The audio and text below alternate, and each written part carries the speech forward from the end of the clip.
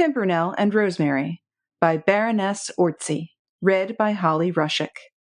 Prologue. This was in July 1916. The woman sat alone in the room downstairs, stitching, by the flickering light of a small oil lamp that stood on a rickety deal table close beside her. By the side of the lamp there were some half-dozen khaki tunics, and the woman took up these tunics one by one, looked them over and patted them and turned them about and about. Then she took up the scissors and undid a portion of the lining, after which she stitched that portion of the lining up again, but not before she had inserted something that was small and white and crisp, and that she took out from a fold in the bosom of her dress, between the lining and the cloth. And this she did to each of the half-dozen tunics in turn. The room was small and bare. The paper hung down from the walls in strips, but it happened to have a ceiling that had only partially fallen in during the last bombardment, and so it might be termed a luxurious room, seeing that there were very few ceilings left in Guillaume now. There was no roof to the house, and not a pane of glass anywhere. But as it was very hot this July, this was really an advantage. Quite a pleasant draught stirred the tattered curtain that masked the broken window and fanned the woman's dark, unruly hair about her damp forehead. She sat in ragged bodice and petticoat, her sleeves tucked up above her elbows, her bodice open, showing throat and breasts that were not unshapely. "You are kind to those English fellows, Alice," a dry, sarcastic voice said suddenly, close behind her. The woman gave a start, and the hand that patted and folded the last of the tunics shook ever so slightly. Her pale, wan face looked almost ashen in hue in the dim light of the lamp. She turned and looked at the newcomer, a tall, lean fellow, with tousled dark hair and unshaven chin, who lolled under the lintel of the door, chewing the stump of a cigar and gazing at her with a kind of indulgently sarcastic expression in his deep-set eyes. At sight of him, she seemed reassured. It was only Lucian the vagrant, the picker-up of unconsidered trifles, attached as a porter to one of the American hospitals somewhere close by. So everybody round about here understood. But no one ever inquired further than that. Everyone was too busy to trouble about other people's affairs, and Lucian was useful and willing.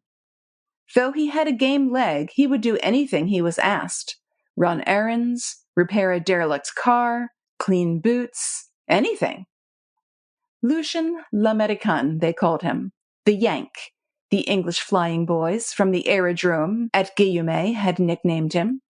And they rather liked the Yank, though he was as ugly as sin, swarthy, most days unshaved and dirty. He was very amusing, had a fund of good stories to relate, and was always ready for a gamble or a bit of fun. He seemed plentifully supplied with money, too. Tips, probably, which he collected from the French or English officers over at the hospital, and was very free with it in the way of drinks and cigarettes for the boys. Latterly, his open courtship of Alice Gerbier had caused considerable amusement in Guillaume. Alice was a good sort, of course, but so jolly ugly, and not so young as she once was. It was difficult to imagine any man wanting to make love to Alice Gerbier. But Lucian l'Américain must have done it after a fashion of his own, before Alice became his abject slave, fetching and carrying for him, working her fingers to the bone, and sitting up half the night sewing shirts and knitting socks for him. He took it all as a matter of course, and treated her as if she were so much dirt. "The only way to treat women," he would remark cynically, whenever his harshness toward poor Alice roused the indignation of one of the men. It was a curious courtship, and the boys who were quartered in old Mother Gerbier's house often wondered how it would end. Poor Alice! It was her one chance. If she lost this undemonstrative admirer of hers, she would never get another. No doubt she felt that, poor thing, for at times her eyes would look pathetically wistful when she caught sight of Lucien making himself agreeable to other women. Lucien, l'Américain, lolled into the room and came to a halt close beside Alice's chair. With the air of a condescending pasha, he patted her thin shoulders.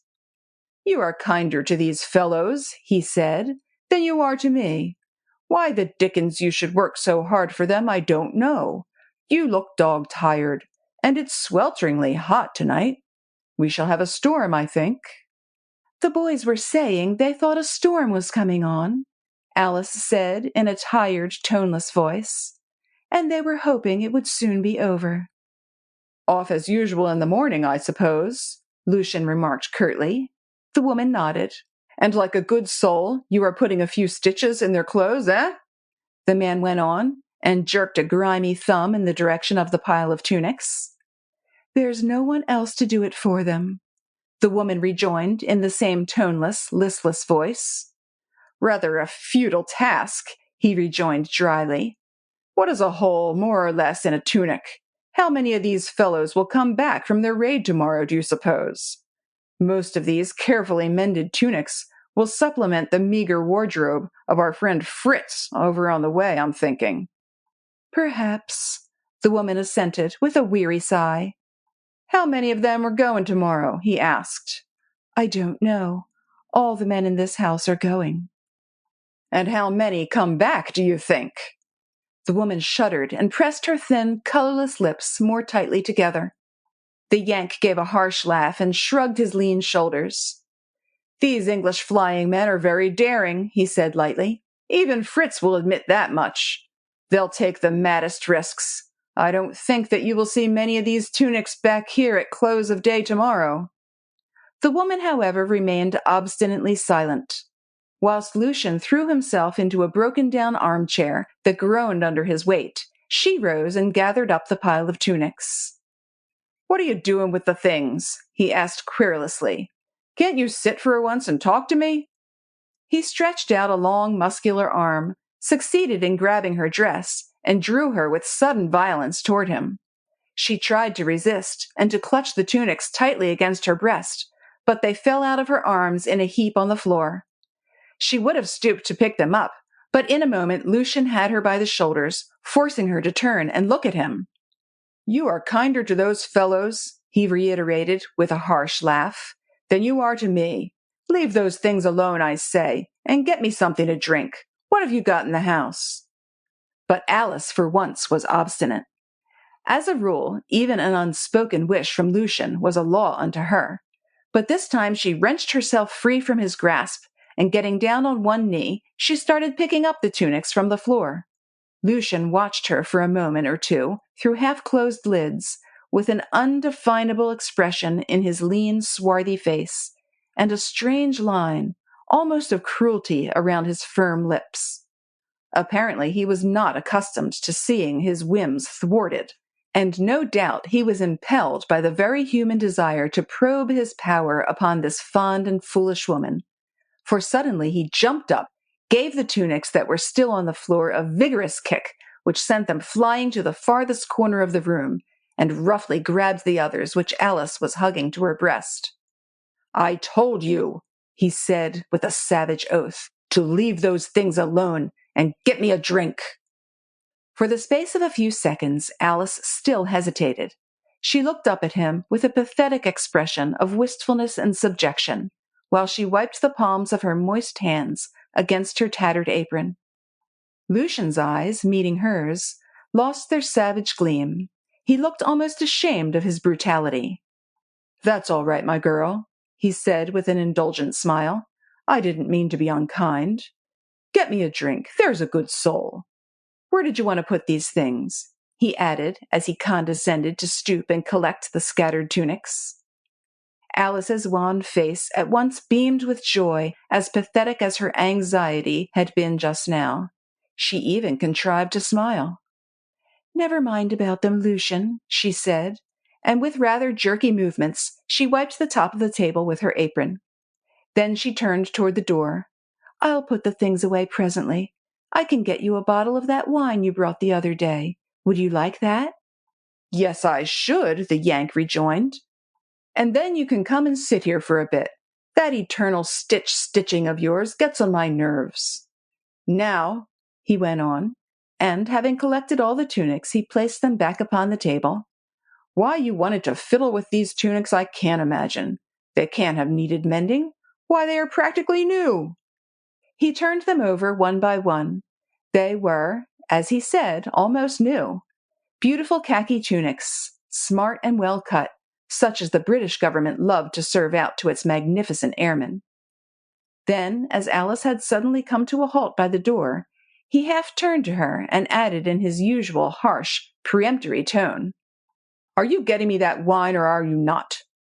For a few seconds after Alice had finally left the room, Lucien l'Américain remained standing by the table, his grimy hand upon the pile of tunics, motionless, his eyes fixed upon the narrow doorway through which Alice had disappeared, his ear bent, listening to her retreating footsteps. As soon as these had died away down the stone steps which led to the cellar, his whole attitude changed. He threw the stump of his cigar away, and, picking up one of the tunics, he felt it all over scrupulously, all over, and with both hands, until in one spot his sensitive fingers felt something that had a slightly crackling, crisp sound about it when handled. Whereupon Lucien l'Américain drew a deep breath, and in his deep-set eyes there came a quick flash of triumph.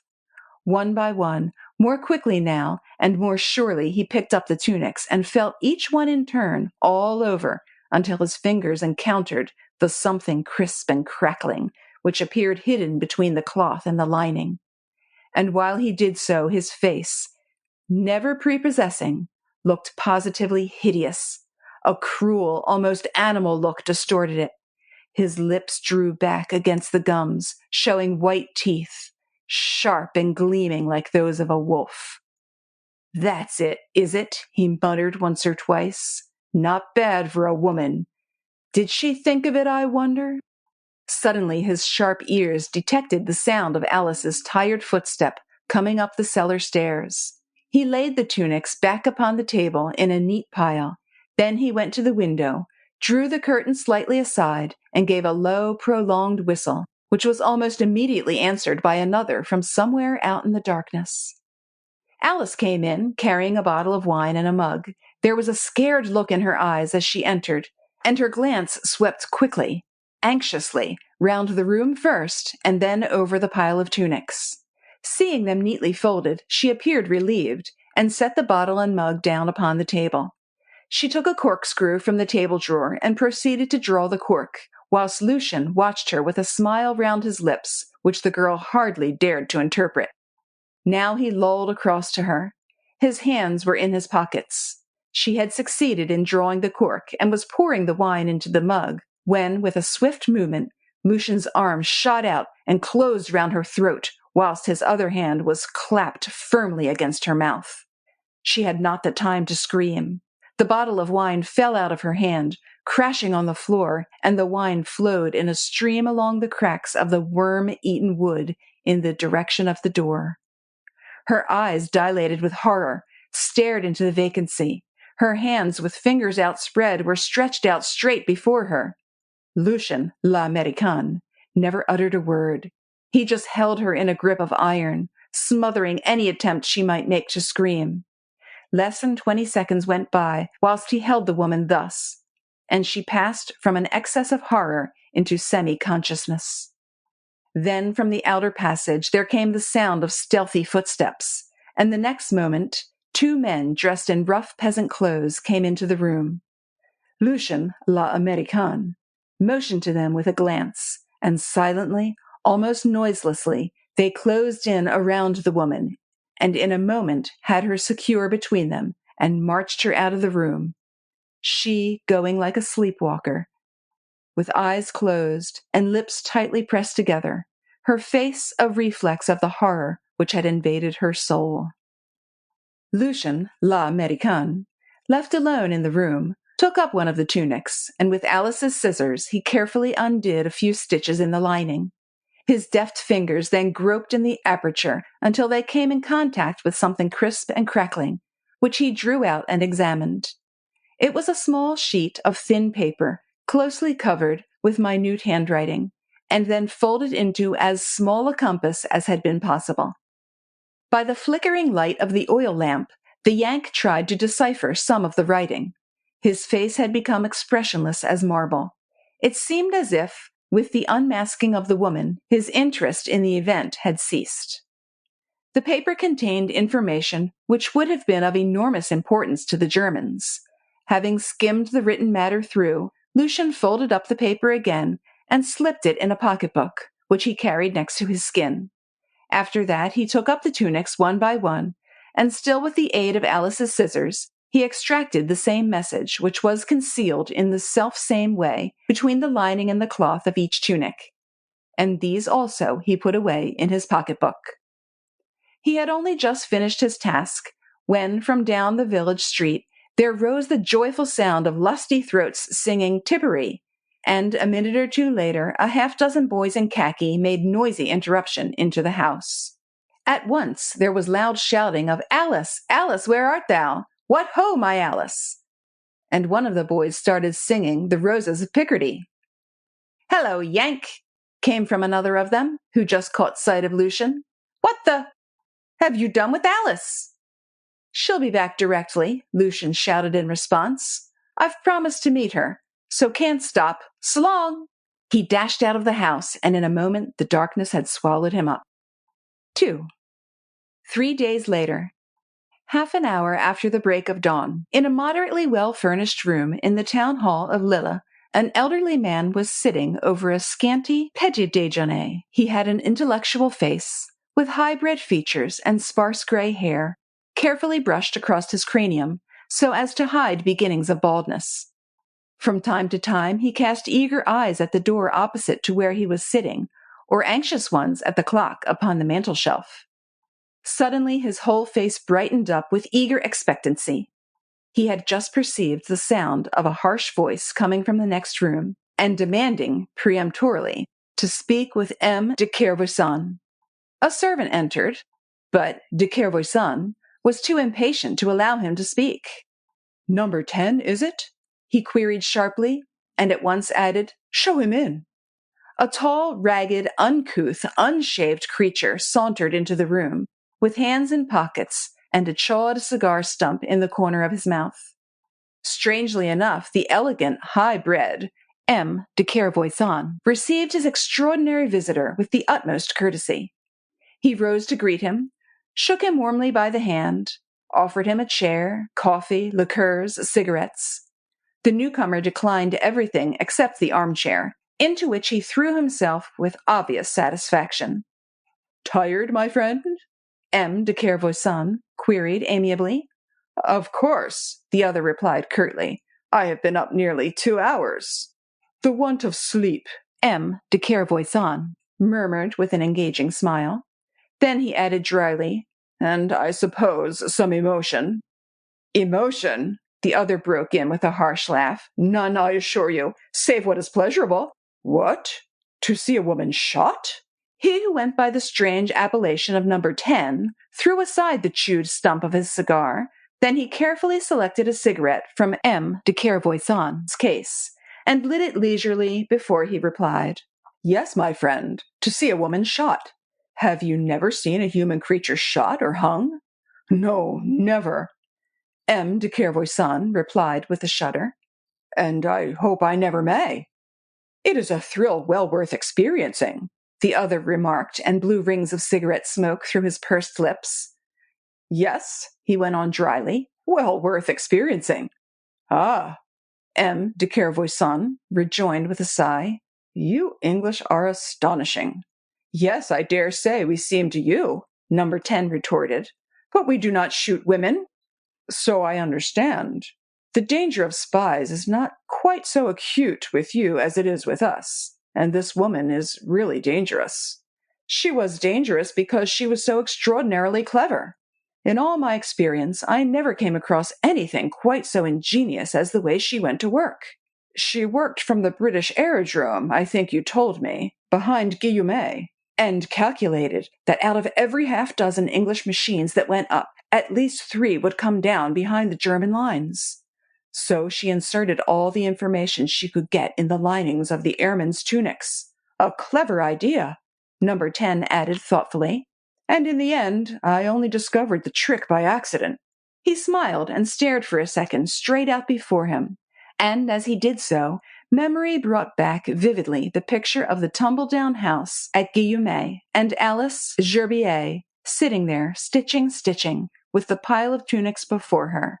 And he himself, disguised as a loafer, commonly called Lucien l'Américain, for no particular reason, as he certainly was not American, hanging round the woman for weeks, vaguely suspecting at first, then certain, then wondering how the trick was done.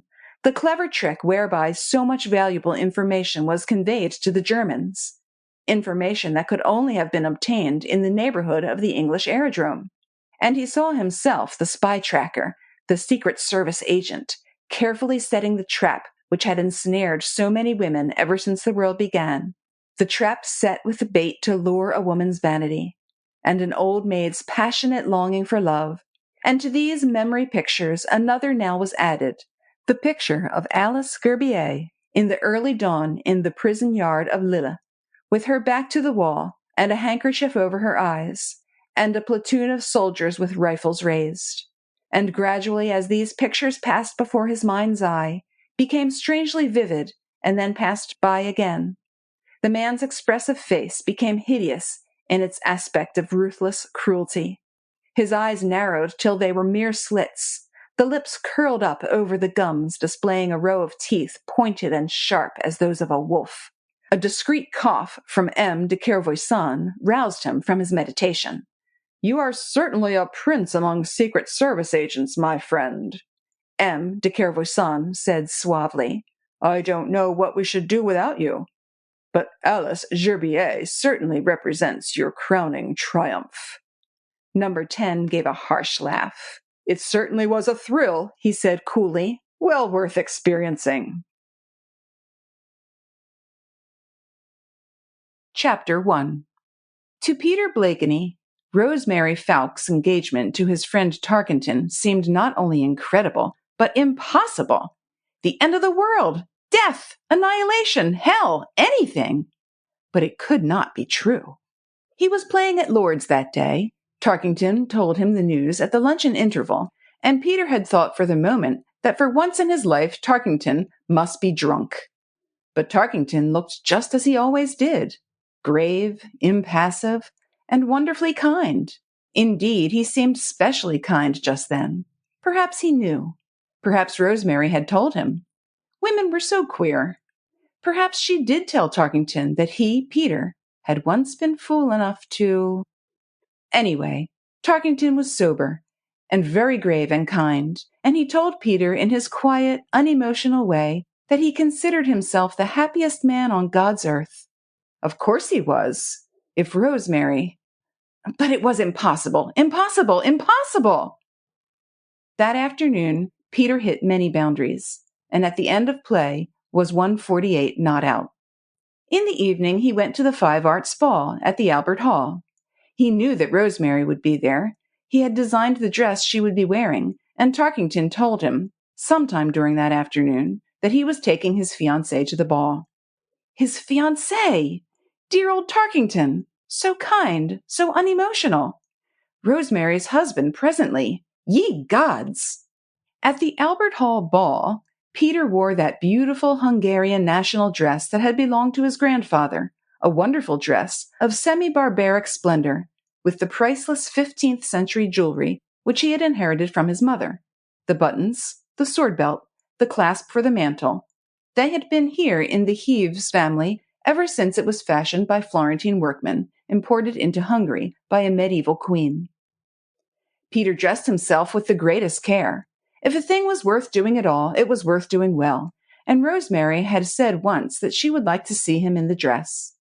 But during that hot afternoon at Lord's, while he dressed, and now inside the crowded, stuffy Albert Hall, Peter did not feel as if he were really alive. He did not feel like a personage in a dream. He only felt that the world as he had seen it since luncheon time was not a real world. Someone had invented something altogether new in opposition to the creator, and he, Peter, being no longer alive, was permitted a private view of the novelty. It appeared to be a very successful novelty. At any rate, the numberless puppets who raised shrill voices so that Peter might hear what they said all declared that this ball was incontestably the most successful function of the season. Just as in the real world, Peter thought, where every function is always incontestably the most successful function of the season. Other shrill voices declared in Peter's hearing that this function had been more than usually well managed. It had been splendidly advertised, and the tickets had sold like the proverbial hotcakes. And Peter was quite sure that somewhere in the dead, forgotten world of long ago, he had heard such an expression of opinion over and over again. Anyway, in this Albert Hall of the newly invented world, things were much as they had been in the old. It was crowded, and at one time there was hardly room enough to move, let alone to dance. Certain contortions of the body being called dancing, now as then, and certain demoniacal sounds made on hellish instruments by gentlemen of color being called dance music, the floor of the hall, raised to the level of the lower-tier boxes, was given over to the performance of various gyrations, more or less graceful, whilst Peter looked on, strangely familiar with this new world of unrealities, which had only been invented a few hours ago, when Tarkington had told him of his engagement to Rosemary Fowkes. He knew just how it would be. In tomorrow's issue of the Morning Star, or the Talk of the Town, the thousands who gyrated here, or who looked on at the gyrations of others, would be referred to as being also present. He, Peter Blakeney, the famous cricketer and distinguished V.C., would be referred to as being also present. And there would be a photograph of him with a set grin on his face, and his eyes staring out of his head like those of a lunatic at large, in all the illustrated weeklies. This was as it should be. It was well worth paying 2 guineas, supper included, for the privilege of being referred to as also present in this distinguished company of puppets that included both home and foreign royalties. Of course, there were others, the select few, who would be referred to in the columns of the Morning Star or the Talk of the Town with charming familiarity as Lord Algie Fitznoodle or Miss Baby Tompkins, or simply as Lady Poots or Lord Tim. While I was chatting with Lady Poots, etc., Lady V. Dartmouth with her beautiful hair shingled, etc., etc., the Marchioness of Flint came with her girls, etc., all of which Peter knew by intuition would be vastly interesting to the suburban little madams who read the Talk of the Town in this world of unrealities. And he was willing to leave it at that, well knowing that the puppets named Miss Baby or Lady Vi would not think of being absent from the 5 Arts Ball. It was the acme of smartness, bohemian smartness, that is to say, the smartness of Chelsea and fashionable studios, which is so much smarter than the smartness of Mayfair. And Peter, a kind of disembodied Peter, watched the throng. Ye gods, what a motley and a medley! Polychromatic and kaleidoscopic, iridescent and prismatic, ceaselessly on the move, mercurial, restless, ever stirring, fluttering fans, fingering clothes, adjusting coiffures, lapels, frills, hair ornaments, and feathers, and talking incessantly, with voices hard and high-pitched, trying to rise above other voices that were harder and higher of pitch. Dazzling to eye and ear, exciting to nerves and sense. The atmosphere a mixture of odors, of powders, cosmetics, perfumes, heat, gas, and a score of other undefinable scents. The picture quite brilliant, not without touches of unconscious humor. Marie Antoinette flirting with Robespierre, Russian Moujik in familiar converse with a jeweled Catherine, Queen Elizabeth condescending to prehistoric man. And then Pierrots everywhere, of every conceivable motley and shape, blue Pierrots and yellow Pierrots, white or black, purple with orange frills and orange with purple frills, black skullcaps and tall white peaks, Pierrots of satin and Pierrots of gingham, cool and active, ye gods, how active! Bohemian smartness, it seems, demanded that its Pierrots should be bright and amusing and active. From his point of vantage on the floor of the hall, Peter scanned the semicircle of boxes, where sat more puppets, hundreds of them, watching the thousands down below. What was the good of them, Peter thought? Why had God made them? What use were they in this new world which some wanton sprite had fashioned in opposition to the Creator? They fluttered their fans, they laughed, they jabbered, and did not seem to know that they, just like Peter, had become unreal and disembodied at the precise moment when Rosemary Fawkes promised to become Jasper Tarkington's wife. And then suddenly the puppets all faded away. The new world ceased to be, and there was no hall, no dancing, no music, no more puppets, no more pierrots. There was only Rosemary. And she came up to Peter and said quite gaily, naturally, in a voice that belonged to the old world, not the new, "Won't you ask me to dance, Peter?" After that, well, dancing necessitates holding the partner in one's arm. And Peter danced with Rosemary. Chapter 2. Lady Orange always had a box for the big functions at the Albert Hall. It was chic, it was right, and it was convenient. It gave her an opportunity of entertaining distinguished foreigners, de passage, in London in a manner that was both original and expensive. Lady Orange prided herself in her internationalism and delighted to gather distinguished foreigners about her. Members and attachés of minor embassies invariably graced her dinner parties.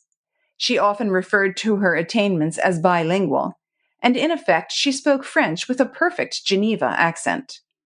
She thought it bon ton to appear bored at every social function, except those which took place at her house in Belgrave Square. And now when a procession made up of bedizened unities marched in double file past her box, she remarked languidly, "I think they show a singular lack of imagination. One would have thought Chelsea artists would have invented something unique, picturesque for themselves. They thought only of comfort, perhaps. But is it they who gave the impetus to the imagination of others? Not." The man who sat next to Lady Orange spoke with certain gestures of hands and arms that would have proclaimed him a foreigner, even apart from his appearance. The somewhat wide expanse of white waistcoat, the ultra-smart cut of his evening clothes, the diamond ring on his finger. He had large, mellow, dark eyes, which he used with great effect when he spoke to women, and full lips half concealed under a heavy black mustache. He had a soft, rich voice, and spoke English with that peculiar intonation which is neither Italian nor Slav, but has the somewhat unpleasant characteristics of both. And he had large, well-shaped, podgy hands, all covered with a soft, dark down that extended almost to his fingertips. Lady Orange, who had pale round eyes and arched eyebrows that lent to her face a perpetual look of surprise, gazed intelligently about her. "Ah, oui," she sighed vaguely. "Vous avez raison." She would have liked to continue the conversation in French, but General Naniescu was equally determined to speak English. As Lady Orange was going to Bucharest shortly and desired an introduction to august personages there, she thought it best to humor the general's whim. "How well you express yourself in our barbarous tongue, le général," she said kindly. "Oh, madame," the general replied with an expressive shrug, "we in our country are at such disadvantage in social life of great cities like London and Paris that we must strive to win our way by mastering the intricacies of language, so as to enable us to converse freely with the intelligentsia of the West who honors us by their gracious acceptance." "You are a born courtier, monsieur le général," Lady Orange rejoined with a gracious smile. "Is he not, ma chère?" And with the edge of her large feather fan she tapped the knees of an elderly lady who sat the other side of le général. "Oh, Mademoiselle Fairfax was not listening to my foolish remarks," General Naniescu said, turning the battery of his mellow eyes on the somewhat frumpish old maid. "No," Miss Fairfax admitted dryly. "Monsieur de Kervoisin here on my left was busy trying to convert me to the dullness of Marcel Proust. He is not succeeding." "Ah," exclaimed Naniescu suavely, "you English ladies, you are so intellectual and so deliciously obstinate, so proud of your glorious literature, that even the French modernists appear poor in your sight." "There you see, ma chère," Lady Orange put in with her habitual vagueness. "Always the courtier." "How can one help being a courtier, dear lady, when for hours one is thrown in a veritable whirlpool of beauty, brilliance, and wit? Look at this dazzling throng before us," the general went on with a fine sweep of his arm.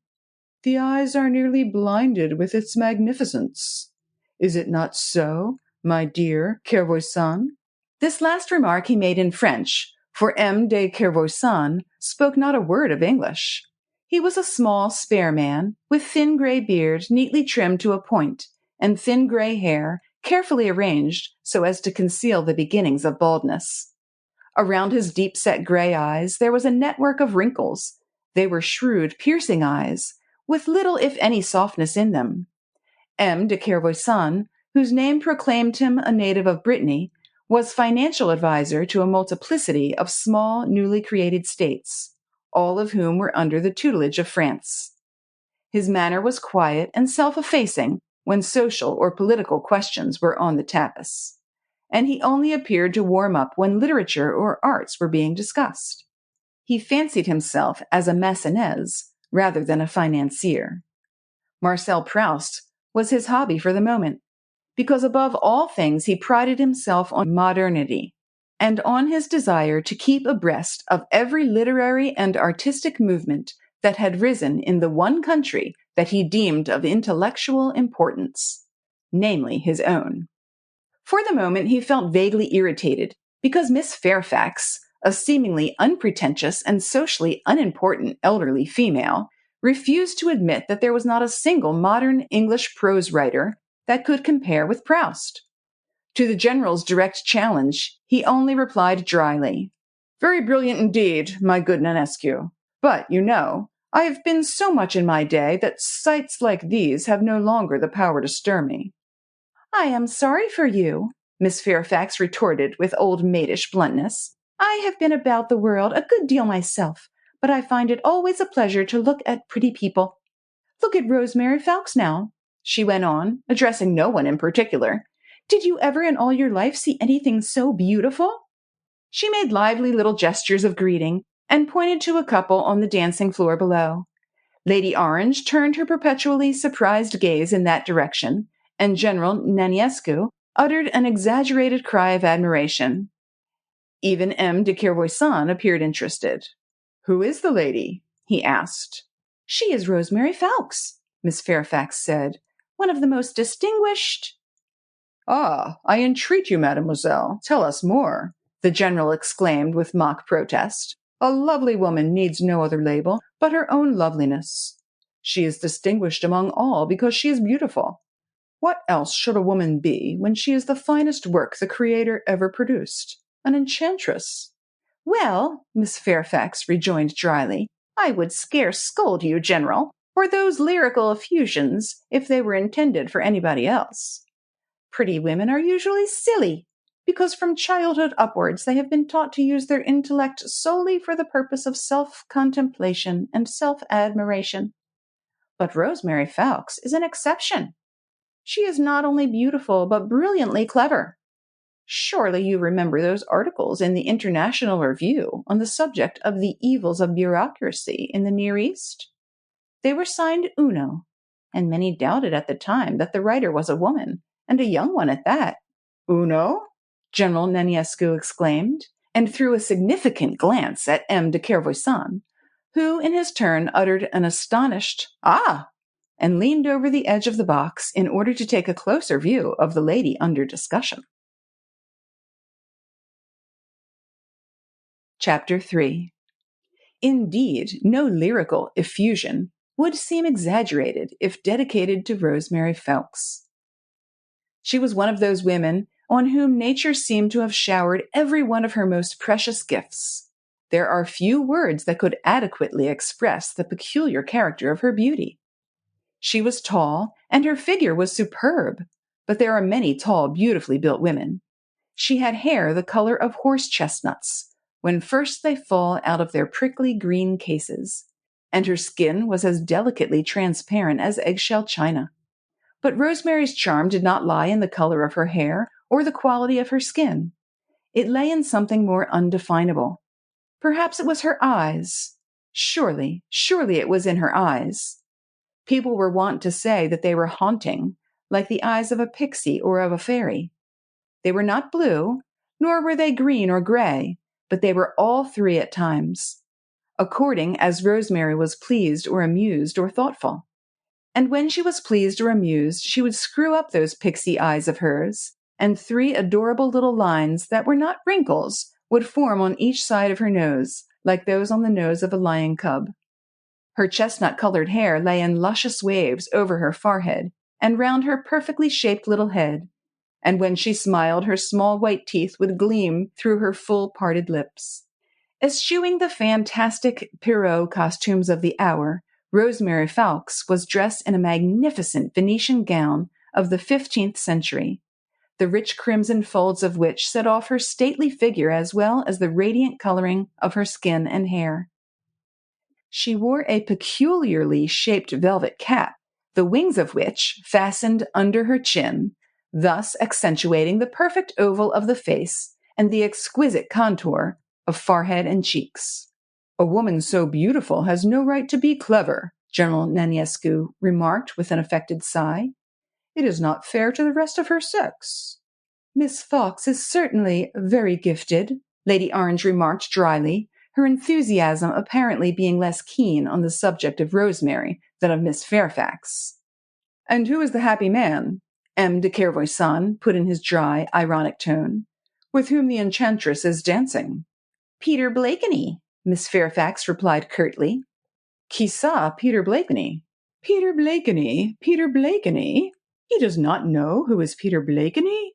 Lady Orange exclaimed, and for this supreme moment she departed from her habitual vagueness of attitude, whilst her glance became more markedly astonished than before. 2 or 3 people who sat at the back of the box tittered audibly and gazed at General Naniescu as if he were indeed an extraordinary specimen lately presented to the zoo. "Remember, dear lady," General Naniescu put in, wholly unperturbed by the sensation which his innocent query had provoked, "that M. de Kervoisan and I are but strangers in your wonderful country, and that no doubt it is our want of knowledge of your language that causes us to seem ignorant of some of your greatest names in literature or the arts." "It is not a case of literature or the arts, mon cher General," Lady Orange condescended to explain. "Peter Blakeney is the finest cover-point England has ever had." "Ah, political sociology?" M. de Kervoisan queried blandly. "Political what? The secret points, no doubt you mean, dear lady," the general went on, politely puzzled. "Advanced communism, what? M. Blakeney is then a disciple of Lenin?" "I don't know what you are talking about," Lady Orange sighed. "Peter Blakeney is the finest cricketer Eton and Oxford have ever produced." "Cricket!" exclaimed the general, while M. de Kervoisan uttered a significant "Ah!" There was a moment of quite uncomfortable silence. Naniescu was thoughtfully stroking his luxurious moustache, and a gentle, indulgent smile hovered round the thin lips of M. de Kervoisan. "It is interesting," Naniescu said suavely after a moment or two, "to see such world-famous people given over to the pleasure of the dance." "They are excellent dancers, both of them," Lady Orange assented placidly, even though she had a vague sense of uneasiness that the 2 foreigners were laughing surreptitiously at something or at her. "And we may suppose," the general continued, "that a fine young man like Mr. Blakeney has some other mission in life than playing of cricket?" "He hasn't time for anything else," came an indignant protest from a young lady with shingled hair. "He plays for England, in Australia, South Africa, all over the world. Isn't that good enough?" "More than enough, dear lady," assented Naniescu, with a bland smile. "Indeed, It were foolish to expect the greatest, what did you call him? Secret point? To waste his time on other trifling matters? Cover point, mon général, Lady Orange suggested indulgently, whilst the young people at the back broke into uproarious mirth. Cover point, not secret. Peter Blakeney rode 2 years in the varsity eights, one of the young people interposed, hot in the defense of the popular hero. Then he added with a characteristic English shamefacedness when subjects of that sort are mentioned. And he got a V.C. in the war. He is a jolly fine chap, and ever so good-looking, rejoined the pretty girl with the shingled hair. She shot a provocative glance in the direction of the 2 ignorant Dagos, who had never even heard of Peter Blakeney, and then she added, he couldn't help being jolly and fine and all that, as he is the great-grandson. No, kid, not the great-grandson, broke in one of her friends. Yes, the great-grandson, the girl insisted. There was a short and heated argument, whilst General Naniescu and M. de Kervoisan looked courteously puzzled. Then Miss Fairfax was appealed to. Miss Fairfax, isn't Peter Blakeney the great-grandson of the Scarlet Pimpernel? And Miss Fairfax, who knew everything, settled the point. Peter, she said, is the great-grandson of Jack Blakeney, who was known as the Little Pimpernel, and was the Scarlet Pimpernel's oldest son. In face and figure, he is the image of that wonderful portrait by Romney of Sir Percy Blakeney. Hurrah for me! Exclaimed the one who had been right, whilst the pretty girl with the shingled hair threw a glance at the handsome Romanian, which conveyed an eloquent, so there. General Naniescu shrugged amiably. Ah, he said, now I understand. When one gets youth of England on the subject of its Scarlet Pimpernel, one can only smile and hold one's tongue. I think, Miss Fairfax concluded, that Peter is the best-looking and the best-dressed man in the hall tonight.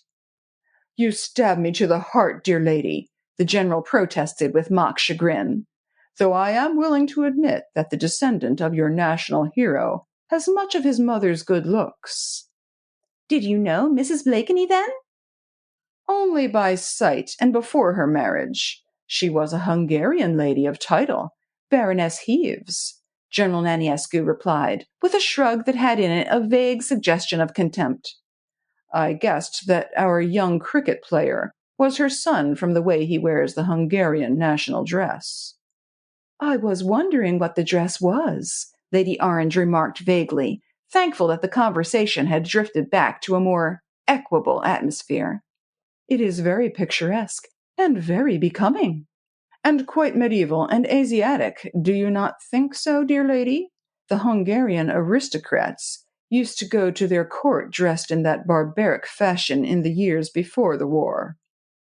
And very handsome they must have looked, judging by Peter Blakeney's appearance tonight.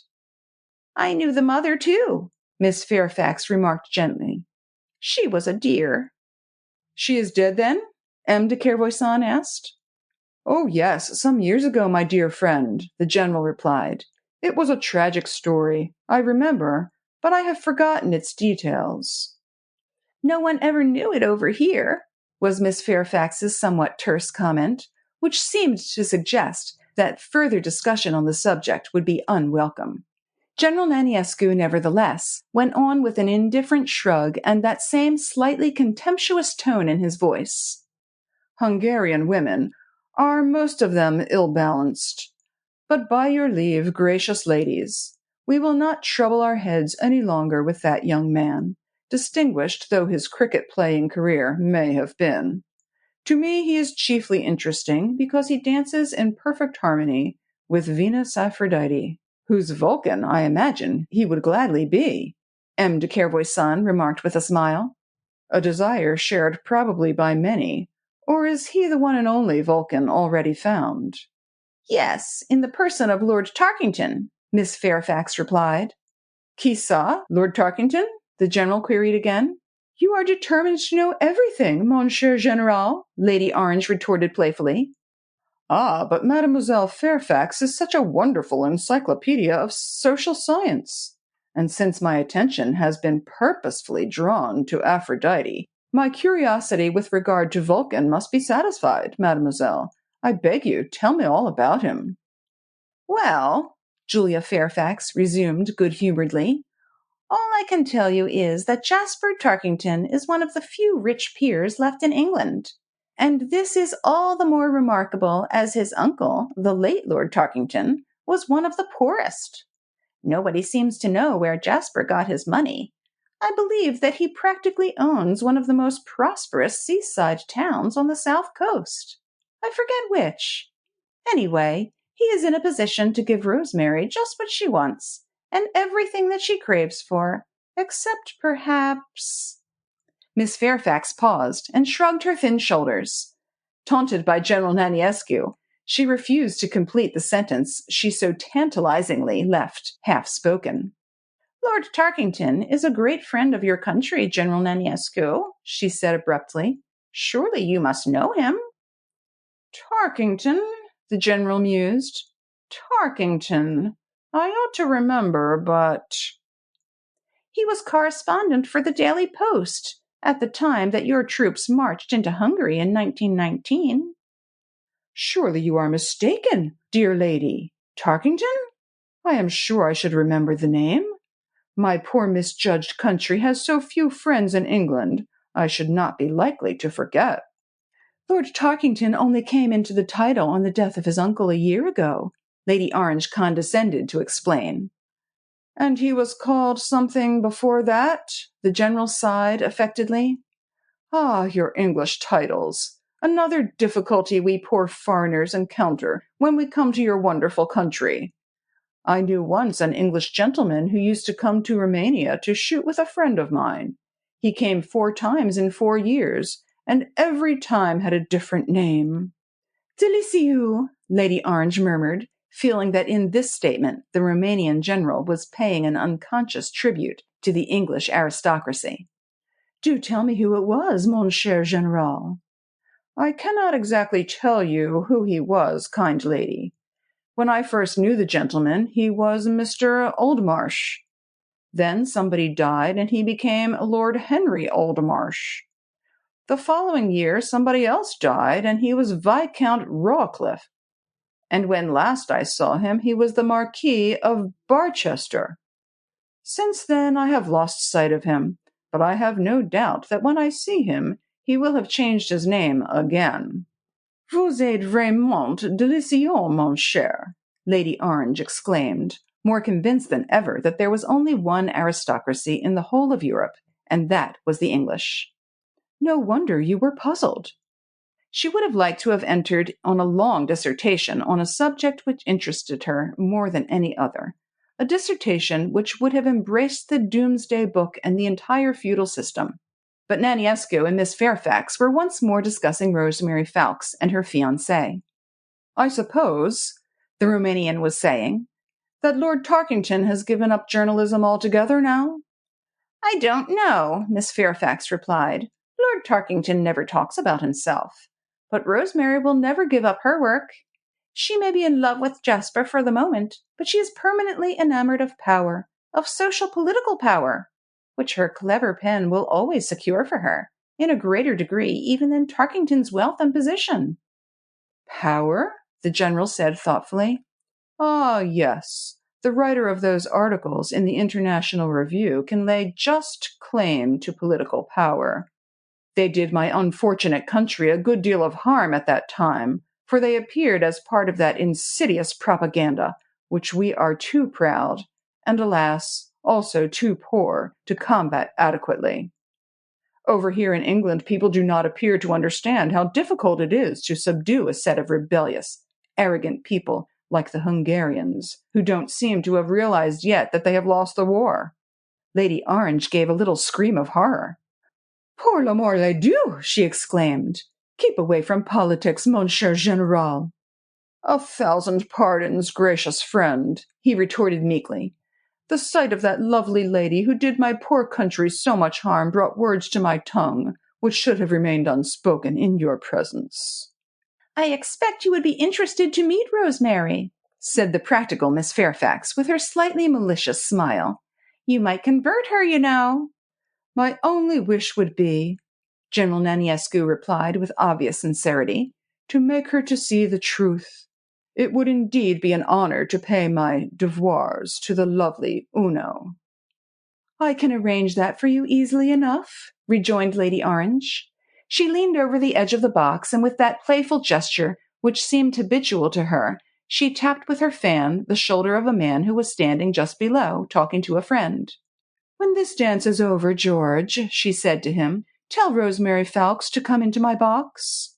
"Tell her that a distinguished Romanian desires to lay his homage at her feet," Miss Fairfax said bluntly. "Do you think Sir George will prevail on the divinity?" the general asked eagerly. Just then the dance was over. The colored musicians ceased to bawl, and there was a general movement and confusion down below, through which Sir George Orange, ever obedient to his wife's commands, could be seen vainly striving to find a beautiful needle in a tumbled and unruly haystack.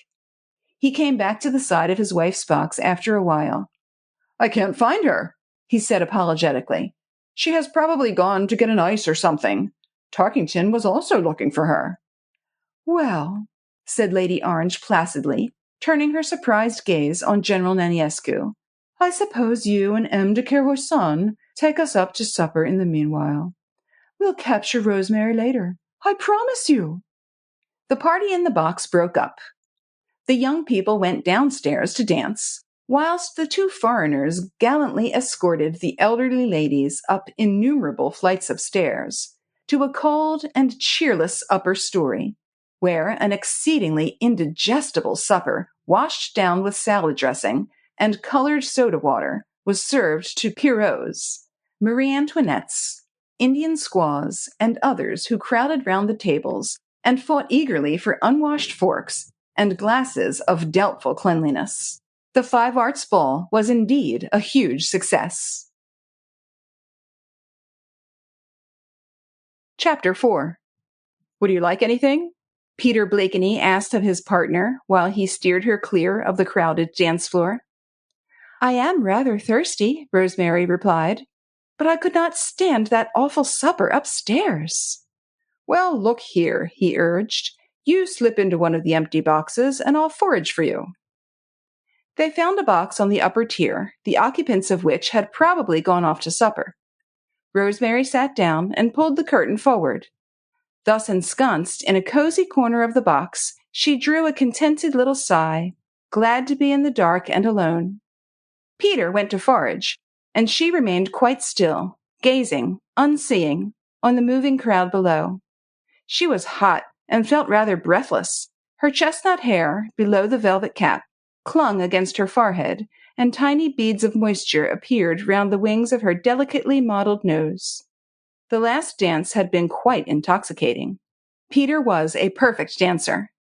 Rosemary sighed again, quite involuntarily. It was a little sigh of regret for those golden minutes that had gone by all too rapidly. Jasper, she reflected, would never make a dancer, but he would make a kind, considerate, always thoughtful husband. The kindest husband any woman could wish for. Her eyes now sought the dancing floor more insistently. She had just become aware of Jasper's tall figure moving aimlessly amidst the crowd. Dear, kind Jasper. He was looking for her, of course. Always when she was not near him, he was looking for her. If not physically and actually, then with his thoughts, trying to find her, to understand her, to guess at an unspoken wish. Dear, kind Jasper, Rosemary sighed, and closed her eyes in order to shut out that sudden glimpse she had just had of Jasper's anxious gaze scanning the crowd, in search of her. She pulled the curtain an inch or two further forward, pushed back her chair deeper into the shadow. Peter returned, carrying a bottle of champagne and a tumbler. "Will this do?" he asked, and busied himself with the cork. "Delicious," she replied. "But what about you?" "Me?" "Yes, you have brought only one glass." "The only one I could get. There's a regular fight up there for crockery." She laughed. "It must be horrible up there," she exclaimed. "Dante's Inferno," he assented laconically. He filled the glass till the froth bubbled over and gave it to her to drink, which she did with delight. Lovely, she exclaimed. He watched her as she screwed up her eyes, and those tantalizing little lines appeared at the sides of her nose. I hear you did splendidly at Lord's this afternoon, Peter, she said. There's a wonderful article about you in the Evening Post. Then she held the glass out to be refilled. Your turn next, she said. Won't you have some more? Not just now, thank you. He put the bottle down on the floor, then put out his hand to take the glass from her. As he did so, his fingers closed over hers. She tried to withdraw her hand, and in the brief struggle the glass fell between them and was smashed to smithereens. Our one and only glass, Rosemary exclaimed. Please, Peter, she went on with a nervous little laugh. Will you release my hand? No, he replied, and increased the pressure on her struggling fingers. I have often been allowed to hold your hand before. Why not now? She shrugged her shoulders and ceased to struggle. Am I never to be allowed to hold your hand again? He insisted. But her head now was turned away. She was apparently deeply interested in the crowd below. Oh, Peter, she exclaimed lightly. Do look at Mrs. Opert in that girlish 1840 costume.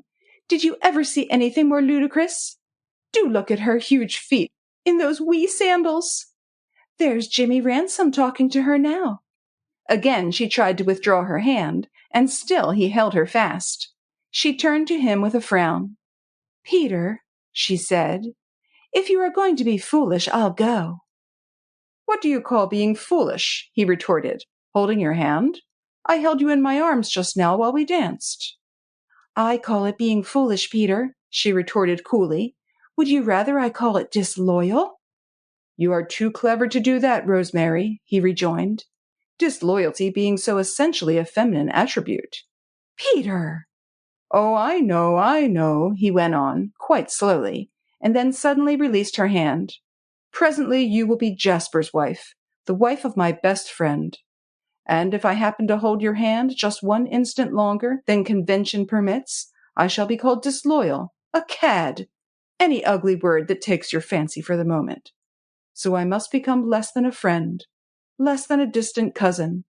I must not hold your hand. The others may. I may not.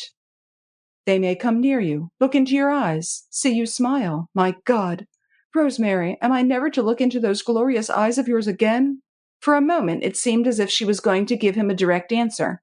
A soft flush rose to her cheeks, and there was a quick intake of her breath, as if words would tumble out and she was determined to suppress. The struggle only lasted for a second.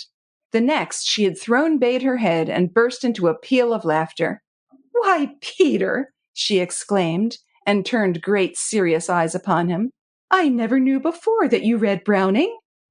Her laugh had half sobered him, but evidently he had not grasped her meaning, for he frowned and murmured, puzzled, Browning? Why, yes, she said gaily. I forgot exactly how it goes, but something like this.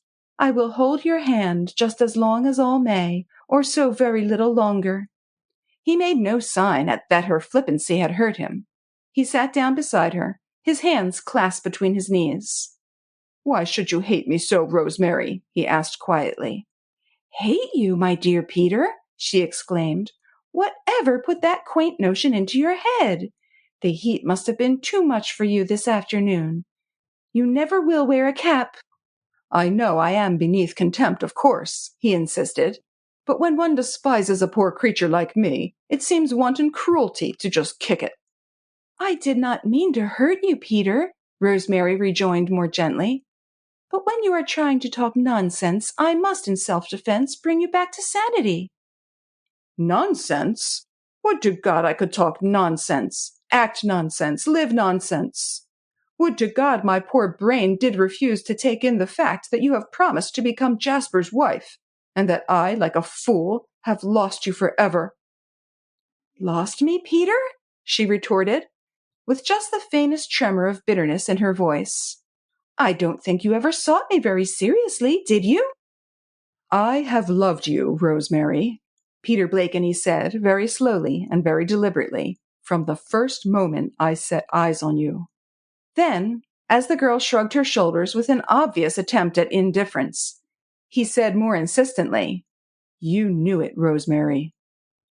I know that you often said so, Peter, she said coldly. You knew it that night on the river, when you lay in my arms just like a lovely pixie, with your haunting eyes closed and your lips pressed to mine. You knew it then, Rosemary, he insisted. But now she would no longer trust herself to speak. She had drawn herself further back within the shadows. All that Peter could see of her was the exquisite oval of her face, like a cameo carved against the dark, indefinite background. Her eyes he could not see, for they were veiled by the delicate blue-veined lids, but he had a glimpse of her breast like mother of pearl, and of her small hand clinging tightly to the protecting curtain. The rest of her, swathed in rich folds of her brocaded gown, was merged in the shadows, her auburn hair hidden by the velvet cap. Just by looking at her face and on that clinging hand, he knew that everything within her was urging her to flee, was warning her not to listen, not to allow her memory to recall that wonderful night in June on the river, when the honey-colored moon threw shafts of silver light on the tall grasses bending to the breeze, and a nightingale in the big walnut tree sang a lullaby to its mate. Intuitively, he knew that she wished to flee, but that a certain something held her back, forced her to listen. A certain something that was a spell, an enchantment, or just the arms of her sister pixies that clung around her and would not let her go. Don't let us talk about the past, Peter, she murmured at last involuntarily, with a pathetic note of appeal in her voice. I mean to talk about it, Rosemary, he retorted quietly. Just this once more. After that, I will fall out of your life. You can cast me out and I will become one of the crowd. I won't even take your hand. I will try not to see you, not even in my dreams. Though every inflection of your voice makes my bones ache with longing, I shall try not to listen. Just now I held you while we danced. You never once looked at me, but I held you closer than any man ever held a woman before. I held you with my soul and heart and body, just now and for the last time. And though you never looked at me once, Rosemary, you allowed me to hold you as I did, not your body only, but your soul. And whilst we danced, and your sweet breath fanned my cheek, you belonged to me as completely as you did that night on the river, even though you have pledged your word to Jasper. Though why you did that, he added with a quaint change of mood, God alone knows. Jasper wants me, she murmured. He loves me. He sets me above his ambition. Peter Blakeney gave a harsh, mirthless laugh. Dear old Jasper, he said. Even he would laugh to hear you say that. Ambition. There's no room for ambition in the scheme of Jasper's life. How can a man be ambitious when all the benefit genii of this world presided at his birth and showered gifts into his lap? It is we poor devils who have ambitions and see them unfulfilled. Ambitions which you set above your love, above everything, Rosemary broke in, and turned to look him straight in the eyes. You talk of love, Peter, she went on with sudden vehemence, while the sharp words came tumbling out at last, as if from the depths of her overburdened heart. What do you know of love? You are quite right.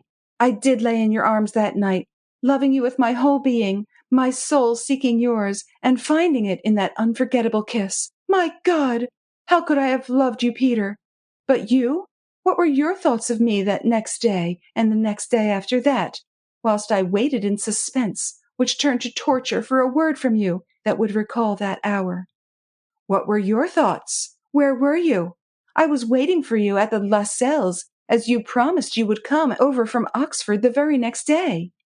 You did not come, not for days, weeks. Rosemary! Not for days, weeks, she insisted, and I waited for a sign, a letter. Rosemary, at the time you understood. I only understood, she retorted with cold irony, that you blamed yourself for having engaged my young affections, that you had your way to make in the world before you could think of asking a girl to share your poverty, and so on, every time we met, and in every letter you wrote, whilst you did not understand, Peter, she went on more calmly, whilst you spoke of the future, of winning fame and fortune. For you, Rosemary, he cried involuntarily, and buried his head in his hands. I was only thinking of you. You were not thinking of me, Peter. or you would have known that there was no poverty or toil I would not gladly have shared with the man I loved." "Yes, poverty, toil, on an equal footing, Rosemary. But you were rich, famous. Already you had the world at your feet." "And you did not care for me enough, Peter," she said with a note of fatality in her voice, "to accept wealth, comfort, help in your career from me." "Peter Blakeney, the cricketer," he declaimed with biting sarcasm. "Don't you know he is the husband of Rosemary Fawkes now? What a glorious career for a man, eh? To be the husband of a world-famous wife." "It would only have been for a time," she protested. "A time during which youth would have flown away on the wings of life, taking with it honor, manhood, dignity." "And love?" "Perhaps." There was silence between them after that. The last word had been spoken, the immutable word of fate. Peter still sat with his head buried in his hands, his elbows resting on his knees, a hunched-up figure weighed down by the heavy hand of an inexorable past. Rosemary looked down at the bent head, and there in the shadow where no one could see save the immortal recorder of sorrows and of tears, a look of great tenderness and of pity crept into her haunting eyes. It was only for a moment. With a great effort of will, she shook herself free from the spell that for a while had held possession of her soul. With a deliberate gesture, she drew back the curtain so that her face and figure became all at once flooded with light. She looked down upon the kaleidoscopic picture below. The dusky orchestra had once more begun to belch forth hideous sounds and hellish screams. The puppets on the dancing floor began one by one to resume their gyrations. Several among the crowd, looking up, saw and recognized Rosemary. She smiled and nodded to them, waved her fan in recognition. She was Rosemary Fawkes once more, the most talked-of woman in England, the fiancée of Jasper Tarkington, queen of her set, admired, adulated, the comet of the past 2 seasons. "There's that tiresome George Orange," she said in her coldest, most matter-of-fact tone. "He is making desperate and ludicrous signs. I strongly suspect him of making straight for this box. Shall we try and give him the slip?" Her voice seemed to act like an anodyne on Peter's jangled nerves. He straightened out his tall figure, quietly pulled the chairs away to enable her to pass. She, too, rose and prepared to go. It seemed difficult not to say another word, or to look him once more straight in the eyes. And yet to speak words now, after what had just passed between them, seemed more difficult than anything. His hand was on the door handle. The other side of the door, people were moving up and down, talking and laughing. Another second or two, and she would pass out of his sight, pass out of his life more effectually even than she had done when she gave her word to Jasper Tarkington. Another second. But just then she raised her eyes, and they met his. "Rosemary," he said. She shook her head and smiled gently, ironically perhaps, indulgently, also on a rebuked child. "I had better go now, Peter," she said quietly. "I feel sure George Orange is on his way to drag me to his wife's box." Just for another second, he did not move. "It is no use, Rosemary," he said, and in his turn smiled as on something very dear, very precious, wholly unattainable. "It is no use, my dear." "What is no use, Peter?" she murmured. "Thinking that it is all over." "In 6 months' time, if I'm alive," she rejoined coolly, "I shall be Jasper Tarkington's wife." "I know it, dear. Jasper is my friend, and I would not harbor one disloyal thought against him. But you being the wife of an enemy or of my best friend is beside the point. I cannot shut you out of my life, strive how I may. Never, whilst I am as I am, and you the exquisite creature you are, so long as we are both alive, you will remain a part of my life. Whenever I catch a glimpse of you, whenever I hear a sound of your voice, my soul will thrill and long for you. Not with one thought will I be disloyal to Jasper, for in my life you will be as an exquisite spirit, an ideal, greater or less than a woman, just you. If you are happy, I shall know it. If you grieve, heaven help the man or woman who caused your tears. I have been a fool, yet I regret nothing. Sorrow at your hands is sweeter than any happiness on earth." It was quite dark where they stood side by side in the moment of supreme farewell. Each felt the inevitableness of it all, the fatality. Pride on either side had built a barrier between them. Honor and loyalty would consolidate it in the future. Too late. Everything was too late. Peter bent his knee to the ground and slowly raised the hem of her gown to his lips. But Rosemary did not move. For that one instant her limbs had become marble, and in her soul she prayed that her heart, too, might turn to stone. Then Peter rose and opened the door, and she passed out into the world again. Chapter 5. Outside in the corridor, Rosemary met Sir George Orange, who claimed her then and there and dragged her willy-nilly to his wife's box. She never looked back once to see what Peter was doing. He had become merged in the crowd, and anyway, this was the end. She found herself presently being talked to, flattered, adulated, by the distinguished Romanian, who turned the full battery of his mellow eyes and his persuasive tongue upon her, bent on making a breach in the wall of her prejudices and her thinly veiled enmity.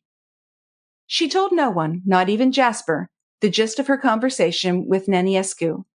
He had put a proposal before her, a proposal which meant work for Rosemary Fowkes, the Uno of the International Review. He had proposed that she should go to Transylvania, study for herself the conditions now prevailing in the territory occupied by Romania, and publish the result of her studies in the English and American press. And this was just the sort of work that Rosemary longed for, now more than any other time of her life. Neniescu had played his cards well. He had known how to flatter, insidiously, delicately, this popular writer who had captured the public fancy, and whose influence with pen and personality was paramount with a vast section of review and newspaper readers in England. What he had proposed could in no way hurt the most delicate scruples of an oversensitive conscience, and the proposal came as a veritable godsend to Rosemary at this moment, when her whole soul was in a turmoil of remorse, longing, and rebellion. That her love for Peter Blakeney was not dead, she had known well enough all along, but she had little dreamed until this hour how completely it still possessed her. What power his glance, his touch, his nearness still had over her. She had thought of her love as a heap of smoldering ashes, and lo, it proved itself to be a devastating fire that burned fiercely beneath. And Peter? Peter had set the future above the present, his pride above his love, and she, wounded to the quick, had allowed ambition and pride to throw her into Jasper Tarkington's arms. It was all done now, irrevocably done. But even at the moment when she most bitterly regretted the past, she was resolved to keep her word loyally to Jasper. Sitting beside him in the car that took her home from the Albert Hall ball, she allowed her hand to rest contentedly in his. His arm was round her, and her cheek rested against his shoulder. She did not speak, for she was very tired, but she listened, unshrinking, to the tender words which he whispered in her ear. Dear, kind Jasper. He had thoughts only for her.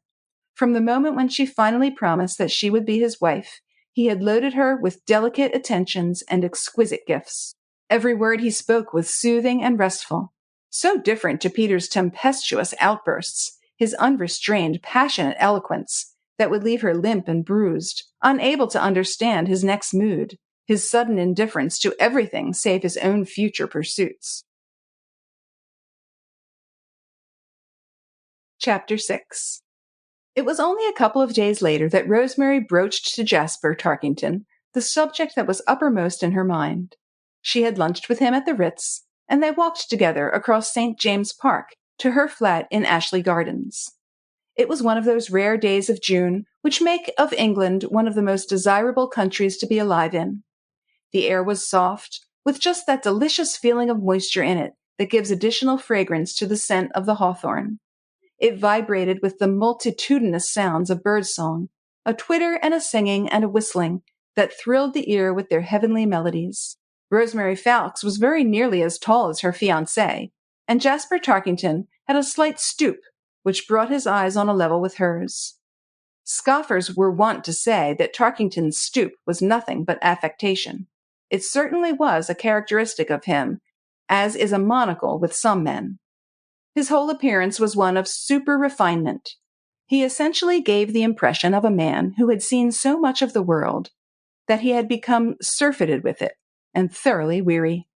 The weary expression was never absent from his eyes, which were very dark and set rather close together. And though he was quite a young man, still on the right side of 30, there was a good many lines round them, as well as round his expressive mouth and firm chin.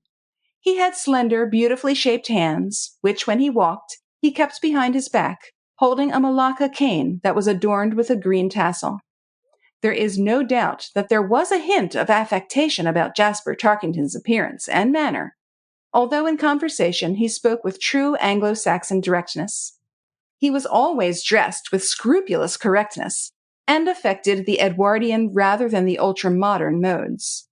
On the whole, an arresting personality, whose kindly expression attenuated the somewhat harsh Wellingtonian features and the hard outline of the narrow hatchet face.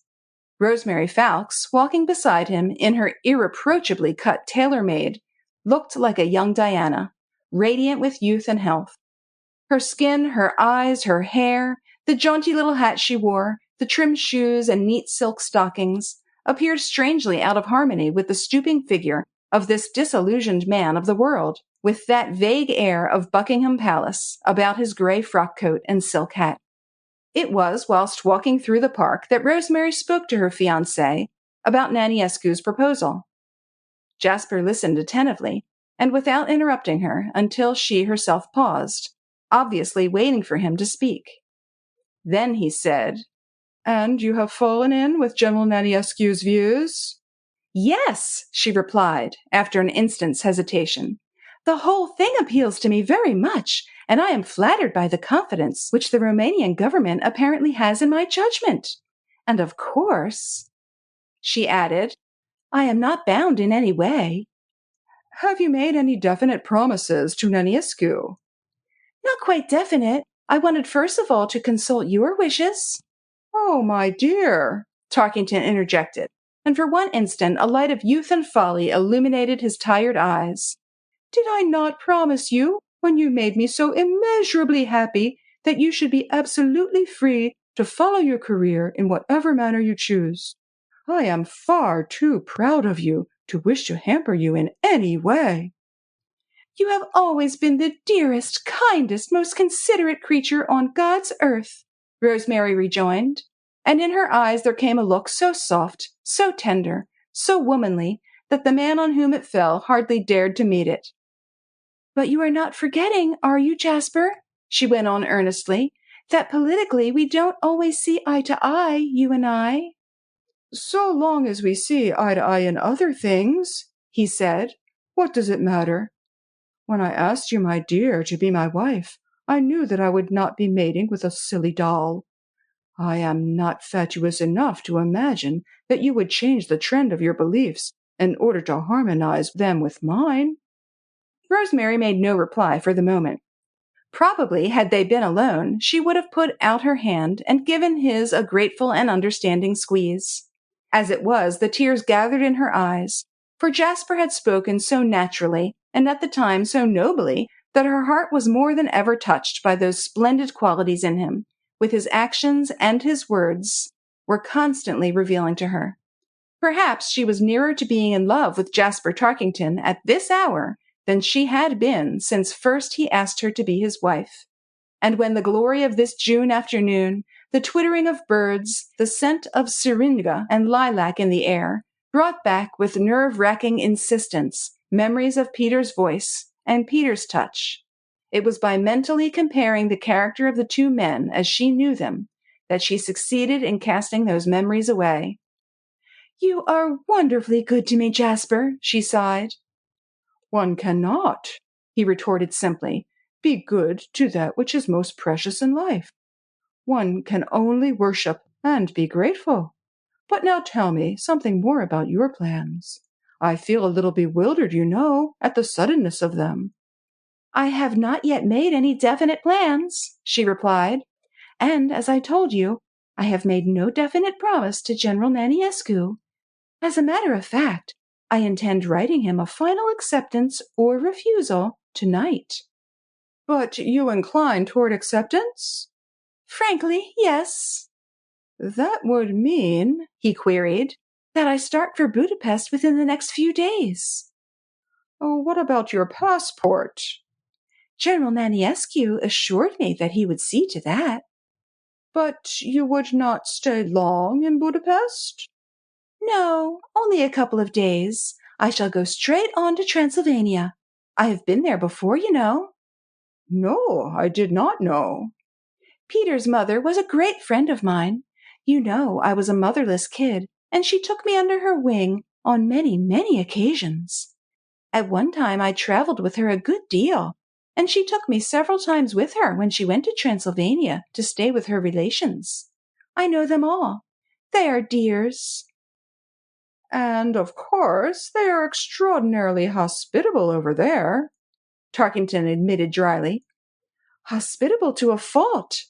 Mrs. Blakeney's sister, who is Countess Imrie, was kindness itself to me when I was in Transylvania 2 years ago for the International. In any case, I should go to her first. The Imries have a beautiful chateau not far from Kolisvar. I am afraid we must call it Cluj now, Jasper interposed with a smile. Yes, Rosemary retorted hotly. Aren't those little pinpricks damnable?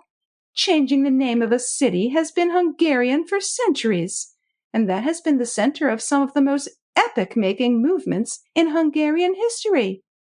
It is mean and petty.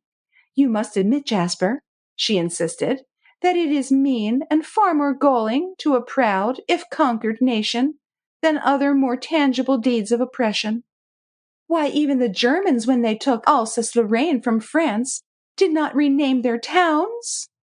Jasper Tarkington smiled at her vehemence. Naniescu, I perceive, he said, has set himself a difficult task. He has, she admitted with a merry laugh. But I left him no illusions on the subject.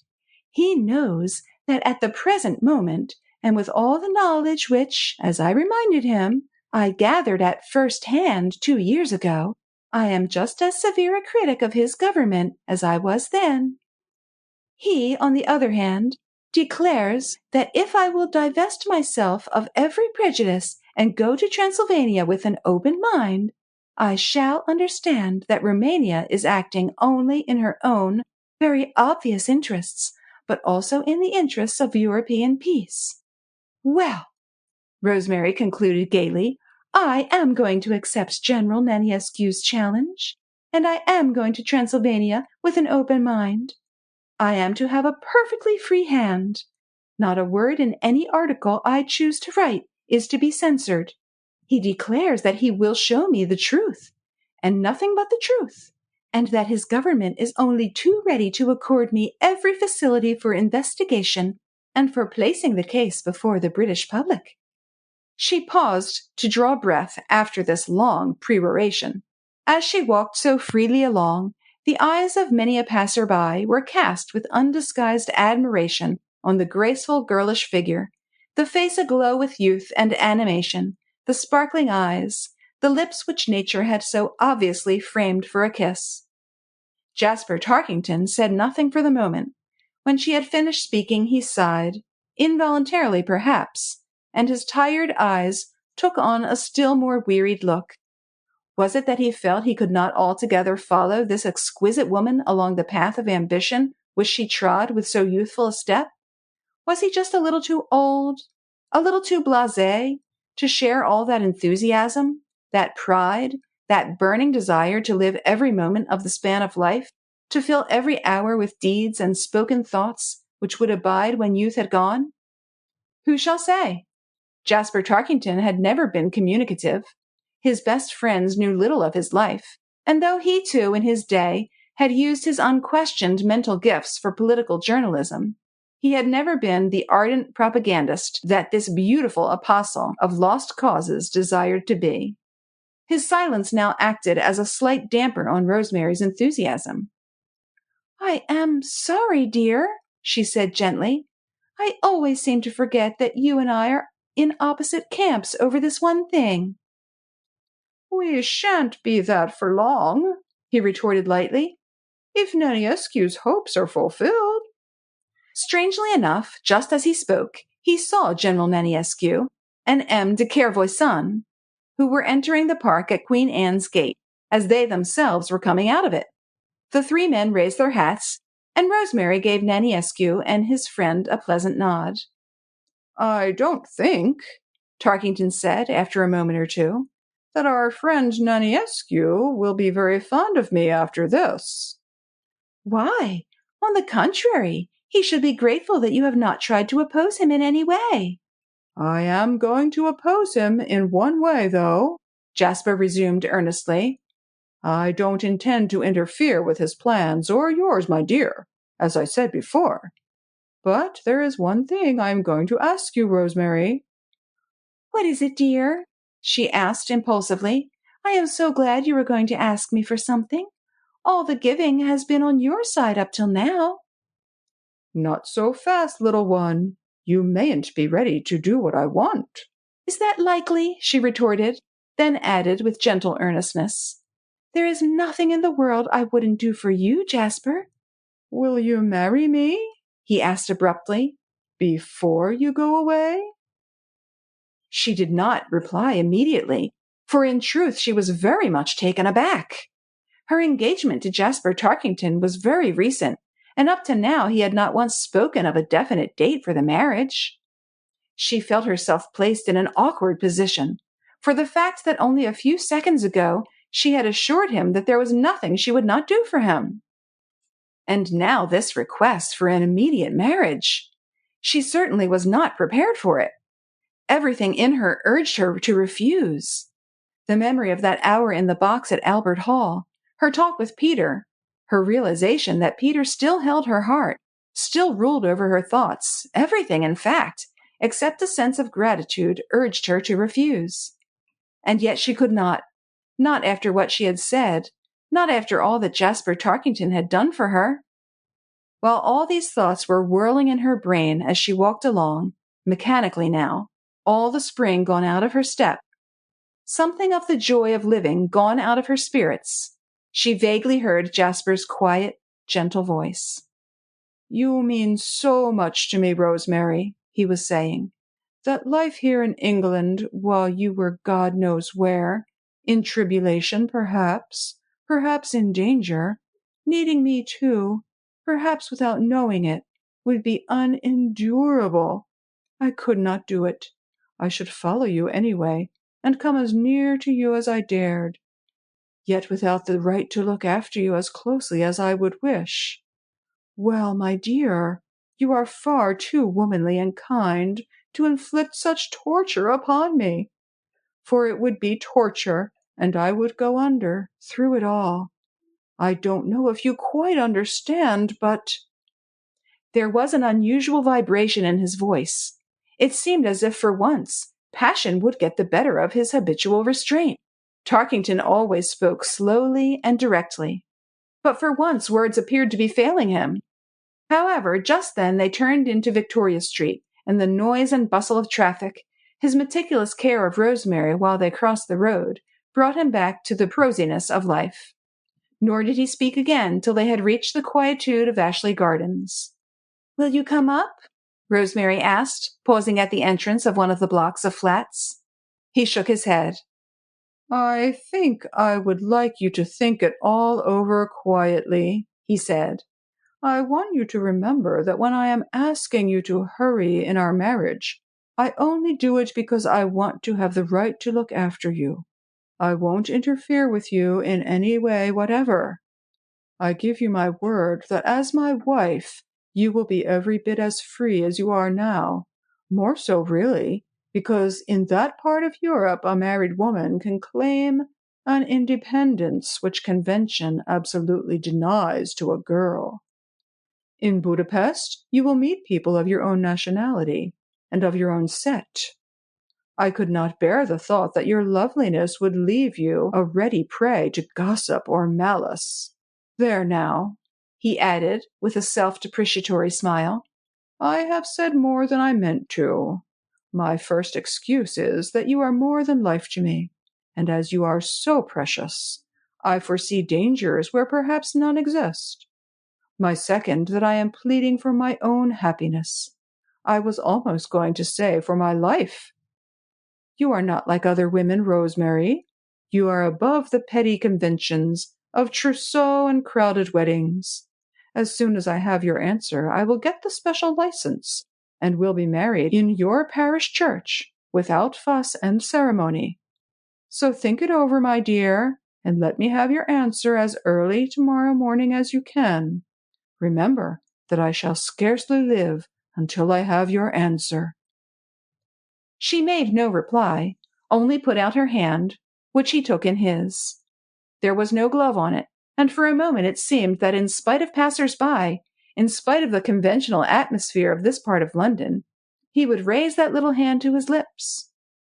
His eyes rested on her with a look of passionate desire. So intense was his gaze that suddenly she felt almost afraid. Rosemary had never seen Jasper's eyes look quite like that. As a rule, they were so gentle, sometimes mildly ironical, at others only weary.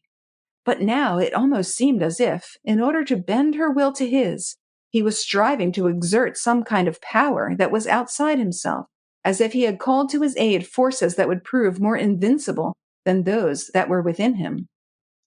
The spell, it seemed like a spell, only lasted a couple of seconds. The next instant, his look had turned into one of infinite tenderness. He patted her hand and reiterated gently, "Think it over, my dear, when you are alone." Instantly she felt the tears gathering in her eyes. His gentleness, his tender care of her, appealed to all that was truly womanly in Rosemary Fowkes. Self-reliant, brilliantly clever, independent in thought and actions as she was, she responded all the more readily to a man's desire for the right to protect as well as to cherish. Her independence had found its birth in loneliness. Fatherless, motherless, in very early life, she had soon enough shaken herself free from any trammels that well-meaning relations desired to put over her actions. Her genius had consolidated her independence, but it had never stifled those vague longings for submission and self-abnegation which are the sublime satisfaction of a true woman's soul. After Jasper Tarkington left her, and when she was alone in her flat, Rosemary Fowkes turned to the one thing that had never failed her in the great moments of her life. She turned to prayer.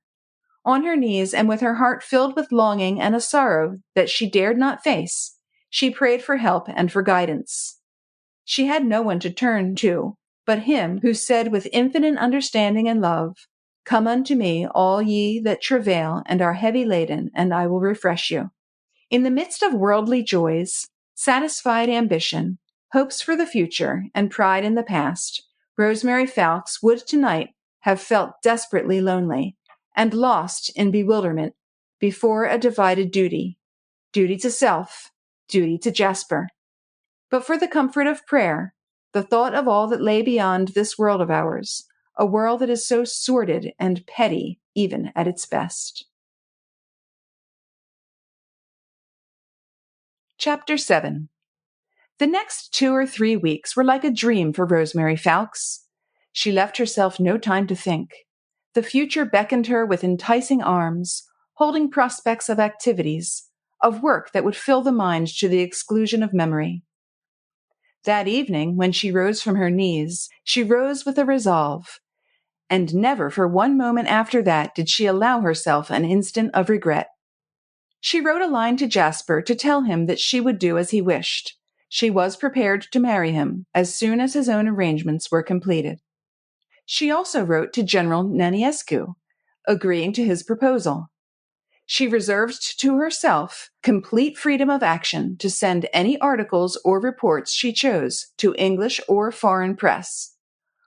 All that she desired from him was a confirmatory letter, promising that nothing she ever wrote would pass through the censor's hands. This he at once sent her. Nothing could be more fair, more straightforward. Rosemary's chivalrous mind responded wholeheartedly to Naniescu's generosity, and the feeling that it would probably be in her power to do real good, not only to individuals, but to peoples, acted as a soothing balm upon her bruised heart. On the other hand, nothing could have exceeded Jasper's kindness and consideration during the days immediately preceding her marriage. It almost seemed as if his supersensitive soul had received a faint inkling of what was going on in Rosemary's mind. Nothing appeared too onerous, no sacrifice too great where Rosemary's comfort and desires were at stake. And at times, such are the contradictions of a woman's nature, she felt almost impatient with him for his magnanimity, almost obsessed by the unselfishness of his love. She only saw Peter Blakeney once before she and Jasper left for Budapest, and that was on the day of her wedding. By one of those involuntary blunders so peculiar to dim-sighted lovers, Jasper Tarkington had asked Peter to be his best man. What it was that had induced Peter to accept, Rosemary could not conjecture. His impulses had always been strange and unaccountable, and this one was more unaccountable than most. Perhaps he merely wished to pander to his own mad desire to see her once again. Perhaps it was just a semi-barbaric instinct in him that pushed him to self-torture. Rosemary by now had a sufficient hold over herself to meet him calmly. Not one line in her beautiful face, not one look in her haunting eyes, betrayed what she felt. After the wedding ceremony, when she accepted Peter's warmly expressed good wishes for her happiness, even her sensitive ear could not detect the faintest note of irony or bitterness in his voice. After that, he said a few words about the projected journey to Hungary, about which Jasper had spoken to him.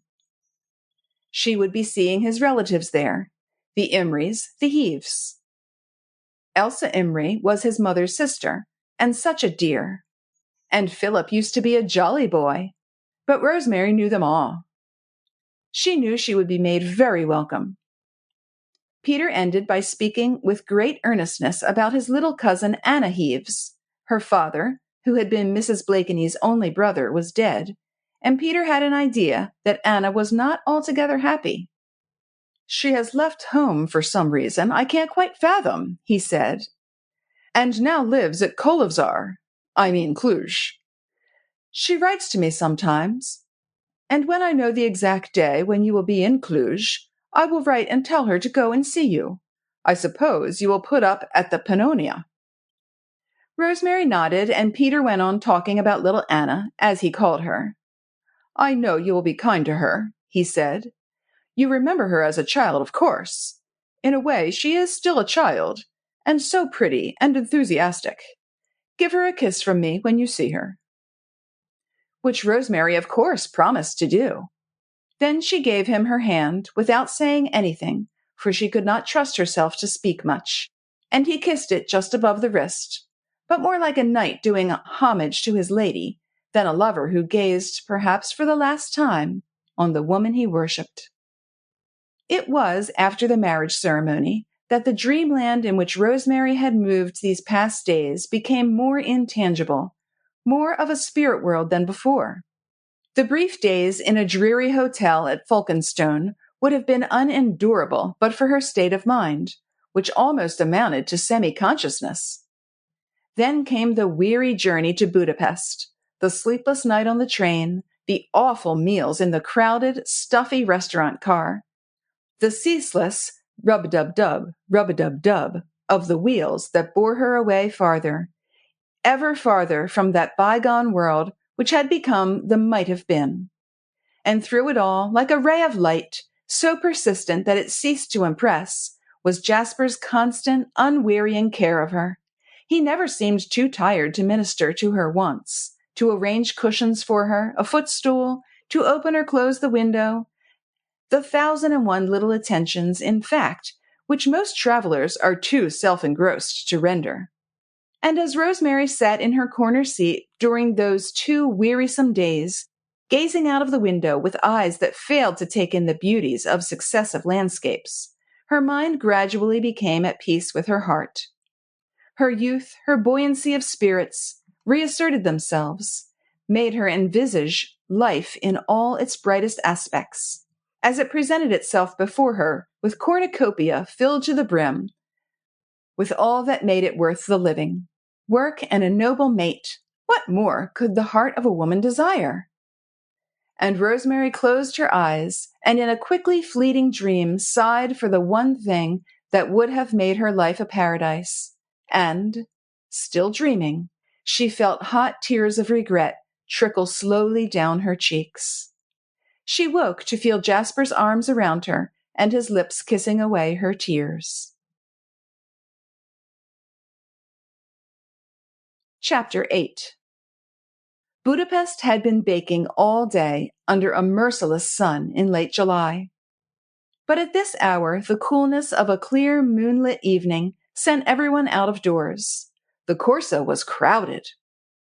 Rosemary Tarkenton, on the terrace of the cafe, sat sipping delicious coffee and lazily watching the throng. Now and then she would look straight out before her, and her eyes would lose all sense of fatigue as she gazed on the incomparable panorama before her. On the picturesque old town of Buda, with, on the right, the ornate palace of the Habsburgs and the Cathedral of St. Matthias, and on the left, towering above all, high above the rock, the great, grim fortress that for over a century held the Turks at bay and saved Europe from the hordes of Islam.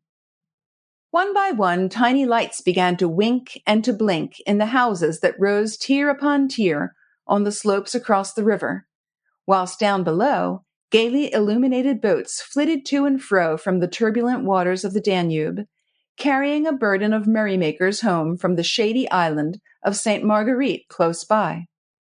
The whole scene before Rosemary's eyes was one of unrivaled picturesqueness and animation. No town in Europe presents quite so enthralling a spectacle, and one whose charm is still further enhanced by the strains of those half-sad, half-voluptuous Hungarian melodies which come to the ear from out of the shadows, or from the passing riverboats, gentle as a caress, soothing to nerves and senses by their sweet, melancholy rhythm, or exhilarating when they break into their peculiarly harmonious syncopated cadences. Rosemary had specially elected to put up at the Hungaria rather than one of the more modern, recently built hotels. For her, the Hungaria was full of associations, of joyous times spent there when she was still a schoolgirl in the days before the war. She had traveled in Hungary and Transylvania under ideal conditions with Mrs. Blakeney, Peter's mother, seeing the best this romantic country had to offer, welcomed always with that large-hearted hospitality peculiar to these kindly people. But memory recalled more strenuous times, too, those in the early days of her journalistic career, when her heart was filled with pity for the sufferings of a proud and ill-starred country, whose fairest lands had been flung like rags by thoughtless politicians as a sop to those who had been her associates in the war until one hour when self-interest prompted them to throw in their lot with the other side. "You must be very tired, Lady Tarkenton," a pleasant voice said close to her elbow. "Not tired," Rosemary replied, "but rather dazed. The journey over from England is slower and much more fatiguing than it used to be." Captain and Mrs. Payson were sitting beside her at the table. Recently attached to the British military mission in Hungary, Captain Payson and his young wife lived at the Hungaria. It had been a great pleasure for them to see Rosemary again, whom they had known for several years, and after supper they had all foregathered on the terrace over their coffee. Some few minutes before this, Jasper had elected to take a turn on the Corso, to stretch his legs and to smoke a cigar. But Rosemary felt too lazy to move, and she liked to talk to the Paysons, who were genial and intellectual, and with whom she had a great deal in common in the way of associations and friends. "The place has not altered much," Rosemary went on after a while. "The people here are always gay and cheerful, in spite of everything." "Yes," little Miss Payson assented lightly. "Give them their music, their delicious wines, and perfect cooking, and 9 out of 10 Hungarians won't care if they are ruled by king or emperor, by foreign tyrant or Bolshevist ruffian." "I always think Ruth is wrong when she says that," Captain Payson put in earnestly. "The Hungarians are sportsmen, as we are, and they are taking their punishment like sportsmen. They are not going to let the world see how much they suffer. In that way they are very different from the Germans." "They behaved with unparalleled folly," Rosemary remarked. "Yes," the captain retorted, "and with commendable loyalty. The Hungarians are a nation of gentlemen, just as are the British. They, like ourselves, are worshippers of tradition. They are royalists in their hearts, almost to a man. Just think what their feelings must be whenever they look across the river and gaze on that gorgeous palace over there, whence their anointed king had been driven by petty foreign politicians who scarcely knew where Hungary was situated on a map." Before Rosemary could pursue the subject, she caught sight of her husband forging his way toward her between the crowded tables of the terrace. "Naniescu is down below," Jasper said as soon as he had reached his wife's side. "I told him you were up here, and he said he wished to pay his respects. He is talking to some friends for the moment, but he will be here directly." "Then Ruth and I had better run," Captain Payson said lightly. "He and I are always on the verge of a quarrel when we meet." He and his wife rose and took their leave. There was much talking and laughing and promises to meet on the morrow. When they had gone, Rosemary said to her husband, "I would rather not have seen General Naniescu tonight. I am very tired, and honestly I don't feel at my best." "I am so sorry," Jasper replied at once, full of contrition. "I did my utmost to put him off. I knew, of course, that you must be very tired. But he leaves Budapest early tomorrow morning. He is going to Cluj." "Cluj?" she asked, puzzled, then laughed lightly. "Oh, ah!" she went on. "I always forget that dear old Kolozsvár is Cluj now." "Naniescu was anxious to see that our passports were quite in order. And as this is important—" "You did quite right, dear," Rosemary rejoined gently, "as you always do. I don't suppose the general will keep us long, though he is a terrible talker," she added with a sigh. A moment or two later, the handsome Romanian came up to Rosemary's table. "Ah, dear lady," he said, and with habitual elaborate gesture, he took her hand and raised it to his lips. "What a joy it is to see that you have fulfilled your promise and that you are here at last."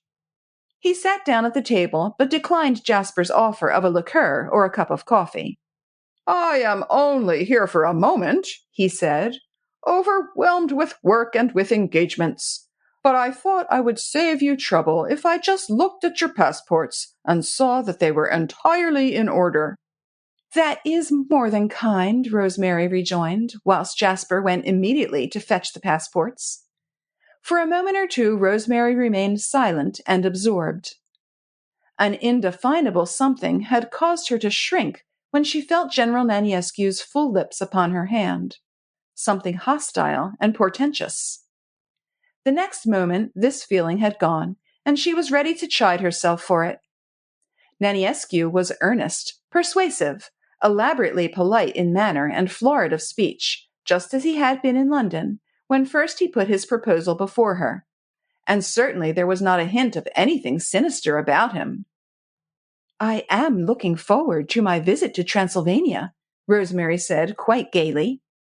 "You will find every official there ready to welcome you, dear lady," Naniescu assured her.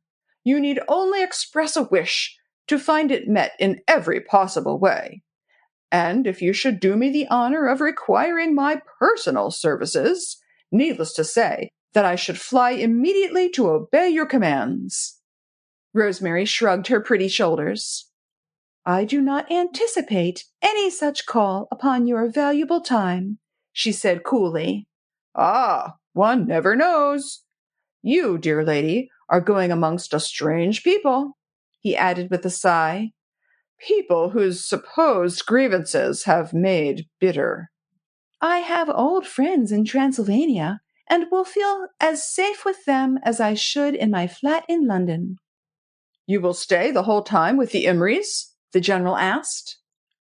Who told you I was going to stay with them? She retorted quickly. You yourself, dear lady, he replied, unperturbed. Or did I merely make a shrewd guess? Anyway, on that unforgettable evening at the Albert Hall, when I first had the honor of an introduction to you, I saw you dancing with Mr. Blakeney.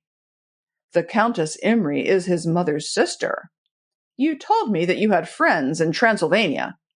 The inference surely was obvious. I trust I have not offended you, Naniescu went on, in his most mellifluous tone, by the suggestion. No, no, Rosemary replied, already vexed with herself for having unwittingly provoked the Romanian into one of those elaborate speeches which irritated her and gave her a vague feeling that malicious irony lurked behind so much blandness. Mrs. Blakeney was a dear friend of mine. She and I traveled a great deal together, but I stayed more than once with the Imrys, not only at Kisimir, but with their beautiful house at Kolesvar. Ah, then, the general rejoined, if you know the house at Cluj, you would, in the scarce probable likelihood of your wishing to command my services, know where to find me? What do you mean? I am living in the Imry's house now.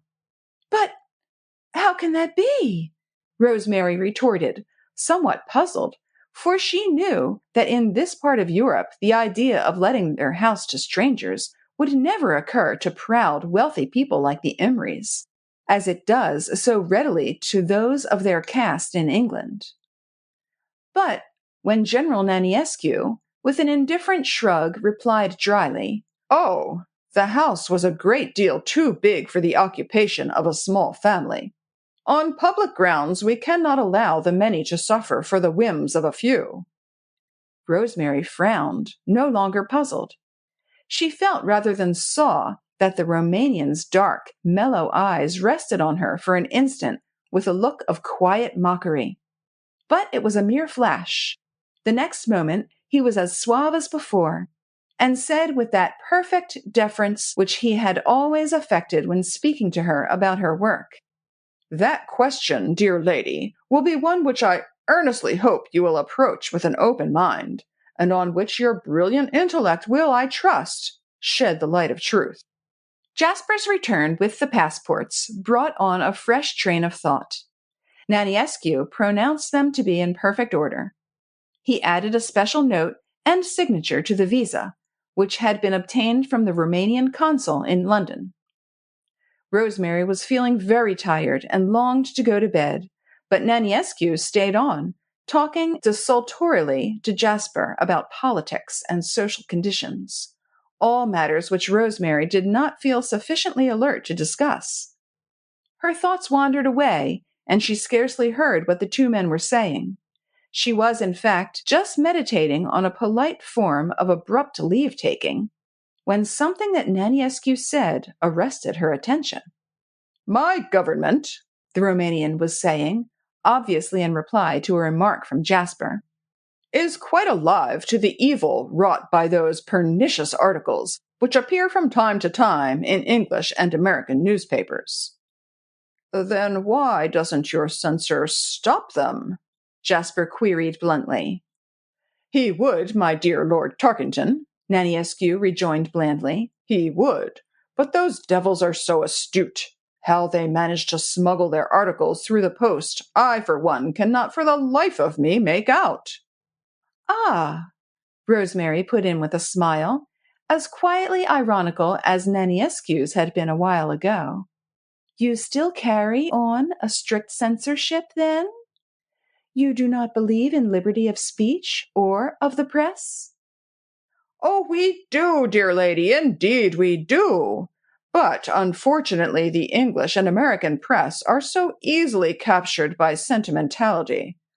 Put a case before them of supposed wrong, however preposterous, and palpably false, and they will revel in it, print it with capital headlines, and so capture the imagination of their sentimental, unthinking readers that these will no longer listen to the voice of reason or of truth. We are too proud, or perhaps not clever enough, to combat such barefaced propaganda. A strict censorship may be a crude weapon, but it is the only one at our command. What would you? A man who is attacked defends himself as best he can. But in this case, your weapon is failing you? Jasper queried in his quiet, incisive way. Whoever sends those articles to England and America is apparently too clever for you. For the moment, yes, Naniescu admitted. But, he went on more lightly, and at last rose to take his leave, I fear my irresponsible prattle is keeping Lady Tarkington away from the rest she so much needs. Dear lady, pray accept my humble homage, and my earnest wish that your stay in our poor country will afford you all the delight that you anticipate. He raised Rosemary's hand to his lips with the same show of gallantry that marked his every action in her presence. Just before he finally released it, he looked up with deep earnestness into her eyes. Let me once more assure you, dear lady, that as far as you are concerned, every word you write will be transmitted in its entirety and with all possible speed to its destination. All that you need to do is to send your articles and letters in a sealed packet under cover to me. I give you my word of honor that you will be satisfied. Chapter 9. Until the moment of her arrival in Cluj, Rosemary had felt nothing but exhilaration whenever she thought of her work and of the good which she proposed to do. Thanks to the facilities so magnanimously accorded her by Naniescu. Just for one moment at Budapest, when she first met the handsome Romanian, she had been conscious of a slight feeling of mistrust, an instinctive dislike of the man's fluent speech and affected gestures. But on reflection, she had persuaded herself that this sudden aversion was bound to arise at first contact with those elaborate manners which pass for gallantry in most of the Latin and Slav countries of Europe. The contrast between Naniescu's exaggerated politeness and Jasper's unobtrusive consideration had naturally reacted on her sensibilities to the detriment of the Romanian. Anyway, the sensation soon wore off. She had a very happy time in Budapest. The Paysons were charming. She met several friends, both English and Hungarian, who made her very welcome. And Jasper was, as usual, thoughtfulness itself. The journey across Hungary filled her with that gentle melancholy which those limitless expanses of earth and sky engender in the mind of imaginative people. It was close on harvesting time, and to right and left of the permanent way, the great fields of corn stretched out like a sea of ruddy gold to the purple line of the horizon far away.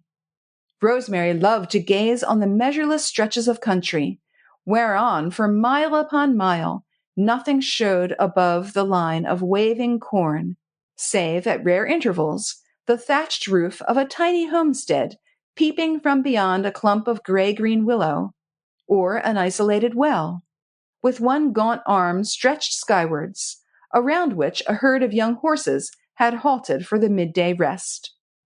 Her eyes followed with loving intensity the winding ribbon of dust-laden road, bordered by tall, slender poplars, or twisted acacia trees, and at intervals the great patches of vivid green amidst the gold, where row upon row of watermelons turned their huge, shimmering carcasses to the warmth of the sun. A faint perfume of heliotrope and mignonette hung in the air, and just for one moment Rosemary's dreamy gaze caught a glimpse of an exquisite mirage on the far distant horizon, a vision of towers and minarets and of a cool, shady stream painted with fairy brush upon the moisture-laden atmosphere.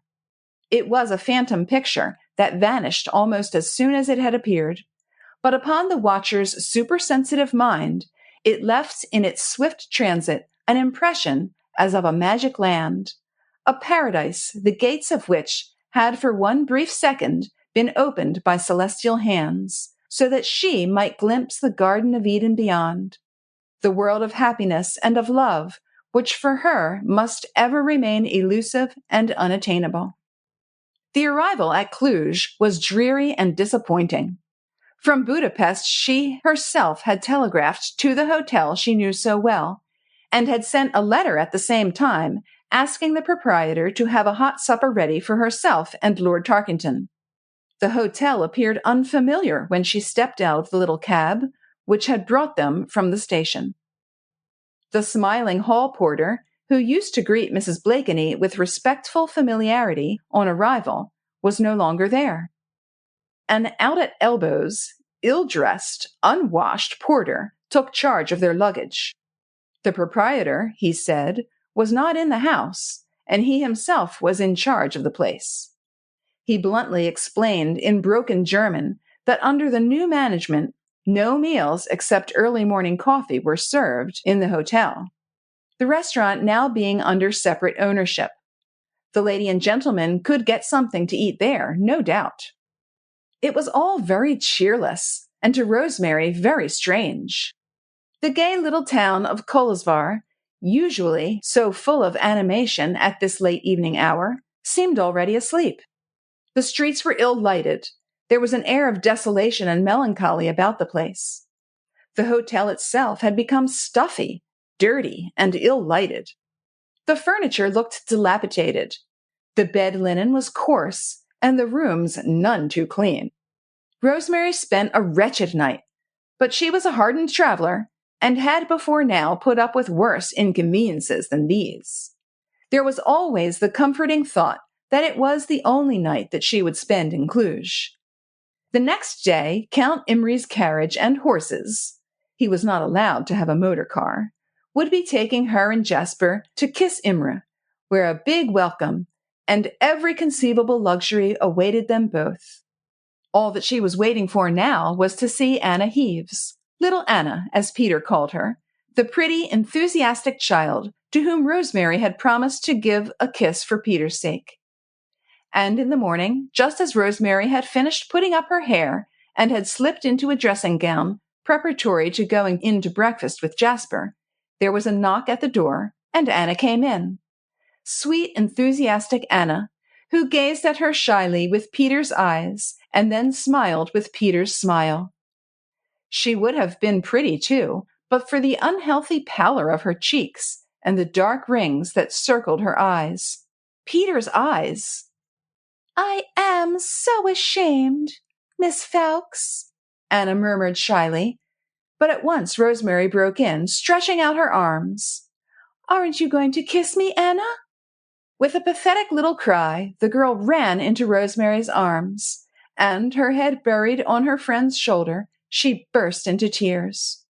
Rosemary let her cry for a moment or two. Her own eyes were anything but dry, for with a quick glance she had taken in the girl's changed appearance, also the shabby clothing, the worn boots, the unmistakable air of grinding poverty, and, worse still, of insufficient food. Poor little Anna! If Peter saw her now! After a few moments, the girl raised her head and dabbed away her tears. Rosemary led her to the sofa, made her sit down beside her, and took both her thin little hands in hers. "To begin with, you must not call me Miss Fawkes, Anna," she said. "I was always Rosemary, wasn't I?"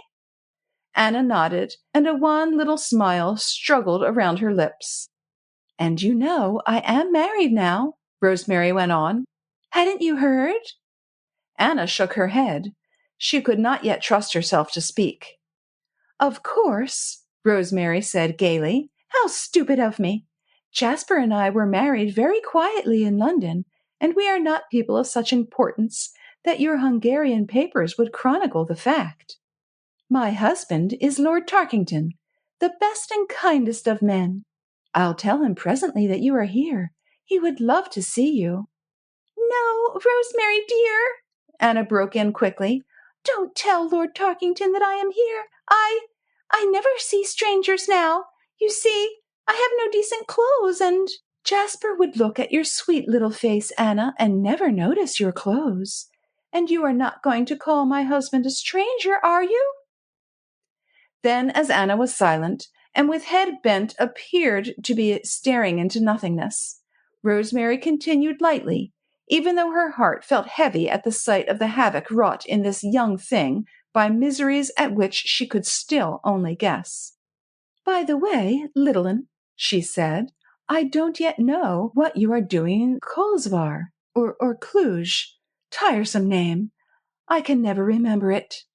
Your cousin, Peter Blakeney, told me I should find you here, and that he had written to tell you I would be at the Pannonia today. But that is all I know. Where is your mother? She is still in Ujlek, of course, the girl replied more calmly, looking after the place as best she can. But of course, it is very hard and very, very difficult. They have taken away so much of the land, some of the best pasture, over 1,200 acres. Mother has only about 200 left. There is not enough for the horses' feed. Mother had to have 10 brood mares destroyed this spring. It was no use trying to keep them. She could not bring herself to sell them. Imagine Mother having her mares killed. It would have broken her heart, only she has had so much to endure lately. Once more the girl broke down. A lump in her throat checked the bitter words. Rosemary frowned. But then, why are you not at home with your mother, Anna? She asked. I earn a little money here, and Maria's at home. She is younger than I, you remember, and she was always Mother's favorite. How do you mean you earn money, Anna? At what? Anna hesitated for a moment.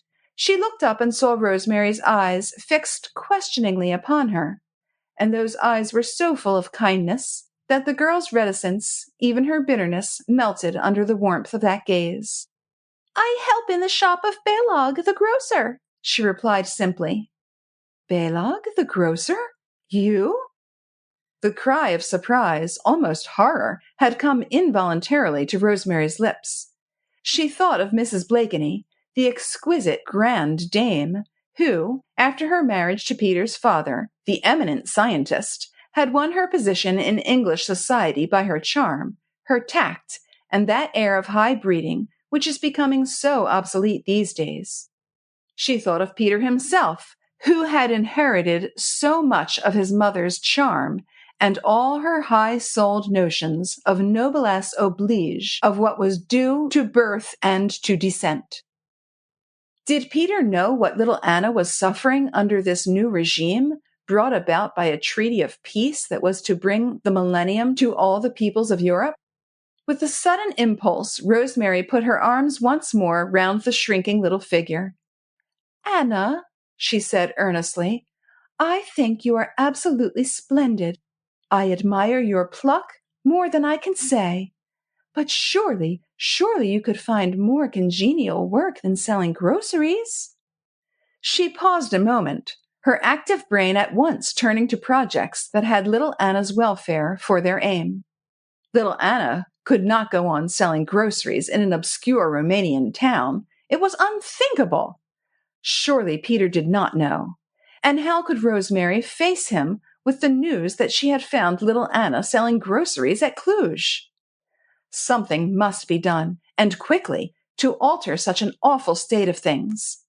Whilst she remained silent, thinking, and Anna, equally silent, fidgeted with long, thin fingers the tassel of her friend's dressing gown, Rosemary became conscious that Jasper was watching her from the doorway of the next room. How long he had been standing there she did not know.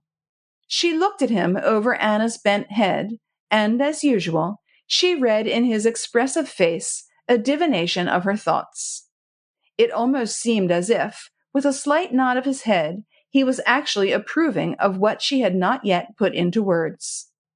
Then he stepped back into the other room and quietly closed the door. Listen, little one, Rosemary said eagerly. I am here at the invitation of the Romanian government.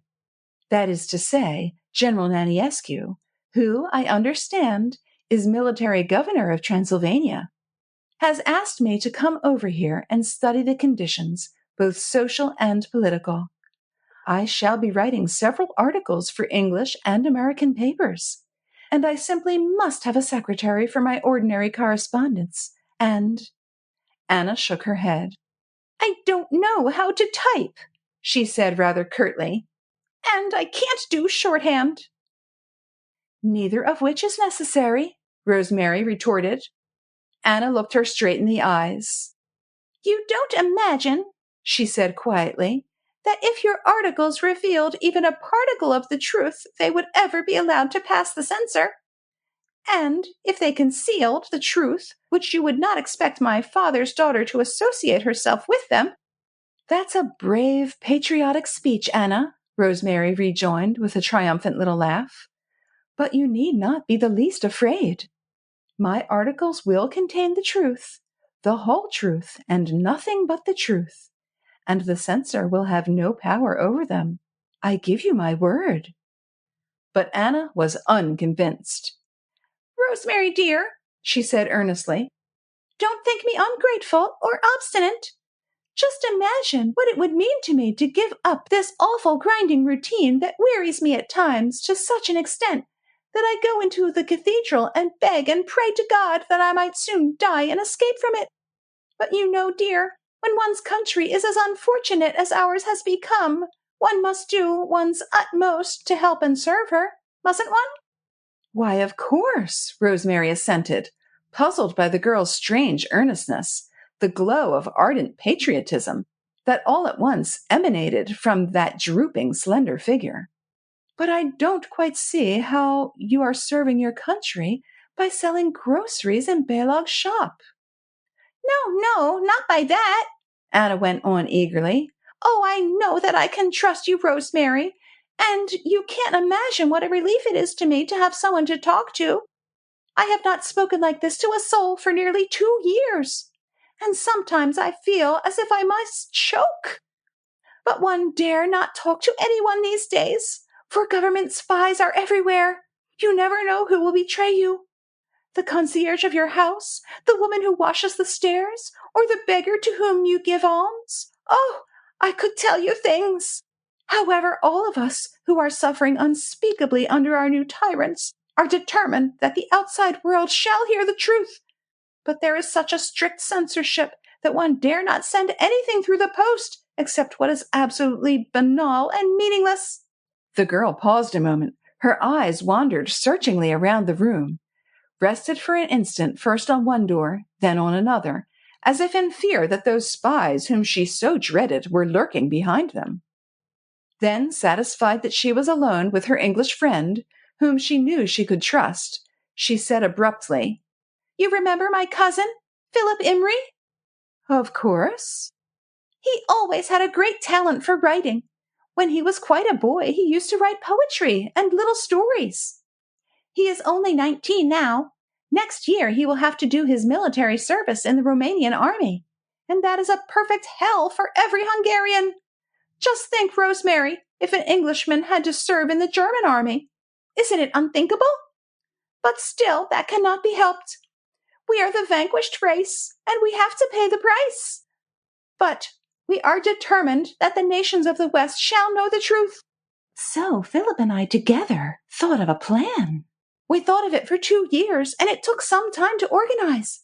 At last I obtained what I wanted, Mother's consent that I should come to Cluj to earn my living, and a post in Balog's grocery shop. Balog sends Transylvanian goods regularly to Budapest. Mustard, cheese, vegetable seeds. I have to pack them. Now do you understand? Rosemary nodded. Yes, I think I do.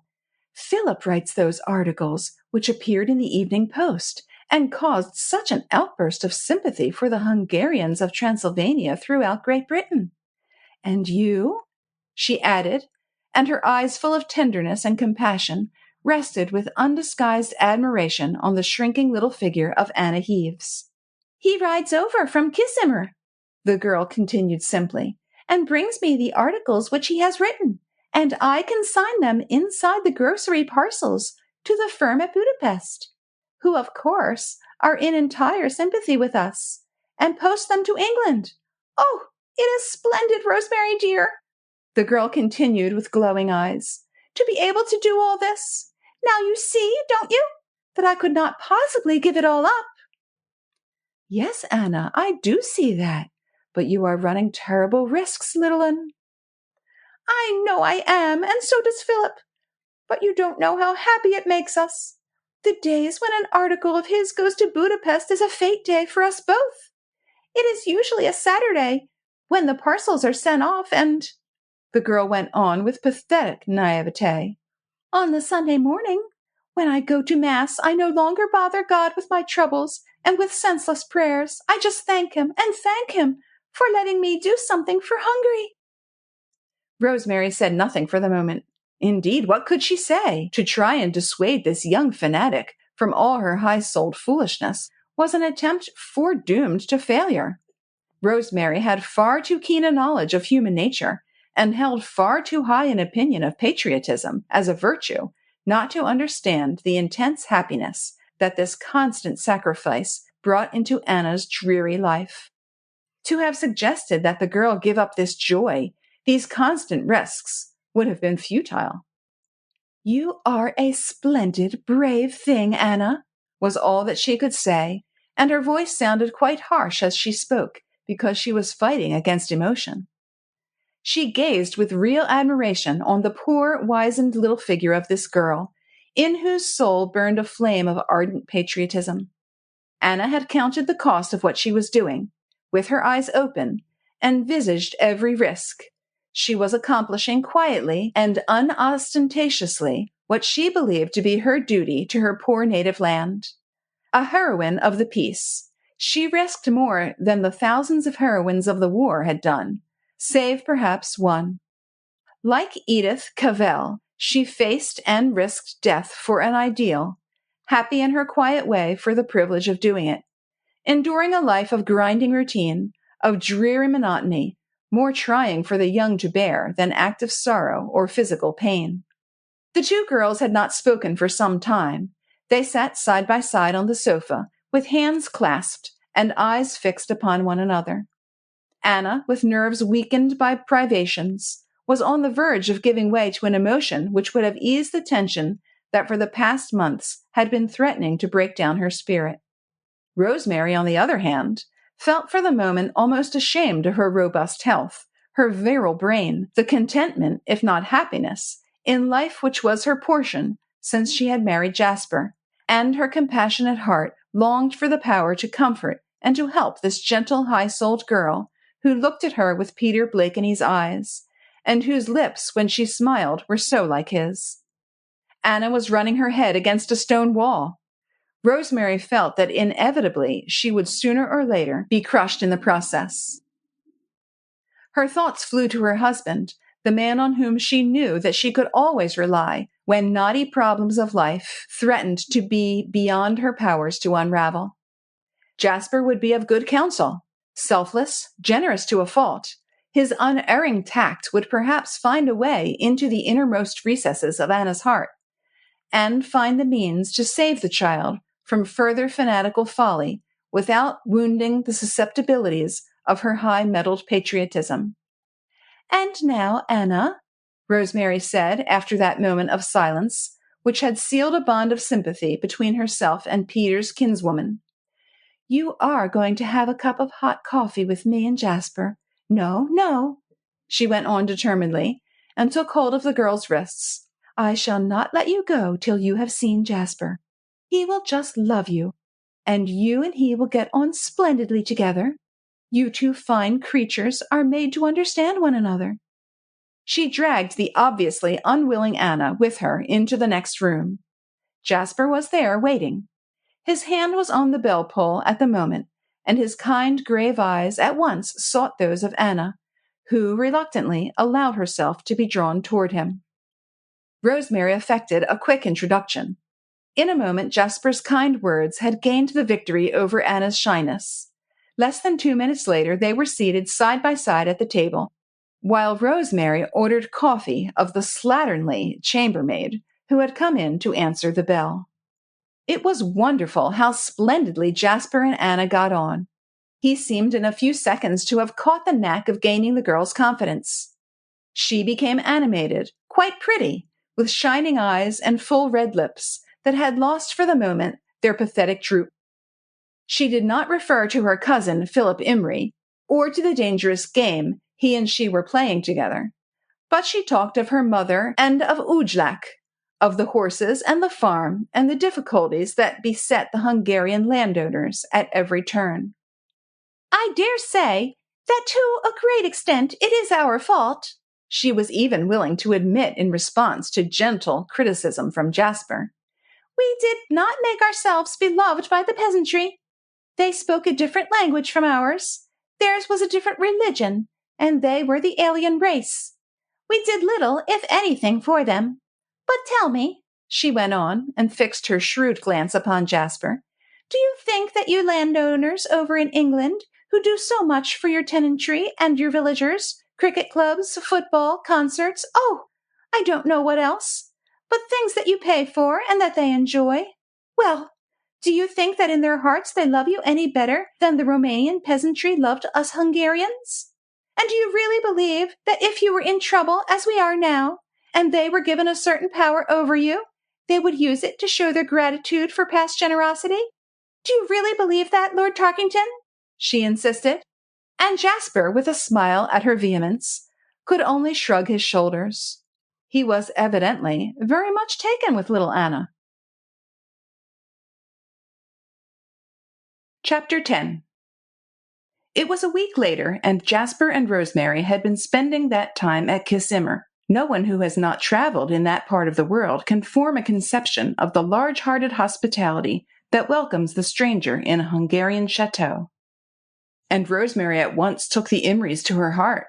She had known them before, of course, in the days before the war, when they dispensed that same wonderful hospitality, light-hearted, gaily, as a matter of course. A lavish table, horses to ride, dancing, music, luxury, it was all there, not just for the asking, but poured forth like water by ungrudging hands.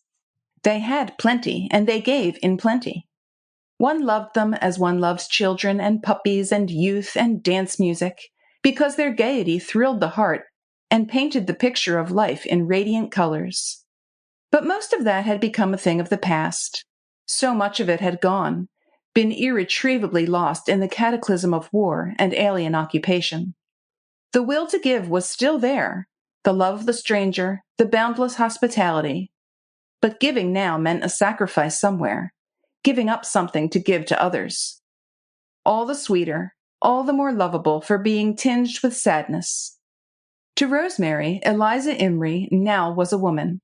Before that, she had been just like a child, naively proud of her home, her table, her horses, without a hint of ostentation in her display of the rich gifts the good God had showered upon her.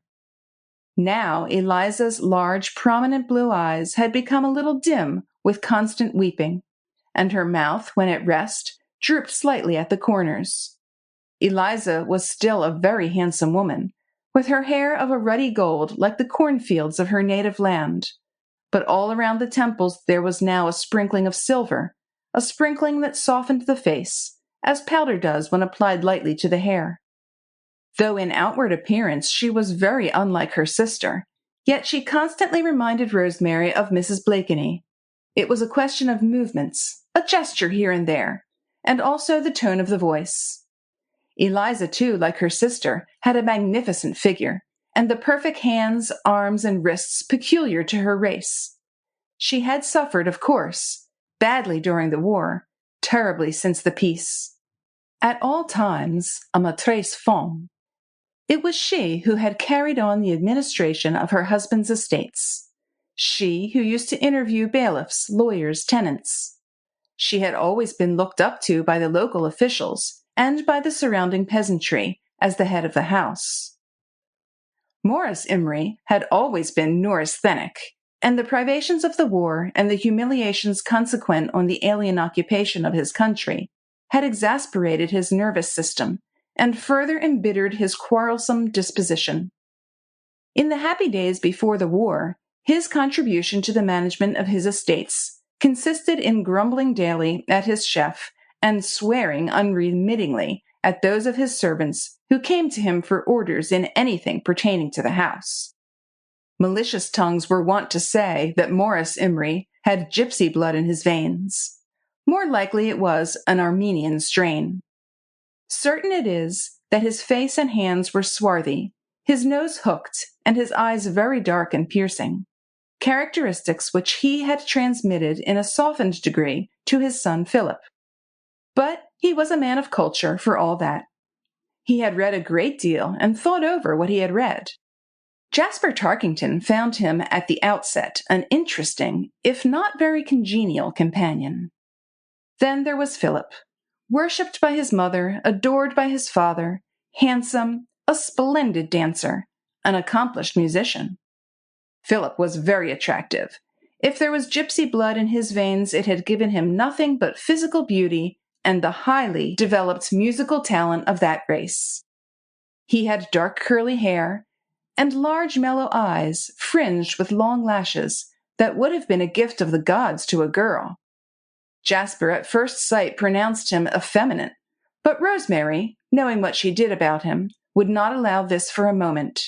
How could a boy be called effeminate who staked his life time and again every time he rode into Cluj with those newspaper articles of his in his pocket?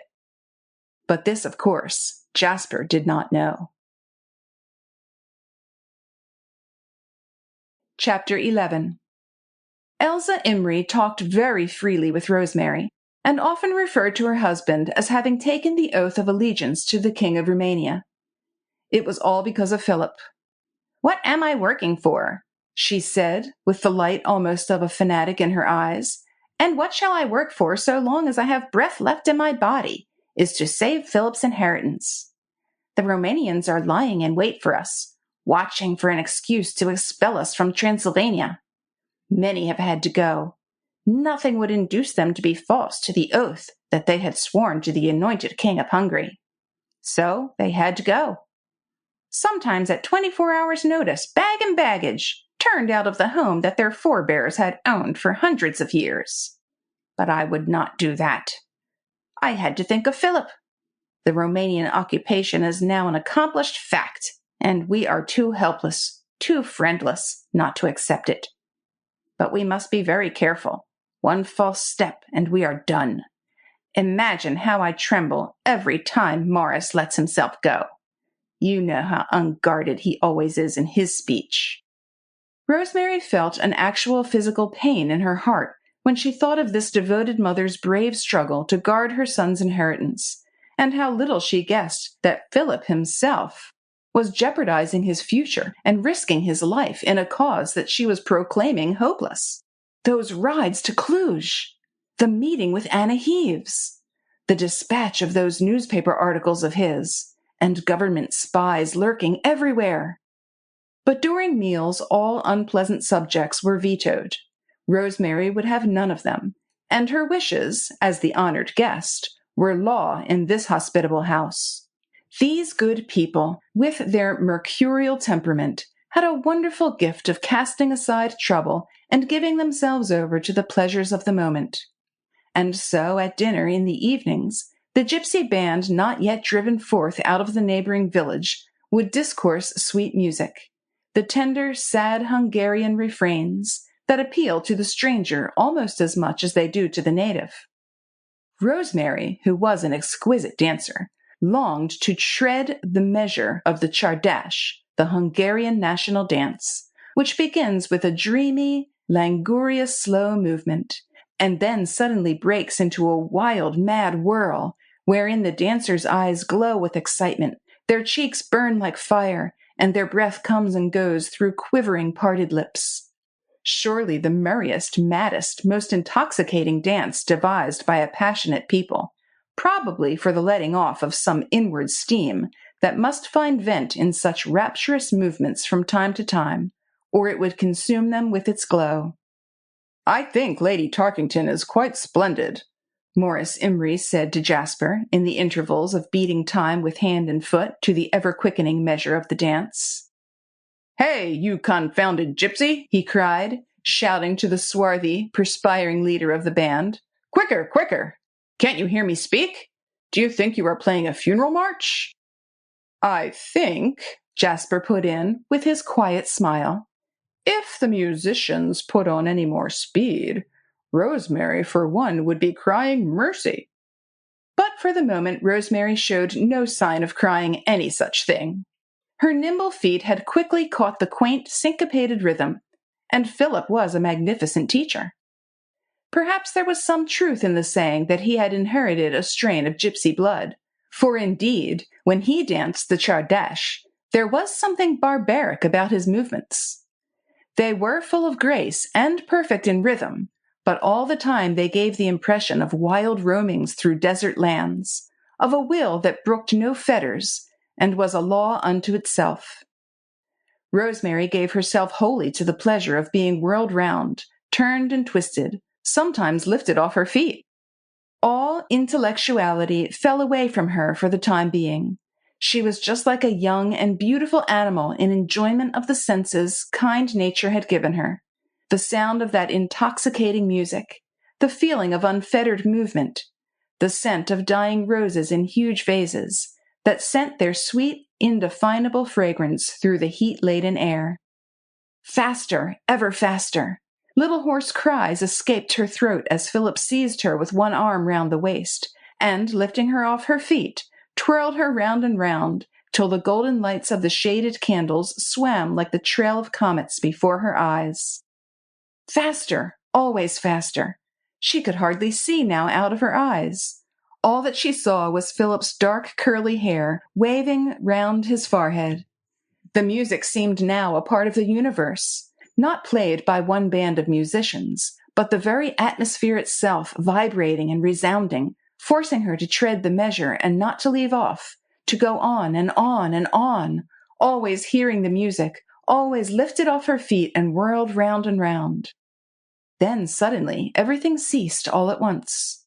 The music, the movement, everything. Rosemary would have fallen, giddy, dazed, but for the fact that Jasper, quick as lightning, had caught her in his arms. Her instinct was to laugh. "What happened?" she asked rather wildly. Then, only, did she look about her. First, she saw Jasper's face bending over her, but he was not looking at her. He was gazing straight across the room.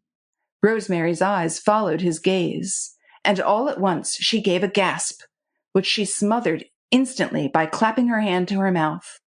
The whole aspect of the room had changed. The gypsies seemed to have shrunk into a dark corner, with their instruments tucked hastily under their arms.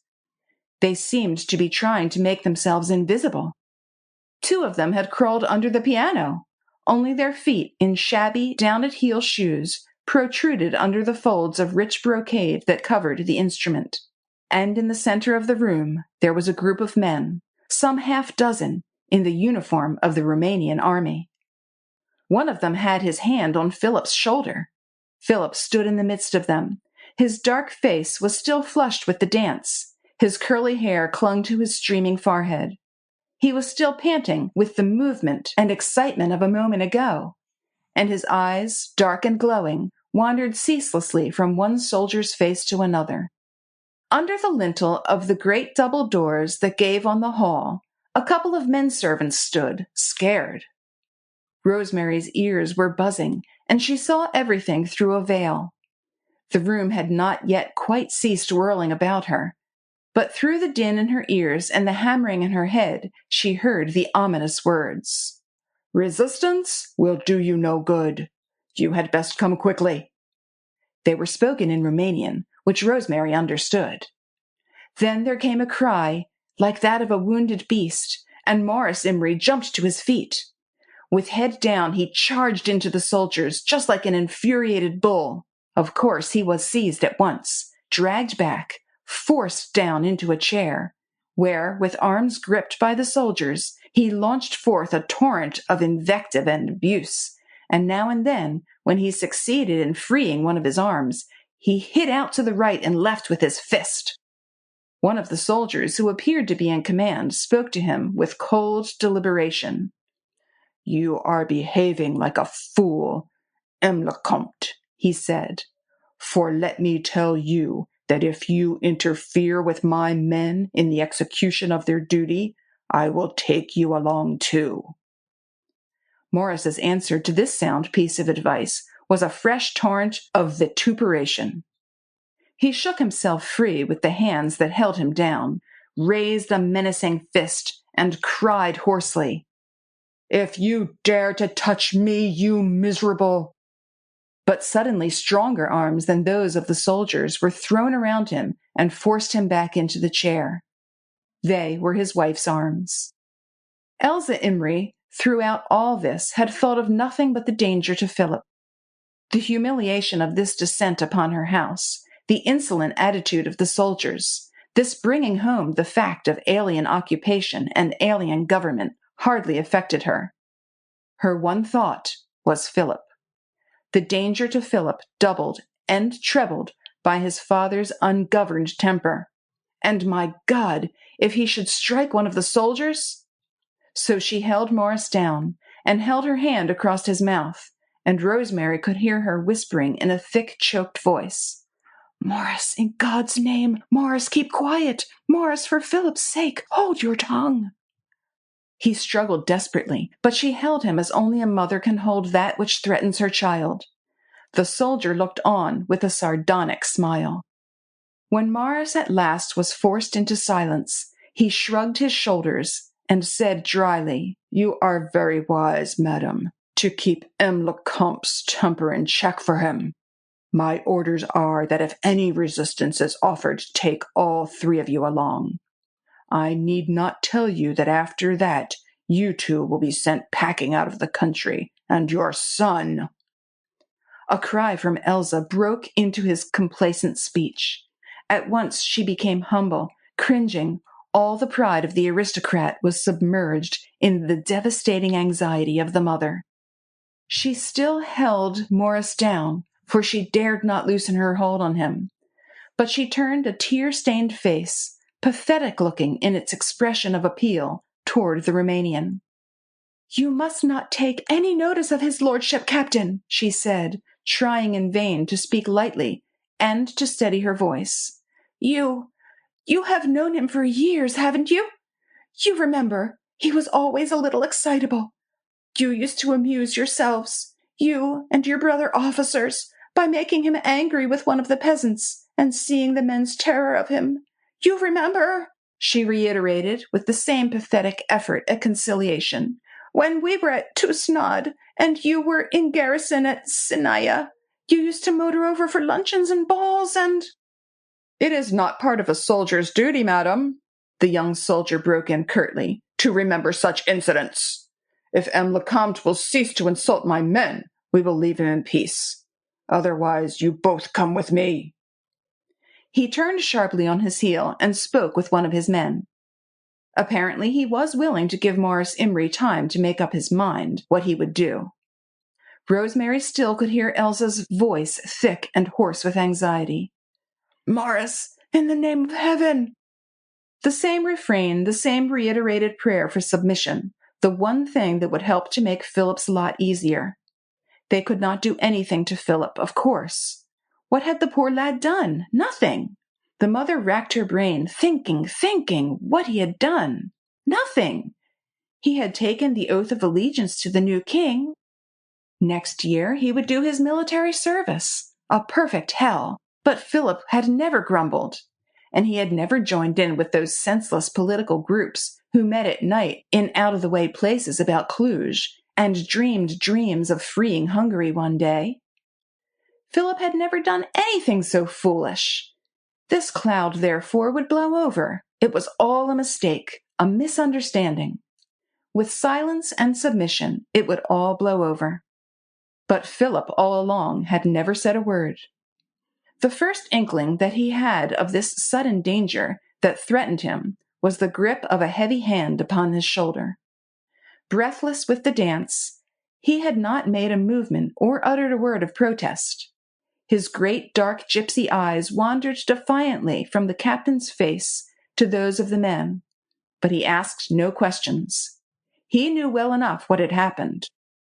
2 days ago, he had ridden over to Cluj with certain newspaper articles in his pocket. He had given them to Anna. Together, the cousins had spent one of those happy days which seemed to compensate them for all the risks they ran. Well, he had been suspected, spied upon, and followed. The strain of fatalism which ran through his veins with the gypsy blood of his forebear bade him accept the inevitable. Slowly his dark face became composed, his lips ceased to twitch, and the roaming glance of his dark eyes became fixed. Rosemary, looking up, saw the glance fixed upon her. In it she read the one word, Anna. Philip was pleading to her mutely, desperately, for Anna. And this intuition, which came to her when she met Philip's glance, gave her the power to shake the torpor that had invaded her limbs when the dance ceased so suddenly and she had fallen backwards into Jasper's arms. Like Philip himself, she saw what had happened. The spies, the ride to Cluj, the articles given to Anna, and now the arrest of Philip and the deadly peril that threatened the girl.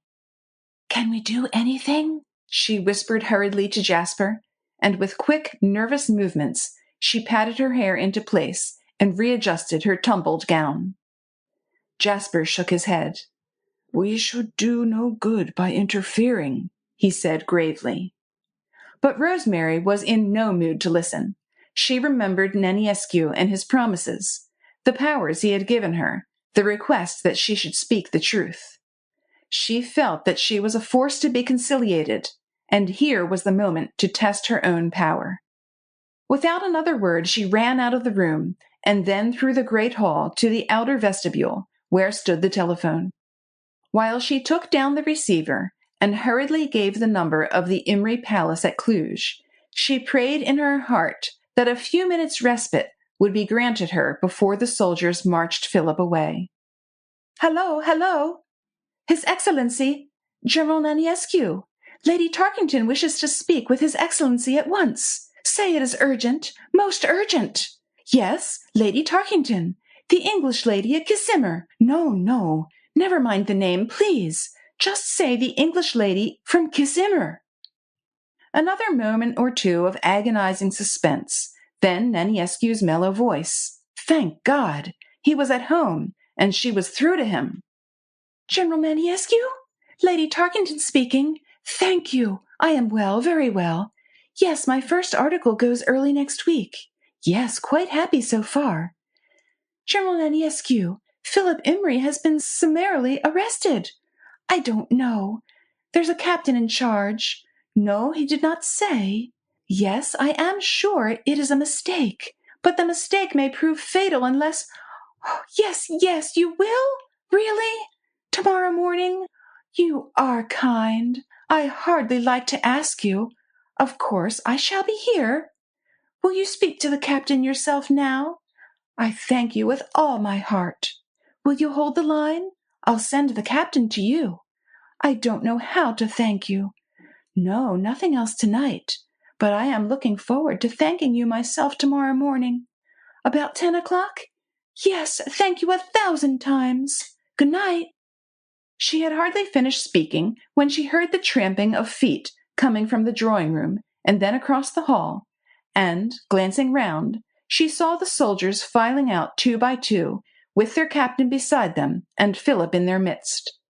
There was no other sound except his tramping of feet. No protests, no shrieks. Philip in the midst of the soldiers, and behind them Elsa creeping along, silent, watchful, her great eyes fixed upon what she could see of her son, the dark curly hair, and sometimes the top of his shoulder. Rosemary waited until the captain was quite close to her. He saluted and was about to pass when, like a triumphant goddess, she turned and faced him.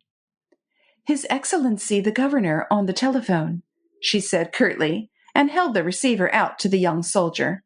"He desires to speak with you." The Romanian, obviously very much taken aback, looked at her for a moment or two, frowning before he took the receiver from her. The group of soldiers had halted, waiting for further orders. Behind them, Elsa hovered, her white face and golden hair alone visible in the gloom. After that instant's hesitation, the captain put the receiver to his ear. "Yes, Excellency. No, Excellency. Yes, Excellency." Then a long, long wait, while the captain stood with the receiver against his ear, and Elsa came nearer, watching, hoping, mutely questioning, and Rosemary, with glowing eyes and an enigmatic smile, put a finger up to her lips. Finally, "I quite understand, Excellency. Quite, absolutely." And the captain hung up the receiver. Then he turned to Elsa, who had drawn close to Rosemary, quite close.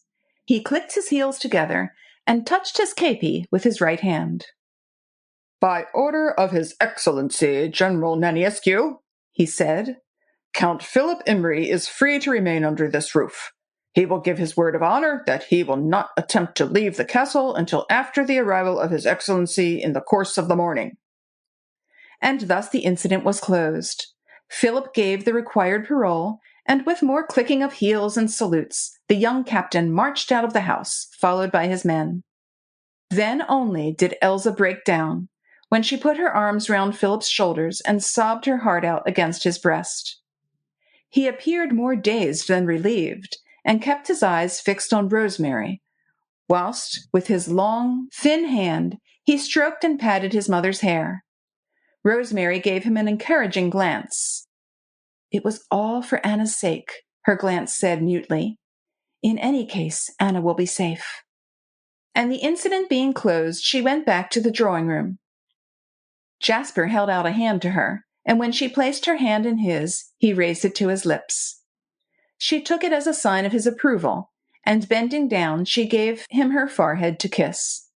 He just took her face between his two palms and gazed long and intently into her eyes. He had often done that before. He loved to take hold of her face, to feel the soft, velvety cheeks against his hands, and Rosemary would turn her pixie eyes to his, and in one glance express all the affection, the sincere regard, and fervent gratitude which she felt for him. But somehow this time it all seemed different, more intense, almost terrifying. To a sensitive woman, a man's passion, if she cannot respond to it, is always terrifying. And of course, Rosemary's nerves were stretched now almost to a breaking point. Else why should she be conscious of a sense of fear? Jasper's gaze was not so much searching her soul as striving to reveal his. Something in him seemed imprisoned, and he was asking her to set that something free. A force, a power, greater even than his love, so great that love itself became its slave. And this Rosemary could not understand. She had experienced something of the same sensation that afternoon in London when he had asked her to marry him before she left for Hungary. Then, as now, she had caught a glimpse of a whirlpool of passion which seethed beneath her husband's grave, gentle manner. Then, as now, it had seemed to her as if he were trying to exert some supernatural power outside himself to rouse an echo of his own passion in her heart. And with that glimpse into the depths of a man's soul came the knowledge that never would it be in her power to give soul for soul or passion for passion. And yet the day would come, she felt it, for she knew it at this moment, when the man, wearied of sentimental doles, would demand her whole surrender, body, brain, soul, everything, soul above all, which she would not be prepared to give. Strange that this realization, this vague feeling akin to fear, should come to her again at this moment, when both she and Jasper were only minor actors in the drama that had just drawn to its close. Like most great moments in the inner life of the soul, it only lasted for one brief flash. It left its indelible mark on Rosemary's memory, but it lasted less than 1 second. The very next she tried to recapture it, but it was gone. Jasper looked grave and kind, as he always did, busy now with getting her comfortably ensconced in a capacious armchair, with plenty of cushions behind her back. And Morris roused himself from his apathy to hurl invectives against those damnable, impudent Romanians.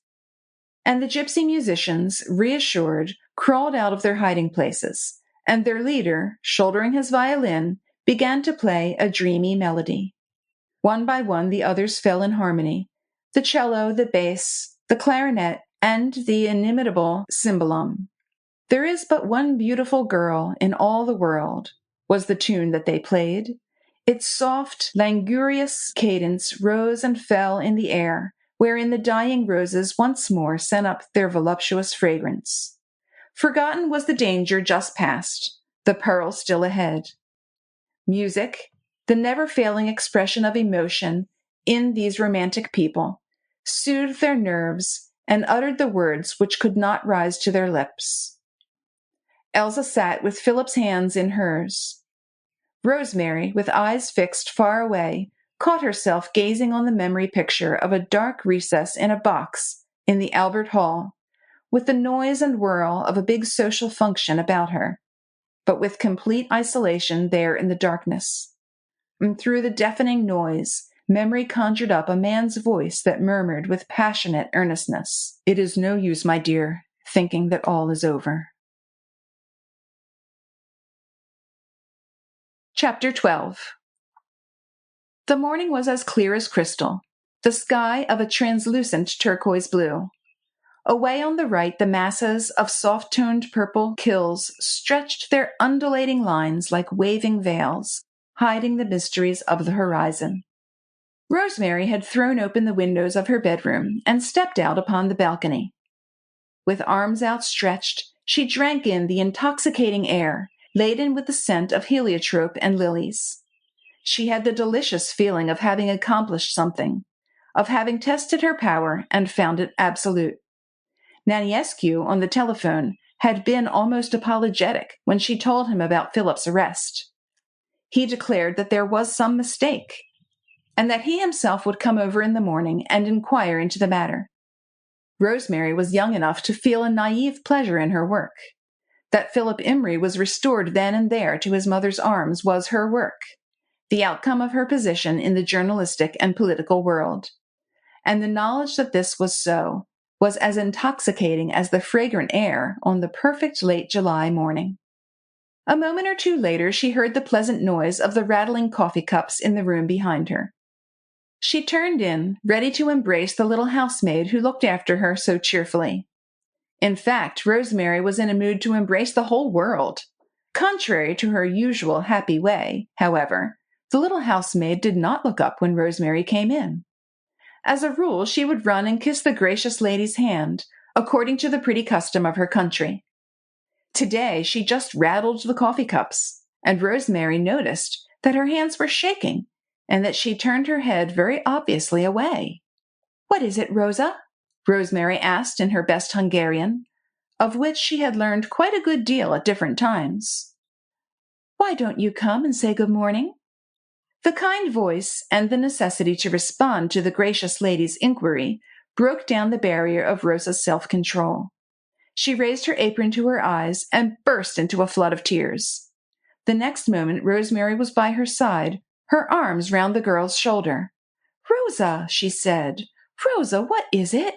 Tell me, little thing. What is it? Who has made you cry?"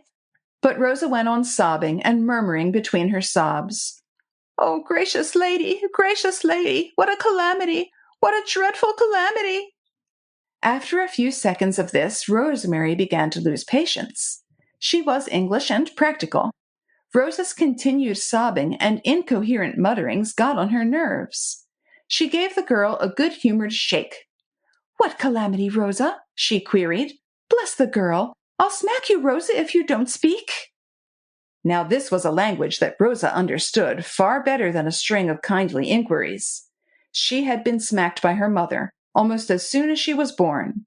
She had been smacked by her elder sister, by her grandmother, by her aunt, and by her father while she grew up. And when she started service in the chateau and was silly or tiresome, she had been smacked by the gracious countess. Being smacked did not hurt, but it acted as a tonic and braced up Rosa's slackened nerves. The threat of it by the gracious English lady at once dried the well of her tears. She wiped her nose and eyes with her apron and murmured, "The gracious Count Philip! They have taken him away!" At first, Rosemary did not take it in. She did not trust her ears or her knowledge of Hungarian. She must, she thought, have misunderstood Rosa, or else Rosa was talking like a fool. But Rosemary's grasp tightened on the girl's arm. Her fingers buried themselves in the young, firm flesh. "What do you mean, Rosa?" she queried. "What do you mean about the gracious Count? Who has taken him away?" "The soldiers, gracious lady," Rosa murmured. "What soldiers?" Which was a foolish question on Rosemary's part, and she knew it. There were no soldiers now in Transylvania except Romanian soldiers. But somehow the thing would not penetrate into her brain. She felt that too, and wanted to give it time to sink in, slowly, slowly. Rosa now ventured to look the English lady in the face. Her big blue eyes were still swimming with tears. "The Romanian soldiers, gracious lady," she said. "The ones who came last night." "But they went away again last night, Rosa," Rosemary explained deliberately and patiently. "They went away, and the gracious Count Philip remained at home. He went to bed, as we all did. Anton must have waited on him, as he always does." But Rosa gave a deep sigh and gulped down a fresh flood of tears that threatened to choke her. "Anton did wait on the gracious Count when he went to bed, but soon after midnight the soldiers returned. Ferry, the night watchman at the gate, had let them in. They ordered him not to make a noise, only to rouse the gracious Count's valet. So Ferry went to call Anton, as quietly as he could, for the soldiers kept threatening him that if he made a noise they would beat him. Poor Anton nearly fainted with terror. You know, gracious lady, Anton always was a coward. What would you?" Rosa added with a shrug. "A gypsy." "Yes, yes," Rosemary urged impatiently. "Go on, girl, go on." "The soldiers would not even allow Anton to dress himself. Just as he was, he had to go and rouse the gracious Count Philip. The soldiers were threatening to burn the house down if anyone made a noise, but I am sure that Ferry and Anton were too scared to think of screaming. The gracious Count jumped out of bed. The soldiers stood by while he dressed, but they would not allow him to take anything with him except just the clothes he put on. No money, not his watch, not a letter, nothing. Ferry says that the soldiers were in the house and out again in less than a quarter of an hour. They took the gracious Count with them, but 4 of them remained behind. They made Ferry and Anton sit together in the lodge and kept guard over them until an hour ago. Then they went away, and Anton ran in with the news. Oh, you should have seen the gracious Countess. It was pitiable, pitiable, though she said nothing, and she did not cry. My God, what is to become of us all?" The girl started wringing her hands, and her voice became loud and shrill with the sobs that would no longer be suppressed. "Be quiet, Rosa, be quiet," Rosemary said once or twice, quite mechanically. She had taken it all in at last, the trick, the awful treachery, the cruelty of it all. She stood there beside the sobbing girl, with hands tightly clenched and a deep frown between her brows. She wanted to think, to think. Something would have to be done, and done quickly. But what? Neniescu? What role did he play in this mean trickery? Rosemary was a woman who thought straight and acted straight. So consistently straight, in fact, that she never could visualize treachery in others. In the wide, wide world, that attitude of mind is called the attitude of a fool. Yet Rosemary Tarkington was anything but a fool. Perhaps she was lacking in the intuition of evil. Certain it is that at this moment she would not allow herself to think that Neniescu was a party to the abominable deed. The young officer, perhaps, or the local commandant, who might have a grudge against the Imries. But Neniescu? No. She sent the girl away. Rosa's round pink face, with the round blue eyes and the round-tipped nose, was getting on her nerves. The girl was comical in her grief, and when Rosemary looked at her, she felt an uncontrollable desire to laugh. And this would have horrified Rosa, so she sent Rosa away. A moment or two later, Jasper came in, ready for breakfast. One glance at his face, and Rosemary knew that he, too, had heard the news. "What do you think of it?" Rosemary asked after she had given him a fond morning kiss. My darling, Jasper replied in his cool British manner, I only think that you are making a grave mistake in throwing yourself headlong into the politics of these out-of-the-way countries. It's not a question of politics, Jasper, Rosemary broke in, protesting.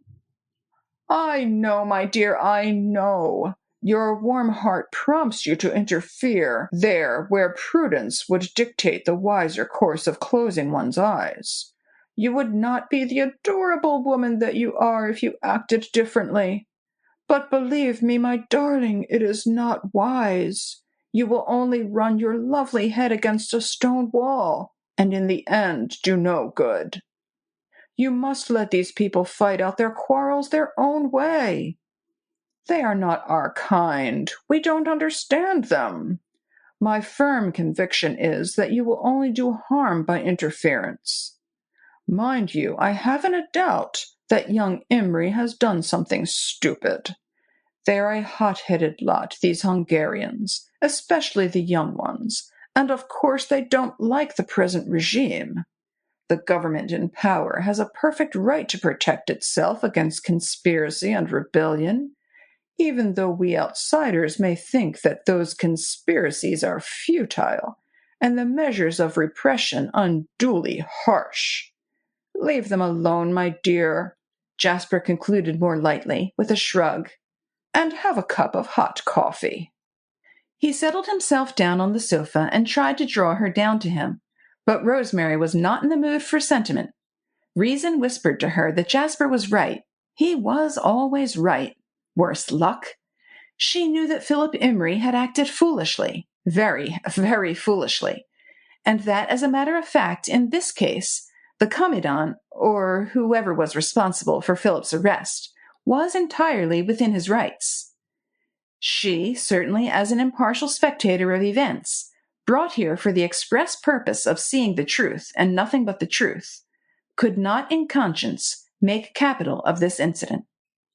She had come out here determined not to act on impulse, but to judge coolly and without bias, and thus to consolidate her reputation as one of the foremost women journalists of the day. With Sir Philip Gibbs as her master and model, she could not go back on the ideal of justice and impartiality which she had set herself. But she did want to save Philip Imry from the consequences of his own folly, and above all, she wanted to know what had become of Anna. I cannot leave them alone, Jasper, she said slowly. I cannot. All this petty tyranny makes my blood boil. Jasper sighed somewhat impatiently. I know, my dear, I know, he repeated vaguely. Rosemary did not continue the discussion for the moment. Jasper was so right in everything he said, and Philip Imry had been desperately foolish. Now she blamed herself for not having worked on Anna's mind and dissuaded her from lending herself to her cousin's mad schemes. She mentioned Anna's name to her husband, but Jasper, knowing nothing of the girl's dangerous activities in Balog's grocery stores, could not, of course, see that Anna was in any kind of danger. But, Rosemary argued, Anna and Philip are first cousins. They see a great deal of one another. Do they? Jasper ejaculated. But even so, my dear, you surely are not going to suppose that the Romanian government is going to lay hands on all Philip Imry's relations just because he has run his silly head into a noose. No, no, Rosemary protested vaguely. But she could not say anything more on the subject of Anna. Anna had told her everything in confidence. I know I can trust you, Rosemary, the child had said, and Rosemary could not betray that confidence, not even by speaking of it all to Jasper, not even by hinting at it. If the peril became more imminent, if Anna herself was in danger, then perhaps, but not now. Rosemary tried to swallow some breakfast, just to please Jasper, for his kind, grave eyes looked quite sad, and she did not want to add to his anxiety. But her thoughts were dwelling on Elsa. I wonder if she could bear to see me, she said presently. You can always ask, was Jasper's wise suggestion. Rosemary found Elsa Imrie outwardly quite calm and resigned. That woman had a marvelous fund of common sense and self-control. What she suffered, no one should know. Only when she read true understanding and mute sympathy in Rosemary's eyes, she gave an answering look which contained such a depth of sorrow and anxiety that Rosemary's heart was overwhelmed with pity. In these few hours, Elsa had aged 20 years. Anton had brought the news across from the lodge to the chateau in the early morning, as soon as the Romanian soldiers had gone away. The gracious countess had received the news with extraordinary indifference, was the verdict on the incident below stairs. Rosa was crying her eyes out. All the manservants went about cursing and swearing and threatening to kill someone, but the gracious countess had not shed one tear. When she had heard Anton's report, she asked a few questions. What suit had the gracious count put on? Did he take an overcoat? What shoes did he wear? And so on, but never a tear. Then she said, "Very well, Anton, you may go." And that was all. No, it was not natural. But then these great ladies, one never knew. No one ever did know to what height a mother's heroism could go. Elsa, with her heart nearly broken, thought only of what was best for Philip. "Of course he has done nothing," she reiterated over and over again. "So they can't do anything to him." Then her voice would break on a note of pathetic appeal. She would seize Rosemary's hands and search the depths of her English friend's eyes, with the look of a poor stricken animal begging for sympathy. "Can they?" she asked, and Rosemary would shake her head, not trusting herself to speak. It was no use now, rending the mother's heart, adding another load of anxiety to the heavily burdened soul. Elsa would know soon enough, and she could do nothing, even if she knew now. Morris was shut up in his own apartments, tearing up and down like a beast in its cage, raging and swearing. That was his temperament, Elsa said philosophically, with a shrug. The Armenian blood in him. She would never admit the gypsy strain. Fortunately, the servants were all Hungarian, faithful and discreet. They knew him. When he was in one of those moods, they fled from him, but not one of them would betray him. Now he was threatening to kill every Romanian that ever crossed his path. Well, fortunately, there was no one to hear him, only the servants, and they would hold their tongues. "Morris won't understand," Elsa explained to Rosemary, "that our chance is submission. If they turn us out of here, it will be the end of Philip's inheritance. We must save that at all costs. What is the sacrifice of a little pride when it means so much for Philip's future? Things can't go on as they are. Not for long. And if I can only keep Morris quiet, we shall have Philip back here in a week." Then she harked back to the old refrain. He has done nothing. They can't do anything to him, can they? Chapter 13. Naniescu arrived soon after 10 o'clock. Rosemary heard the hooting of his motor when it turned in at the gate, also the general bustle, clatter, running about that ensued. Her rooms, with the balcony overlooking the park, were on the other side of the house, so she saw nothing of this. But somehow, after the arrival of His Excellency, the stately chateau appeared to have lost something of its dignified quietude. Loud voices resounded from end to end of the galleried hall. Footsteps that sounded almost aggressive echoed along the corridors. Jasper had gone down some time ago for a stroll in the park while Rosemary dressed. She was sorry now that she had not asked him to be sure to come back so as to support her in her interview with Naniescu. However, this wish was only a momentary weakness. She had been accustomed for years past to stand on her own feet, to act for herself, and to take swift decisions without outside advice. So now, with a careless shrug, she turned back to the important task of dressing. This she did with deliberate care, then surveyed herself critically in the glass, and, having satisfied herself that Rosemary Tarkington was in no way less beautiful than Rosemary Fawkes had been, She settled herself down in her boudoir with a book and waited. A very few minutes later, one of the men came to announce that His Excellency, General Naniescu, desired to pay his respects to Lady Tarkington. He came in looking breezy and gallant.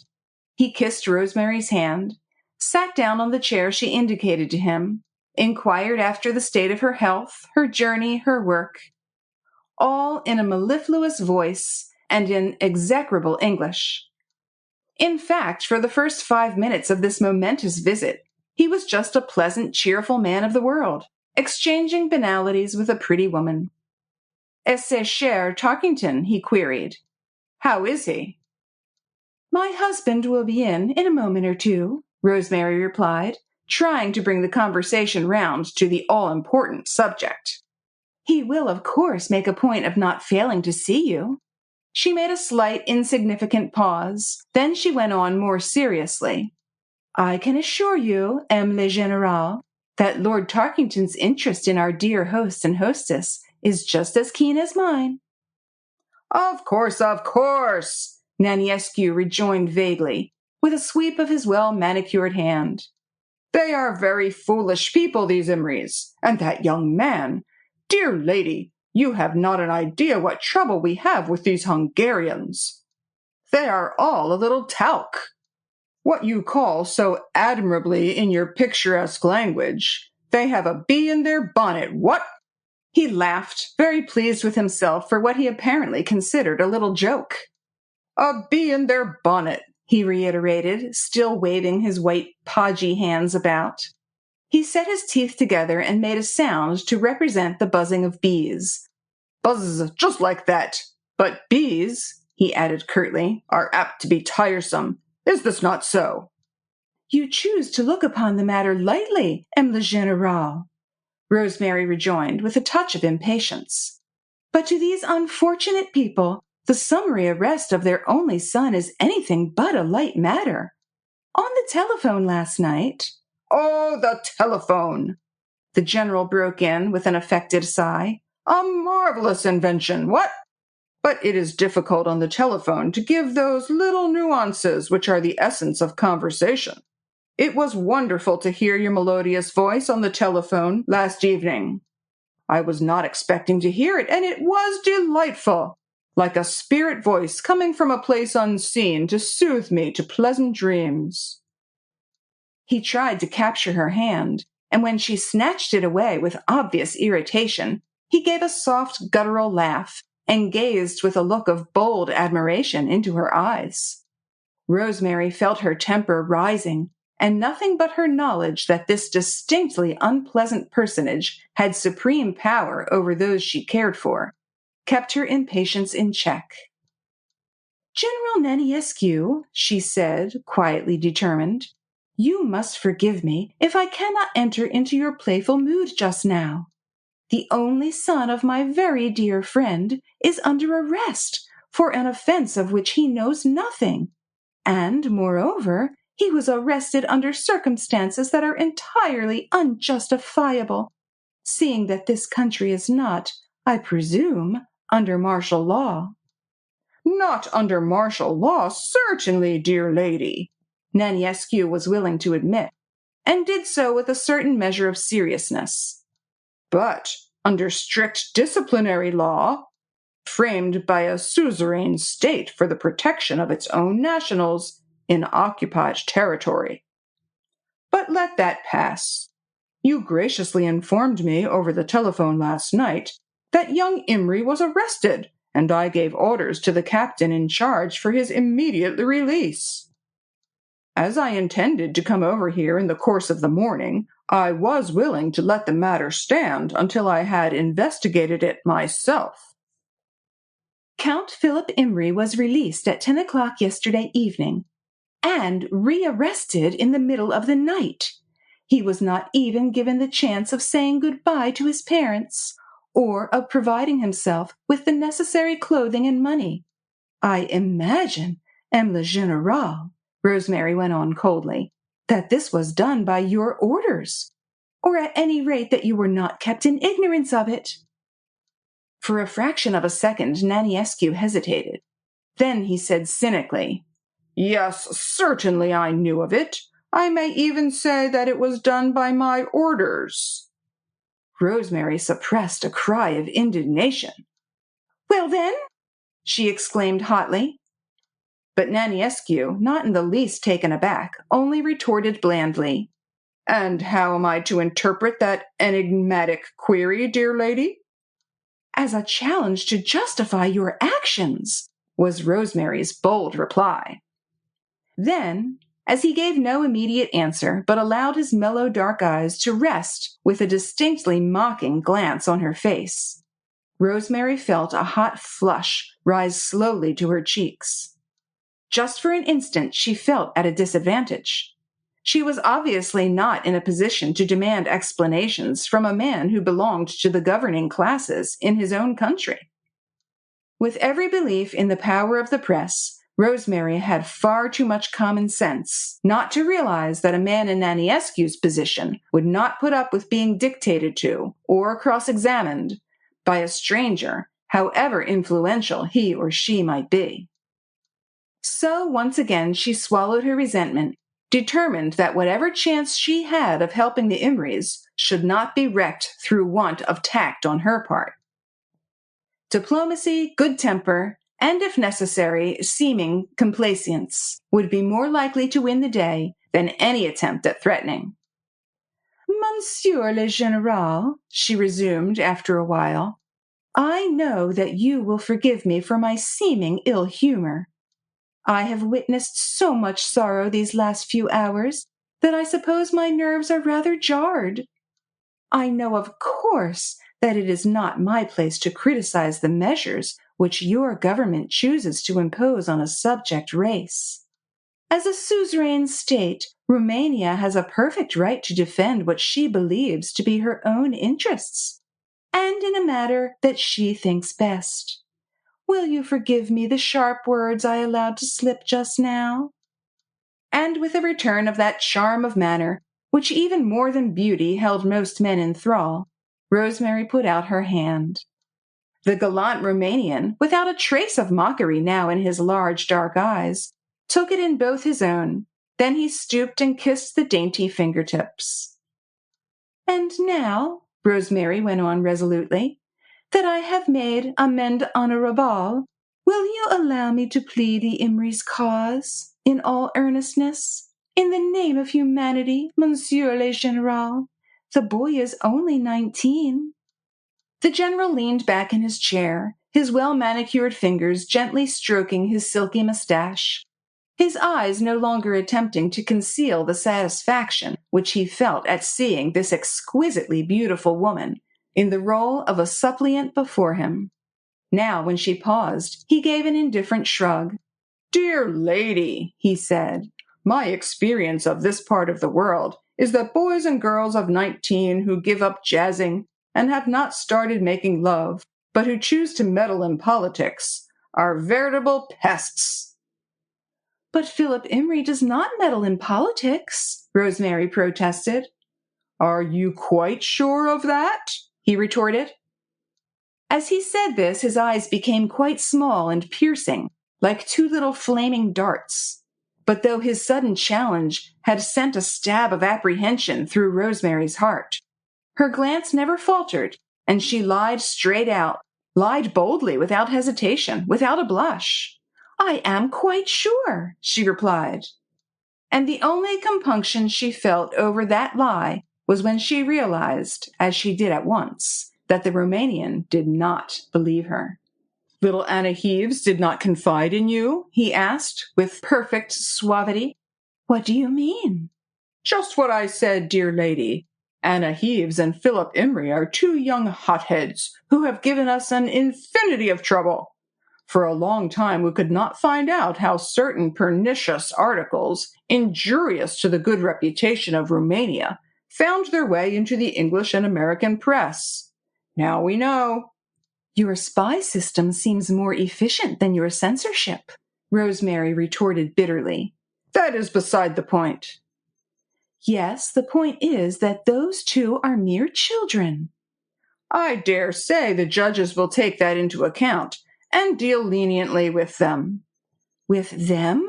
Rosemary exclaimed, and suddenly a new terror gripped her heart. With them? You don't mean— What, dear lady? He queried suavely. That Anna Heaves, yes, the late Baron Heaves' daughter, now a saleswoman in the shop of Prologue the grocer. I often wondered how she came to demean herself in that way. Now I understand. But surely, Rosemary protested, striving in vain to steady her voice, which was quaking with this terrible anxiety. You have not arrested Anna Heaves. The child has done nothing. Naniescu put up his hand with a gesture of protest. Dear lady, he said, with quiet irony and in a tone one would use to an obstinate child. Let me assure you once and for all that the accusations against Philip Imrie and his cousin do not rest upon assumptions, but upon facts. Anna Heaves was arrested, and she will be brought to trial because she was found, actually found, mind you, smuggling newspaper articles, defamatory to the government of this country, for insertion in foreign journals. English sense of justice is reputed to be very keen. Your own must tell you that it is hardly fair to bring the battery of your charms as a weapon to break down my sense of duty. I lay, as always, my homage at your feet. But I should be a traitor if, whilst gazing into your adorable eyes, I were to forget what I owe to my country. Gradually he dropped the irony out of his tone, and his voice became once more mellifluous and tender, while he leaned forward, almost touching Rosemary's knees with his, and striving to hold her glance with the challenge of his own. Rosemary shrank back. Suddenly something of the truth had dawned upon her. Not all of it just yet. It was only presently, in a few more days, that she was destined to realize the extent to which this man, half Oriental in his capacity for lying, had hoodwinked and cajoled her. It was his mien, the thinly veiled insult that lurked behind his suave speech and expressive eyes, that suddenly tore the veil from before her own. And yet reason fought for a moment against this wave of aversion. The man was right, unquestionably right. Philip and Anna had been very foolish. And what's more, they were technically guilty of treason. There was no getting away from that. And Rosemary could not shut her eyes to the fact that the very lives of those she cared for were in the hands of this soft-toned liar. At one moment she longed passionately for Jasper. The next she would dread his coming, for she knew well enough that he, with his straight, matter-of-fact mode of thinking, would inevitably give Naniescu his due, insist that the general was within his rights, and advise his wife to keep clear of these imbroglios, which were so contrary to the lenient, sportsmanlike English attitude toward a beaten enemy. On the whole, she felt glad that Jasper was not here. He would hate to see her plead, yet plead she must.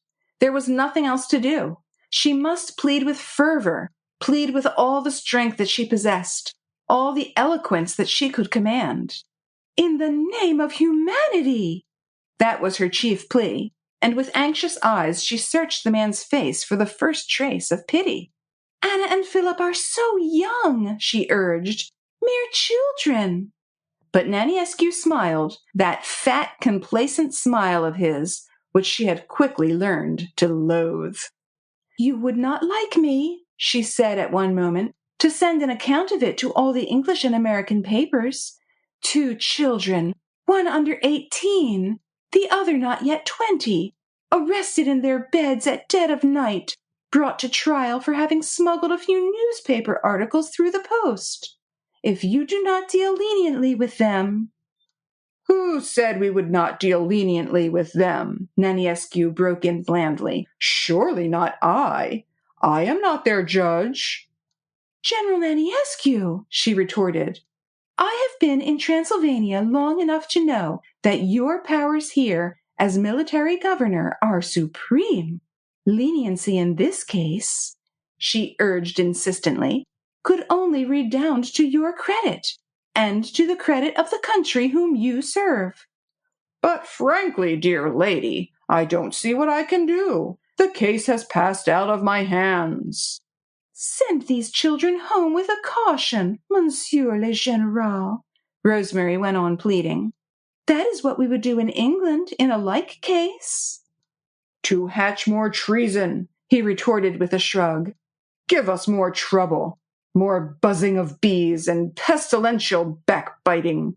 No, she protested hotly, not for that, but to be immensely grateful to you for your generosity, and to show their gratitude by striving to work for the good of their country, hand in hand with yours. Ah, what noble sentiments, dear lady, General Naniescu said with a sigh and clapped his white fat hands together. I wish I could believe that some of them will sink into those young hotheads. They will, General, they will, Rosemary asserted eagerly. If you will send those 2 children back to their parents, I will not leave Transylvania until you yourself are satisfied that I have brought them to a reasonable frame of mind. A hard task, dear lady, Naniescu said with a smile. I would undertake a harder one than that, Rosemary rejoined with an answering smile, to show my appreciation of your generosity. Words, dear lady, he said softly. Words. Try me, she challenged. He made no immediate reply, and suddenly his eyes again narrowed as they had done before, and their piercing glance rested upon Rosemary until she felt through those heavy lids something inimical and poisonous had touched her. She felt a little shiver running down her spine. An unaccountable sense of apprehension caused her to glance rapidly toward the door, where she hoped to perceive Jasper's comforting presence.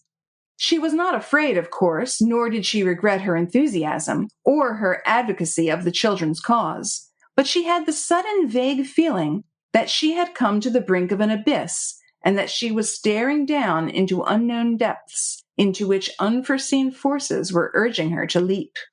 Slowly, Naniescu's eyes reopened, and the mellow expression crept back into them. He gave a sigh of satisfaction and settled himself down once more comfortably in the cushions of the chair. I am happy indeed, dear lady, he began, that you yourself should have made an offer, which I hardly dared to place before you. An offer? What do you mean? Surely that was your intention, was it not? To do something in return for the heavy sacrifice you are asking of me? Sacrifice? Rosemary queried, frowning. What sacrifice? Sacrifice of my convictions. Duty calls to me very insistently in the matter of those young traitors, whom you, dear lady, are pleased to refer to as children.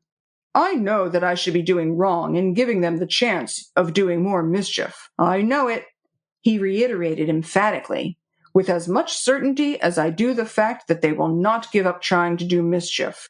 But he paused and fell to studying with obvious satisfaction, Rosemary's beautiful, eager eyes fixed intently upon him.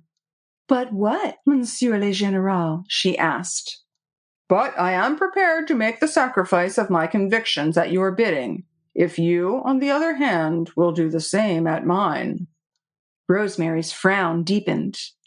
I don't think I quite understand, she said. No, he retorted, but you will, soon. Let me explain. You, dear lady, have come to Transylvania wrapped in prejudice as in sheet armor against my unfortunate country. Oh, yes, you have, he went on blandly, checking with an elegant gesture the cry of protest that had risen to Rosemary's lips. I am even prepared to admit that nothing you have seen in these first few days has tended to pierce that armor of prejudice. Well, well. And the general sighed again in that affected way of his. You have one of your wonderful sayings in England that exactly meets this case. East is east, you say, and west is west. This is the east, really, and you Occidentals will never think as we do. But I am wandering from my point, and you, dear lady, are getting impatient. Having admitted everything that you would wish me to admit, I now will come forward with my little proposition. What? If you please, Rosemary replied coldly.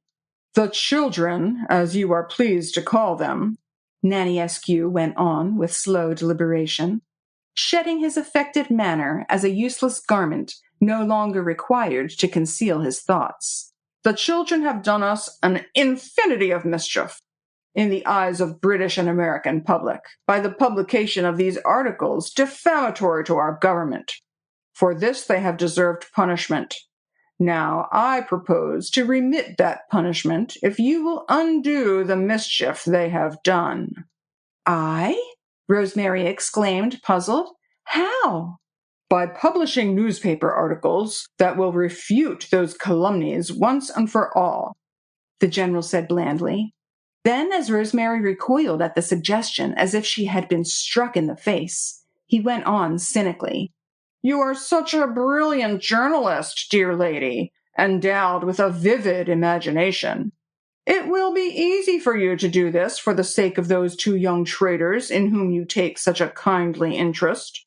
You may, in your articles, begin by stating the truth if you like, and say that my government invited you to come over to Transylvania in order to investigate the alleged acts of tyranny that are supposed to be perpetrated against the minority nationals. Then you will proceed to state that after impartial and exhaustive inquiry, you have come to the conclusion that practically all the charges brought against us are unfounded, that with the exception of a few inevitable hardships consequent on foreign occupation, the minority nationals in Transylvania are enjoying the utmost freedom and security under the just laws of an enlightened country. You will... But here the flow of the worthy general's eloquence received a sudden check in the shape of a rippling outburst of laughter from Rosemary. He frowned, not understanding her mood. His knowledge of women being superficial, his thoughts flew to hysteria. He had known a woman once. As a matter of fact, there was something hysterical about Rosemary's laughter. She checked it as soon as she regained control over herself. It was well that she could laugh, that her sense of humor, never absent in an Englishwoman of intellect, had at once shown her the folly of giving way to the indignation which had been her first impulse. Frankly, she could not see herself as an outraged tragedy queen thundering forth an emphatic "never" to the Romanian's impudent proposals. And when Nanny Askew marveled at the strange moods of women and vainly tried to guess what there was in the present situation to make this pretty woman laugh, he little knew that Rosemary was laughing at an imaginary picture of herself with head thrown back and flaming eyes and gestures that rivaled those of the general himself in their elegant and expressive sweep. "You must forgive me, Monsieur le Général," she said presently, "but your proposition is so funny." "Funny, dear lady?" he protested. "Frankly, I do not see." "No," she broke in, "you would not." "Will you be so gracious as to explain?" "No," Rosemary went on lightly, "I don't think I will. You would not understand, even then." "Then," he said coolly, "there is nothing left for me to do but to take my leave, and to deplore that you should have wasted so much of your valuable time in conversation with a clod." He rose, and bowing low, he put out his hand in order to take hers, but Rosemary did not move. "You cannot go, Monsieur le Général," she said firmly, "without giving me a definite answer." "I have given you a definite answer, dear lady. It is my misfortune that you choose to treat it as ludicrous." "But surely you were not serious when you suggested—" "When I suggested that the mischief wrought by two traitors should be remedied by one who takes an interest in them? What could be more serious?" "You seriously think," she insisted, "that I would lend myself to such traffic? That I would put my name to statements which I could not verify, or to others that I should actually believe to be false? Ah, Monsieur le Général, where did you get your conception of English women of letters or of English journalists?" Naniescu put his fingertips to his breast, then spread out his hands with a broad gesture of protest. I was wrong, he said suavely. Utterly wrong, I admit it. Forgive me and permit me to take my leave. Monsieur le Général. At your service, dear lady. Young Imry, she pleaded, and Anna Heaves. He shrugged his shoulders. I am truly sorry for them, he said unctuously. But surely you do not think seriously that I would lend myself to any traffic where the safety of my country is concerned. Ah, dear lady, he went on, not only mocking the very words she had used, but even the inflection of her voice. Where did you get your conception of a Romanian officer or of a Romanian gentleman? It is you who proposed an infamous traffic, she retorted, not I. Pardon me, he protested. All that I suggested was that the mischief done should be remedied in the simplest way before those who had wrought it could hope for pardon. The mischief was done through the public press. It can only be made good through the public press, and only through the medium of one as influential as yourself. My suggestion has not met with your approval. Let us say no more about it. Before she could prevent it, he had taken her hand and raised it to his lips. She snatched it away as if her fingertips had come in contact with something noxious. The indignation which she had tried so hard to keep under control flamed for an instant out of her eyes, and Naniescu, seeing it, gave a soft, guttural laugh. I had a suspicion, he said cynically, that the situation was not entirely ludicrous. And now, he went on, have I your permission to take my leave? He bowed once more, hand on breast, heels clicking, and was on the point of turning to go when an impulsive cry from Rosemary brought him to a halt. That is not your last word, General Naniescu? Indeed, he replied with utmost gallantry. But the last word rests with you, dear lady. I am ever at your service. Only, he continued very slowly and very deliberately, let me assure you once and for all that young Imry and Anna Heaves will appear before the military courts on a charge of treason, unless a series of articles written in the spirit I had the honor to outline before you, and bearing your distinguished name, appear in, shall we say, the Times, within the next month. But, just to show you how greatly I value your regard, I will be as lenient as my duty permits. I will even allow those two young traitors to return temporarily to their homes. Philip Imry and Anna Heaves will be brought here in the course of a day or two. They will be free, within certain limitations, to move about among their friends. I need not add, dear lady, that you, on the other hand, are absolutely free, without any limitations, to come and go as you choose. On the day that the last of your brilliant articles will have appeared in the Times, Imry and his cousin will receive a free pardon from the government which they have outraged. He paused a moment, then raised one hairy, manicured finger, and added with theatrical emphasis, but not before. Rosemary had listened to his long speech without moving a muscle. She stood straight as a sapling, looking unflinchingly at the man, striving to shame him, yet knowing that in this she would not succeed. There was no room for shame or compunction in that bundle of conceit and depravity. Fear, too, appeared to be one of the tortuous motives which had suggested this ignominious either-or. How far the Romanian government was a party to the mishandling of Transylvania, Rosemary had not yet had the opportunity of ascertaining. She strongly suspected Naniescu of having overstretched his powers, and of dreading an exposure at Bucharest more perhaps than in London or New York. Now, when he had finished speaking, and while his mellow eyes still rested with gentle mockery upon her, she could not keep back the final taunt which she hoped would sting him as much as his had stung her.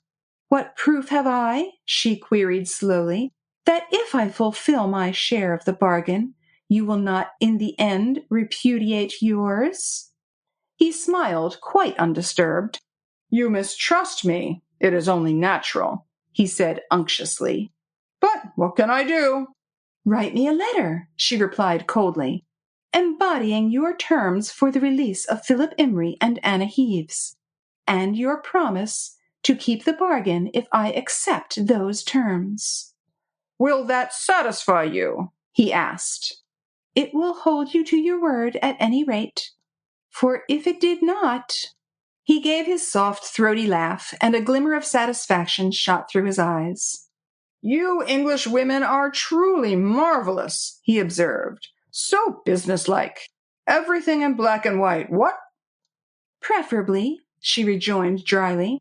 "Well, then, you shall have the letter, dear lady," he concluded blandly, "and I promise you that I shall so tie myself down to my share of this interesting transaction that you will not hesitate any longer to fulfill yours." And the next moment, even while Rosemary turned toward the window in order to look for one brief moment, at any rate, on something clean and pure, Naniescu had gone, softly closing the door behind him and leaving in his wake a faint odor of Havana cigar and eau de cologne, and an atmosphere of intrigue which Rosemary felt to be stifling. She threw open the window and inhaled the clean air right down into her lungs. Her thoughts were still in a whirl. The situation was so impossible that her brain at present rejected it. It could not be. Things like this did not occur. It was not modern, not 20th century, not post-war. Civilized men and women did not have interviews such as she had just had with this smooth-tongued Romanian. There was something medieval about this either-or, this impasse, to which in very truth there was no issue. Rosemary now started pacing up and down the room. She was alone and could indulge in this time-tried method of soothing jangled nerves. With both forefingers, she tapped her temples, as if to stimulate the work of a jaded brain. Issue? There must be an issue to this impasse. She was a British subject, the wife of an English peer. She could not be bullied into doing things against which her sense of honor rebelled. She could not be made to lend her name to falsehoods, knowing them to be falsehoods. Of course not, of course not. She could not be compelled to write a single line she would not wish to see published. She could not be compelled. That was a fact, an indisputable, hard, solid fact. What then? Well, then there were Philip and Anna, who would be brought before the military courts on a charge of treason. And the military courts would condemn them. To what? To death? No, no, no, not to death. Philip and little Anna? Children whom she knew and loved? Condemned to death? Shot? Like Edith Cavell or Captain Fryatt? Shot? But that was in wartime. Now the world was at peace. The Treaty of Versailles was the millennium that would bring forth peace on earth, goodwill toward men. Peace, this was peace. Foolish, thoughtless children could not in peacetime be shot as traitors. Tap, tap went Rosemary's fingers against her temples. Peace, ye gods! Philip and Anna had rendered themselves liable to human justice, and human justice in this half-forgotten corner of God's earth knew but one law: revenge. Philip and Anna would be condemned and shot unless she, Rosemary Tarkington, gained a free pardon for them at the price of truth, honor, and the welfare, perhaps, of thousands of innocents. And as gradually this awful alternative penetrated into the innermost recesses of her brain, the girl looked wildly about her, like an animal suddenly fallen into a trap. Her knees all at once gave way under her, and she fell up against the sofa, with arms outspread upon the cushions. With head thrown back, she gazed unseeing up at the ceiling. And this time it was a real hysterical outburst that caused her to laugh until laughter broke into a sob, and burying her face in her hands, she burst into a flood of tears. Chapter 14. Rosemary, being very human and very young, felt all the better after she had a good cry. Better mentally, that is to say.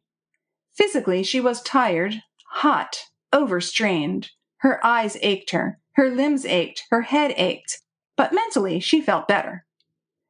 Presently she struggled back to her feet, dabbed her eyes with cold water, put powder on her nose and a comb through her hair. She did not want to look a sight when presently Jasper came back from his walk, and she told him all that had happened. By the way, where was Jasper? Rosemary was just aching to review the whole situation with him. No need now for secrecy with regard to Philip and little Anna's foolish conspiracy. Soon the whole world would know of it, friend and foe alike, and Jasper would be able to help, of course, or at any rate to advise.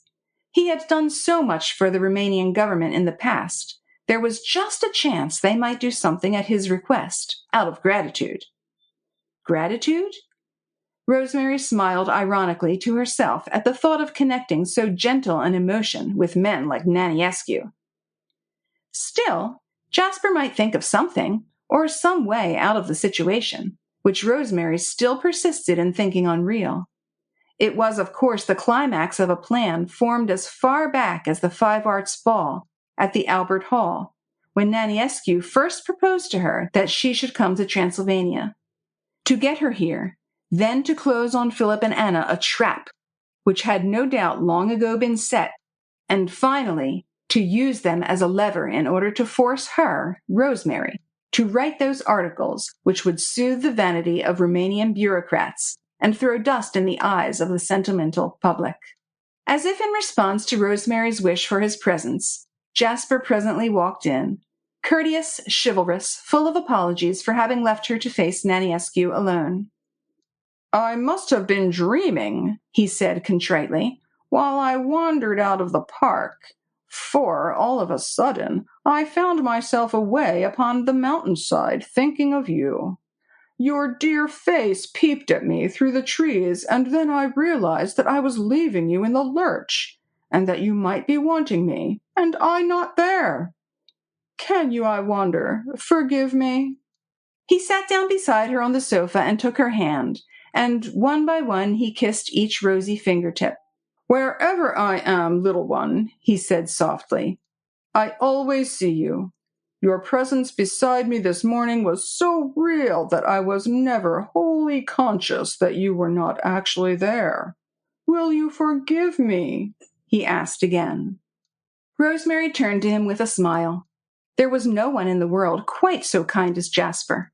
His kind, grave eyes were fixed on her with such a look of adoration that instinctively Rosemary nestled closer to him like a trusting child.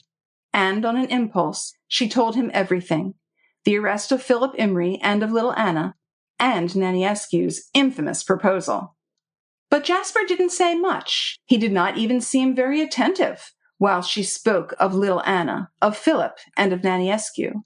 His mind appeared to wander, as if he were thinking of something else. And Rosemary hearkened in vain for a word of indignation from him when she told him about Naniescu's abominable either-or. Yet she studied his face very closely.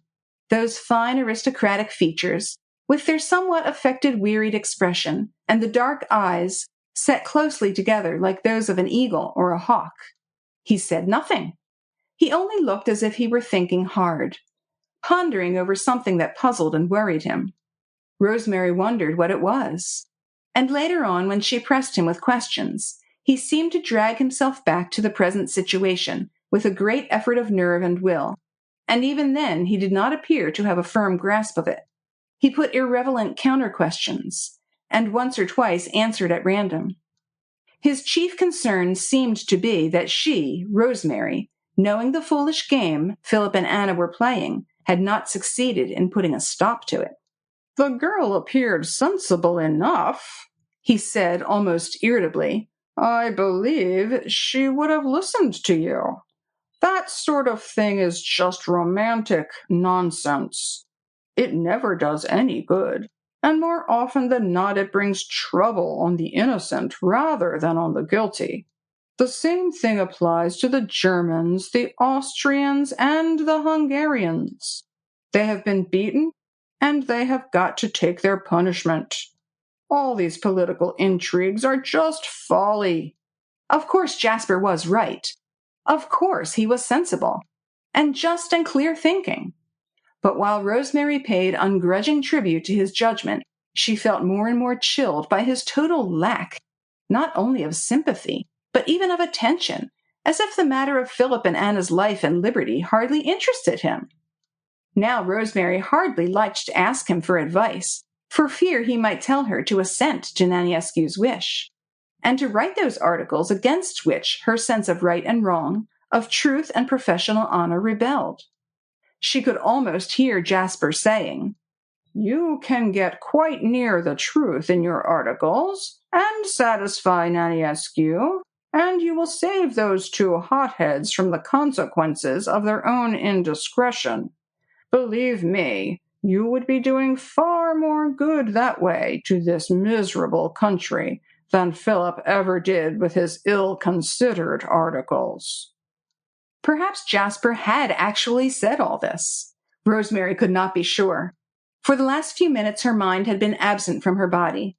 It had flown over mountains and seas, right across the great plains of Hungary and the fields of waving corn, to a small dark corner in the crowded Albert Hall, with noisy jazz music buzzing in the distance like phantom melodies, with laughter and chatter all around, glittering jewels, fantastic clothes, and waving fans. And here Rosemary's mind came to a halt, and insistently beckoned to memory. She recalled every moment of that night. Every incident stood out like a picture before her now. The dance with Peter, and then the box with the heavy curtains that shut her right out of the world, alone with Peter. She recalled every line of his face, those fine white hands made to meld brush or pen rather than a cricket ball, the fair curly head, the tense dark eyes.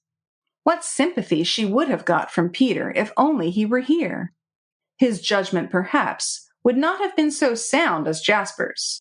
Rosemary would not feel that she could rely on Peter to say or do only what was right, what was just and reasonable.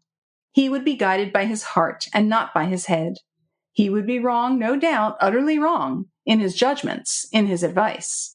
But, oh, he would be so human, so full of pity, so understanding. And for the first time since her marriage to Jasper, Rosemary allowed herself to think of Peter, to long for Peter, to mourn that which Peter had meant in her life, youth, humanity, and enthusiasm. And suddenly she was brought back to Kiss Immer, and to the reality of the present situation by a direct question put to her by Jasper. "Why didn't you tell me, dear, that Peter Blakeney was in Transylvania?" Jasper had put the question quite gently and kindly.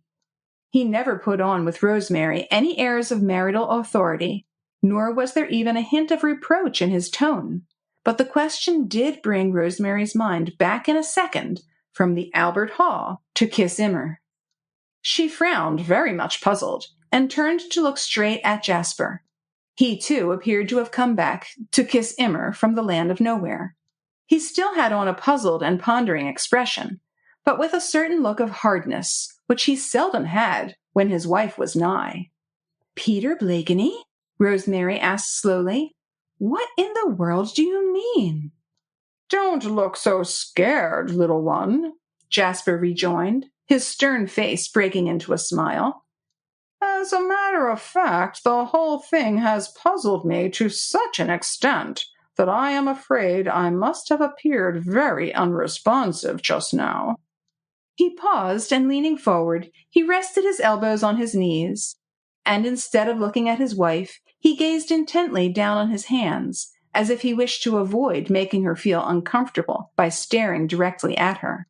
"A moment ago," he resumed presently, "as I was crossing the hall, General Naniescu came out of the smoking room into the elder vestibule.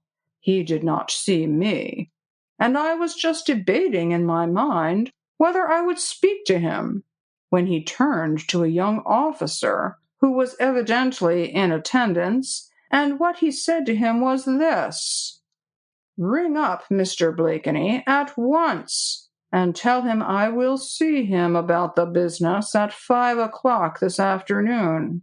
You may tell him that on the whole I think I have been successful." "Impossible!" Rosemary exclaimed impulsively. "So I thought at the time," Jasper rejoined. "Therefore I recrossed the hall and spoke a few words to Naniescu.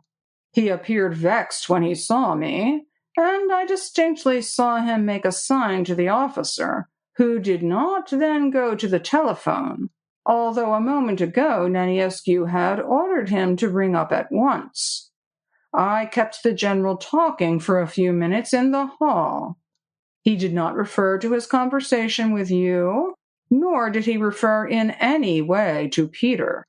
"You must have misunderstood the name," Rosemary insisted. "I thought so at first, but I had confirmation of it later on.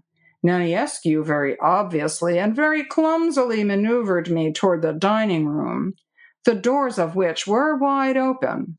As soon as he had got me into the room, he closed the doors. Now, I happen to have very sharp ears, and although Naniescu talked to me at the top of his voice, I distinctly heard what was going on in the hall. The officer called up the Hotel New York at Cluj, after which there was a pause. I tried to take my leave of the general, for I wanted to come up to you, but he would not let me go. He talked incessantly and always at the top of his voice on all sorts of irrelevant topics. He dragged me to the window at the farther end of the room to show me the view. Finally, fortune favored me. My sharp ears caught the ring of the telephone bell. I gave Naniescu the slip, and just had the door open when I heard the officer say quite distinctly in French, "Is that you, Mr. Blakeney? Mr. Blakeney, His Excellency will see you." At this point, Jasper went on, Naniescu, with a loud guffaw, took hold of my arm and made some facetious remark which I did not catch.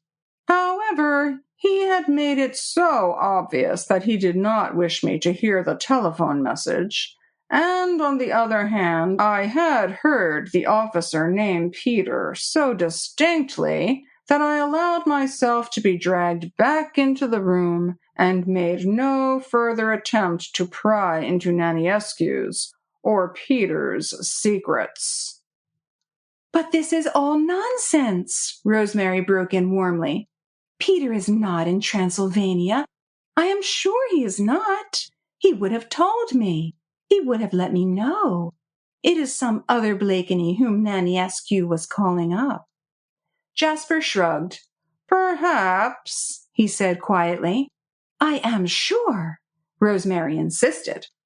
Jasper said nothing more after that, and Rosemary was conscious of a feeling of irritation against him, because he was so obviously convinced that Peter was in Transylvania, and in secret communication with that odious Naniescu. How could he imagine such a thing? Peter! Peter with the lovely Hungarian mother! Peter? Nonsense! But Rosemary could not sit still. She jumped to her feet and began fidgeting about the room, arranging her dress, her hair, fidgeting. She would not look at Jasper, and she was determined not to say anything more. He would discover his mistake soon enough, and if she said anything now, she might use words, phrases, expressions, which later on she would regret. Peter intriguing with a Romanian. Nonsense! And yet her nerves were terribly on edge, more so now than they ever were after her interview with Naniescu, and she could not bear to look at Jasper. She was afraid that she would hate him for his thoughts about Peter. Fortunately, after a little while, the luncheon bell sounded. Jasper jumped to his feet. He, too, seemed relieved that the subject of Peter could now be conveniently dropped. "Will you see Elsa?" he said abruptly. "Elsa?" Rosemary asked. "Why?" "Naniescu and his suite are in the house," Jasper replied dryly. "They will stay to lunch. I don't know what Elsa will feel about it." She will feel as I do, Rosemary retorted hotly, that the man's presence at her table is an outrage. But he told me that Philip and Anna will be allowed to come home. Yes, provisionally, until Elsa need not know about that, Jasper broke in hurriedly. That is why I thought you would see her. She need not know that Philip's release is only conditional. Rosemary thought the matter over for a moment. As always, Jasper was right. Elsa need not know, not yet. Shall I go to her now, she said, and tell her? I think it would come best from you. It will be such good news for her, poor thing. Poor darling, Rosemary sighed. Then she added more coldly, but what about me? What do you mean? Am I expected to sit at table with that mealy-mouthed Romanian? Jasper smiled. How else would you explain the situation to Elsa? He asked. All this had brought about a fresh train of thought, and Rosemary was quite thankful that Jasper was showing such sympathy for Elsa. He was quite right. Elsa need not be told that the release of Philip and Anna was only conditional. There was a month still ahead before Elsa need be told the truth. Will you keep Naniescu talking? Rosemary said finally, while I see Elsa. She looked quite cool and self-possessed now, beautifully dressed, one row of perfect pearls round her neck, circles of diamonds in her ears, a great lady conscious of her own beauty. How wonderful you are! Came as an involuntary exclamation from her husband's lips, and his dark, deep-set eyes lit up with a sudden flash of passionate admiration as they rested on the vision of loveliness before him. Then together they went out of the room, Rosemary just a step or two in front of her husband. She still could not bear to look at him, and when she caught his look of bold admiration, she coldly turned her head away. Obedient to her wish, he went downstairs to keep Naniescu talking, while she went to break the good news to Elsa. But walking along the stately gallery that led to her hostess's rooms, Rosemary's thoughts were not with Elsa. Her lips were murmuring almost audibly, Peter, intriguing with a Romanian? What nonsense! Jasper must be mad. Chapter 15. The moment that Rosemary came into the room, she guessed that Elsa somehow or other had heard the news. She had tears in her big, kind eyes, but they were tears of emotion, not of sorrow or anxiety. Philip is coming home with Anna, she cried as soon as she caught sight of Rosemary. Who told you? Rosemary asked. General Naniescu sent his captain to tell me. I only knew it 5 minutes ago, but oh, my dear, they have been such 5 minutes. Rosemary kissed her with tender affection. She did not feel somehow as if she could say much. Isn't it wonderful? Elsa went on, while she put a few finishing touches to her toilet. And has not Naniescu been kind? Of course, I knew that they could not do anything to Philip because he has done nothing, and I don't believe that Anna did anything either. But you know, my dear, these days some awful mistakes do occur. But, she added lightly, I have so often experienced it in life that men are not nearly so cruel as they are credited to be. One is so apt to pass judgment on insufficient evidence. Give a man a chance of doing a kind act. That is my motto, and he will nearly always do it. Fortunately that Elsa was rather fussy for the moment, fidgeting about the room and obviously trying to calm her nerves, so she did not notice Rosemary's silent, unresponsive way. When do you expect Philip and Anna? Rosemary said at last. This afternoon, Elsa exclaimed, and her words rang out like a little cry of joy. And you know Morris is so happy that he has actually gone down in order to say something civil to Naniescu, who of course is staying for lunch. Well, she added after a moment or two, when she had gathered up her keys, her rings, her handkerchief, and given a final tap to her hair, shall we go down too? Without a word, Rosemary followed her. She felt as if she must choke. Elsa's happiness was going to be the most severe trial of all during this terrible month that lay ahead of her. Oh, and I was almost forgetting, Elsa resumed, while she tripped lightly along the gallery toward the stairs. "The smaller joy beside the greater. The greatest one! I have heard from Peter Blakeney." "From Peter?" "Yes, he is at Cluj, at the New York. He is over here about some arrangement he wants to make for a cricket match or something silly of that sort. You know what Peter is, quite mad about that silly cricket. I had a letter from him this morning, but when it came I had no thought for anything except Philip. I must let you read it presently. I don't really know what he says, but if he is at Cluj, we are sure to see him very soon." She prattled on as merry as a bird. She seemed 20 years younger all of a sudden. Her step was light and springy, her eyes were bright, her voice was fresh and clear. Rosemary kept on repeating to herself, "She need not know for at least 3 weeks. She need not know, and I must pretend at any cost. She will know soon enough, poor darling." And Rosemary did manage to pretend. For the next 3 hours, she was just an automaton, wound up to play a certain part. To everyone she had to pretend, to Elsa, to Morris, to that odious Naniescu, and even to Jasper. The worst of all was pretending to Jasper, for from this she got no reprieve. Jasper's kind, anxious eyes were on her all the time, and she would not let him see that she was anxious about Peter. Somehow the episode about Peter had made everything so much worse. Not that she harbored the thought for a moment that Peter was intriguing with Naniescu. That, of course, was out of the question. He had come to arrange something about a cricket match. And, of course, he had to see Naniescu about it, get his permission, and so on. There were 10 chances to 1 that Peter had written to her and told her all about it, and that his letter had gone astray. No, no, no. There could be no thought of an intrigue between Peter and these Romanians. But Rosemary felt that Jasper thought there was, and was vaguely pitying her because of some unknown treachery on Peter's part. It was odious. And with it all, Elsa's obvious happiness was almost intolerable to witness, and even Morris departed from his habitual ill temper to exchange facetious remarks with Naniescu. Time seemed leaden-footed. This interminable luncheon dragged on wearily, as did the hour of coffee and liqueurs, of endless small talk and constant pretense. But even the worst moments in life must become things of the past sooner or later. And when Rosemary began to feel that she could not stand the whole thing any longer, she found that Naniescu and his officers were actually taking their leave. After luncheon, Jasper was quite charming. He had thought the whole matter over, he said, and decided that it was in his power to make a personal appeal to the king in favor of Philip and Anna.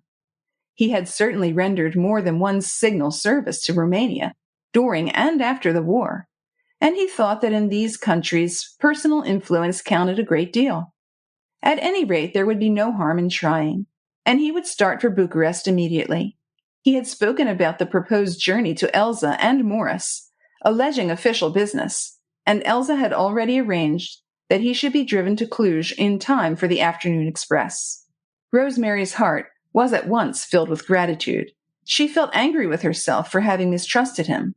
She threw herself wholeheartedly into preparations for his journey, lulling her troubled soul with the belief that it would prove to be the happy issue out of this terrible situation. When it was time for him to go, she wished him Godspeed with more fervor and affection than she had shown him for days. "Bar accidents," he assured her, "I shall be back in a fortnight. If I have definite good news to report, I will wire. But even if you don't hear from me, I shall be back, as I say, in 15 days. "I shall count the hours until your return," she said. "And in the meanwhile," he urged with deep earnestness, "you will do nothing without consulting me." She smiled at this want of logic, so unlike her methodical husband. "I could not consult you, dear," she said. "You won't be here." No, I know," he insisted, "but I want you to promise that you will leave things as they are until my return. I don't want you to give anything away to Elsa or to Philip or Anna. Promise me." Of course I'll promise, she replied readily. God knows I don't want to be the one to break the awful news to them. Or to Peter, he added gravely. Peter? I want you to promise me, Rosemary, that you will not speak of this miserable affair to Peter Blakeney. Then, as she seemed to hesitate, vaguely puzzled at his desperate earnestness, he again insisted. Promise me, Rosemary, whatever you may hear, whatever you may see, whatever may be planned by Elsa or anybody else, promise me that you will not speak of it to Peter. But Jasper, she exclaimed, why? Of course I will promise if you wish it, but frankly I don't understand why you insist so solemnly too, she added, trying to assume a lightness of heart, which she was far from feeling. Then she went on more gravely. I could trust Peter as I would myself. You can put it down to nerves, Jasper said, with a ghost of a smile. To intuition or foreboding, or merely to jealousy and my wretched character. To anything you please, my dear one. But promise me that everything in connection with this miserable affair will remain just between you and me. Let the others talk, guess, plan. Promise me that you will never speak of it with Peter. Promise me, or I will throw up the sponge, remain here to look after you, and let Naniescu do his worst with the lot of them.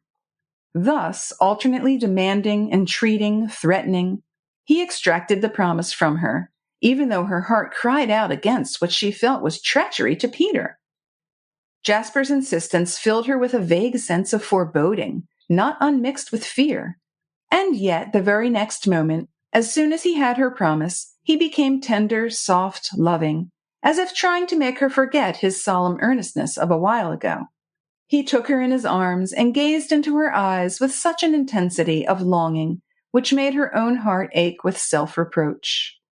If God there be, he whispered softly, as if to himself, it was cruel of him to make you so beautiful and so desirable. Again his mood had changed. Tenderness had turned into passion, fierce, almost primeval, and he held her now more like a man defending the greatest treasure he possessed on God's earth than like a husband taking affectionate leave of his wife. If I should lose you, Rosemary, he murmured, because of this. She tried to laugh and to speak flippantly. Lose me? She said. You have little chance of doing that, my dear, for this or any other cause. Naniescu has not the power of life and death over me, she added more seriously. There was something about Jasper at this moment that she could not entirely fathom. Twice before she had seen him in these moods of violent passion, akin almost to savagery, when she felt utterly helpless and absolutely in his power. She had the feeling that when he was in one of these moods, he was capable of any violence against her, if she dared to disobey or resist.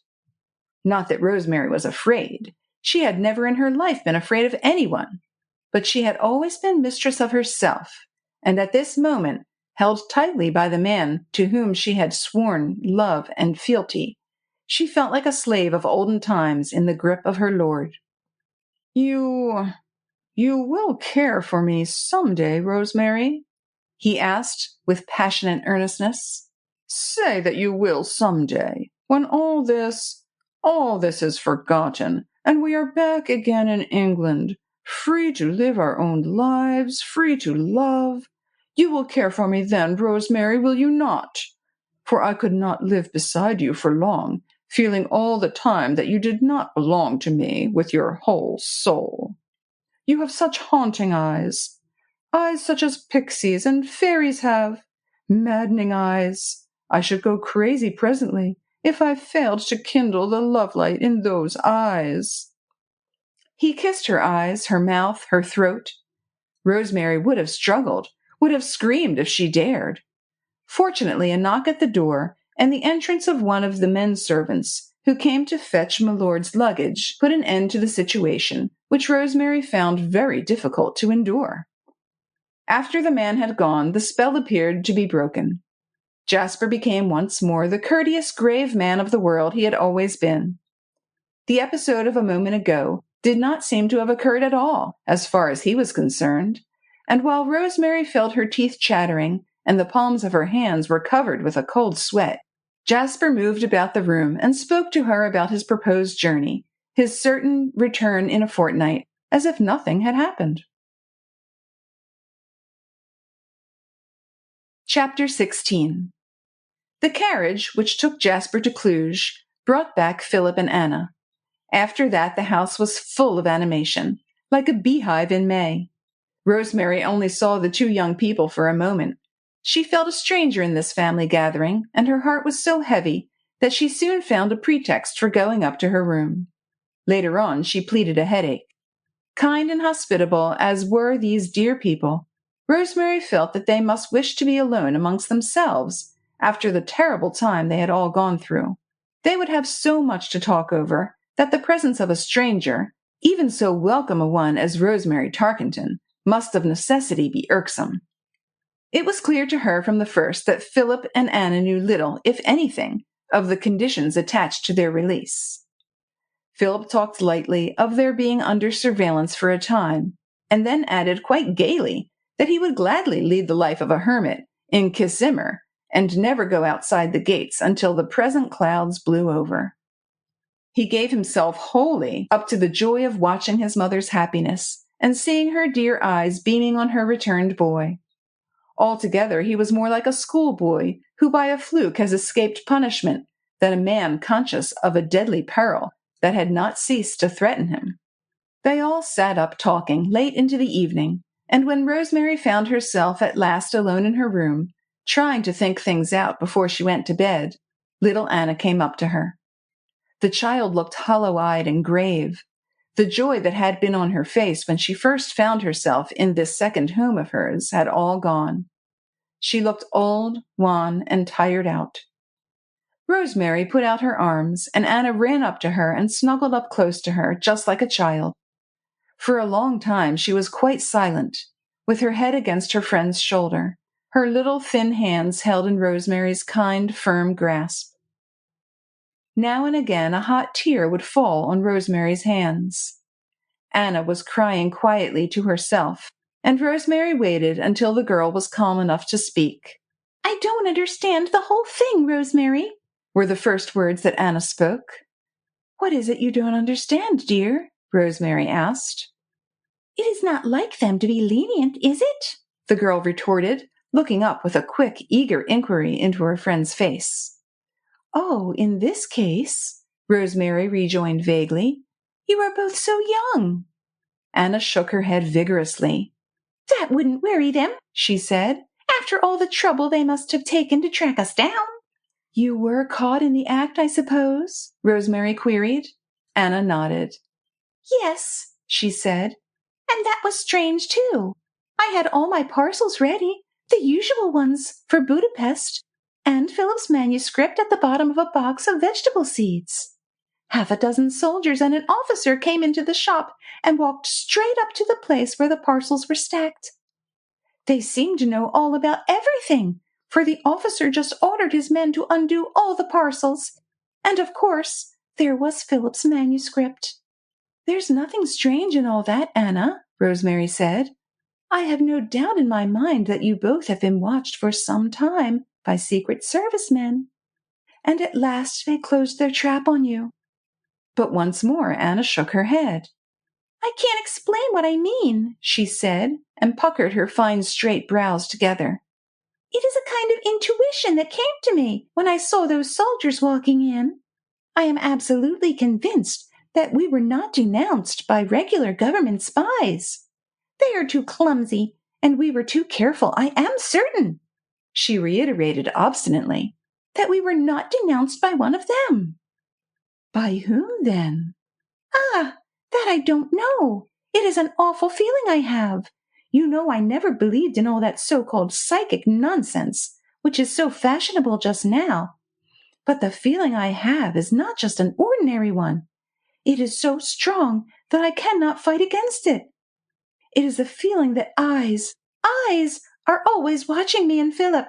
Cruel eyes that wish us evil, that will us to do something foolish, unconsidered, something that will get us again into trouble, for good this time. You are overwrought, Anna dear, Rosemary put in gently, and no wonder.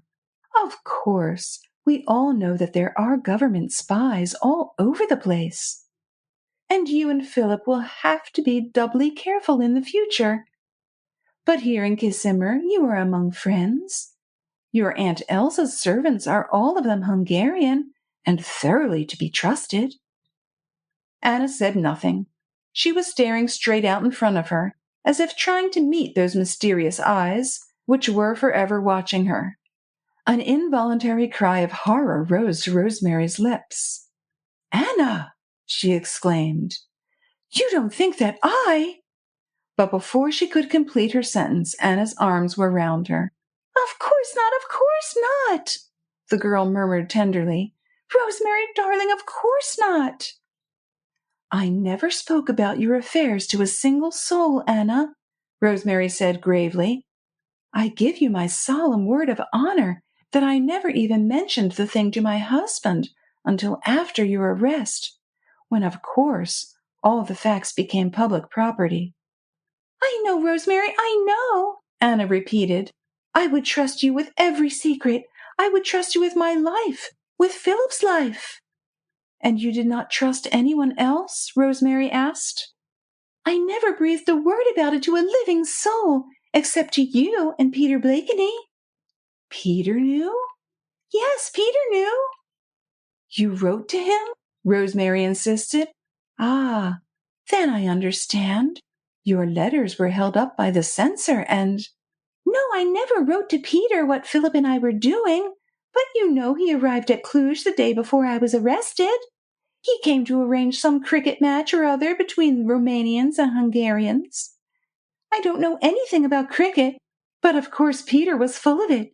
He came to see me at my lodgings quite unexpectedly. I was so surprised to see him and so happy, as I am very, very fond of Peter. We talked until late into the evening, and somehow I had to tell him everything. But except for the one talk with Peter and the one I had with you, I never breathed a word about what Philip and I were doing, not to a living soul." Rosemary said nothing for the moment. Indeed, there was nothing much that she could say. Little Anna had got hold of the idea that some mysterious agency had been at work and brought about her and Philip's arrest. But after all, what did it matter? Professional spies or insidious traitor? What difference did it make in the end? Anna was frightened because she feared a fresh denunciation. She did not know that her poor little life was already forfeit, that she was just a mouse whom the cat had allowed to run free for a moment or two, and that she would be pounced upon again unless her friend Rosemary, whom she trusted with her whole soul, bought freedom and life for her. But it was not the thoughts of Anna that sealed Rosemary's lips at this moment and left her mute, motionless, like an insentient log, with Anna's cold little hand held tightly in her own. Anna had not spoken of her activities or her plans to anyone except Peter, and Jasper had extracted a promise from her, Rosemary, that she would not speak of Philip's or Anna's affairs to Peter. What connection was there between Jasper's insistence and that other awful thought which, strive as she might, would haunt Rosemary's brain like a hideous ghoul risen out of hell?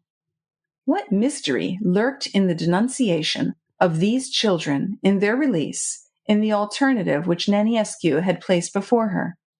What hidden powers were at work, threatening her with shame and the children with death? Rosemary felt stifled. Rising abruptly, she went to the window and stepped out on the balcony. The moon was up, a honey-colored waning moon that threw its cool, mysterious light on parkland and lake and the distant pine forest beyond. Immediately below the balcony, a bed of tuberoses with wax-like corollas that shimmered white and spectral sent their intoxicating odor through the balmy air. And against the background of dense shrubberies, a couple of fireflies gleamed and darted aimlessly, ceaselessly in and out of the shadows. Rosemary, seeing them, was reminded of what Anna had said just now, that eyes were forever looking at her, cruel eyes that were on the watch, spying. Suddenly she clapped her hand to her mouth, smothering a sharp cry that had risen to her throat, and instinctively she stepped back into the room and hastily closed the window. "What is it, Rosemary, darling?" Anna asked. "Nothing, dearie, nothing," Rosemary replied quickly. "The smell of those tuberoses made me feel queer, that's all." She could not tell Anna that while she watched the fireflies, and the air was so still that not a blade of grass shivered, and even the leaves of the aspen were at rest, she had perceived a tremor amongst the laurel bushes, and seen some of the tall branches held back by a hand, each finger of which was outlined by the silvery light of the moon. And above the hand she had sensed a pair of eyes that were looking up at her. She tried to talk lightly with Anna, to infuse into her some of the buoyancy of mind which she was far from feeling herself. She was sure that Anna had a vague consciousness of the danger that hung over her and those she cared for. The only thing she could not know was that her fate and theirs lay in the hands of the friend whom she trusted. How would they all, bear the knowledge when it came to them, as come it must? How would she, Rosemary, face the reproach which, even if unspoken by them, would haunt her to the end of her life? "You might have saved us if you would." Chapter 17. And it was the spectre which from that hour haunted Rosemary. It would not allow her to rest at night. It dogged her steps by day. When she walked in the park, and the soft summer breeze stirred the branches of Lombardy poplars or the stately plumes of maize, ghostly voices would seem to be whispering all around her. Life and liberty for Philip and Anna, life and liberty for those two children who love and trust you, who know nothing of the fate that hangs over them. And when she was in the house at meals, or in the family circle, with Elsa radiating happiness, and even Morris unbending, with Philip almost feverishly gay, and Anna thoughtful, the eyes of all these kind, dear people whom she loved seemed full of reproach to the one woman who could save them, if she would. Then Rosemary, unable to pretend any longer, would run up to her room, and she, one of the most sane, most level-headed women in this neurotic age, would throw herself on her knees and pray to be taken out of it all. Oh, to be out of it, underground, anywhere, just to be out of it, not to see those smiles, that happiness, that contentment which she knew must presently end in a devastating catastrophe. To be out of it when the time came, in a few weeks, days, hours. Hour followed hour, dull and leaden-footed. And they were all so happy at Kissimmee, suspecting nothing, knowing nothing, whilst Rosemary felt her self-control slipping away from her day by day. At times she felt as if she could not endure the situation any longer, as if she must tell one of them, tell Elsa or Morris or the children. Surely they should know. There comes a time when a doctor, knowing that his patient cannot recover, is bound in all humanity to tell him. Then surely it was Rosemary's duty to say to them all, "You don't know, you have not guessed, but you are doomed, doomed, Philip and Anna to death, you, Elsa and Morris, to worse than death, limitless sorrow. Now you are just living in a volcano. In another few days, 20, 19, 18, the flames will break through, the earth will totter under your feet, and everything you care for in the world will be engulfed. You will perish. Yes, you, all of you. And then you will know about me, how I might have saved you and did not, and you will hate me as no woman has ever been hated before, and I shall go forth into the vast wilderness which is called the world, and I too shall perish of sorrow and endless regret." She had not again seen those mysterious eyes, which that evening, while little Anna was talking, had peered at her from behind the laurel bushes, and she was far too sensible to dwell on what might only, after all, have been the creation of overwrought nerves. The time was drawing near for Jasper's return. 15 days, he had said, and she knew that bar accidents he would keep his word. But she had no news of him, and after the first week she ceased to expect any. She would not own, even to herself, that she had already ceased to build hopes in that direction. Jasper had promised to wire as soon as he heard anything definite. So in this case, no news was bad news. Dear, kind Jasper. He knew how miserably anxious she was. He would not keep good news from her, not 1 hour. It was on the 10th day that Peter arrived at the castle. He had announced his coming 24 hours previously, and in a moment there was excitement from attic to cellar in the house. Everybody seemed to be arranging something, planning something. Tennis excursions, dancing. Peter was such a good dancer. They would have the gypsies over from Banshida. That was the finest band in the whole of Transylvania. And they would ask the Kelleties over from Haju, and the Feegers from Hengr, and perhaps Aunt Charlotte would be persuaded to come and bring Marie. There was some talk of private theatricals, of tableaux, a tennis tournament, perhaps a cricket match, English fashion. Peter was so clever at all that sort of thing. Rosemary was consulted about the cricket match and the tournament, for these were to be done on English lines. But the dancing and the acting and the picnics, these were to be truly and entirely Hungarian, pre-war Hungarian, the gayest, merriest things darling Rosemary had ever seen. How much she had looked forward to Peter's coming, Rosemary did not know until she had seen him. What hopes she had built on his mere presence, on his nearness, she did not own to herself until afterwards. He had not been in the house many hours before she realized that he had changed. Not changed for the worse, of course, but changed. He seemed younger, more boyish, more English in many ways. At one time, the Hungarian strain had been very conspicuous in Peter. His tempestuous love-making, his alternating moods of fatalism and rebellion had always reminded Rosemary of those barbaric chieftains, his forebears, about whom she loved to read, who had been up and fought the Turks, while the rest of Europe only trembled at the thought of their approach.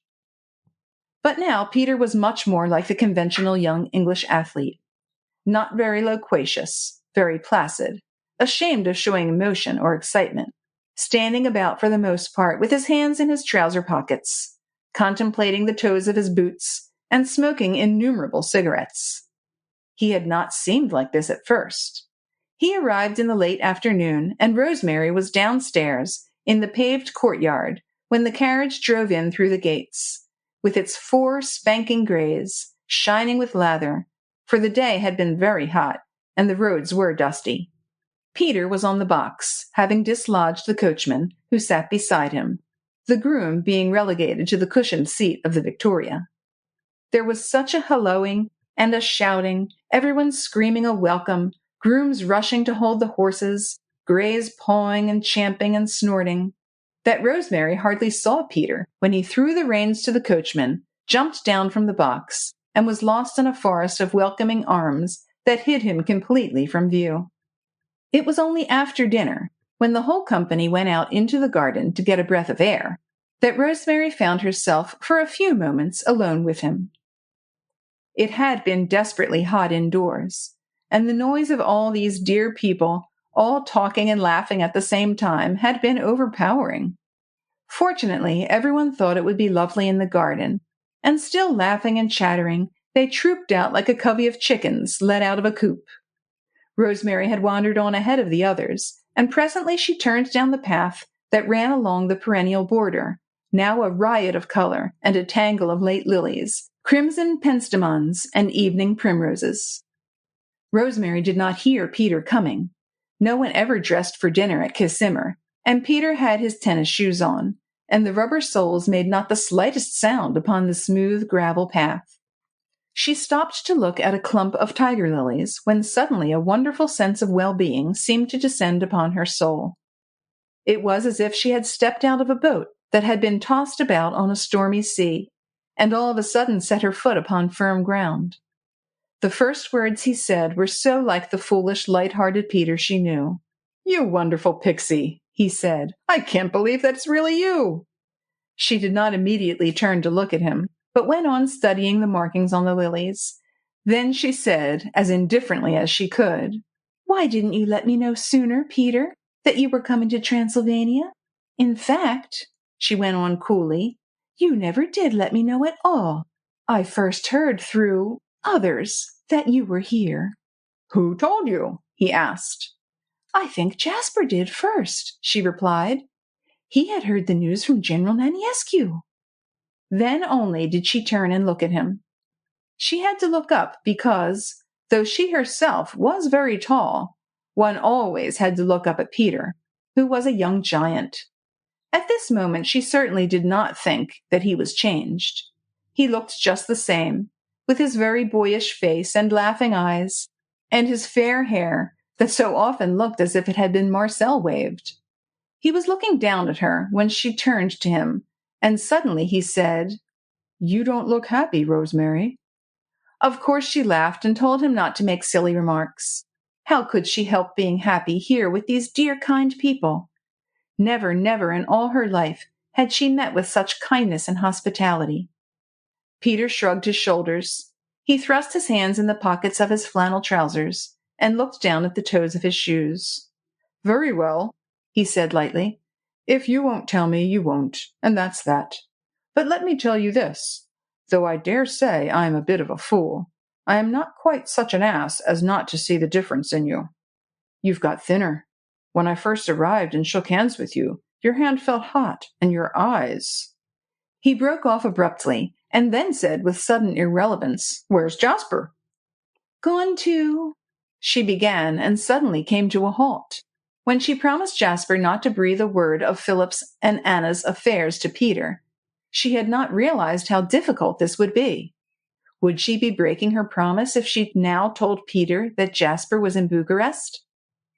Peter would want to know why Jasper had gone to Bucharest. He would ask questions, more questions which Rosemary's promise bound her not to answer.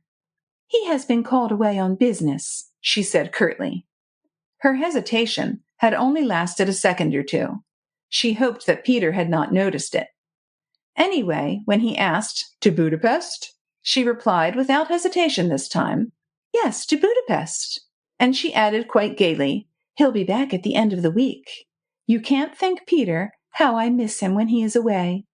Perhaps that is why I'm looking thin and why my hands are hot." "Perhaps," Peter assented laconically. Then somehow the conversation flagged, and all the happy feeling that Rosemary had experienced when Peter first stood near her slipped away from her. She suddenly felt cold, although the evening was so hot that a little while ago she had scarcely been able to breathe. At some distance behind her, Philip's voice sounded cheerful and homely, and Morris Imry's throaty laugh and Elsa's happy little giggle rang through the sweet, scented evening air. Poor Rosemary shivered. "Shall we walk on?" she asked, "or wait for the others?"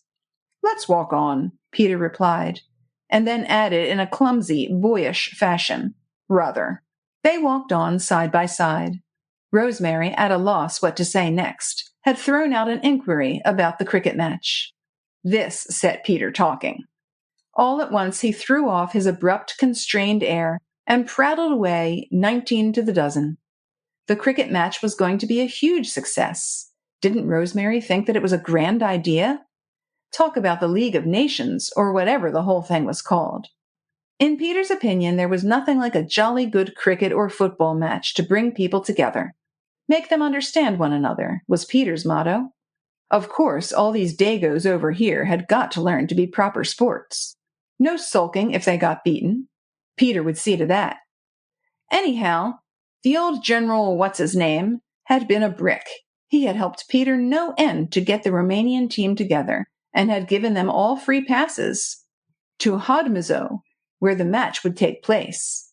Hodmizo was in Hungary, and old What's-His-Name, meaning Naniescu, said he would rather the Romanian team went to Hungary than that the Hungarian team came over here. Well, Peter didn't mind which. It was going to be a topping affair. He was going to captain the Romanian team, and Payson was captaining the Hungarians. Did Rosemary know Payson? Jolly chap with a ripping wife. Done splendid work in the Air Force during the war. He had something to do with the military commission on disarmaments. He was at Budapest now, and Jasper would probably see him while he was there. Payson was coming over to Hodmozo by airplane. Would that create a sensation? There was a splendid landing ground quite close to Hodmozo, fortunately. Payson's wife was coming with him. She was so keen on flying. Ripping couple they were. Didn't Rosemary think so? Oh, and Peter had gotten telegrams of good wishes from no end of people, and a jolly letter from dear old Plum Warner. Did Rosemary know Plum Warner? There was a cricketer, if you like. No one like him, in Peter's opinion. The science of the man. Well, the Dagos should learn that cricket is the finest game in the world. Didn't Rosemary agree with him? Rosemary gave monosyllabic replies whenever Peter gave her the chance of putting in a word. She could not help smiling at his enthusiasm, of course. It was so young, so English, so thoroughly, thoroughly fine. But somehow she could not recapture that lovely feeling of security, that sheer joy in having Peter near her, and she kept asking herself whether it was really Peter who had changed, or had become younger, or she who had grown old. In this youthful athlete, with his self-assurance and his slang, she vainly sought the wayward, sometimes moody, always captivating Peter, whose tempestuous love-making had once swept her off her feet. At one moment she tried to lead the conversation to a more serious channel. "How do you think Anna is looking?" she asked abruptly. "A bit peaky," Peter replied lightly. "Poor little mole. When you go back to England," he went on more gravely, "you ought to take her with you. It would do her all the good in the world. Take her out of herself, I mean." "She wouldn't come," Rosemary replied earnestly. "Don't you think so?" "Why, Peter," she retorted, feeling exasperated with him for his air of indifference even where Anna was concerned. "You know Anna would not come. For one thing," Rosemary added impulsively, "I don't suppose she would be allowed to." "You mean Mother wouldn't let her?" "No," she replied laconically. "I didn't mean that." "Well then," he retorted. Then, as Rosemary, shocked, angry, remained silent, holding her lips tightly pressed together, almost as if she were afraid that words would slip out against her will, Peter shrugged his broad shoulders and rejoined flippantly, "Oh, I suppose you mean old what's-his-name, Naniescu, and all that rubbish. I don't think he would worry much. He has been a brick, letting Anna and Philip out like that. I expect he would just as soon see them both out of the country as not. Jolly good thing it would be for both of them. They would learn some sense, the monkeys." He paused and looked round at Rosemary. Then, as she seemed to persist in her silence, insisted, "Don't you agree with me?" "Perhaps," she replied with a weary sigh. "Anyway, you'll think it over, won't you?" Peter went on. "I am sure you could fix it up with old Naniescu. He admires you tremendously, you know." It was all wrong, all wrong. Peter used to be so fond of little Anna. "Give her a kiss for me," were almost the last words he had spoken to Rosemary on the day of her wedding. His own affairs evidently pushed every other consideration into the remotest corner of his brain, and cricket matches were apparently of more importance than the danger which threatened Anna and Philip. Nor had Rosemary any longer the desire to break her promise to Jasper. She no longer wished to speak to Peter about Anna and Philip, or about the horrible alternative which Naniescu had put before her. Peter, this Peter, would not understand. Jasper had not understood either, but he had misunderstood in a different way. Rosemary realized how right he had been to extract the promise from her. Was not Jasper always right? And was it intuition that had prompted him, after all, rather than an attack of jealousy of which Rosemary, in her heart, had been so ready to accuse him? Suddenly she felt a longing to get away from Peter, from this Peter, whom she neither knew nor trusted. "I'll go in now, I think," she said abruptly. "This dew is rising, and my shoes are very thin." And she started to walk away more quickly. Slowly the shades of evening had been drawing in. Rosemary had not noticed before how dark it was getting. The line of shrubbery behind the perennial border was like a solid wall, and on the other side of the path the stretch of lawn, with its great clumps of pampas grass and specimen trees, became merged in the gathering shadows. Beyond the lawn glimmered the lights of the chateau, and the veranda in front of the drawing-room was like a great patch of golden light, broken by the long, straight lines of its supporting columns. There was no moon, only an infinity of stars, and in the flower border the riot of color had faded into the gloom, leaving just the white flowers, the nicotiana, the Madonna lilies, a few violas, to break the even mantle spread by the light. From the direction of the chateau there came a loud call of "Hello!" to which Peter gave a lusty response. A voice shouted, "We're going in!" "Righto!" Peter responded. "We'll come too." Then suddenly he gave a bound, and in an instant had leaped the border and disappeared into the shrubbery beyond. Rosemary, taken completely by surprise, had come to a halt. From the shrubbery there came a loud cry of terror, and then a swear word from Peter, and finally a string of ejaculations, all in Hungarian, and of distressful appeals for mercy in the name of all the saints in the calendar. The next moment Peter's white flannels glimmered through the foliage, and a second or two later he reappeared lower down, coming up the path and half dragging, half pushing in front of him, a huddled mass, scantily clothed in ragged shirt and trousers, and crowned with a broad-brimmed hat, from beneath which came a succession of dismal howls. "What is it?" Rosemary cried. "That's what I want to know," was Peter's reply. "I caught sight of this blighter sneaking in the shrubbery, and got him by the ear, which he does not seem to like, my friend?" He gave the ear which he held between his fingers another tweak, and in response drew a howl from his victim, fit to wake the seven sleepers. "Mercy, gracious Lord! Mercy on a poor man! I was not doing anything wrong. I swear by holy Joseph I was not doing anything wrong." The creature, whoever he was, succeeded in wriggling himself free of Peter's unpleasant hold. At once he turned to flee, but Peter caught him by the shoulder and proceeded this time to administer something more severe in the way of punishment. "Leave the man alone, Peter," Rosemary cried indignantly. "You have no right to ill-use him like that." "Oh, haven't I? We'll soon see about that," Peter retorted roughly. "Now then, my friend," he went on, speaking in Hungarian to the bundle of rags that had collapsed at his feet, "listen to me. You have tasted the weight of my boot on your spine, so you know pretty well what you can expect if you don't tell me at once what you are doing at this hour of the night in the gracious Count's garden." The man, however, seemed unable to speak for the moment. Loud hiccups shook his tall, spare frame. He held his two hands against the base of his spine, and with knees bent, he executed a series of desperate contortions in a vain attempt to get his right shoulder out of Peter's grip. "Peter!" Rosemary cried again.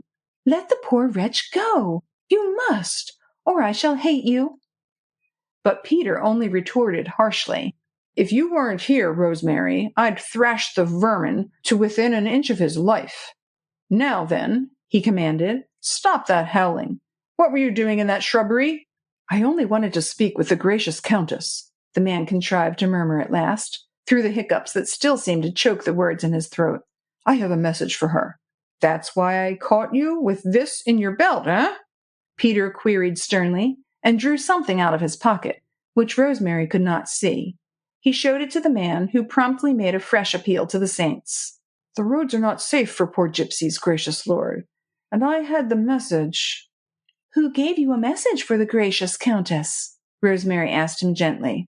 I don't know, gracious lady. A fine gentleman on a horse called to me when I was gathering wood over by the forest of Nurmafa. He gave me the letter.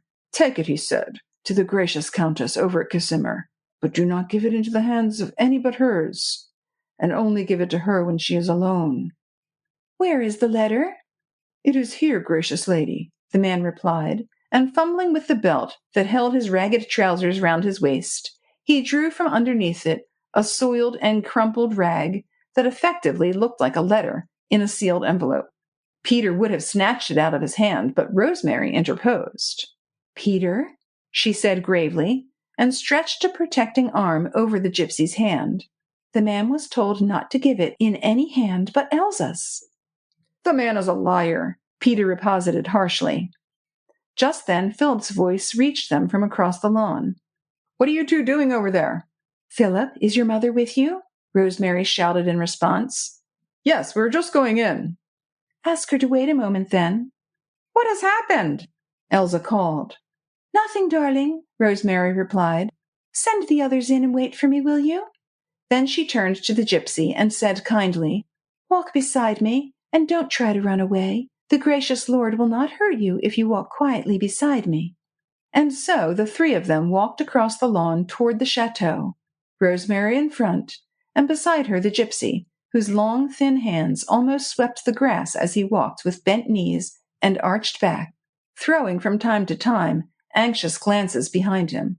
But Peter was lagging behind. When they were close to the chateau, they saw Elsa coming down the veranda steps. Rosemary ordered the gypsy to wait, and ran to meet Elsa. In a few words, she told her what had occurred. Elsa then came across the gravel path and said to the gypsy, I am Countess Emery. You may give me the letter. The man's back became more curved than ever. He nearly touched the ground with his forehead. In the darkness, Rosemary seemed to sect his long, thin body, curling itself up almost into a ball. I was told, he murmured meekly, to give the letter into the hands of the gracious Countess only when she was alone. Instinctively, Rosemary turned to look for Peter. To her surprise, she saw him just above her, going up the veranda steps. He had his hands in the pockets of his trousers, and he was whistling a tune. The gypsy, whom he had so maltreated a little while ago, no longer seemed to interest him. Rosemary called to him rather impatiently, Peter! He paused and looked down at her. Hello, he said coolly. Do you think it is all right for Elsa to talk with this man alone? Peter shrugged his shoulders. Why not? He said with a laugh. Then he called out to Elsa. I say, Aunt Elsa, if the wretch should try to kiss you, sing out, won't you? Elsa laughed good-humoredly. Of course I am not afraid, she said, and I do want to know about this mysterious letter.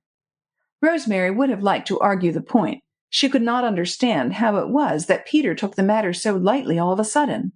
However, as Elsa was playfully pushing her out of the way, whilst Peter calmly continued to stroll up the stairs, she said with a final note of earnestness, I shall be quite close, Elsa. You have only to call, you know. I know, Elsa rejoined, still laughing. You don't suppose that I am frightened of a gypsy, do you? She waited a moment or two until Rosemary was out of sight. Then she turned back to the man and said, I am alone now. You may give me the letter. Chapter 18. Rosemary went slowly up the veranda steps. She did not feel that it would be loyal to pry into Elsa's secrets, but at the same time she wanted to remain well within call. From where she was, she could see Peter's broad shoulders blocking the French window which gave on the drawing room. From somewhere in the house, both above and below stairs, came the sound of laughter and song. A moment or two later, she heard Elsa's footsteps behind her on the gravel walk, and presently Elsa was there, going up the veranda steps beside Rosemary. She did not say a word, and Rosemary asked no questions. She could see that Elsa was preoccupied. She also noticed that the letter, or whatever it was not in Elsa's hands. Peter stood aside to allow the two ladies to step up into the drawing room. He asked no questions either, and Elsa did not volunteer any information. It seemed as if the incident of the mysterious gypsy had never been. Later on, Peter sat down at the piano and played a czardas for Philip and Anna to dance. They were beautiful dancers, both of them, and it was a pleasure to watch them swaying and bending to the syncopated cadences of the beautiful Hungarian music. Peter, too, had evidently that music in his blood. Rosemary had no idea he could play it so well. He seemed just as excited as the dancers, and accelerated the movement of the czardas until little Anna called for mercy, and even Philip seemed ready to give in. For the time being, Rosemary forgot her troubles in the joy of seeing those two enjoying themselves, and the delight of listening to Peter. What a pity, she thought, as she had often done, that he should waste all the poetry, the talent that was in him, and only devote his mind to cricket. She drew up close to the piano to watch his slender fingers flying over the keys, and as she did so, her glance at one moment wandered to the small whatnot in the corner by the piano. There, in the midst of a miscellaneous collection of cigarette boxes, ashtrays, matchboxes, lay a small automatic. Peter caught her eye, which at the moment expressed a mute inquiry. He shrugged his shoulders and smiled. He had a cigarette in a long holder in the corner of his mouth, but he contrived to murmur, "Yes, the blighter. Wasn't I right to thrash him?" Rosemary looked across at Elsa. She sat quite placidly, as she always did, close to her husband's chair, watching her Philip, her soul in her eyes. She was smiling, and now and then she turned up to say a word or two to Morris, but to Rosemary she still looked preoccupied. And once she caught Elsa's large, kind eyes fixed upon her with a curious, scrutinizing gaze. An hour later, when Rosemary was in her room and beginning to undress, there was a knock at her door, and Elsa came in, with that kindly smile of hers still on her face, but with a troubled look in her eyes. "May I come in for a moment, darling?" she asked. Rosemary made her comfortable on the sofa and sat down beside her. Elsa took hold of both her hands and fondled them, stroking them up and down, and she began talking about Philip and Anna, and the dancing and the plans for future parties and picnics and so on. Rosemary let her prattle on. It was her turn to scrutinize Elsa's face closely.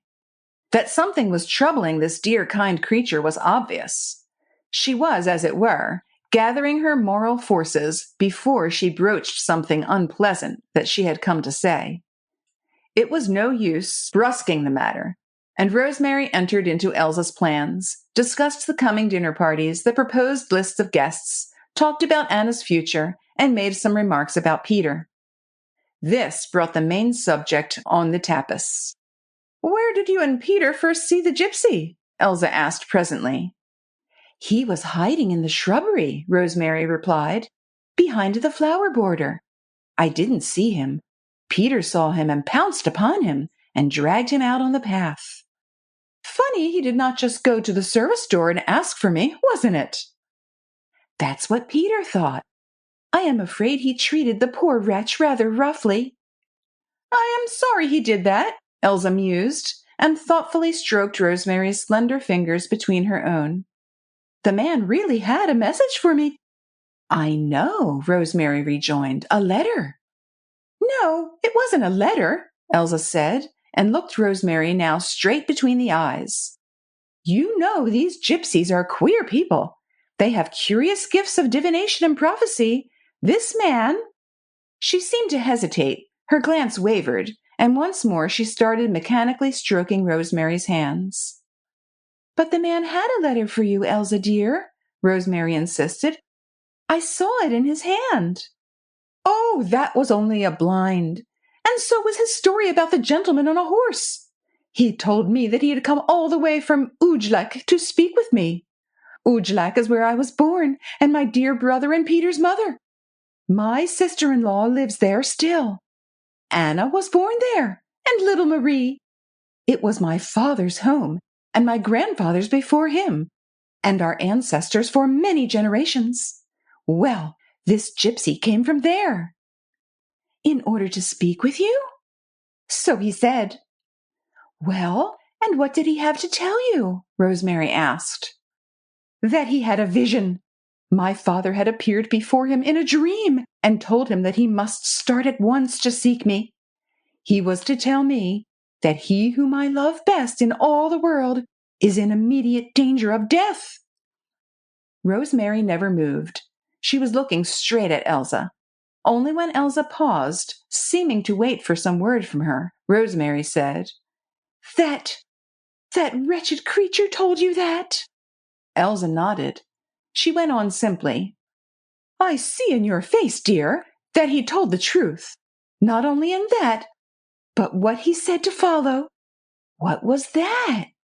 "He said that the stranger now within our gates knows of this danger, and would confirm what he said. Well, my darling, I only need to look at your sweet face to see that miserable wretch spoke the truth." He was inspired by a dream to come and speak with me. But I would not question him further. Those gypsies often lie, and they will tell you any tale in order to get a few coppers.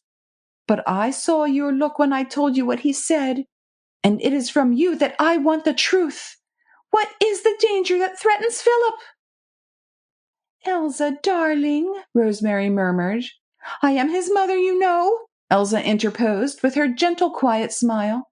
"I must know. He is all the world to me, and as soon as you knew that something threatened him, you should have told me, my darling."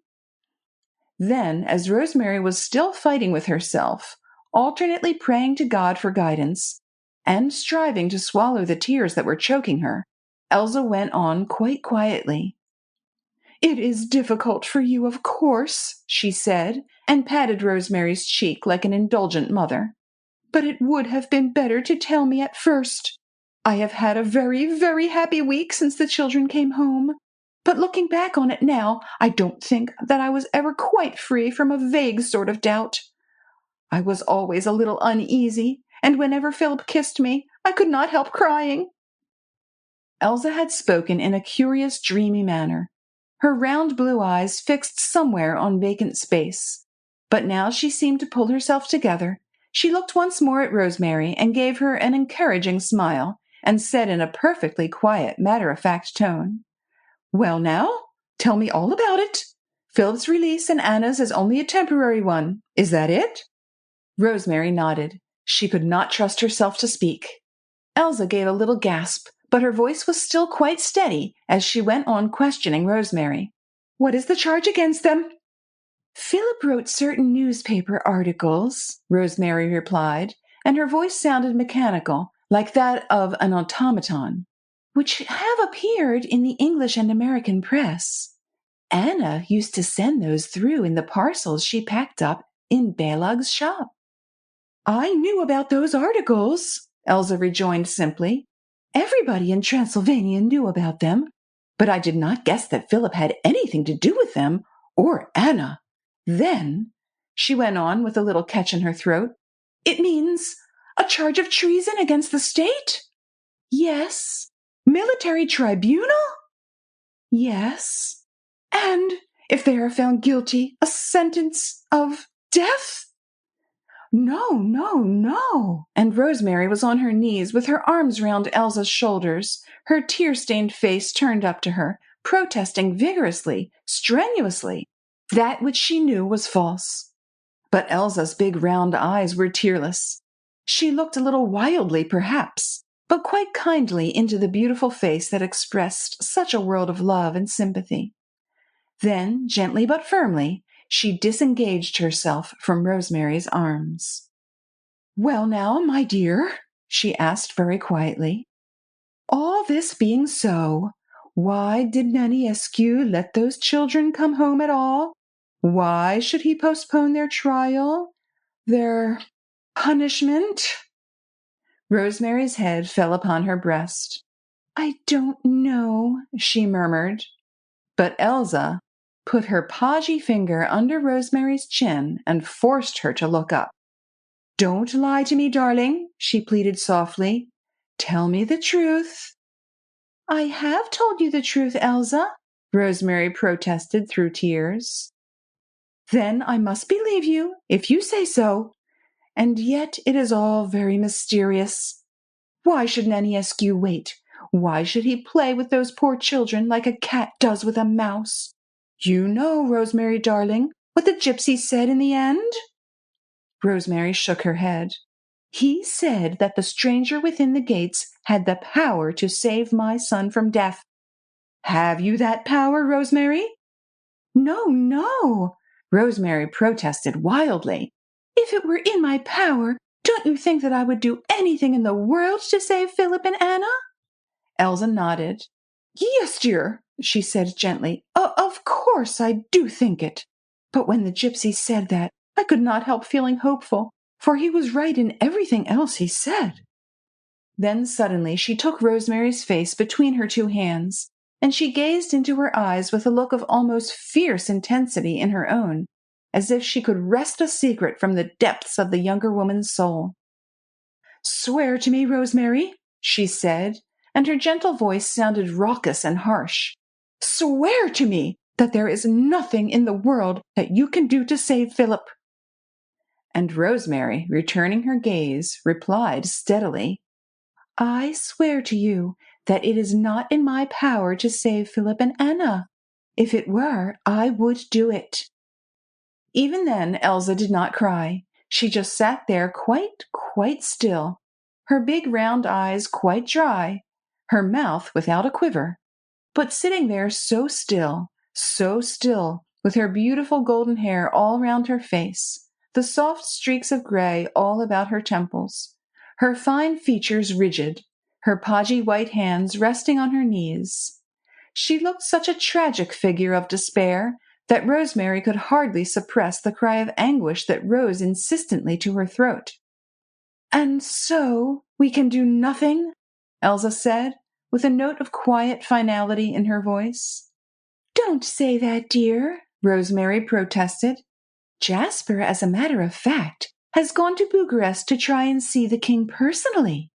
The Romanian government owes quite some gratitude to my husband, as you know. I am quite sure that he will bring strong pressure to bear upon the authorities and get a full pardon for Philip and Anna on the score of their youth." But Elsa slowly shook her head. "You don't believe yourself, darling," she said, "in what you say. The children have committed the unpardonable crime of being born Hungarians and of resenting foreign tyranny in their native land.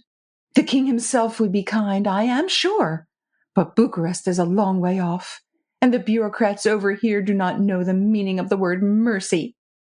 "But we know the meaning of the word hope, Elsa dear," Rosemary said steadily, and struggled to her feet. "We are not going to give up hope. You talk about your gypsies having the gift of prophecy. Well, it is my turn to prophesy now. Philip and Anna are in God's hands, and you and I are going to pray so hard and so ceaselessly that God will help us. I am sure. I know," she added firmly. Elsa gave a short, quick sigh. "Ah, yes," she said. "You are lucky, you English. Your religion means a great deal to you, but we over here are so different. We go to convent school when we are too young to understand. Then we are all fire and enthusiasm, but we do not understand. And after that we marry and live in those remote villages where the pure curé is only an illiterate peasant with whom we have nothing in common, whose habits are often such that we could not possibly make our confession to him. And so we soon forget what we learned in our childhood, and we come to trusting in ourselves rather than God." She rose, and with the same motherly gentleness which she always showed to Rosemary, she folded the girl in her loving arms. "Good night, my dear," she said placidly. "I ought not to have kept you up so late. Good night, dear. Pray to your God for us all.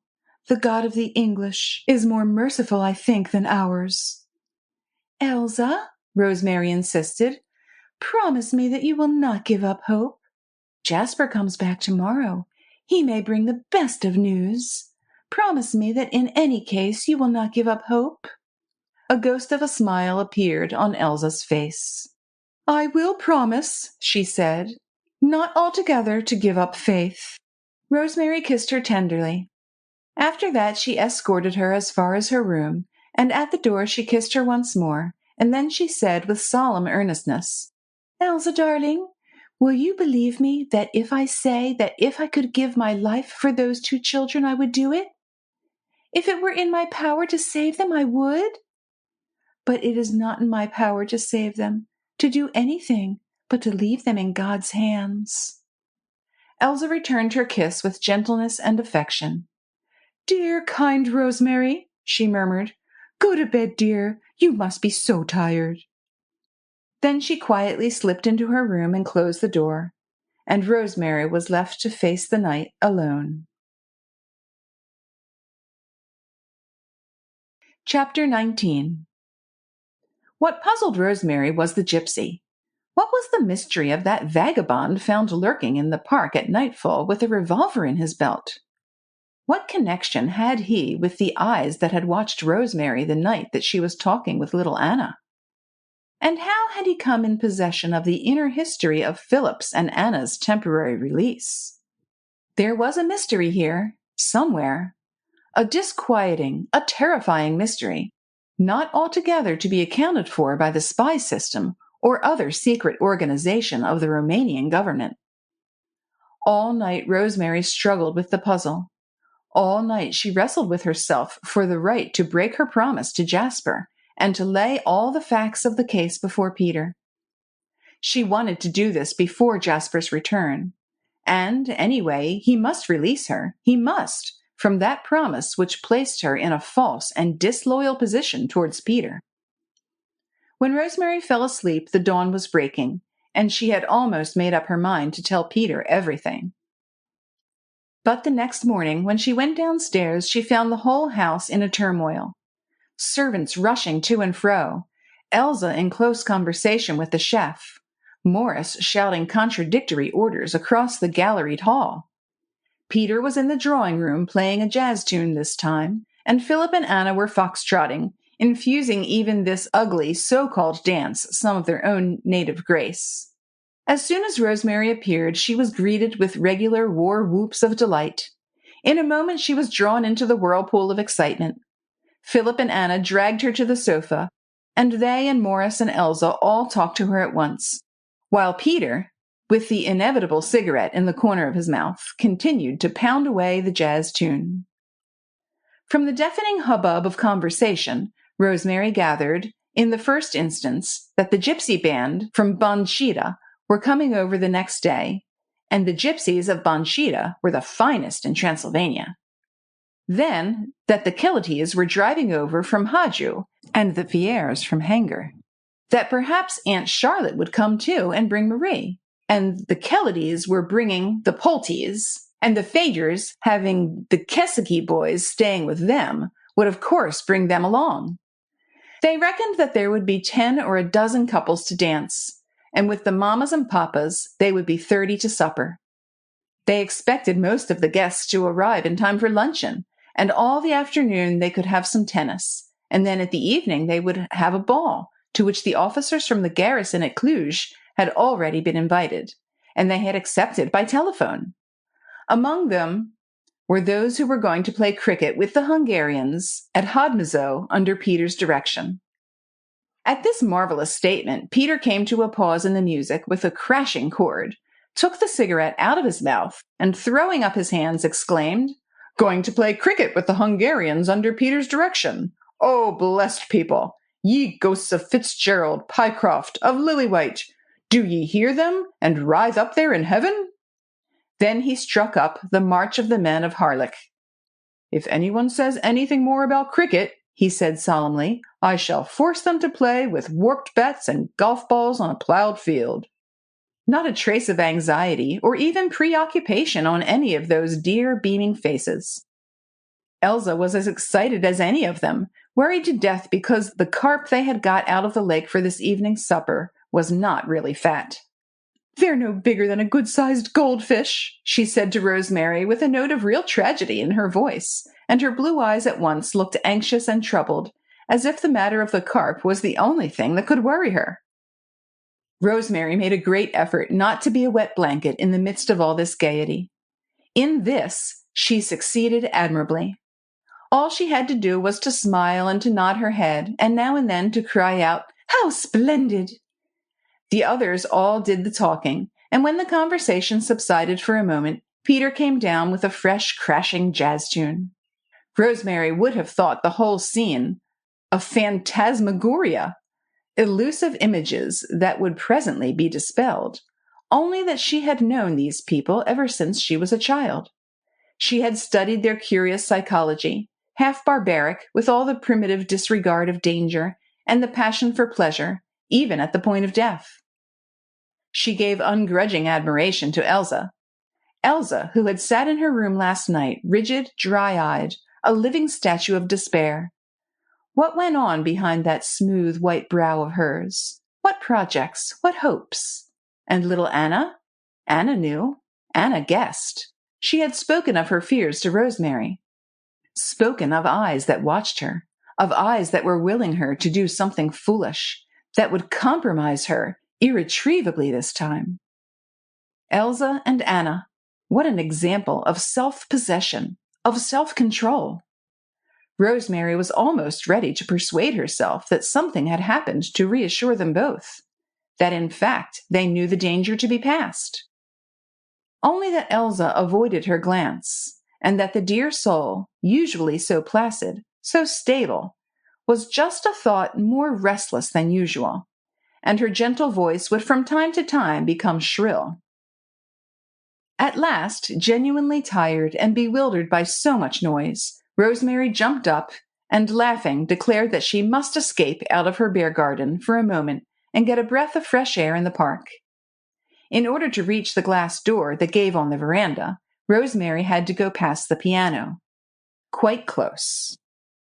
Peter looked up when she was near him, and she said to him as she went past, "They are very gay, aren't they?" "Elsa has a perfectly mad plan in her head," Peter replied, and struck a few loud chords so that no one save Rosemary could hear what he said. "For God's sake, if you have any influence over her, get her to give it up." Then he shouted merrily, "I've had enough of those horrible American tunes. Who wants a czardas?" But he did not play a czardas. A moment or two his fingers wandered aimlessly over the keys, whilst his eyes followed Rosemary as she stepped through the glass door on the sun-bathed veranda. And as Rosemary felt the sun, the clear, luscious air, the scent of flowers and of distant pines envelop her as in a warm mantle, there came wafted to her ears the soft strains of that exquisite Hungarian love song, "There is but one beautiful girl in the world." The piano now seemed to sing under Peter's delicate touch, and Rosemary paused and stood quite still, letting the music sink into her, yielding to its voluptuous cadence, and allowing her thoughts, her desires, her longings, to soar upwards to that infinity to which music alone can convey the soul on its magic wings. Chapter 20. Rosemary had wandered beyond the confines of the park and roamed about in the woods, having lost all sense of time. When presently she came back to the reality of things, she looked at her watch and saw that it was close on 12 o'clock. Luncheon at the chateau was at past. It means stepping out briskly, so as to be on time. As soon as she reached the flower garden, it struck her as strange that the chateau suddenly appeared to be so quiet. No sound reached her as she came near to the veranda steps, either of shrill, excited voices, or of laughter or song. She found the family assembled on the veranda: Morris, Elsa, Philip, and Anna. Only Peter was not there. A first glance at them all revealed to Rosemary what had occurred. Elsa had told them what the gypsy had said. Morris sat in his chair like a man in a trance, his dark face flushed, his hair tousled, his large dark eyes staring out before him, with a look in them that was not entirely sane.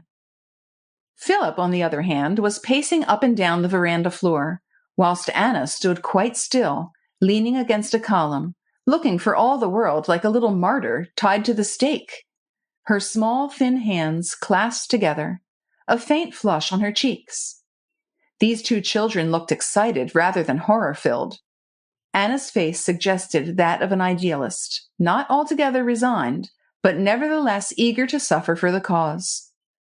But Philip looked like a lighter, seeking for a chance to hit back, a combatant yet not brought to his knees.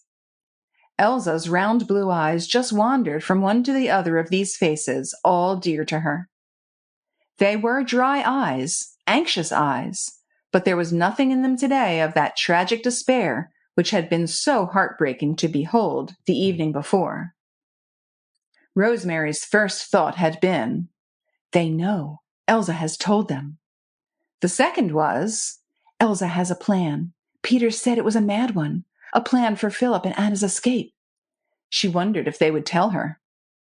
"I hope I am not late for lunch," she said, rather breathlessly, as she had been walking very fast. Then she added casually, "Where is Peter?"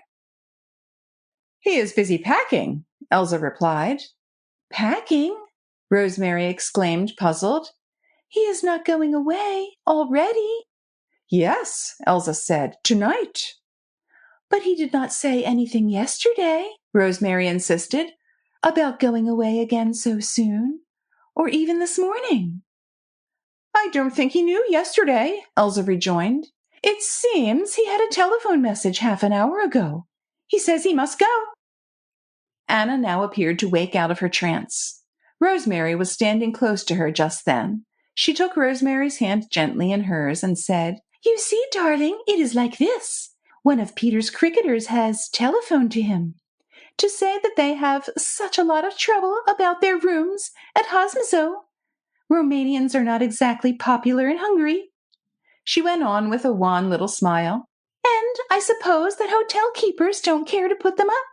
So Peter has had to promise to go and put things right for his cricketers." "He will come back, of course, after the cricket match," Elsa concluded placidly. "But it is a great nuisance for him, packing and unpacking all the time." Rosemary made no further remark. Everything seemed terribly puzzling. That Elsa had told the children, had told Morris all she knew, was beyond question. That Peter also knew everything, and that he knew and disapproved of some plan which Elsa had made, Rosemary supposed, for the escape of Philip and Anna was, to her mind, equally certain.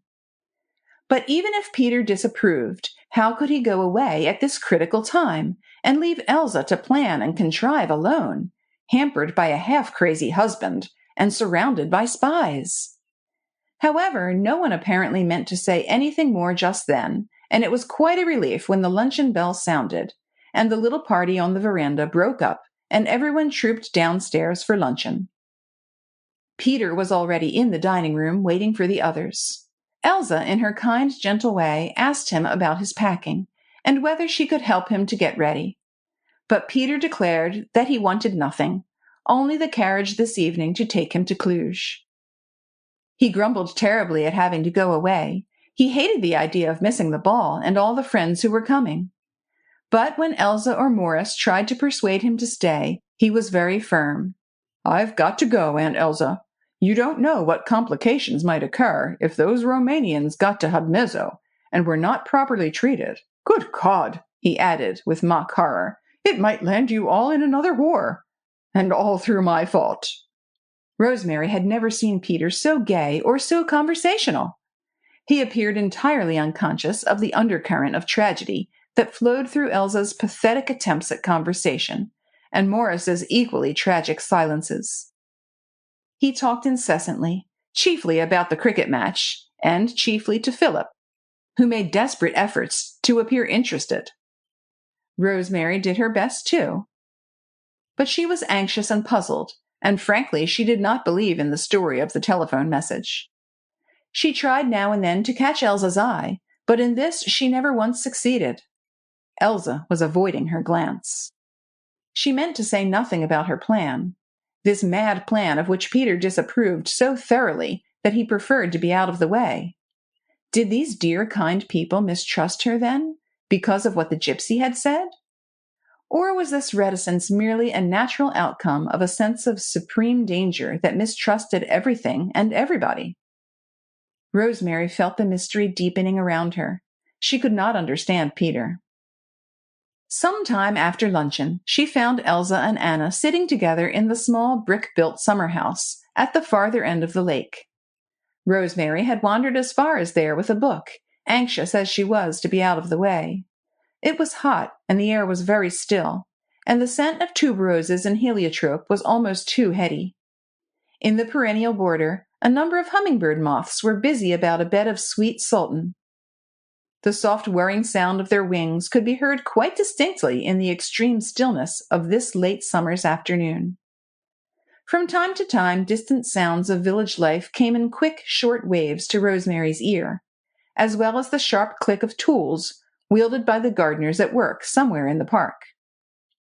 Close beside the summer house, one man was busy hand-weeding the path. As Rosemary drew nearer, he looked up for an instant, and then he shuffled rapidly away. In the long, stooping figure, the dirty rags, and the dark skin, Rosemary thought that she recognized the gypsy of the previous night. It was just like Elsa, she thought, to give the poor wretch work on the estate. When Rosemary saw Elsa and Anna sitting together in the summer house, her instinct was to pass discreetly on, with just a hasty, cheery word. But Elsa called to her.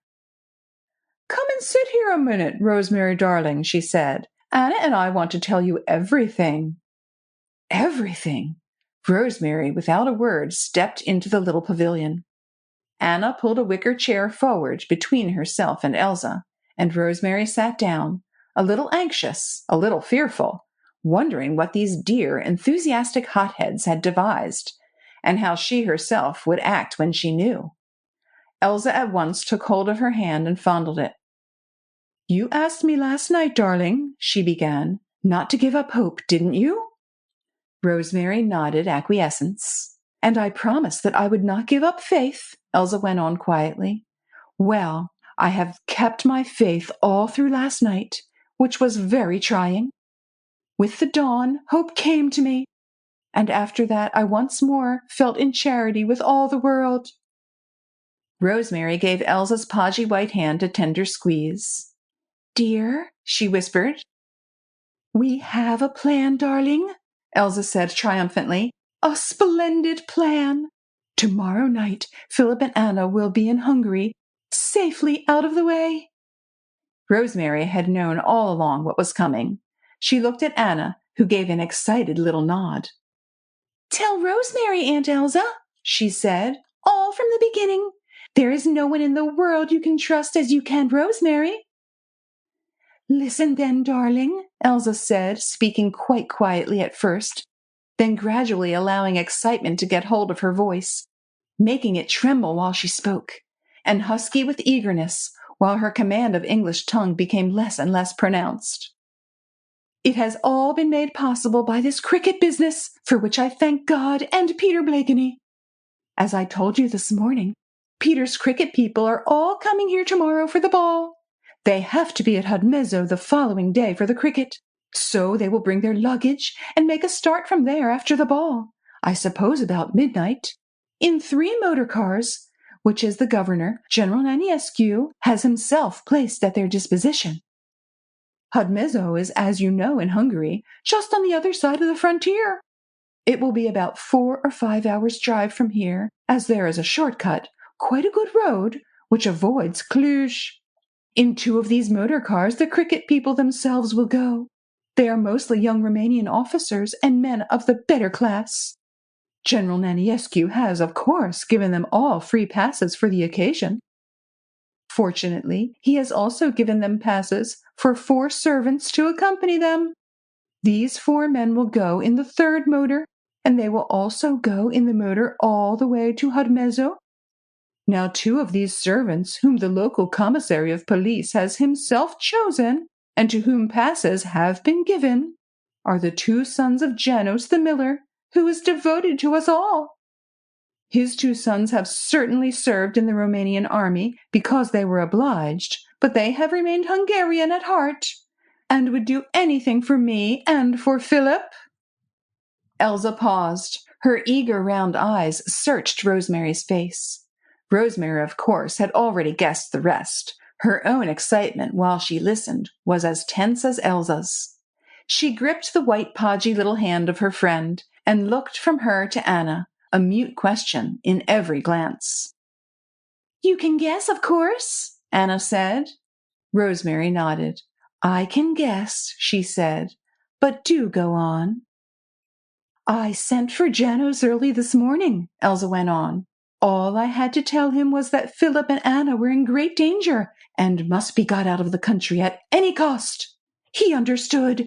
We Hungarians in this occupied territory all understand one another. We understand danger. We live with danger constantly at our door. And Janos was so clever, so helpful. I only had to outline my plan. He thought out all the details. The mill is about 1 kilometer from here, the last house in the village, As soon as the first 2 motors have gone with the cricket people and the Romanian officers, Philip and Anna will at once run round to the mill, and Janos will give them clothes belonging to his sons. The clothes they will put on. In the meanwhile, the 3rd motor car will have collected the other 2 men in the village who are going as servants to Hudmezzo. One is the brother of the Jew over at the inn, and the other the son of the Romanian storekeeper. Then it will call at the mill. Janos will ask the 2 men to come in. He and his 2 sons will give them some strong spirit to drink. The brother of the Jew and the son of the storekeeper are both of them great drunkards.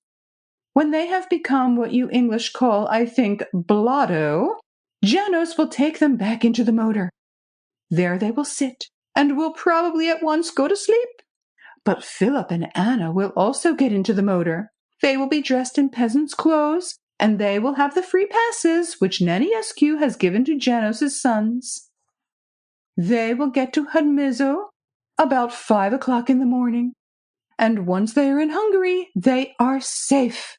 Rosemary, darling, they are safe. Rosemary had remained silent.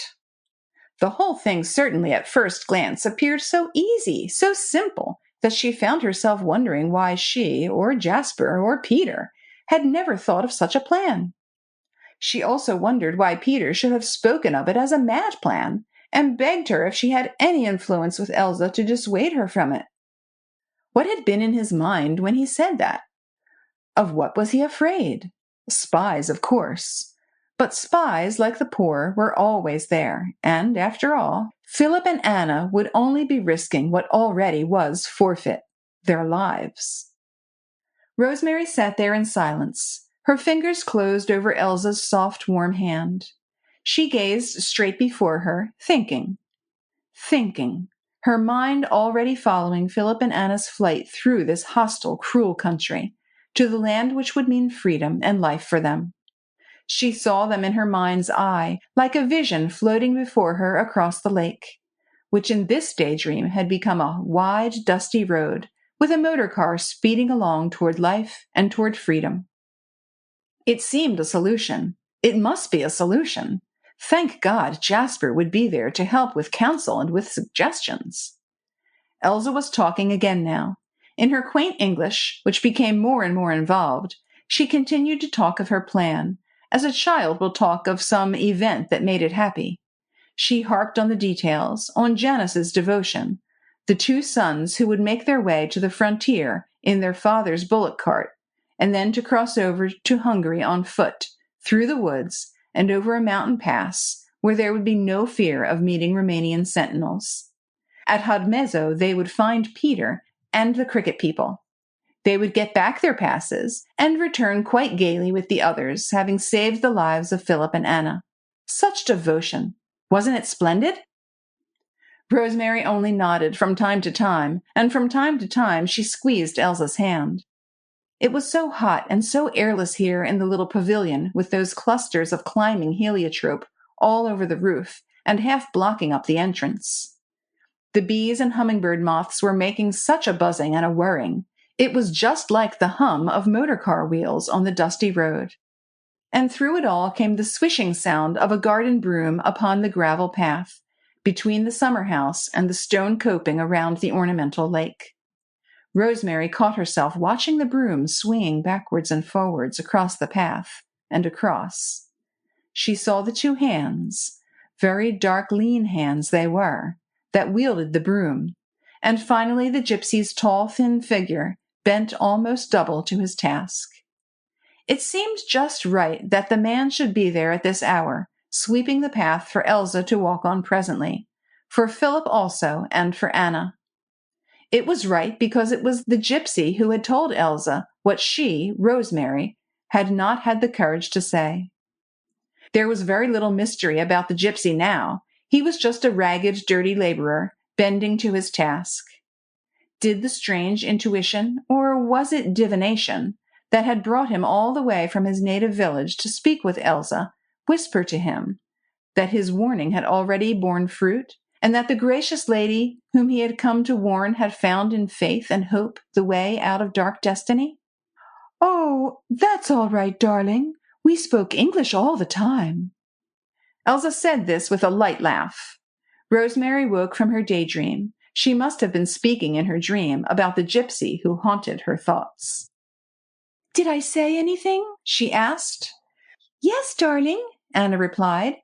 "You have been very silent for the last minute or two, and then suddenly you said, 'The gypsy,' twice, like that. It sounded so funny." "I thought," Elsa put in, "that perhaps you were afraid that dirty old gypsy had heard what we said. But gypsies in Hungary don't speak English, you know. For one thing, they never go to school." Elsa appeared quite light-hearted now. "I knew," she said, "that you would approve of my plan." She said this, but Rosemary herself was quite unconscious that she had spoken. She had dreamed and seen a motor car speeding along the dusty road. But through it all, she had approved of the plan. It was so feasible and so simple. She only wondered why Peter disapproved. "What does Peter Blakeney say to all that?" she asked presently. "Peter?" Elsa asked, wide-eyed. "Yes, you told him about your plan, didn't you?"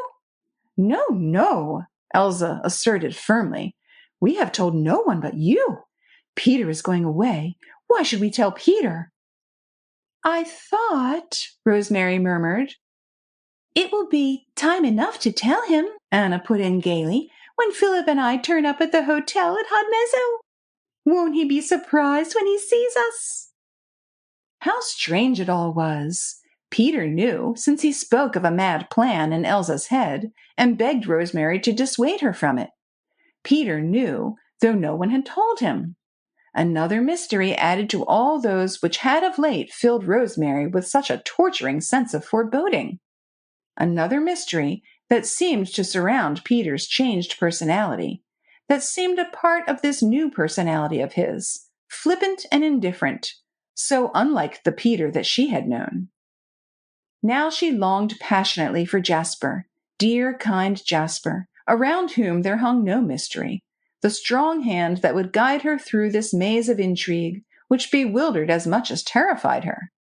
Fortunately, her promise to Jasper had been kept. With this new mystery about Peter that she vaguely dreaded, she would have been racked with anxiety if she had confided in him. And yet, how disloyal was this thought, this fear? Fear of Peter! Mistrust of Peter! A very little while ago she would have staked her soul that Peter was true, loyal, the soul of honor, an English gentleman, an English sportsman, a Blakeney, a Scarlet Pimpernel of today. What was there in the atmosphere of this unfortunate country, groaning under a foreign, hated yoke, to taint this simple soul with the foul breath of intrigue? Chapter 21. Walking across the lawn toward the chateau half an hour later, Rosemary found herself once more laughing at her own suspicions of Peter. Peter! Heavens above! What turn were her suspicions taking?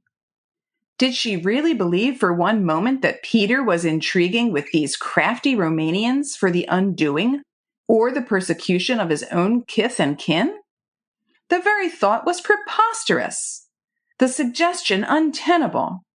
Whatever Jasper might think, whatever he might fear, she, Rosemary, was nothing but a traitor if she allowed herself for one moment to harbor such thoughts of Peter. He was changed, certainly he was changed. But between that and Jasper's suspicions, it was Jasper who had first put thoughts into Rosemary's head by extracting that strange promise from her, not to talk to Peter, not to discuss the situation with Peter. Otherwise, she would never for one moment. Of course, she thought it was preposterous.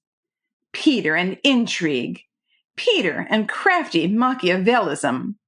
Peter and a double game he was ashamed to avow. Why, reason should have rejected the first hint of such a possibility, even if loyalty did not. "Hello, Rosemary!" Peter's voice brought Rosemary back to reality. She had wandered up the veranda steps. hardly conscious of where she was. Thank heaven, after her musings, she was able to look Peter loyally in the face. He had his hands buried, as usual, in the pockets of his trousers, and the inevitable cigarette between his lips. Rosemary felt hot and tired. The sun had been baking the lawn while she walked across it, and she had no parasol. With a contented little sigh, she sank into the basket chair that Peter pulled forward for her. "I suppose," he said abruptly, "that they have been telling you about the nonsense that's going on in their dear silly heads." And with a nod he indicated the summer house, where, against the creeper-clad entrance, Elsa's white dress gleamed in the sunshine. Rosemary made no reply. Peter's words had somehow acted like a douche of cold water upon her sense of rest and well-being. It was true, then. He did know. Though Elsa and Anna had told him nothing, he knew. How? Rosemary would have given worlds for the right to ask him, but suddenly her promise to Jasper loomed before her with paramount importance, and put a seal upon her lips. "Won't you tell me?" Peter insisted. Of course there was a simple explanation for the whole thing. Those dear people, Elsa, Morris, even Anna, were not models of discretion. Their voices were loud and penetrating, and when they were excited about any project or event, they would discuss it here, there, and everywhere at the top of their voices, and with a total disregard of possible eavesdroppers. Peter's knowledge of Elsa's plans may have come about quite innocently. Rosemary was quite sure it had come about innocently. But somehow she longed for that perfect security and trust in Peter, which she used to feel even when he was most capricious, and his love-making most tempestuous. Why hadn't he told Elsa that he knew? Why, instead of discussing the plan over with Elsa or one of the others, did he feign ignorance with them and suddenly elect to go away on an obviously futile excuse? Oh, how Rosemary hated all this mystery, and how she feared it, and how, above all, she hated that promise which she had made to Jasper, and which prevented her at this moment from having a straight talk with Peter. "So, you won't tell me?" he reiterated, and his voice sounded curiously harsh, quite different to his usual very pleasant musical tones. Peter had the voice of a musician. It was deep in tone and beautifully modulated. Peter's voice had been one of the things about him that had captivated Rosemary's fancy in the past. Now he spoke through his teeth, with that hateful cigarette in the long holder held between the corners of his lips. Rosemary tried to be flippant. "Dear me," she exclaimed with a little broken laugh. "Are you trying to play the role of the heavy father, Peter, or of the silent strong man? And now you are frowning, just like the hero in one of the Ethel M. Dell's books. Are you going to seize me by the wrist and whack me with a slipper?" It was very easy to make Peter laugh. He was laughing now, and the scowl fled for the moment from his face. "Don't play the fool, Rosemary," he said in his slangy, boyish way. "Tell me what Aunt Elsa has been saying to you out there." "But you silly boy," she riposted. "There's nothing to tell." Back came the scowl on Peter's face, darker than before. "So," he said curtly, "I suppose that you and Aunt Elsa and Anna have been discussing frocks for the past hour and a half?" "No, dear," she replied coolly. "Only the arrangements for tomorrow's ball." Whereupon Peter said, "Damn!" and swung round on his heel, as if he meant to leave her there without another word. But for this move of his, Rosemary was unprepared. She did not want Peter to go, not just yet. She was perfectly loyal to him in her thoughts, and she was irrevocably determined not to break her promise to Jasper. But she was not going to let Peter go off today without some sort of explanation. She might not see him again after this, for weeks, for months, for years. So she called him back. "Peter!" she cried. He swung back and returned to her side. His deep, changeful eyes, which at times were the color of the ocean on the Cornish coast, and at others recalled the dark tints of his Hungarian ancestors, looked strangely resentful still. But as his glance rested on Rosemary, wandered from her delicate face in the pearly shadow of her garden hat, along the contour of her graceful body in repose, down to the tips of her dainty white shoes, the resentful look fled, and Rosemary, glancing up, caught a momentary flash of that soul-holding gaze which had taken her captive that lovely night in June by the river, when she had lain crushed and bruised in his arms, the gaze which that other night in the Albert Hall box had filled her soul with abiding regret.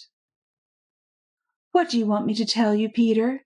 she asked, in that stupid way that comes to the lips when the soul is stirred and the mind commands self-control. "Nothing," he replied roughly, "that you don't want to." "Peter," she retorted, "why are you so strange with me? One would think that I had done something to offend you. You scarcely will speak to me. When you do, you are so rough and so abrupt, as if, oh, I don't know," she went on rapidly, and her voice shook a little as she tried to avoid that memory-conjuring glance of his. "It seems as if something has come between us, almost as if we were enemies."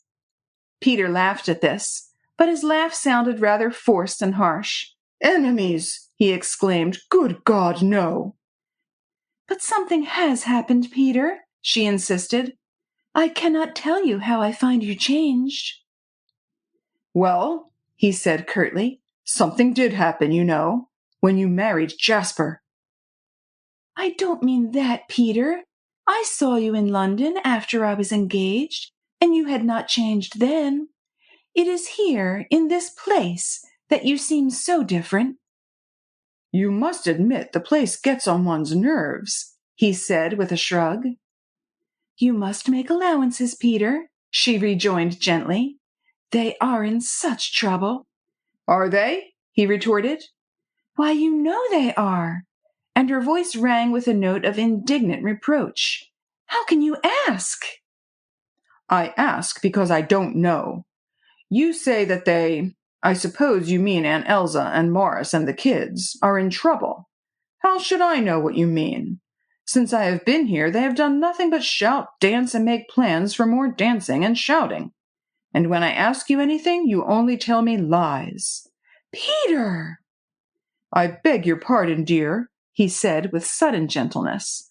"I didn't mean to be caddish, but you know," he went on harshly once more, "you did tell me that Jasper had gone to Budapest on business." "Well?" she queried. "Well, knowing you to be truthful by nature, I am wondering why you should have told me such an unnecessary lie." Then, as Rosemary was silent, he insisted, "Won't you tell me, Rosemary?" "You are talking nonsense, Peter," she replied obstinately. "There is nothing to tell." "Which means that Jasper has told you, or insinuated, that I am not to be trusted." She protested. "Certainly not." "Then," he concluded, "the mistrust comes out of your own heart." "That again is nonsense, Peter.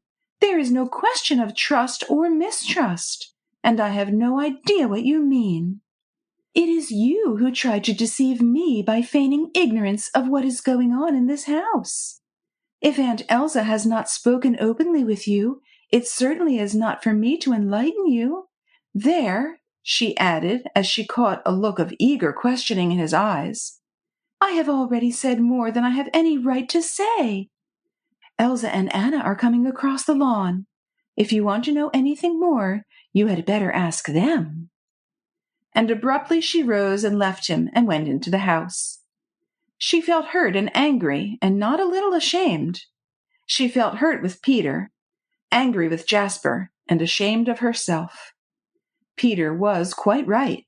She had told him lies, unnecessary lies, and Jasper had forced her to tell him, and to be disloyal to Peter. The present situation was a false one, utterly false. It was Peter who should take over the direction of Elsa's plan. With his help, the chances of Philip's and Anna's escape would be increased tenfold. It seemed an awful thing, it was an awful thing, that he should be shut out of Elsa's counsels, that he should go away on a futile and trivial errand, while those of his own kith and kin were in such terrible danger, and running into dangers that were worse still. For the last time the temptation returned, and with double violence, to break her promise to Jasper and go straight back to Peter and tell him everything. She paused in the center of the drawing-room and looked back through the wide-open glass doors. Peter was still on the veranda. He had picked up a stick and a tennis ball and was hitting one with the other and humming a tune. He caught Rosemary's eye as she glanced back to look at him. "Hello," he called gaily. Rosemary went deliberately back to the glass door. She paused under the lintel. Then she said earnestly, "Don't go to Hawes Meadow today, Peter. I am sure there is no necessity for you to go. You can book rooms by telephone, and anyway—" She paused a moment and then went on, more earnestly still. "Wait another 24 hours, Peter. Don't go till after the ball." Peter did not look at her. He was taking careful aim with the stick and the tennis ball. He made a swinging hit and watched the ball fly away over the lawn. Then he threw the stick down and turned to Rosemary. "Sorry," he said lightly, "but I have promised." She gave an impatient sigh, and after another second's hesitation, once more turned to go.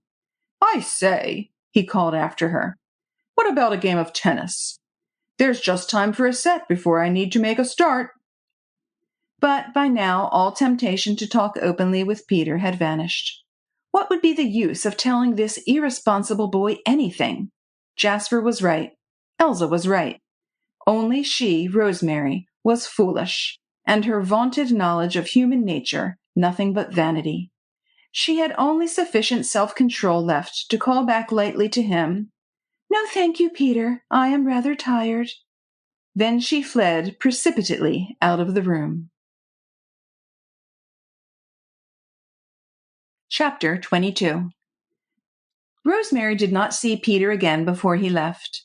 Somehow that last vision which she had of him, hitting at a rubber ball with a stick, and his utterly callous suggestion of a game of tennis at an hour which he must have known was fateful to all his kindred, had caused a revulsion in Rosemary's heart. She felt that never again would she feel tempted to break her word to Jasper. Indeed, she felt how right Jasper had been all along in insisting that she should not discuss the grave events that affected the lives of all the inmates of Kissimmee with such a callous, empty-headed, irresponsible young jackanapes as Peter had lately become. So she had gone upstairs to her room, and with a curious heartache, for which she was unable to account, she listened to the familiar bustle and noise that always filled the chateau whenever visitors came or went. Somehow she could not bring herself to say goodbye to Peter. Elsa had told her that he would be coming back within the next week or so, but Rosemary, who felt too tired for introspection, could not have told you whether she was glad or sorry at the prospect of seeing him again quite so soon. The rest of the day, as well as the long, interminable evening, were taken up with the discussion of household affairs. The luncheon, the dinner, the ball, and even into these Philip and Anna entered wholeheartedly, and with apparent complete disregard of what that fateful morrow might bring them. As for Elsa, she was perfectly marvelous, kind, fussy as usual, her menus and the airing of the guest rooms being, to all appearances, the most important matters on her mind.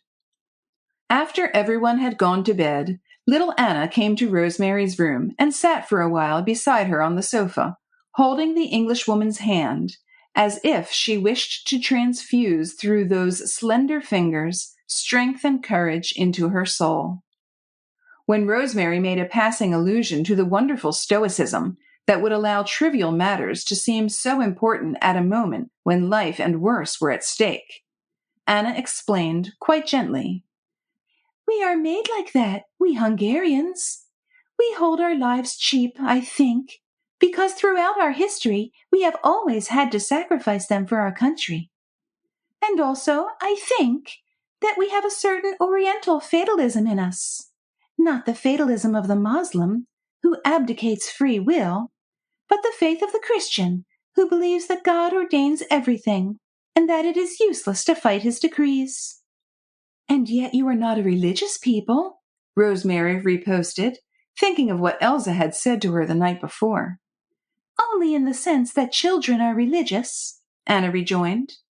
We accept blindly what some kind nuns and ignorant priests have taught us, and we believe in an almighty God more absolutely and ingenuously than the more thoughtful people of the West. Long after Anna had gone, Rosemary thought over what the child had said. Well, perhaps it was true. There certainly was an exquisitely beautiful passage in the New Testament where the Divine Master enjoins his disciples to become as little children. And, recollecting Anna's words, Rosemary caught herself wondering whether the childlike faith of these people here would not open the kingdom of heaven more easily for them than would a more considered, more rational religion, a compromise between a very erring human reason and the divine mysteries which no human thought could fathom.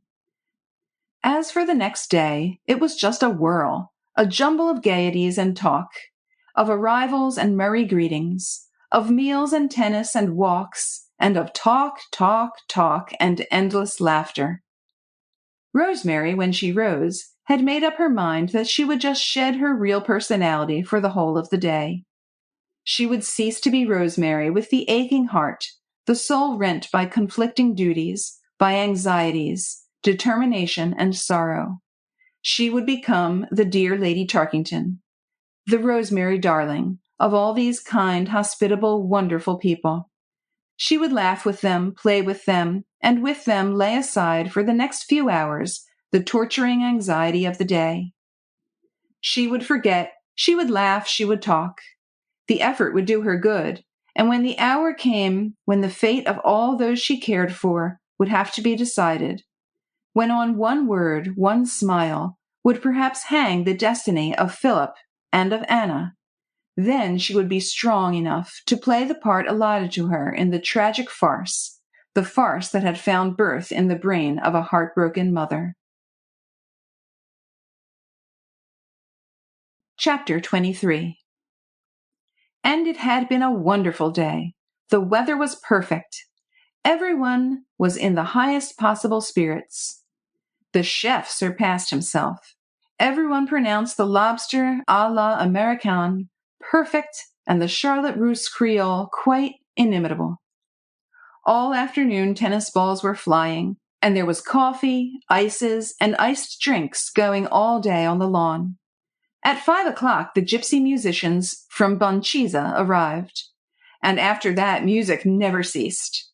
Rosemary learned something of gypsy endurance that day, for this band of 12 musicians never left off playing from the moment they arrived until midnight, when time ceased to be and fate began to swing her long pendulum.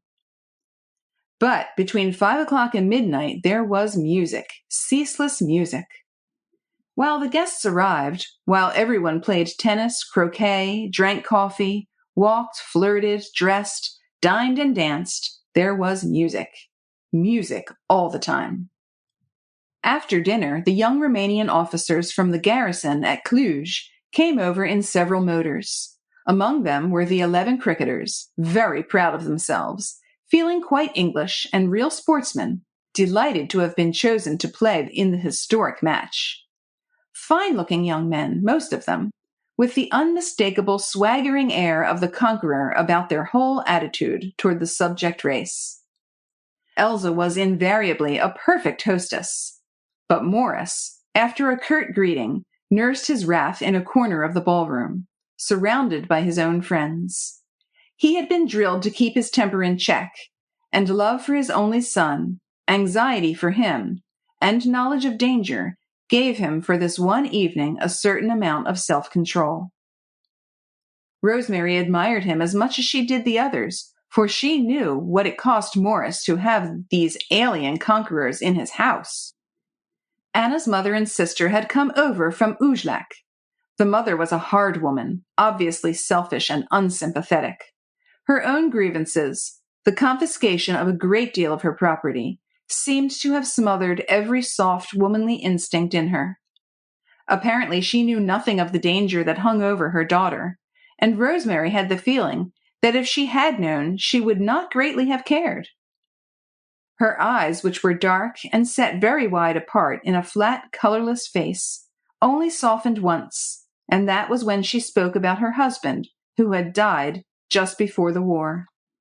As for persecutions, humiliations, petty tyrannies, she dismissed them with a shrug of the shoulders. "The Romanians are the scum of the earth," she said in her quiet, unemotional manner, through her thin, colorless lips. "Just a horde of uneducated peasantry. You can't expect anything from a pig but a grunt. I am only thankful that Bela is not here to see it all." On the other hand, the young people who filled the stately chateau of Kissimmar, with their flutterings like an army of gaily painted butterflies, did not worry about political grievances.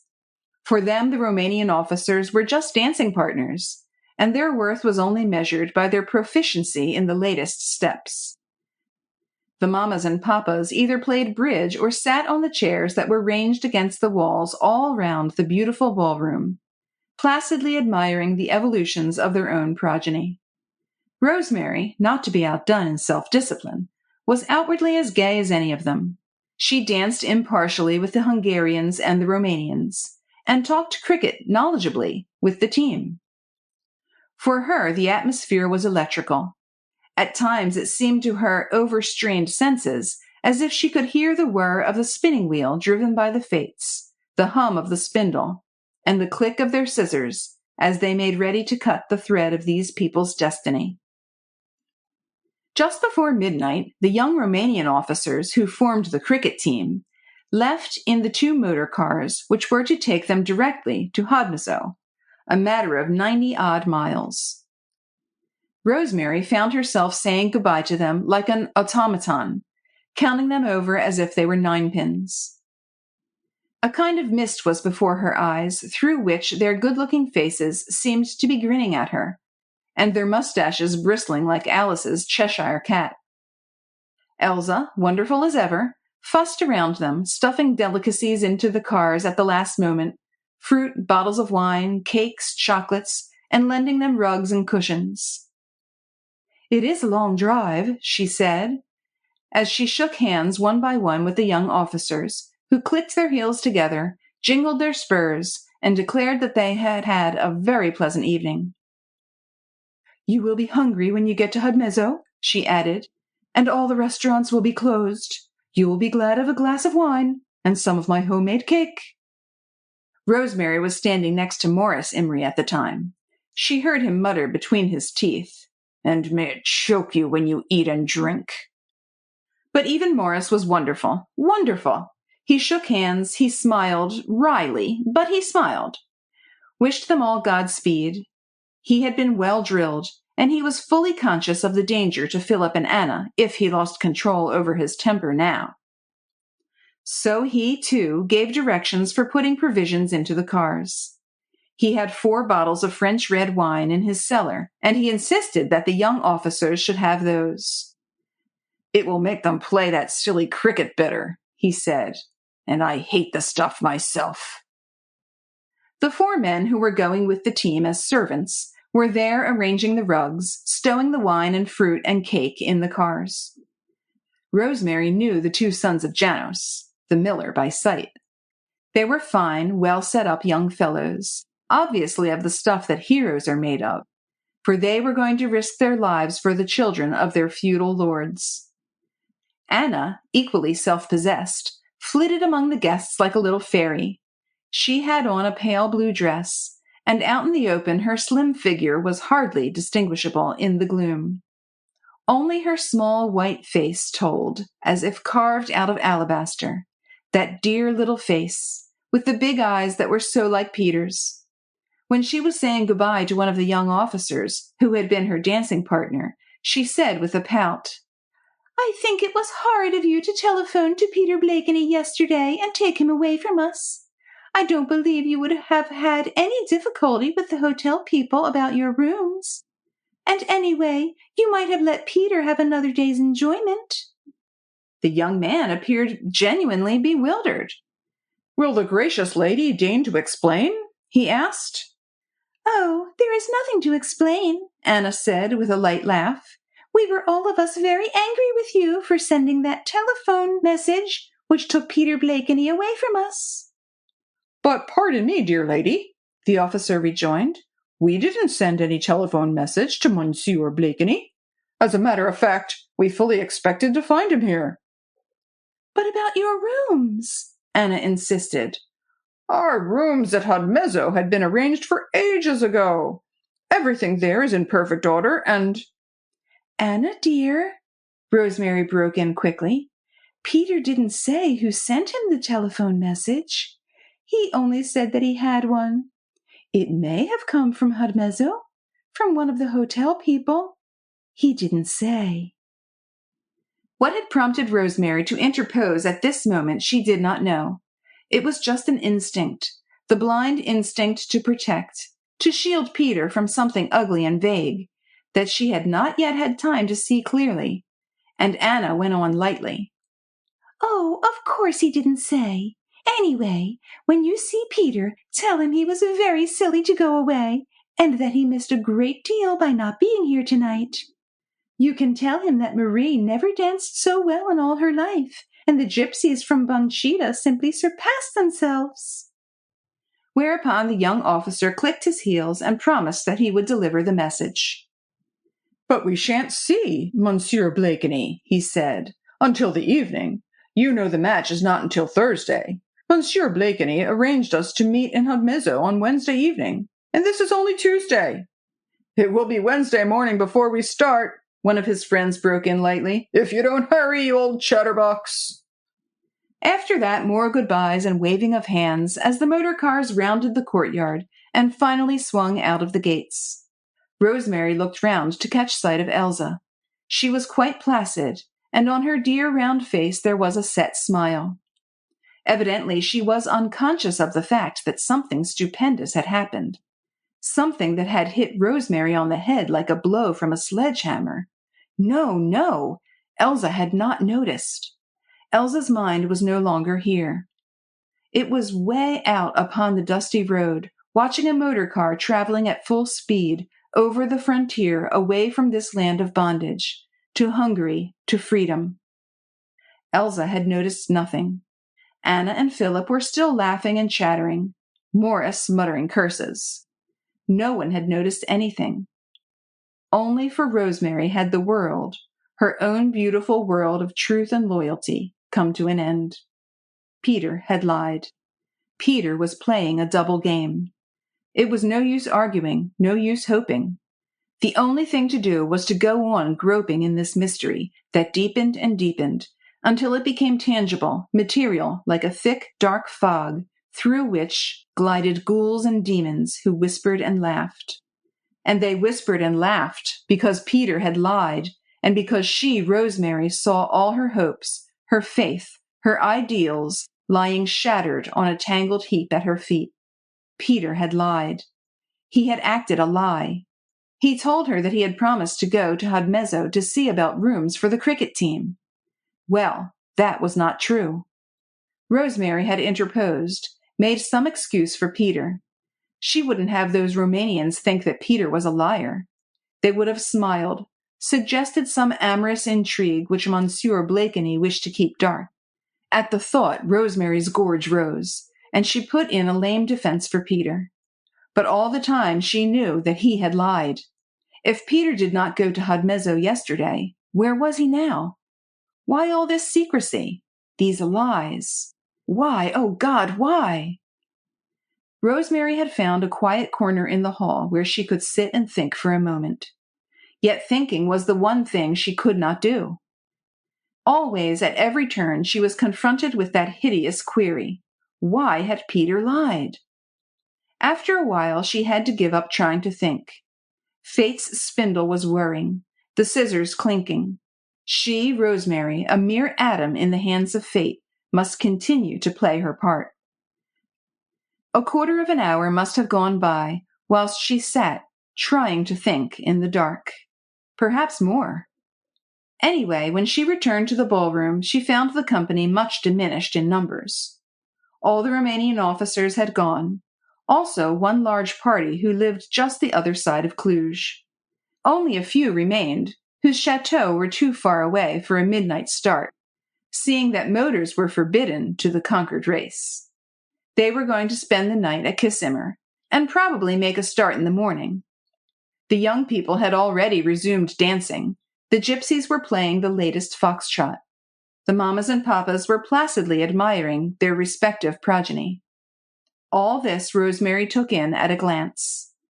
Then she looked round for Elsa, but neither Elsa nor Morris was there, and Philip and Anna had also gone.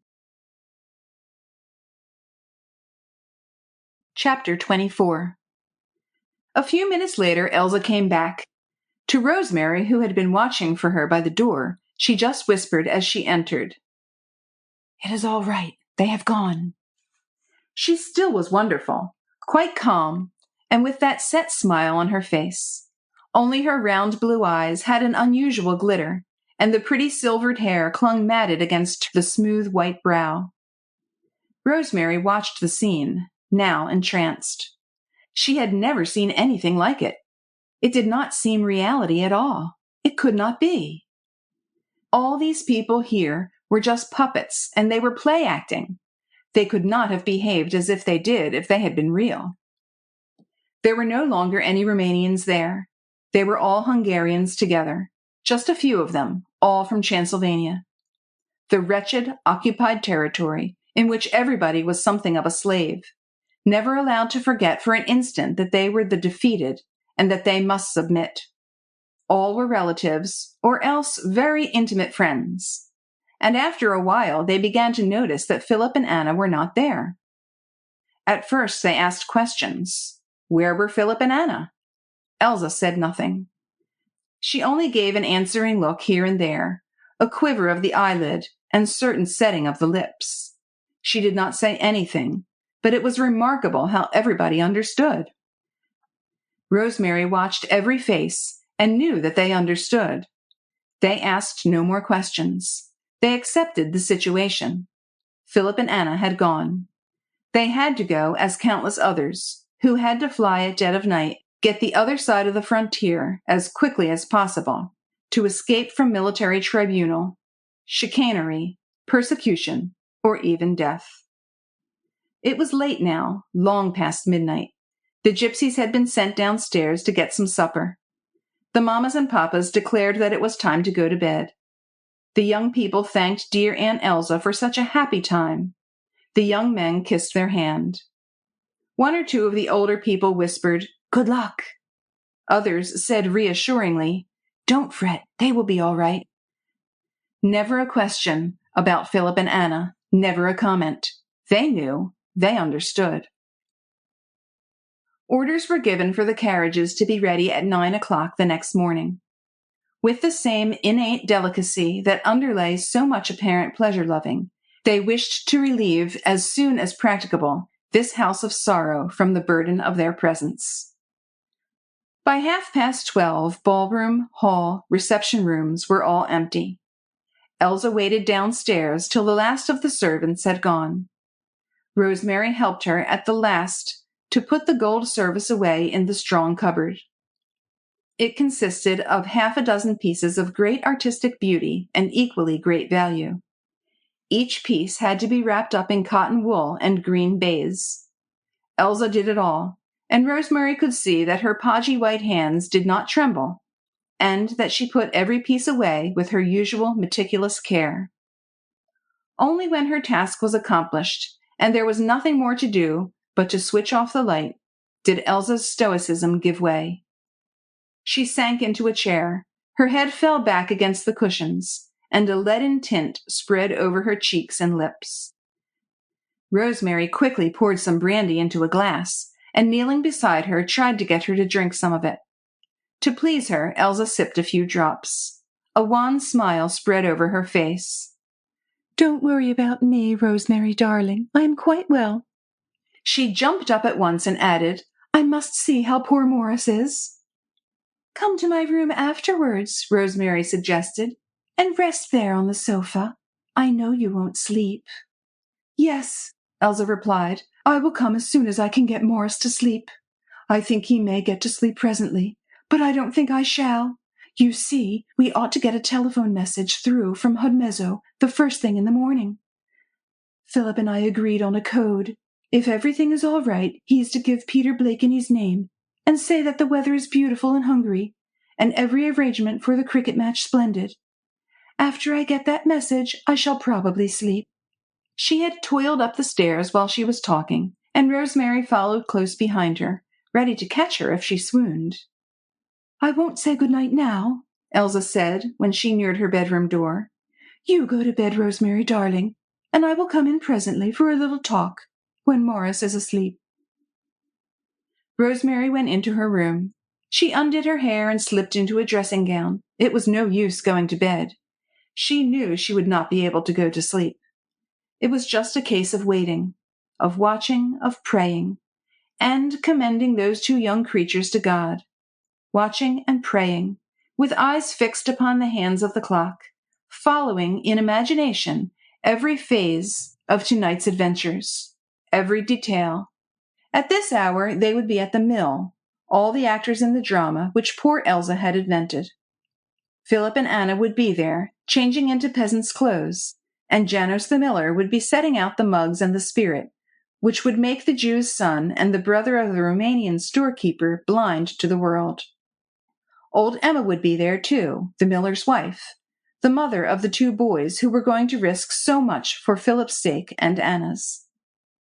Emma would be fussing round with cloth and duster, grumbling and fussing, knowing nothing of the drama on which the curtain would ring up in the parlor of her cottage, and in which her two sons would be playing leading roles. Janos would not have told her. He, the father, had agreed to it all, had even suggested it. But the mother? No. If she knew, she would protest. Weep, of course. Weaken the resolution of the two boys, who just had to go through with it all. And now the motor would be drawing up at the mill, and Janos the miller would ask the company to walk in and have a drink. Even the motor driver would be persuaded. Just a drop of spirit, as it was a long drive all the way to Hudmezzo. Time was moving leaden-footed up here at the chateau. But not so at the mill, where Janos was telling funny stories and plying his guests with drink. Leaden-footed, my God, how slowly did these clock hands move! Only half an hour gone by since Elsa had switched off all the lights, and the whole chateau was plunged in darkness, and every sound was stilled. So still. Only the ticking of the clock, and at times the click of the scissors of fate, ready to cut the thread of two young lives, or more perhaps if anything went wrong, if the slightest mistake was made, if only one man proved disloyal or a liar. Rosemary shuddered, although the night was hot. She could not sit still. At times she felt that she could not breathe. She went out upon the balcony and listened. The air was so still that she felt she must hear presently the whir of the motor when it made a fresh start from the mill half a mile away. Far away on the hillside a fox gave a cry, and from the old thatched barn close by came the melancholy hoot of an owl. Then the village church clock struck the half-hour, 1:30. More than an hour since Rosemary, going into the ballroom, had noted that Philip and Anna were no longer there. In one of the homesteads on the outskirts of the village, a cock crew. In another 2 hours, dawn would be breaking, and the motor was to be in Hudmezzo before sunrise. And suddenly Rosemary heard, right through the stillness, a crepitation and then a whir, and then the whirring died away, and very gradually, and stillness reigned once more, absolute. "They've started." It was Elsa's voice close to Rosemary's elbow. Rosemary had not heard her timid knock, and Elsa had slipped into the room and now stood by the open window listening. The voice was quite calm, with just a ring in it of exultation rather than excitement. Rosemary took her hand. It was quite cold. She fondled it and warmed it between her own. There was a wicker chair on the balcony and some cushions. Rosemary made Elsa sit down, and then she piled up cushions and squatted on them at Elsa's feet, fondling her hands and caressing them by laying her young velvety cheek against them. The night was exquisitely beautiful, with the waning moon, mysterious and honey-colored, in a firmament shimmering with stars. In the borders, the flowers slept. The evening primroses had folded their golden petals. The scarlet penstemons hidden their brilliance in the gloom. Only the heliotrope and the nicotania swung their censers, lazily sending their heady perfume through the night, and the white-tufted pansies shone like numberless tiny mirrors reflecting the stars. "Did Morris get to sleep?" Rosemary asked after a while. "Yes," Elsa replied. "I gave him a cachet of aspirin. It quieted his nerves, and after a while he went to sleep." "Won't you close your eyes, Elsa, and just try to rest a little? The night is young yet, and I am afraid you'll be ill if you don't get a little rest. You've gone through so much." "Presently, darling," Elsa said quietly. "I dare say I shall drop to sleep, as I am very tired, but not just yet. I would like to stay here a little longer, unless I am bothering you." Then, as Rosemary gave her knees an affectionate hug, she went on gently. "I love the smell of flowers in the night, don't you? They smell quite differently to what they do in the daytime." And presently she went on, apropos of nothing at all. "There is just one difficult place where the driver might miss his way. That would delay them a little, but even so, they should be very near the frontier now." "Have you arranged to get any news?" Rosemary asked. "Philip is to telephone from Hedmezzo as soon as the office is open." "You won't hear before then?"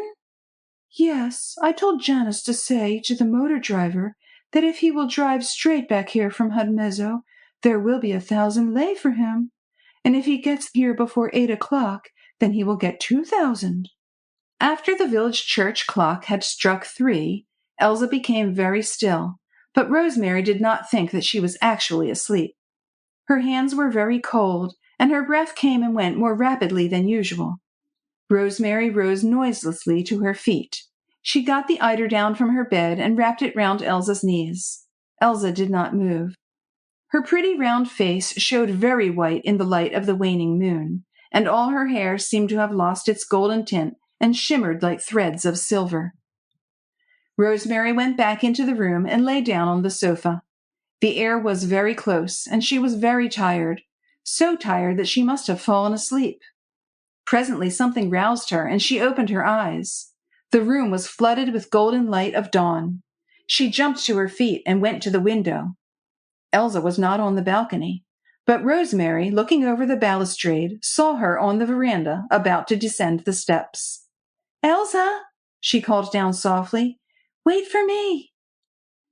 Elsa nodded acquiescence, and Rosemary ran downstairs just as she was, in dressing gown and slippers, with her hair all hanging loosely round her shoulders.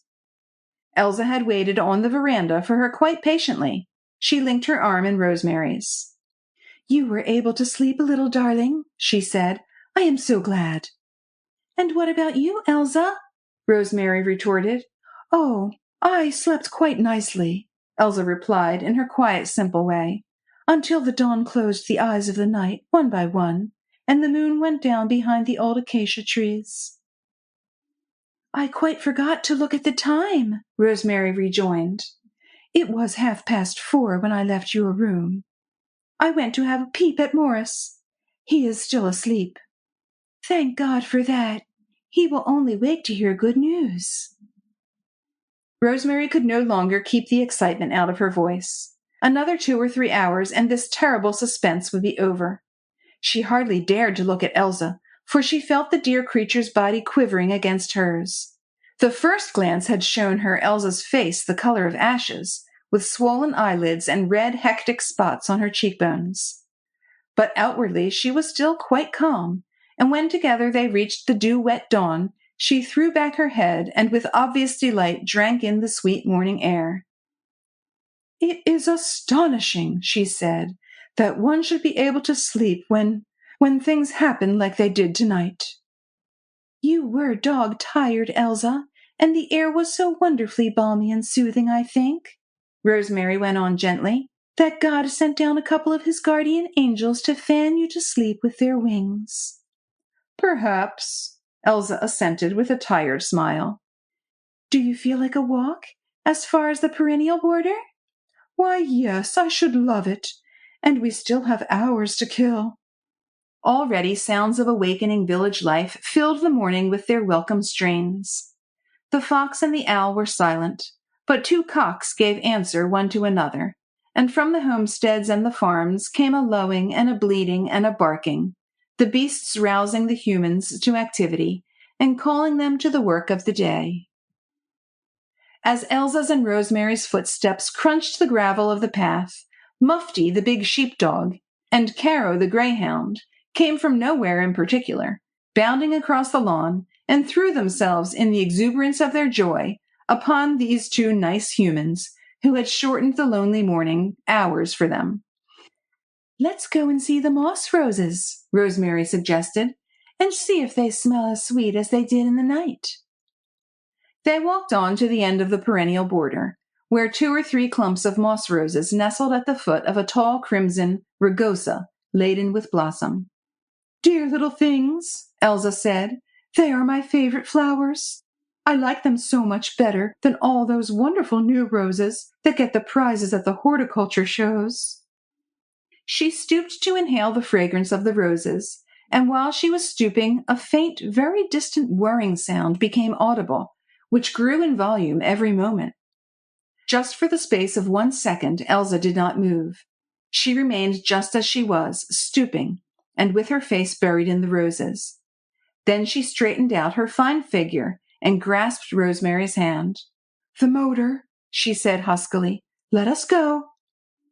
The end of the perennial border, where they were, was nearly 1/4 of a mile away from the house. And then there was the house to get round, the courtyard to cross. The whirring grew louder every moment, then slower, then it ceased. The car had come to a halt, but not in front of the gates, which were still closed. Rosemary and Elsa were in the courtyard with Mufti and Caro jumping about them and getting in the way. The motor was not in sight. "Down, Mufti! Caro, down!" Elsa kept repeating mechanically. She was rather breathless after that race across the garden. Rosemary ran to the lodge to call Ferry, the night watchman, who had the keys of the gate. He had heard the dogs barking and the voice of the gracious countess, so he was on the doorstep wondering what had brought the ladies out at this hour of the morning. "Quick, Ferry, open the gates," Rosemary called to him. It took Ferry a few moments to get the keys to unlock the gates. An eternity! From the direction of the village there had come a loud cry, followed after a few seconds by shouts and the sound of men running and shouting, and now and then another shrill cry. "Run ahead quickly, Ferry," Rosemary whispered to the watchman. "Quickly, see what it is." She held Elsa's hand in a tight clutch and under her arm. But even so, Elsa succeeded in breaking free, and while Ferry ran on ahead, she did not lag far behind. Past a thick clump of acacias, the village street came in sight. At the end of it, 1/4 of a mile away, in front of the inn which was kept by the Jew, a motor car had come to a halt, and some half-dozen peasants stood round it, gesticulating and arguing. Down the street, from 1 or 2 of the cottages, men, women, and children came running out to see what was happening, and when they caught sight of the gracious countess and the gracious foreign lady, they paused, bewildered. The gracious countess, at this hour, in the village? Such a thing had never happened before. The men doffed their hats, the women hastily bobbed a curtsy, the children stood stock still, finger in mouth, staring. A few, bolder than the rest, ran forward to kiss the ladies' hands. But Elsa hastened on, seeing nothing, heeding nothing, whilst Rosemary kept close by her side.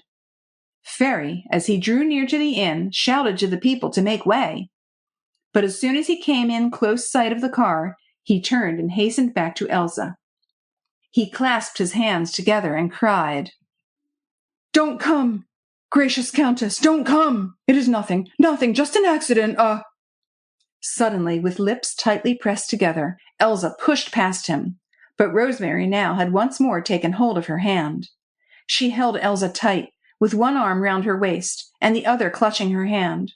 Struggle as she might, Elsa could not free herself this time.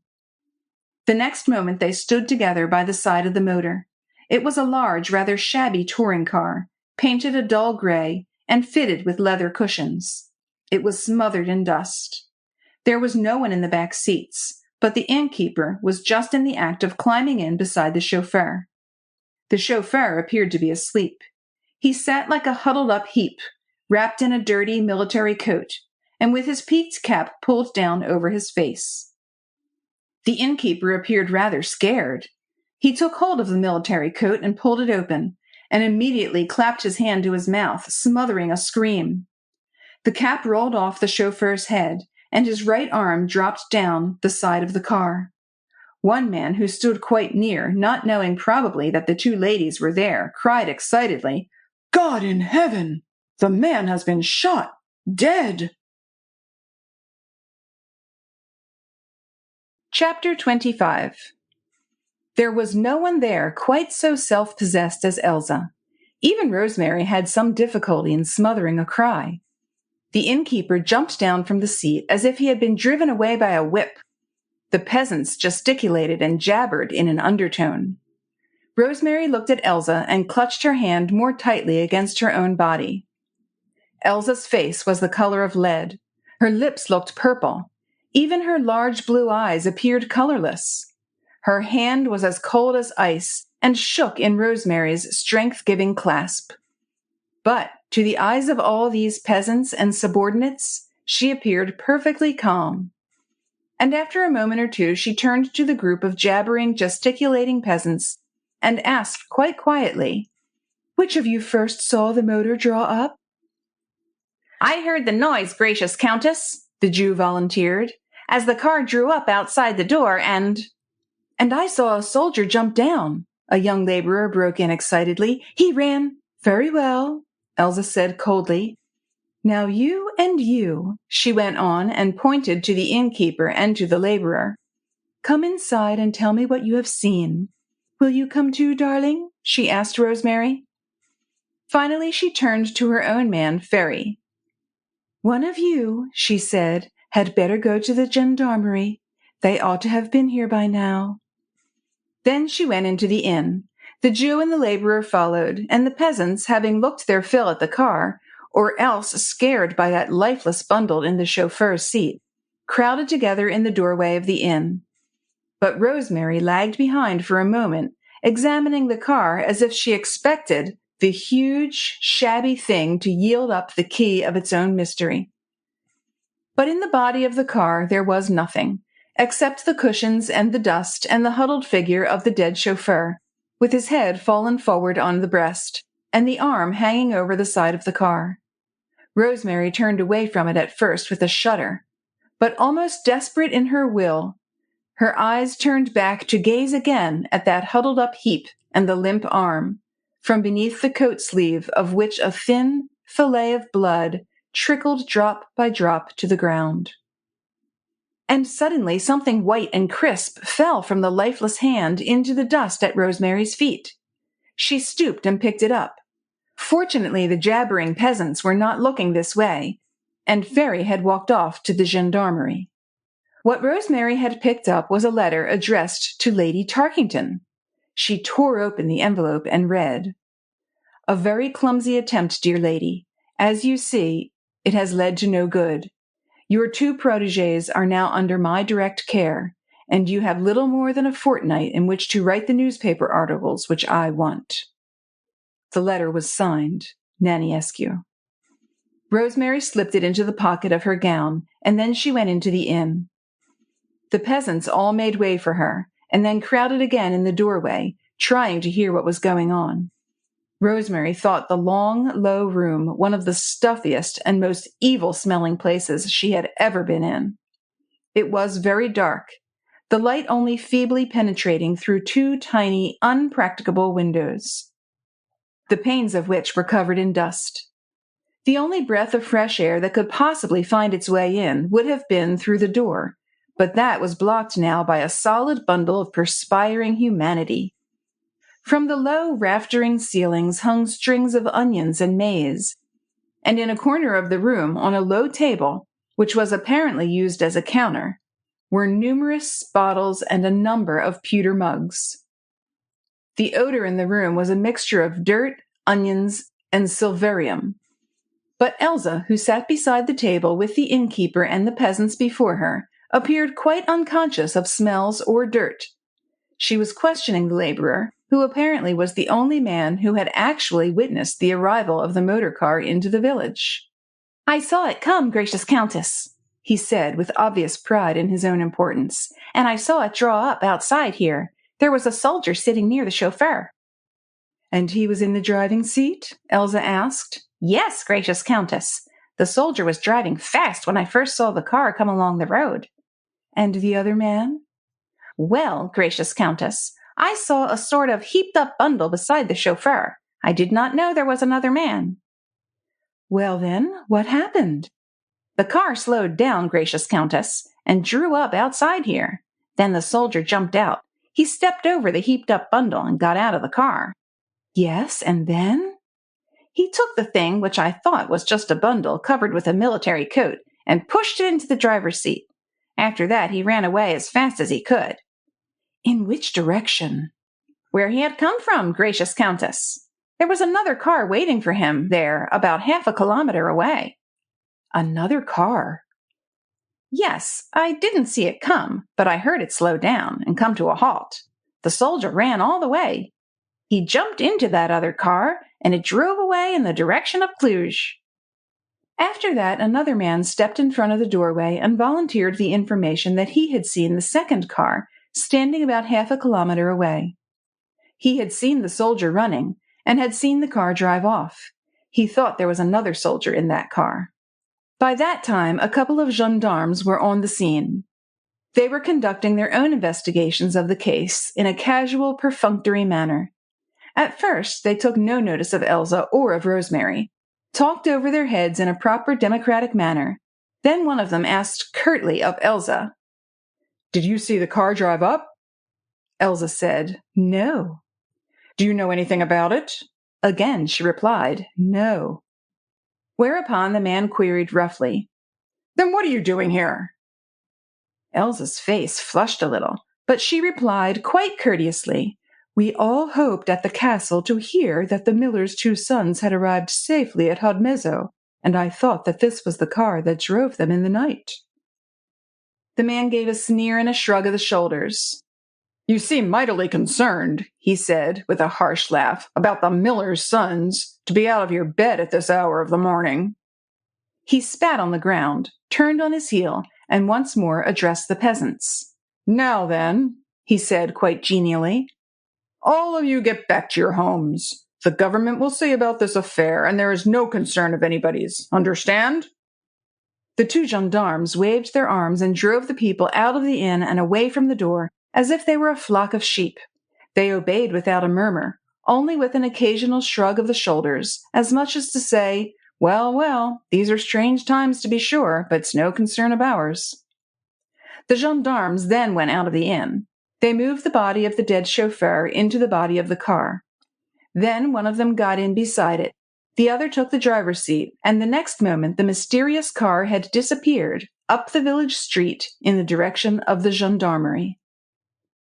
When the last of the crowd had dispersed, Elsa rose, and, white-faced, wide-eyed, she turned to Rosemary. "There is nothing more," she said, "that we can do here. Shall we go home?" She nodded to the Jew, and leaning heavily on Rosemary's arm, she went out into the street. It was past 6 now, and the village was flooded with sunlight. Elsa's tired, aching eyes blinked as she came out into the open. Rosemary would have put an arm round her to support her, for she felt the poor woman was ready to swoon. But mutely and firmly, Elsa refused to be supported. Her pride would not allow her, even now, to show weakness in sight of these cottages, behind the windows of which the eyes of Romanian peasants might be on the lookout for her. "They are outwardly obsequious," she said, as if in answer to a mute remark from Rosemary. "Call me gracious countess and kiss my hand, but at heart they hate us all and triumph in our humiliation." Strange, wonderful people. Even at this hour of supreme anxiety and acute distress, pride of caste fought every outward expression of sorrow and conquered in the end. Elsa walked through the village with a firm step and head held quite erect. It was only when she was inside the gates of her own home that she spoke, and even then her first thought was for her husband. "How to break the news to Morris," she murmured under her breath. "My God, how to break the news." In the hall, where Rosemary saw that they were quite alone, she put her arms round Elsa and drew her down into a low-cushioned seat. "Elsa, darling," she said gently, "have a real cry. It will do you good." Elsa shook her head. "It won't bring Philip back," she said dully, "nor Anna, will it?" Her big round eyes gazed with pathetic inquiry into Rosemary's face. She seemed to have some sort of intuition that her English friend could help, that she could do something for Philip, even now. Rosemary, her eyes swimming in tears, slowly shook her head. And with a low moan, Elsa buried her face in the cushions. Convulsive sobs shook her shoulders, and little cries of pain broke intermittently from her lips. Rosemary made no attempt to touch her. She let her cry on. Perhaps it was for the best. There was nobody about, and tears were sometimes a solace. The quietude, the stoicism of the past 2 hours had been unnatural, racking alike to heart, nerves, and brain. There was a limit to human endurance, and Elsa had reached it at last. When the worst of the paroxysm was over, Rosemary suggested gently, "Would you like me to break the news to Morris? I'll do it most carefully, and I am afraid the strain would be too much for you." But already Elsa had struggled to her feet. She was wiping her eyes, then breathing on her handkerchief and dabbing them with it. "No, no, my dear," she said between the dry, intermittent sobs that still shook her poor weary body. "Not on any account. I understand Morris. I know just what to say. Poor, poor Morris. He has so little self-control. But I shall know what to say. You go and get your bath now, darling," she went on, gently disengaging herself from Rosemary's arms, "and get dressed. It will refresh you. I will do the same before I speak to Morris. Rosa shall bring your coffee in half an hour. Will that do?" She forgot nothing, thought of everything. Rosemary's bath, her breakfast, the guests. Ah, yes, the guests. Rosemary had forgotten all about them. It was long past 6 now. They would soon be up. All of them wanting breakfast, baths, attention. Elsa forgot nothing. Thank God that she had so much to think about. "You go up, darling," she said to Rosemary. "I shall be quite all right. Don't worry about me." 1 or 2 servants came through the hall, busy with their work. Elsa had something to say, some order to give to all of them. "Tell the chef," she said to Anton, "to come and speak to me here, and don't go into the gracious Count's room until I call you." Rosemary lingered in the hall a moment or 2 longer, until the chef, in immaculate white, tall linen cap in hand, came for his orders. Elsa immediately entered into a long conversation with him on the subject of milk rolls for breakfast. And Rosemary at last went slowly up the stairs. Almost without knowing it, she found herself once more in her room. The pretty old-fashioned room, with the huge bedstead and the curtains embroidered in cross-stitch. How pretty it looked, and how peaceful! Through the open window came the sound of bird-song. A blackbird was whistling. A thrush was singing. 100 sparrows were chirruping, and on the large lily leaves on the ornamental lake a frog was sitting croaking. So peaceful, so still. And, heavens above, What a tragedy within these walls! For a while, Rosemary stood at the open window, gazing out upon the beautiful panorama laid out before her. The prim, well-kept garden, the flower borders, the shady park, and out far away the wooded heights, the forests of oak and pine, which the morning sun had just tinted with gold. And with a sudden impulse, Rosemary fell on her knees, just where she was, at the open window, and she stretched out her arms toward the invisible, the unattainable, the almighty, and from her heart there came a cry forced through her lips by the intensity of despair. "Oh, God, my God, tell me what to do!" Chapter 26. If Rosemary had been gifted with second sight, she would have seen at the moment when she, in despair, turned to the great healer for comfort, General Naniescu and his friend M. de Kervoisan, enjoying their petit déjeuner in one of the palatial rooms of the Imry's house in Cluj. M. de Kervoisan had arrived the night before. He was the guest of the general, and after a night's rest was enjoying the company of his host, as well as the luxury of these beautiful apartments, so thoughtfully placed at the disposal of the military governor of Transylvania by the Romanian government. M. de Kervoisan was also enjoying the anxieties to which his friend was a prey in his capacity of governor of this unruly country. There is something in a friend's troubles that is not altogether displeasing to a philosopher, and M. de Kervoisan was a philosopher. He had come over to give advice to his friend, and the role of adviser in a difficult situation was one which he knew how to fulfill with infinite discretion and supreme tact. Just now, while sipping a cup of most excellent café au lait, he listened with every mark of sympathy to Naniescu's account of the terrible trouble he was having with a certain obstinate lady journalist who would not do what he wanted. "I have only asked her," he lamented, "for a few articles to be published in the Times, which would put us right with the British and American public. But you know what women are. They never see further than their own noses. And this one, damn her, is like a mule. So far I have not been able to move her." He had finished his breakfast, and with a pungent Havana between his fingers, was waving his podgy, hairy hands to emphasize his words. Kervoisan smiled. "And you want those newspaper articles?" he asked. "Seriously?" "Seriously," Naniescu assented. "My government has become suspicious. They are treating me very badly, you know. They began by giving me a free hand. No more plottings and counterplottings in Transylvania, they said to me when they sent me out here. It is your business to see that things work smoothly out there. How you do it is your affair. Well," the general went on, in an aggrieved tone, "you would construe that order into a free hand for me, would you not?" M. de Kervoisan carefully spread butter on a piece of excellent fresh roll before he answered. "Yes, I think I should." "Of course," Naniescu retorted. "So would anyone. And I was doing very well, too, until that young fool Imry managed to send his newspaper articles over to England. And at once my government got restive. You know those articles were pretty hot." "Yes, I know, but I always thought you attached too much importance to them. Mon Dieu! Confiscations, perquisitions, arrests, and even executions. They are the inevitable consequences of foreign occupation." And M. de Kervoisan took a little honey with his bread and butter, and poured himself out another cup of coffee. "And you know," he went on with a shrug, "the British and American public are really very indifferent to what goes on out here. Cluj is such a long way from London or New York. For a time the public is interested, a few are indignant, one or two may make a fuss and ask questions about their parliament. But after all, you are one of the allies. You must not be too openly criticized.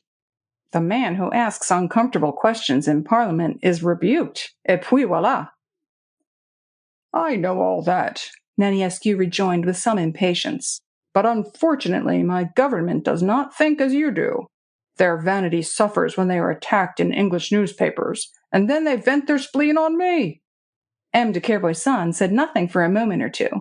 Then he remarked blandly, "I think I understand the position now." "There is talk of my resignation," the general added curtly. M. de Kervoisin smiled. And you don't want to resign? He asked. Of course not. 5,000 sterling a year. It is a fortune in this miserable country. And then there are perquisites. M. de Kervoisin had finished his breakfast. He pushed his cup and plate on one side, and resting both his elbows on the table, he looked intently at his friend, while a sarcastic smile curled round his thin lips.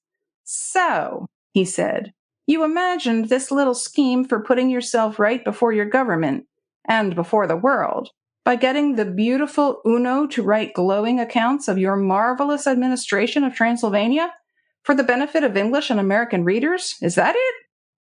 Well, wouldn't you? Naniescu retorted. Yes, but you are not succeeding, my friend. M. de Kervoisin added with the suspicion of a sneer. What? I shall succeed in the end, Naniescu rejoined, with the help of my friend. But at this point he was silenced by a peremptory gesture of his friend's hand. Shh! De Kervoisin broke in quickly. I shouldn't mention his name, not even here. Oh, we are safe enough. Walls have ears, my friend, the other riposted. Even in this perfectly administered land, and our friend's work would be futile if his identity was suspected. I introduced him to you as number 10. Number 10 let him remain. I suppose I can trust him, Naniescu mused. You assured me that I could. But, bah, he added with a contemptuous shrug. Can one trust those English? You can trust this one, Kervoisin retorted curtly. He was the best spy we had during the war. During the war, yes. The man might think he was serving the entire Allied cause by serving you. But now, and here, frankly, I don't understand the man's motive. He is rich, well-born, and he is playing a terribly risky game for us, who are nothing to him. He is not running terrible risks for you, my friend. Don't you worry, de Kervoisin retorted with a mocking smile. Though he may have reasons which we don't know for hating the Hungarians, he certainly has none for loving you, and you are one of the Allies. And to a large section of the British public his work would not be called very heinous, seeing that it is in your service and directed against ex-enemies. However, let that pass. I attribute to number 10 a very different motive for his actions than the mere desire of serving you. And what is that? Money, for one thing. He is not as rich as you think, and has extravagant tastes. But that is not all. I know the English better than you do, my friend, and I can tell you that number 10 would just call his work sport. And for sport, adventure, what? A certain type of Englishman would do anything, dare anything, risk everything. 150 years ago, they had their Scarlet Pimpernel, who gave the revolutionary government of France a deal of trouble at the time. Now they have number 10. The same spirit animates this man that animated the other.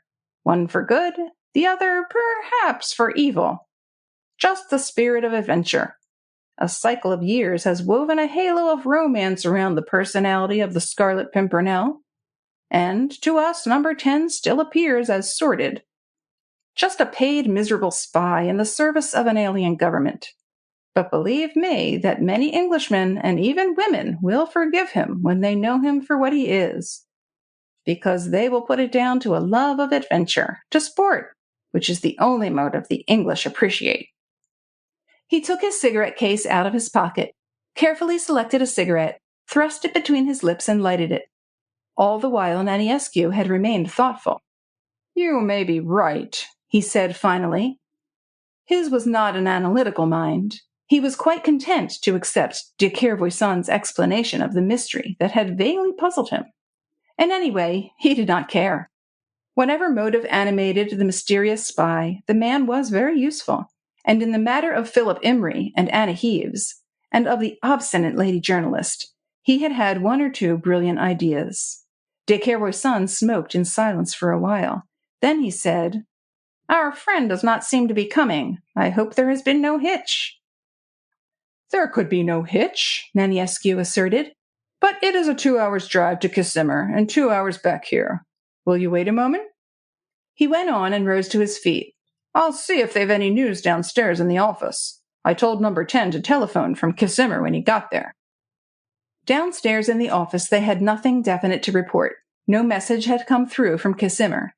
But even whilst Naniescu was storming and fuming, blaming his subordinates, who obviously were not responsible for the delay, a man, wrapped, despite the heat, in a huge stained and worn military coat and wearing a soiled kepi, crossed the courtyard from the direction of the entrance gates toward the principal staircase of the house.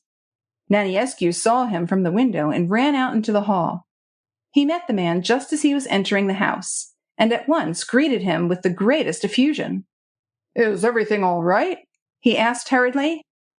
"All right," the man answered curtly. "Of course." "Kervoy-san is upstairs," Naniescu went on. "Come and tell us all about it." He ran upstairs 2 at a time. The man in the military coat followed more slowly.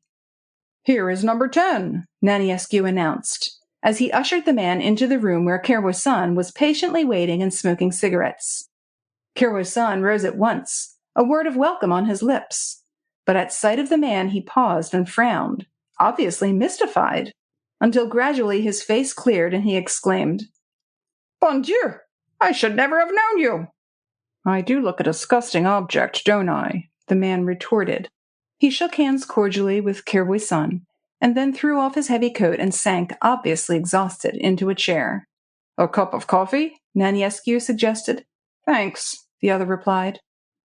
He drank the coffee, then took a cigarette from the case which de Kervoy-san offered him. He looked a regular vagrant, with face and neck stained both with grease paint and with grime. His hands were soiled with motor grease, and his hair hung lank and matted into his eyes. He had what looked like 2 weeks' growth of beard on his chin and upper lip, and his clothes, if indeed what he wore could be called clothes, were a mere bundle of rags. "Number 10, de Kervoy-san said with conviction. "You are an artist. I have seen our friend here," he went on, turning to Naniescu, "in any number of disguises, but never two alike, and every new one a surprise." "You flatter me, sir," number 10 said with an almost imperceptible sneer. "But I am afraid you must be very tired," de Kervoy-san resumed affably. "I told the general last night that he might just as well have sent one of his subordinates on this errand." "I like to finish my work myself," number 10 rejoined curtly, whereupon Naniescu threw up his hairy fat hands and exclaimed in wonderment, "Ils sont impayable, ces Anglais." "Then we may take it," de Kervoy-san went on, "that the work is finished?" "Yes, finished," number 10 replied. "We spotted the car on the road about 5 kilometers from Cluj. The patrol summoned the driver to stop, but the man had obviously had his orders, so he swerved sharply to the right and put on speed to try and rush through. So I shot him." "Oh, these English," Naniescu exclaimed complacently. "They are wonderful." But de Kervoy-san only expressed the mildest possible surprise by a very slight lifting of his eyebrows. "Yourself?" was all he said. "Yes," the other replied. "The patrol was on the other side of the road, but I guessed what would happen, so I had brought my horse to a halt about 200 meters higher up." "And," Naniescu asked blandly, "you killed the chauffeur?" "Of course," the other sneered. "I was not likely to miss him, was I?" But Naniescu could only smile and sigh and murmur, "Oh, these English. Voyez-moi ça." "There were 2 men in the body of the car," number 10 continued coolly. "They were dead drunk. Philip Imrie and the girl were on the front seats. I gave my horse in charge of the patrol and took the wheel. We were in Cluj outside the gaol soon after 2 o'clock. I saw the chief superintendent and gave the 3 men and the girl in his charge." "Yes, yes," Naniescu broke in glibly, and turned to de Kervoy-san. "He had all the instructions. Everything was ready. I have seen them since. Philip Imrie and Anna Heaves are in separate cells, and the 2 drunken oafs he dispatched by train to Hodmezo, they did not seem to know what had happened, and it was no use detaining them." "None whatsoever," number 10 said dryly. "They were just drunken oafs, as you say. With the miller and his 2 sons, you will have to deal presently. That is, if your second patrol succeeded in capturing the sons. I couldn't be in two places at once, and they may have crossed the frontier. Anyway, that's your affair, not mine." Of course, Naniescu said airily, and de Kervoisin put in rather impatiently. "What about the car and the dead chauffeur?" "I drove both out to Kissimmee," Number 10 replied deliberately. "The best way to let people there know what had happened. The general agreed to it." "Was that your brilliant idea?" "Mine," Number 10 replied curtly. And suddenly through the paint and the grime a look of almost inhuman cruelty distorted his face. The thin lips drew back tight above the red gums, and the sharp teeth gleamed white like those of a wolf. It was the recollection of a note which Naniescu had scribbled at his dictation, and which he, Number 10, had thrust into the hand of the dead chauffeur for the perusal of an obstinate woman, that brought the wolf-like look into his face. His eyes almost disappeared within the strand of false eyebrows and the thick layers of paint upon his lids, and his hands opened out and were clutched again like the talons of a bird of prey. For the space of a second or two, Number 10 looked hideous. De Kervoisin, who was watching him, was conscious of an uncomfortable shudder. Naniescu, fortunately, was looking another way, and the whole episode was over in a moment. The next, Number 10, was once more leaning back in his chair, looking weary, grimy, and ill-tempered, but there was nothing supernatural about him, except perhaps his amazing change from one personality to another. "How did you get back here?" Kervoisin asked after a moment's pause. "I have a car which our friend, the general, has placed at my disposal with a soldier driver. I ordered him to follow me to within half a kilometer of Kissimmee." "No one stopped you?" "No one." "I suppose you got to Kissimmee before anyone was astir?" "I wouldn't say that. The ladies at the chateau were astir." "And they saw you?" "No. I had reached my own car, and was on the point of driving off when I saw them coming through the gates of the chateau." "You would not have liked to have them seen you, I imagine," Naniescu put in with a chuckle. "They wouldn't have known me," Number 10 retorted quietly. "Phew, phew," the general rejoined with a shrug. "There are certain eyes that are reported to be very sharp." "Anyway," Number 10 broke in coolly, "no one saw me except an oaf from the village, so why discuss the point?" And strangely enough, General Naniescu, usually so dictatorial and so arrogant, did not seem to resent the gruffness of this man who was in his pay. On the contrary, he laughed good-humoredly and rested his fat hand with a gesture of almost affection on the shoulder of the spy. "Ah, c'est cher Anglais," he sighed fatuously, whilst de Kervoisin turned quite politely to Number 10 with a bland expression. "And what is your next move, my dear friend?" "To get those articles out of the fair Uno," Naniescu interposed hurriedly before the other had time to reply. "That point must not be lost sight of." "I am not likely to lose sight of it," the other riposted dryly, "seeing that I am to get 10,000 pounds sterling for them. I suppose you think they're worth it?" he added, turning with his habitual sneer to Naniescu. "I think," the general replied slowly, "that with the arrest of Philip Imrie and Anna Heaves, which, when it becomes known, will deter the other fools from playing the same game, with that, I say, as a make-weight, I think the articles will be worth the money, to my government and to me." "Well," Number 10 rejoined coolly, "I shouldn't have done your dirty work for less." And Naniescu once more gave a fatuous sigh and murmured, "Ils sont impayables, ces Anglais," whilst de Kervoisin smiled as a philosopher smiles on follies and stupidities with which he has no concern. Then he asked Number 10, "And when do you return to civilization, my friend, to decent clothes and a bath?" "At once," the other replied, "unless I am wanted for something else." "No, no, my dear man," the general rejoined with perfect affability. "I am quite content to leave everything in your hands." "And when do you want those articles?" "Shall we say within the week?" "You shall have them," Number 10 said coolly as he rose from his chair. He nodded to Kervoisin, who responded cordially, Ah, bientôt, mon ami. Then he turned to go, but already Naniescu was on his feet. I'll escort you, he said hospitably. In case you meet anyone on the stairs in your present get-up, he added with his oily, guttural laugh. It might be awkward. Thank you, the other assented coolly, and gathering up the dirty old military coat, he strode to the door. Naniescu was already there, holding it open for him. You will stay and have lunch with M. de Kervoisin and me, I hope, he said. I think not, thank you, the other replied. Ah, you are going to Hadmezzo, perhaps, or Casimir? And number 10 replied with his habitual curtness. That is my affair. De Kervoisin, who still sat smoking, chuckled at this. A scene such as this was part of a philosopher's enjoyment. Naniescu threw him a look and shrugged his shoulders. De Kervoisin could almost hear him reiterating his stock phrase, Ils sont payables, c'est anglais. After that, the two men went out of the room, and de Kervoisin remained, sitting and smoking, with a thin smile on his colorless lips, the smile of a philosopher who sees the humor of a situation, which to a less keen mind would only appear obscure and topsy-turvy. And after a while he murmured softly to himself, They certainly are remarkable, those English.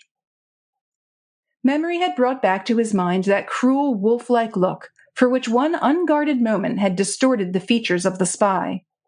There was, then, some motive other than greed or love of sport that had pushed the Englishman into doing his dirty work. Hatred? Love? Perhaps. Passion? Certainly. I wonder now, mused M. de Kervoisin. And being a Frenchman as well as a philosopher, he was deeply interested in this new problem. Chapter 27. But Rosemary was not gifted with second sight, and she saw nothing of this while she knelt at the open window of her pretty room at Casimir. She was in such an agony of mind that for a time she became almost insensate. Presently, dressed as she was, she threw herself upon the bed, because she was dog-tired, and had no longer the power to feel or to suffer. Even the well of her sympathy appeared to be dry. She could not bring herself to think of Elsa or of Morris, or to feel for them. Even Philip and Anna seemed blotted from her mind. An intense self-pity absorbed every other sensation for a moment. She felt herself in such a hopeless impasse that she had not even the strength to beat her hands against the walls that had so completely closed her in. And so she lay there for an hour or more, while life in the chateau went on, unheeded by her. Long afterwards she heard that, as arranged, the guests all departed soon after 9 o'clock. That Elsa had been there to see them off, looking after their comforts, bidding them goodbye, and tendering hospitable little invitations for the future. Wonderful, as always. Rosemary saw nothing of that. She only heard of it afterwards, when she saw Elsa again an hour or two later. For the time being, she was just a log, neither thinking nor feeling, conscious only of that intense self-pity which was so humiliating, because her senses were so numb that she had not the power to trace that self-pity to its source. While she lay on her bed, blind, deaf, dumb, she did not know that she suffered. She did not know that she lived. But this state of coma was the one concession to weakness, a giving in. It was not the least like Rosemary, and as consciousness slowly returned, and with it the power to feel, she felt humiliated on account of that weakness which was foreign to her. Fortunately, no one had witnessed it. Dear, wonderful Elsa had had her hands full, and the departing guests had only thought of being discreet and tactful, and of leaving this stricken home, without putting too great a strain upon the self-control of their hostess. They did not know, of course, that tragedy had followed on the exciting events of last night, but they asked no questions, well knowing that good news spreads like wildfire, and guessing perhaps by Elsa's set face and expressionless eyes that something was not altogether right. Anyhow, they went away, and after their departure the house became still, very still. Presently Rosemary had her bath and dressed, then left the room to go and search for Elsa. So far she had not been able to gather anything from Rosa's stolid, round face. The girl went about her work as if nothing special had happened. Only when Rosemary was ready to go downstairs and gave Rosa a final nod, the girl suddenly said with an excited little gasp, "The gracious Count Philip and the Baroness Anna will be in Hungary by now, won't they, gracious lady?" Rosemary nodded. "We hope so," she murmured. She waited in the hall for a little while, hoping that Elsa would presently be coming downstairs. But a quarter of an hour later, Anton came running down and made straight for the telephone. "What is it, Anton?" Rosemary asked. "The gracious Count," the man replied hurriedly. "He is ill. I am telephoning to Cluj for the doctor." "What is it, do you know?" "No, gracious lady, the Countess did not say, but I think it is the heart. The gracious Count has fainted, and—" After that, Anton was busy with the telephone, and Rosemary wandered aimlessly into the drawing-room and out upon the veranda. Morris ill? Yet another calamity striking that unfortunate woman! Indeed, there was no room for self-pity in this house. Every feeling of love, of sympathy, and of pity must be concentrated on Elsa. She stood alone, just as Rosemary stood alone. Two women, each with their burden. Elsa with a load of boundless sorrow and anxiety, and Rosemary with a terrible responsibility to face. Elsa was helpless. She could only watch and pray. But Rosemary had the choice between waiting and acting. Sentiment on the other side. Philip, Anna, Elsa, Morris, people she knew and loved, and duty on the other. Duty to others, to countless of unknown innocents, to mothers, to fathers, to wives. "What are they to me?" cried sentiment. "The few for the many," was the command of duty. Heart and brain in direct conflict, and no one to advise, no one to help, save God, and he was silent. The affairs of men are so futile in the face of the infinite. Later on in the day, the doctor came over in his motor from Cluj, and after his visit, Elsa escorted him down into the hall. This was the first glimpse that Rosemary had of her since the morning, and the sight of her was a terrible shock. Elsa was aged. Her hair had lost its luster, her eyes their color, her cheeks were the color of lead, and even her magnificent figure had shrunk. Elsa looked an old woman, wide-eyed and scared, as if fate was a tangible being standing perpetually before her, with flail upraised, striking incessantly, until the poor, weak shoulders bent under the blows. And the last vestige of youth fled, chased away by pain. As soon as the doctor had gone, Elsa came back to Rosemary. "Poor Morris," she said. "Have you heard?" "What is the matter?" Rosemary asked. Elsa hesitated a moment. Then she said, "As a matter of fact, it was a fit. He had had them before, and you know he was always peculiar. And now the shock. The doctor says we shall have to be very careful with him. He must be watched and kept very quiet." "Had you told him?" "Yes, it is that which brought on the fit. The doctor asked me if he had been more than unusually agitated in the last day or two." "But he is in no danger?" Rosemary insisted. "The doctor says not, but then he does not know. If the worst happens with Philip, I don't think that Morris will live through it." Elsa had allowed Rosemary to lead her into the drawing-room. She sank down against the cushions, and Rosemary knelt beside her, with her arms round the poor woman's shoulders. "Darling," she murmured, "is there anything I can do?" "No, dear, nothing. What can you do? We are only atoms, so helpless. We can only suffer. I suppose that God wants some of us to suffer and others to be happy. It seems so strange and unjust, but we can't help it. We must just get through with it." Elsa spoke jerkily, in a dry, cracked voice, without the slightest ring or modulation in its dull monotony. "Am I in the way, Elsa darling?" Rosemary went on, trying with loving eyes to probe the secret thoughts that lay hidden behind that set, expressionless face. Elsa turned large round eyes upon her, and for an instant a gleam of tenderness shot through them. "You are not in the way, darling," she said. "I don't know what I should have done this morning if you had not been there to brace me up. But it is miserable and dull for you here. Fancy you coming all the way from England into this house of misery." "If you sent me away now," Rosemary said, "I should break my heart with longing to be near you. But I don't know whether you would rather be alone." "Alone? I should indeed be alone if you went away. Now that the children are not here, and Morris must be kept very quiet, I should be very lonely if you went." Rosemary gave her hand a little squeeze. "But Jasper will be coming soon," she said. "I am sure you won't want him."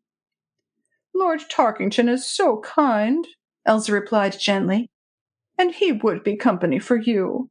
The doctor is sending me a couple of nursing sisters from Cluj, but you know what Morris is. He gets so impatient if I am not there, so we shall not see much of one another. But it would be a comfort to me to know that you are in the house." "You are an angel, Elsa, and I am glad that you are not sending me away. If you did, I should not go very far, probably to Cluj. I could not exist far away from you whilst I had a glimmer of hope in my heart, darling," Rosemary went on, earnestly. "I am still convinced that God will not permit this monstrous injustice. Something will happen. You will see, you will see."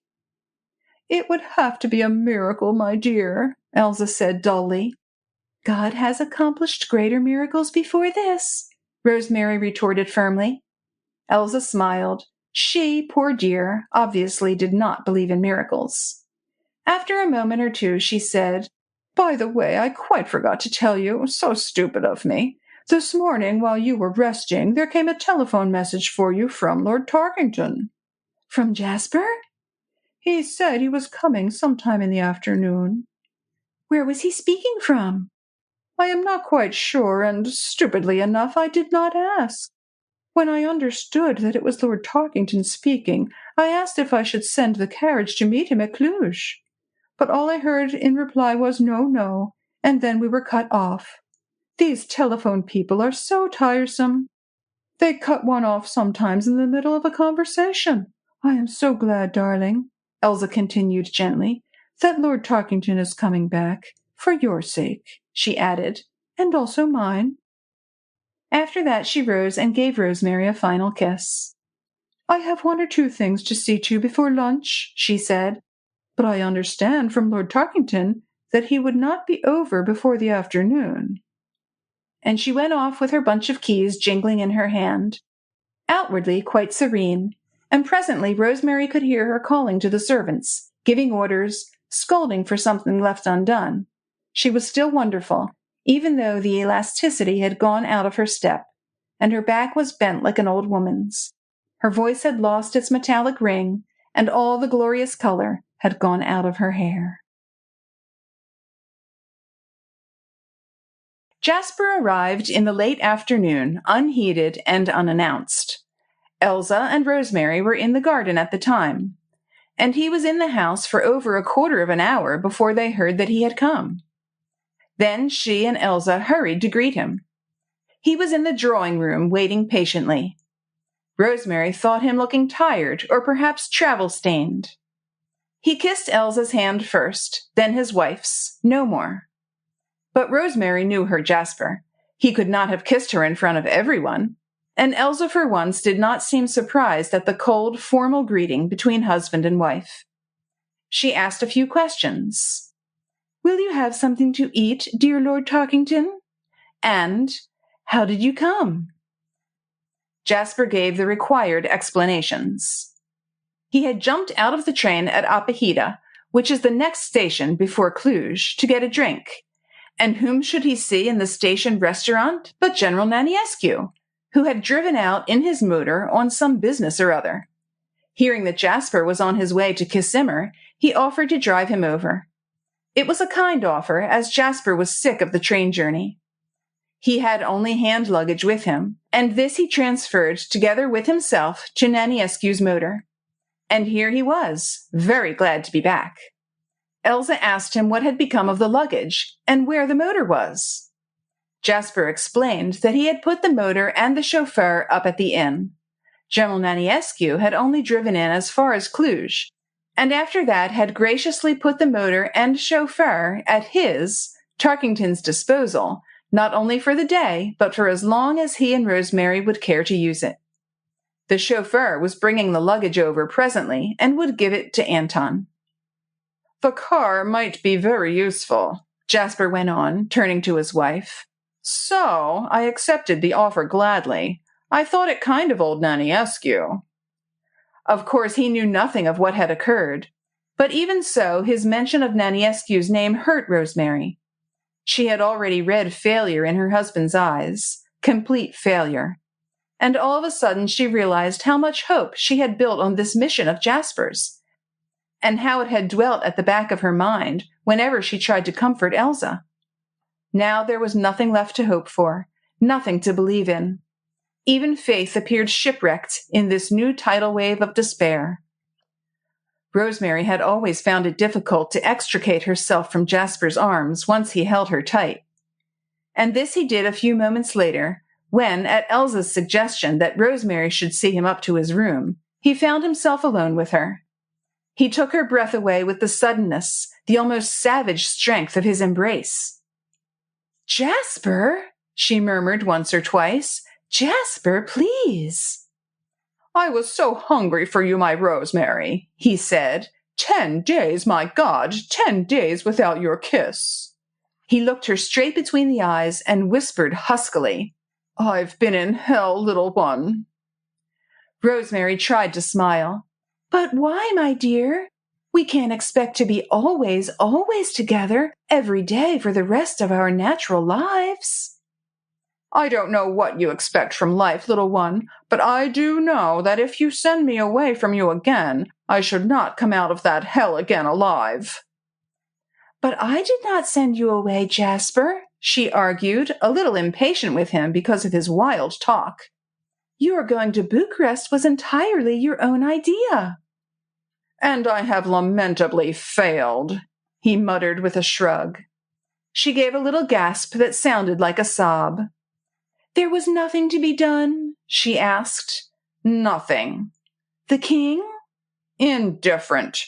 He trusts Naniescu, has confidence in his judgment, and believes in his patriotism and sense of justice." "Then there is absolutely nothing to be done," she reiterated slowly in a dull dream voice.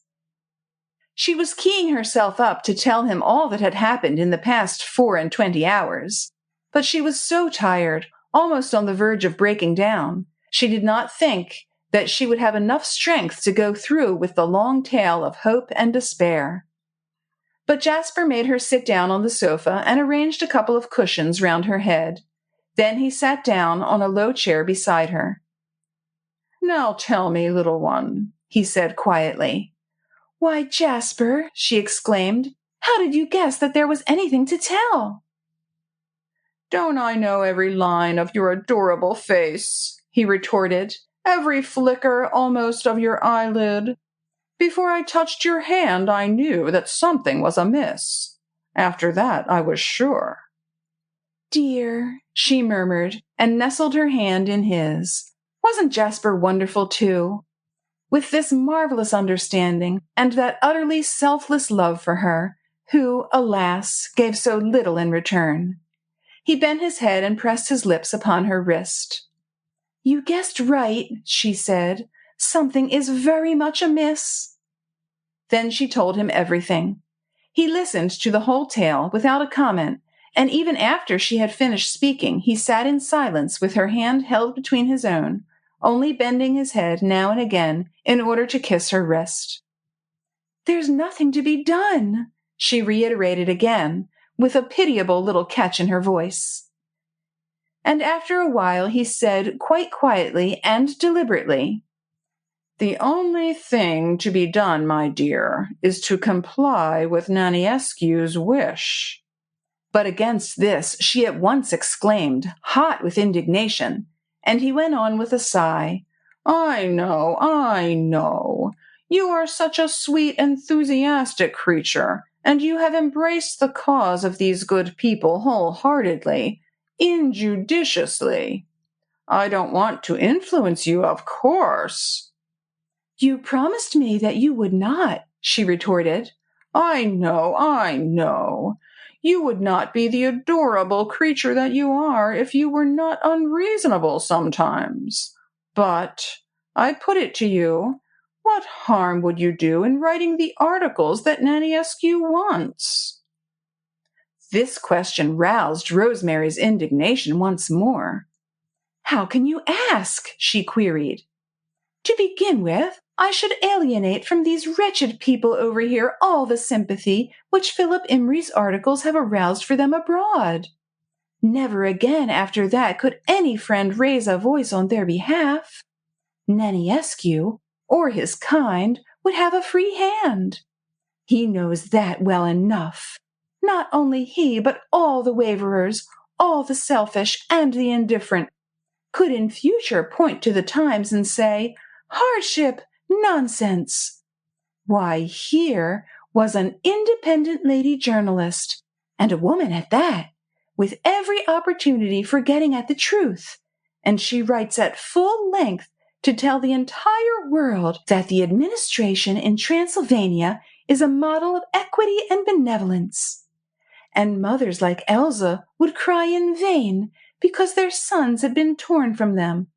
Families would be sent into exile, fathers, brothers murdered, oppression, confiscation, outrage would go unpunished, all because one woman had been too great a coward to smother sentiment under the mantle of justice."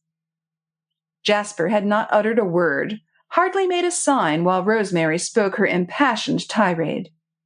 Only from time to time his dark eyes flashed with a glance of admiration on his beautiful wife, who, with flaming cheeks and slightly disheveled hair, looked perhaps more desirable in her indignation than she had ever done in repose.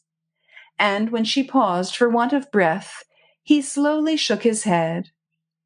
"And do you really think, my darling," he said softly, "that you can permanently influence English and American opinion by a few newspaper articles, even if these are written by a well-known person like yourself? Dear heart, in order to do that, you would have to go at your subject hammer and tongs. Never allow one article to be forgotten before you write another. You must be at your subject all the time if you wish to create an impression. Hammer away at the newspaper-reading public until its stupid wooden head is saturated with the stuff you give it. Naniescu thinks a great deal of these articles which he wants you to write. Well, in my opinion, their effect would last just 1 week after the last of them has appeared. After that, some philanthropist or other will have his say on the maladministration of Transylvania, and you are not bound to refute that again, are you?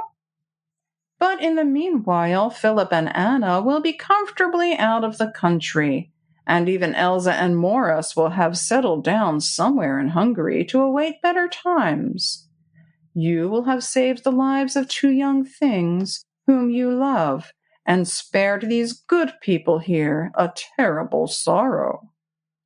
While Jasper spoke, Rosemary could not do anything but stare at him. His sophistry amazed her. That there was a modicum of common sense in this argument was not to be gainsaid, but that the suggestion of such bargaining with truth and honor should come from Jasper, her husband, horrified Rosemary and revolted her. And men often accused women of a feeble sense of honor. From the first, Rosemary had turned away from Naniescu's proposal as from something unclean. She had never dwelled on it, not for a moment. Even this morning, when first she felt herself sinking into an abyss of despair, she had not dwelled on that. But Jasper had not only dwelled on it, he had weighed its possibilities, the for and against, which, with unanswerable logic and not a little sarcasm, he had just put before her. And even now, when she could not keep the look of horror out of her eyes, he only smiled, quite kindly and indulgently, as if she were just an obstinate child who had to be coaxed into reason. And when indignation kept her dumb, he patted her hand and said gently, "You will think it over, I am sure." Then he rose and started pacing up and down the room, as was his custom, when he was irritated or worried, with his head thrust forward and his hands clasped behind his back. You will think over it, he murmured again. Never, she retorted hotly. You have another 15 days before you. Never, she reiterated firmly. He looked at her for a moment or two with an indefinable smile on his lean, dark face. Then he shrugged his shoulders. How much longer can you stand the mother's tears, he asked, and the father's despair? Elsa, if she knew, Rosemary rejoined with an obstinate toss of her head, would be the first to wish me to stand firm. Try her, Jasper retorted laconically. Then, as Rosemary, reproachful, indignant, made no attempt to reply, he went on with harsh insistence. Have you tried her? Does she know that the life of her son is entirely and absolutely in your hands? Rosemary shook her head. No, she murmured. Jasper gave a harsh laugh. Then, he said, I can only repeat what I said just now. Go and tell Elsa everything, then see if her arguments will be different from mine. Jasper! Rosemary exclaimed, flushed with bitterness and resentment. He paused in his restless walk, looked at her for a moment or two, and then resumed his seat beside her. For an instant it seemed as if he wanted to take her hand or put his arms round her. But whether she divined this wish or no, certain it is that she made a slight movement, a drawing back away from him. A curious flash, like a veritable volcano of hidden fires, shot through the man's deep, dark eyes. And, as if to control his own movements, he clasped his hands tightly together between his knees. Strangely enough, when he next spoke, his voice was full of tenderness and almost of humility. I am sorry, dear, he said gently, if I hurt you. God knows that I would rather be broken into pieces on a rack than to do that. But things have come to a pass, he went on more harshly, where my duty and my right, as your natural friend and protector, command me to get you out of this impasse before all this damnable business has affected your health, or, God help us, clouded your brain. The impasse, as you very justly call it, Jasper, she riposted, will not cloud my brain, so long as you do not seek to make right seem wrong and wrong right. Then suddenly he dropped on one knee close beside her. Before she could prevent him, his two hands had closed upon hers, and he looked up into her face with a glance full of love and entreaty, whilst every tone of harshness went out of his voice. But child, he urged, don't you see, can't you understand that it is you who make right seem wrong? What good are you doing? What good will you do by letting those two wretched young idiots suffer the extreme penalty for their folly? Will you ever afterwards know one moment's peace? Won't you forever be haunted by the ghosts of those whom you could so easily have saved? Won't your ears ring forever with the wholehearted curses of these wretched people who will look upon you as the murderer of their son? And honestly, my dear, your articles in the Times won't do more than flatter the vanity of Naniescu. Those people in England and America who have really studied the question won't think any better of Romanian rule or misrule in Transylvania because a lady journalist, eminent I grant you, chooses to tell them that everything is for the best in the best possible occupied world. Think of all those articles in the Times on the subject of the French occupation in the Ruhr and their misrule in the Palatinate. Did it prevent the very readers of that same paper from joining the League of the Friends of France and proclaiming at the top of their voices their belief in the unselfish aims of M. Poincar? You attach too much importance to the press, my dearest. Romania and Transylvania are very, very far away from Clapham and Ealing. People don't trouble their heads much on what goes on there. A few do, but they are the ones who will stick to their opinions whatever you may say. Unable to free them, Rosemary had yielded her hands passively to Jasper's clasp. She lay back with her head resting upon the cushions, her eyes obstinately evading his glance and fixed upon the ceiling, as if vainly seeking up there for some hidden writing that in a few terse words would tell her what to do. Jasper, thus holding her captive by her hands, made her feel like an imprisoned soul bruising itself against the bars of an unseen cage. She felt fettered, compelled, unable to see, to visualize that rigid code of honor which had ruled her actions until now. Jasper had talked at great length. She had never heard him talk so long and so earnestly and with such an unanswerable logic. And Rosemary, who up to this hour had seen her line of action before her crystal clear, was suddenly assailed with doubts, more torturing than any mental agony which she had suffered before. Doubt, awful, hideous, torturing doubt. How could she fight that sinister monster, compromise, if the one man whom she could trust tilted on its side? She had never dreamed of such a possibility. And now, suddenly, Jasper had made such a thing possible. Worse, imperative. Rosemary felt her eyes filling with tears. She was so tired and could not argue. She dreaded argument lest she should give in. It was all so utterly, utterly hopeless. Jasper was out of sympathy with her, and Peter. She must unconsciously have murmured the name, for all of a sudden Jasper jumped to his feet with a loud curse. "If you mention that devil's name," he began.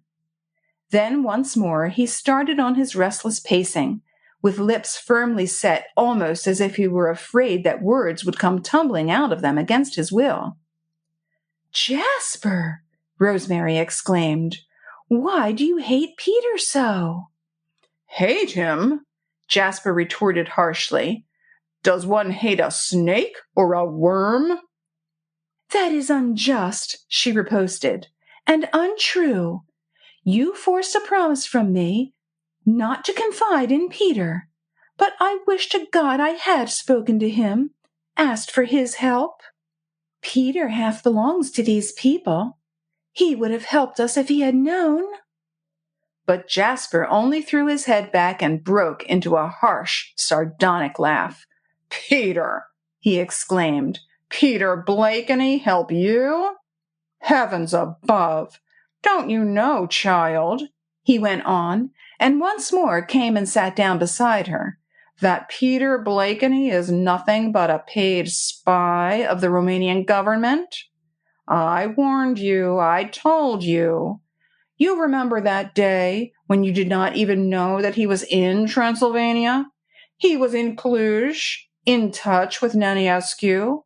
I warned you then as much as I dared. I could not say much because... He paused, perhaps because he had felt Rosemary's eyes fixed upon him with a curious, challenging look. A second or two later he went on coldly. "And the denunciation of Anna and Philip, how did it come about? Who knew of their folly except you and Peter Blakeney? And what about last night? I warned you not to confide in Peter, not to speak with him of the whole thing while I was away. Are you quite sure, quite sure, that Peter knew nothing of the plan? Are you quite sure that he—" "Jasper, stop!" Rosemary cried, and with a great effort she pushed Jasper away from her and rose to her feet. She wanted above all to get away from him.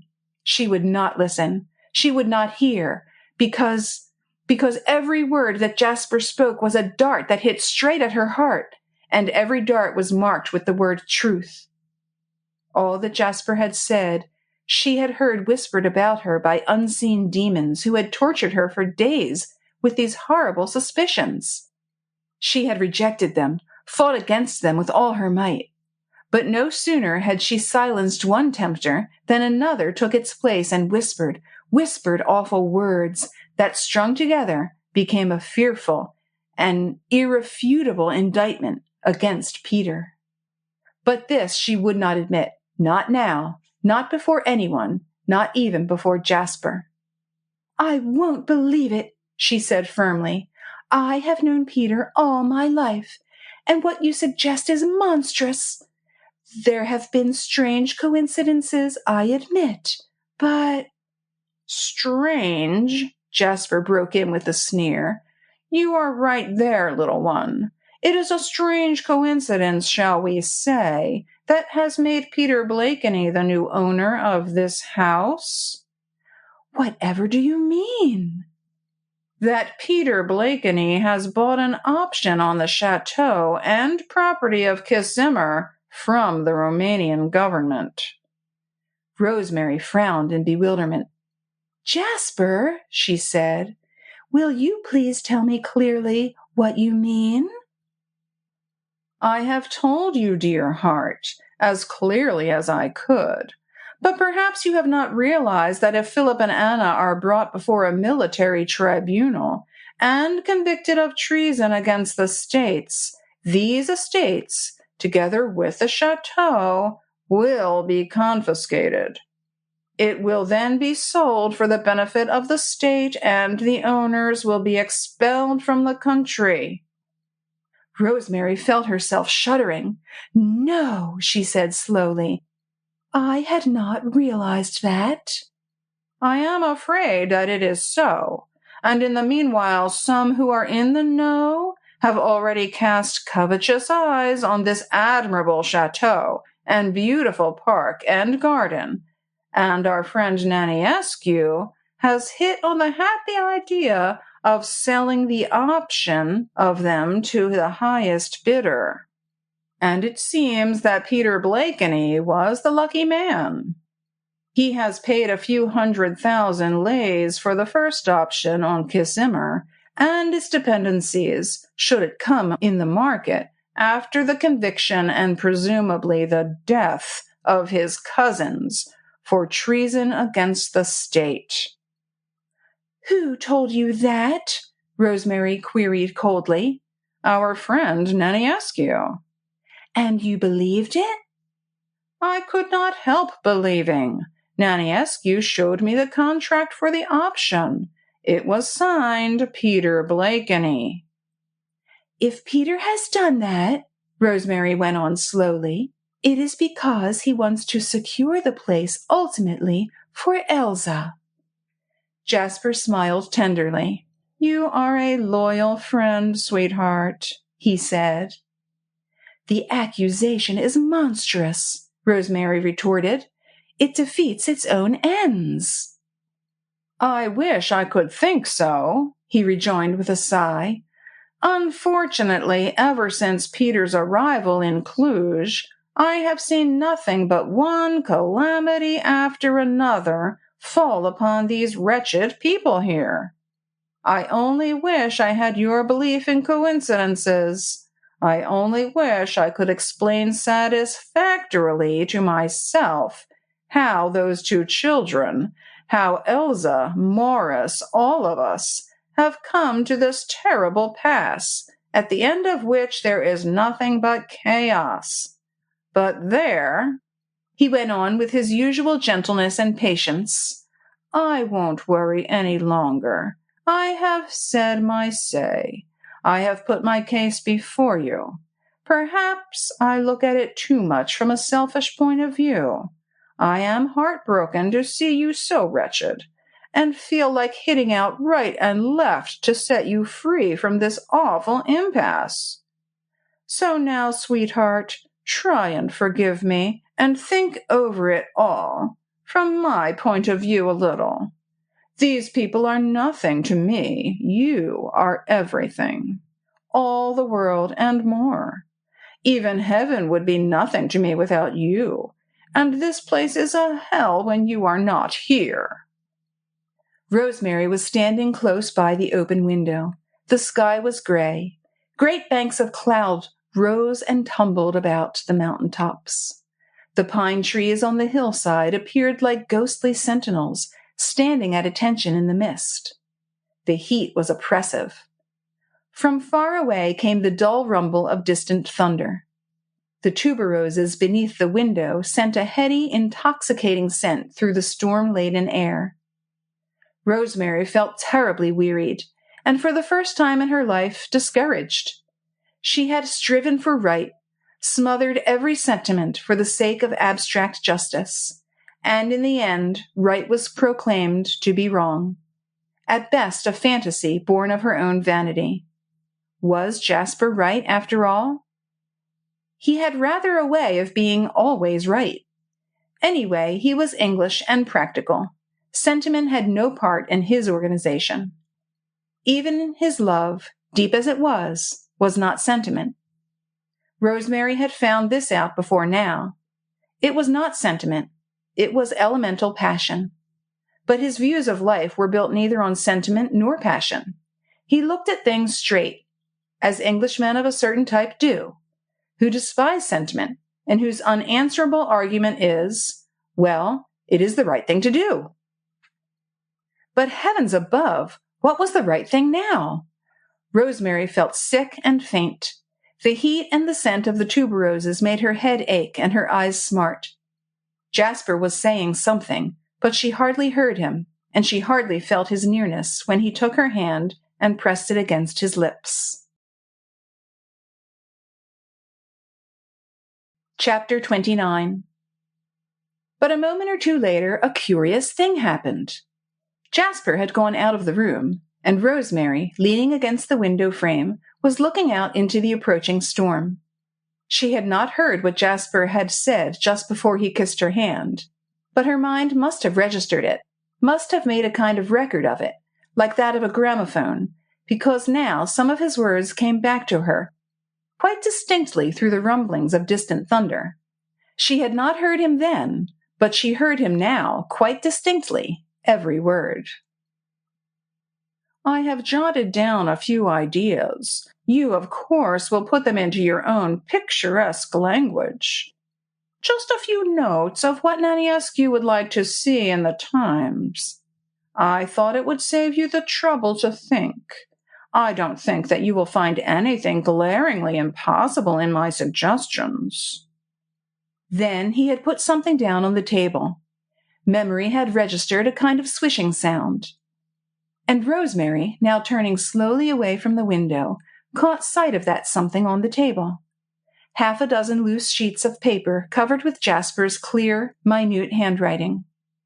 Like a sleepwalker, Rosemary went to the table and picked up the sheets. The shades of evening were drawing in, and the heavy gray clouds in the sky blotted out the remaining rags of daylight. With the papers in her hand, Rosemary went out on the balcony. She had the feeling that while she read, she must have the pure, storm-laden air about her. She had not turned away from these notes of Jasper's in horror. She had not closed her eyes to the record of his words. She knew quite well what was written on these sheets of paper, and deliberately she sat down and began to read. The political and economic situation of Transylvania was stated in these brief notes with remarkable lucidity.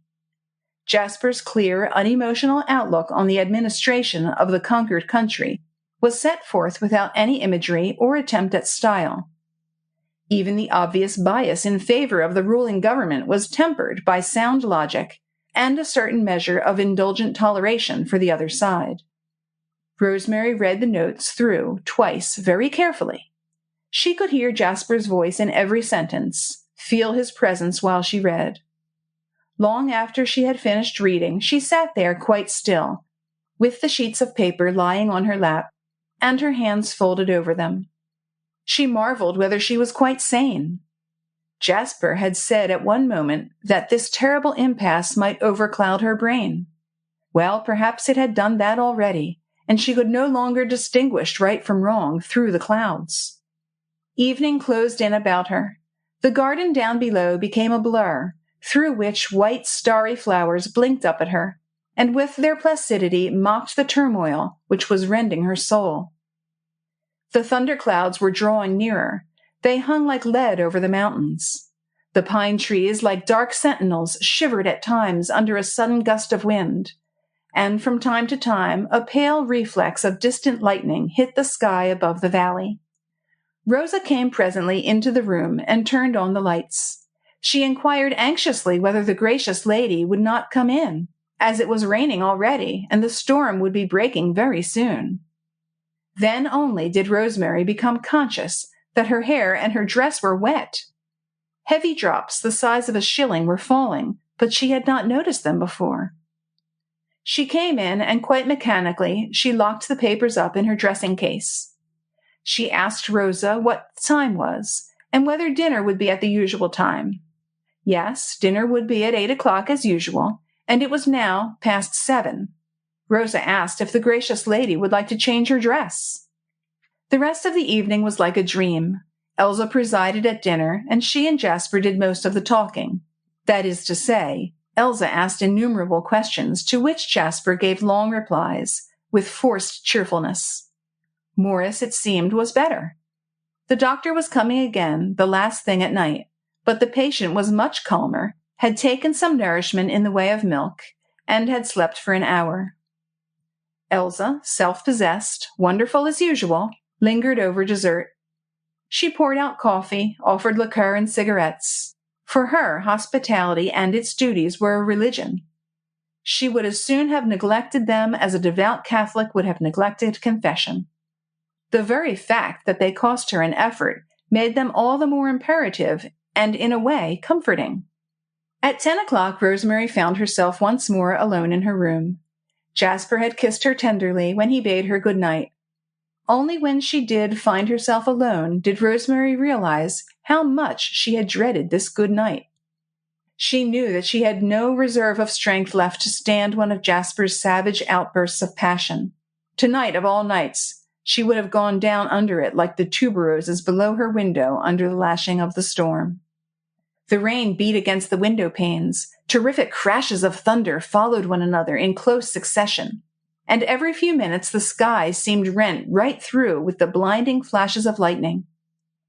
The heat was nearly intolerable through this almost tropical storm. Rosemary had dismissed Rosa. She undid her hair, which clung damp against her forehead and the back of her neck, and clad only in chemise and petticoat, with bare arms and neck and bare feet thrust into slippers, she sat down at the table with Jasper's notes before her and read them through once more. After that, she searched through the chest of drawers for a bundle of manuscript paper, and, taking up her fountain pen, she began to write. She had Jasper's notes in front of her, and she put them, as he had suggested, into her well-known picturesque language.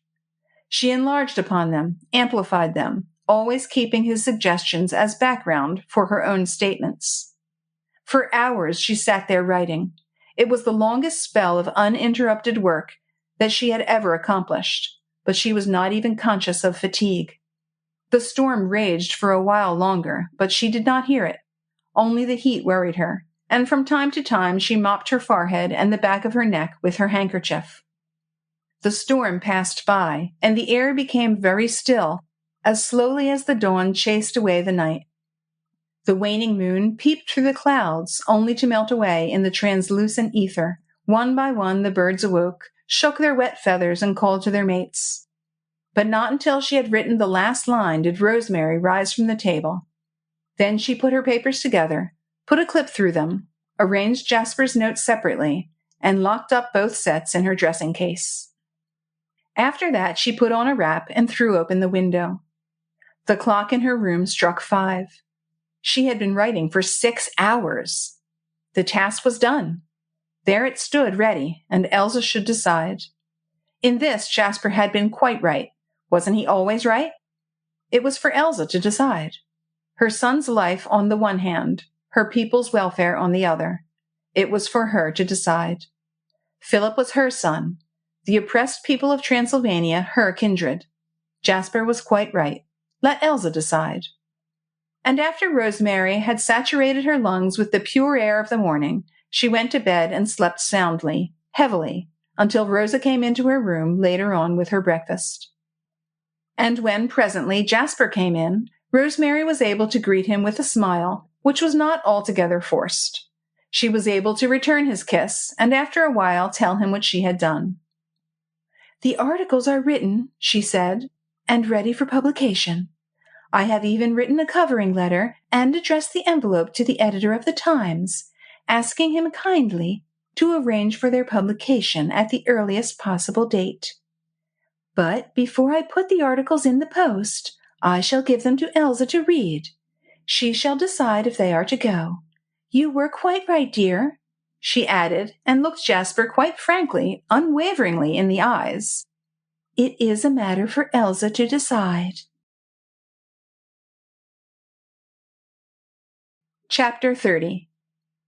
Rosemary found herself alone with Elsa in the early part of the afternoon.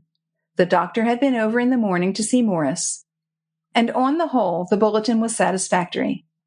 "The patient is doing well. If he was kept very quiet, there would be no complications. He was no age, and on the whole had led an abstemious life. The most important thing was to keep all worry, all agitation from him, both now and in the future." Both now and in the future? Elsa dwelt on these words when she told Rosemary just what the doctor had said. "The future?" she murmured with a weary little sigh. "Of course the doctor does not know. Perhaps I ought to tell him what the future holds in store for poor Morris." The nursing sisters had arrived overnight. Rosemary had caught sight of them about the house during the course of the morning, with their white-winged caps that made them look like doves with outspread wings. Their felt shoes made not the slightest noise as they walked. They were very sweet and very restful, entirely incompetent, but exceedingly kind, and full of gentle pity and kind advice to the patient, who became terribly irritable as soon as they ministered to him. After lunch, Rosemary persuaded Elsa to come out with her into the garden. It was the first bright moment in the day. Neither morning nor early afternoon had kept the promise made by the dawn. Storm clouds hung heavy and leaden over the mountains, and dull rumblings proclaimed the return of thunder. But about 3 o'clock there was a break in the clouds, and a pale sun shot fitful gleams of silvery light upon park and garden. It was oppressively hot. Rosemary led Elsa to the summer house and made her sit down. Elsa was fidgety. It almost seemed as if she did not want to be left alone with Rosemary. She made one excuse after another. Morris, the chef, the stables, but Rosemary insisted. "Listen to me, Elsa darling," she said firmly. "I want your full attention for 2 minutes." Elsa turned her big blue eyes upon Rosemary and murmured like an obedient child, "Yes, dear, what is it?" Rosemary had the papers in her hand, the newspaper articles which she had written during the night. The hand that held the manuscript shook ever so slightly, but her voice was quite steady. "I want you," she said to Elsa, "to read very carefully what I have written here. They are newspaper articles which General Naniescu would like to see published in England and in America. When you have read them, you will understand why. He wants this so badly that on the day these articles are published, Philip and Anna will receive a full pardon. Kiss Immer will not be taken from you, and if you wish, you can all leave the country for a time until things settle down and better times come for you all." She thrust the papers into Elsa's hands and turned to go. "I will leave you to read quite quietly," she said. But Elsa's round blue eyes were still staring at her. "I don't understand you, dear," she murmured vaguely. "Of course you don't, darling," Rosemary rejoined gently, "but you will when you have read what I have written. The gypsy was quite right. It is in my power to save Philip and Anna, but only to a certain extent, because it is you alone who can decide if I am to exercise that power or not. God bless you, darling." She put her arms round Elsa and kissed her tenderly. Thank heaven, all self-pity, all selfish introspection had gone from her. Her thoughts, her love, her pity were all for Elsa. But it had to be. Elsa must decide. Her people, her son, she must decide. When Rosemary hastened across the lawn, she turned once more toward the summer house. Elsa was still sitting there, staring with big blue eyes into vacancy. Every line of her attitude indicated bewilderment. She had the packet of paper in her hand and was tapping it against her knee. Poor Elsa! A heavy sob rose from Rosemary's aching heart. Chapter 31. Rosemary did not see Elsa again that day. Just before dinner, Rosa came in with a short scribbled note from her. "Morris is very restless," it said. "I don't like to leave him. Will you and dear Lord Tarkington forgive me if I don't join you at dinner?" The evening was dreary. Jasper said very little, and Rosemary felt thoroughly out of tune with him. He had a meek air about him that irritated her. Hers was not a nature to sympathize with remorse, and Jasper's manner gave the idea that he regretted having forced her into a decision. So she gave curt answers when he spoke to her, and after dinner he retired into the smoking room with the excuse that he had some business letters to write. She sat reading most of the evening, her nerves on edge, hearing all sorts of mysterious sounds through the apparent stillness of the house. When Jasper came to say good night, she felt sorry for him. He looked forlorn and miserable, and reason told Rosemary that he, of all people, ought not to be allowed to suffer through a situation that was none of his making. Poor Jasper! She, his wife, had dragged him, unwillingly enough, into this impasse wherein his quiet habits of a wealthy English gentleman were hopelessly perturbed, and his outlook outraged at every point. So, after she had returned his last kiss and saw him going upstairs, slowly, dragging one step after another, almost like an old man, she ran after him and linked her arm in his and gave him a tender and sympathetic smile. The look of gratitude which he gave her in return warmed her heart. Here, at least, was no divided duty. In a moment of pique, it was nothing less than that. She had linked her fate with Jasper Tarkington, accepted from him all the lavish gifts that wealth could buy, and which he so generously bestowed upon her. In exchange for that, he only asked for her love, and if the love which he gave and demanded did not reach that sublime ideal of which Rosemary had once dreamed, at any rate it was loyal and ungrudging, and she had no right to let her caprice stand in the way of his happiness. It was perhaps that these thoughts should come to her at a moment when her whole soul was torn with a terrible sorrow and a racking anxiety. Perhaps they came because on this very day she had made the greatest abdication of her will that she had ever done in all her life.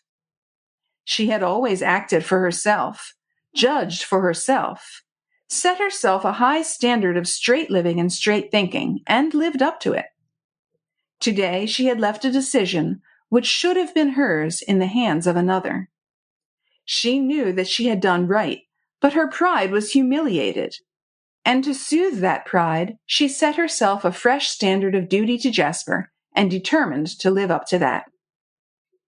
But ever afterwards she turned away with a shudder from thoughts of this evening, when she probed the full depth of Jasper's passion for her, and saw before her like a row of specters the vision of an endless vista of years, during which every caress would mean for her an effort, and every kiss a lie. The new standard of duty which she had set herself would be very difficult to live up to. She had never loved Jasper, only hoped that she might learn to love him one day, but on this fateful evening she realized that she might in time learn to hate him. When at last she was alone, she found herself unable to rest. Through the open window, the sounds of the oncoming storm became more and more insistent. It was rolling in on the bosom of the clouds from over the mountains in the west. Already 1 or 2 vivid flashes of lightning had rent the sky, and now and then great gusts of wind swept across the valley and sent a soughing and whispering through the trees. The poplars bowed their crests, and the twisted branches of the old acacias shivered and cracked in the blast. It was insufferably hot, and there was a smell of sulfur in the air. Rosemary, in a thin lace wrap, could not succeed in keeping cool. She stood by the open window, longing for the storm to break in all its fury, so that she might be rid of this feeling of oppression which was so unendurable, because the storm, far or near, had gone on almost uninterruptedly for over 24 hours. Rosemary's thoughts were now with Elsa. She pictured herself the unfortunate woman wrestling with a decision which either way must mean the breaking of her heart. Elsa, who outwardly seemed just a soft, futile, pampered doll, with thoughts fixed on her menus and her servants, was a veritable heroine, strong and tenacious, proud without vanity, loving without weakness, the type that represented everything that was finest and best in a woman. She was of the stuff that religious martyrs were made of in the past, and she would not come to a decision without a terrible struggle. If in the end her heart overruled the dictates of justice and of right, her remorse would be as devastating as her courage hitherto had been sublime. If Elsa had been a religious woman, she would not have suffered nearly so cruelly. The pagan knows nothing of the comfort of prayer, of diving blindly from the rocks of care into the ocean of God's love. And Elsa was only a pagan from whom the thin veneer of Christianity, laid on in early life, had been rubbed off long ago. She would not now be on her knees, murmuring with heaven-born resignation, "Lord, not my will, but thine be done." She would be fighting a tough battle, wrestling with her heart, castigating her tenderest feelings, fighting alone, unaided, unconsoled. Poor, poor Elsa!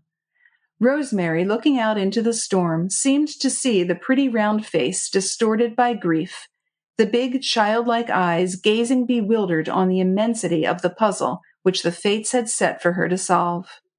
And while Rosemary gazed, the storm became full of pictures.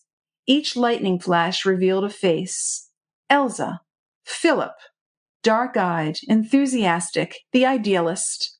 Anna, gentle and resigned.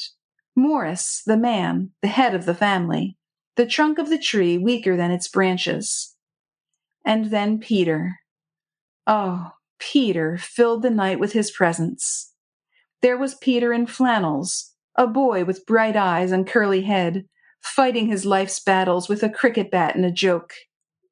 Peter home on leave from that hell in Belgium, receiving from his king the supreme reward for an act of almost unequaled bravery, of which, in his boyish way, he would often look quite ashamed. And Peter, that night in June, long ago, Peter's strong arms round her shoulders, Peter's impassioned words vying in melody with the nightingale, Peter's kiss that opened wide the portal of heaven, and lastly, Peter the mysterious, the subtle, unseen influence in whose wake strode sorrow and disaster. And the rumbling of the thunder brought back to Rosemary's ears Jasper's words of warning. "I only wish I had your belief in coincidences. And, ever since Peter's arrival, I have seen nothing but one calamity after another fall upon these wretched people here." And then that awful, awful indictment, which she had been unable to refute. "Don't you know that Peter Blakeney is a paid spy of the Romanian government?" The thunder brought the echo of those terrible words, louder and louder, for the storm was drawing nearer, and the echo of those awful words drowned the very sound of the thunder. All at once the storm broke in all its fury. There was a deafening crash and a flash of lightning so vivid that for the space of 1 second the garden stood revealed as if in broad daylight before Rosemary's gaze. Clear-cut in every detail, every tree, every leaf, every flower, every ripple upon the lake, each pebble upon the garden walk, and in that 1 second Rosemary had seen Peter standing on the gravel walk, not 50 yards from her window, looking up at her, gazing. She caught his eyes in that one flash. He was dressed in a dark suit. His cricketing cap was on his head. It had been an instant's flash, but she had seen him, and he was gazing up at her window, and their eyes had met in that one flash, right through the storm. After that, all was darkness, and though from time to time the night was rent by lightning flashes, Rosemary did not see Peter again. And when later on the storm subsided, and, wearied out, she went to bed and slept, she dreamt that all her suspicions of Peter had been proved to be wrong. She dreamt that she was a few years younger, that they were on the river together in a punt, and that the nightingale was singing. She dreamt of the lapping of the water against the low-lying riverbank, the scent of the meadow sweet, and of the honey-colored moon that painted long lines of golden light upon the reeds. She dreamt that Peter kissed her, and that she was free to give him kiss for kiss. Chapter 32. When Rosemary woke the next morning, she felt quite convinced that the vision which she had had in the night of Peter standing on the gravel walk and looking up at her window was only a creation of her own fancy. Rosa had opened the curtains and the volets, and Rosemary saw a dull gray sky before her. The storm had certainly abated, but it was still raining. Rosemary thought of the cricket match, which would probably have to be postponed owing to the weather, and of the disappointment this would mean to many, especially to Peter, who had set his heart upon it. During breakfast, Jasper told her that he had received a note from his agent de change at Cluj, and that the latter had said in his letter that the cricket match, which should have been begun yesterday, had to be postponed owing to the weather. Steinberg goes on to say, Jasper continued, that he had heard that the cricket pitch, the playground he calls it, was like a swamp. The storm seems to have been very severe the other side of the frontier. It went on for 24 hours without a break, and was still raging at the time of the writing. Unless the weather improves very much, Steinberg says that the match will have to be abandoned altogether, as Payson and several of his team have to be back in Budapest in time for work on Monday morning, which means leaving Hudmezzo on Sunday. Then, as Rosemary made no comment on the news, only stared rather dejectedly out of the window, Jasper went on after a while. I am afraid it will mean a disappointment all round, as the weather can hardly be said to have improved, can it? Rosemary said, "No, it cannot," after which the subject was dropped. Somehow the idea of the postponed cricket match worried her, and there was one insistent thought which would force itself into the forefront of her mind to the exclusion of all others, and that was the thought that the postponed cricket match would have left Peter free yesterday to come over to Kissimmee, and that therefore it might have been himself in the flesh who was standing during the storm in the garden last night. Why he should have chosen to stand in the garden in the rain rather than to come into his aunt's house was a problem which Rosemary felt herself too wearied and disheartened to tackle. When she went downstairs soon after 10 o'clock, she met Elsa in the hall, dressed ready to go out. She looked more tired, more aged, more ill than the day before. Obviously, she had spent another sleepless night. But she kissed Rosemary very tenderly. "Come into the smoking room, darling," she said. "I want to say something to you." Rosemary followed her into the smoking room and at once asked after Morris. "He has had no sleep," Elsa said, "and at times his brain wanders, but physically he seems no worse. Rather stronger, I think, than yesterday, and he enjoyed his breakfast. If we could only keep him quiet." She opened her handbag and took out the papers which Rosemary gave her yesterday. "I read your articles through very carefully, dear," she said. "But I did not have to pray for guidance.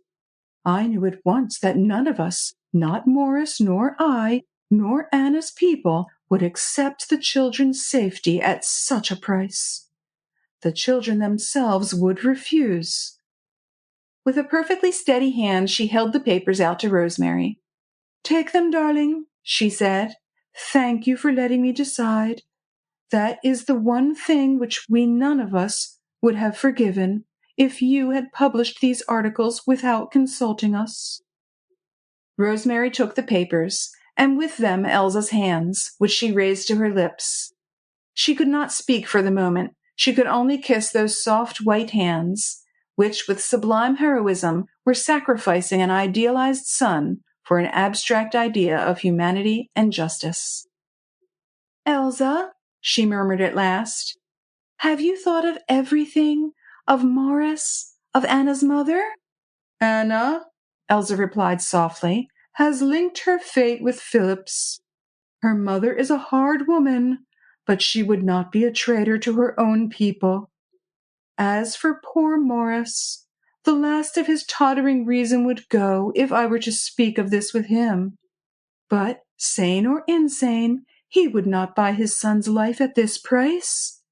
We are suffering enough, God knows, but how could we live in future knowing that our fathers, our mothers, would have to go through this same misery because of our cowardice? These devils here would continue their work unchecked, perhaps not for long, but they would continue. No one would stop them. No one could criticize them after this, and mothers would suffer as I am suffering now, and fathers and wives, our friends.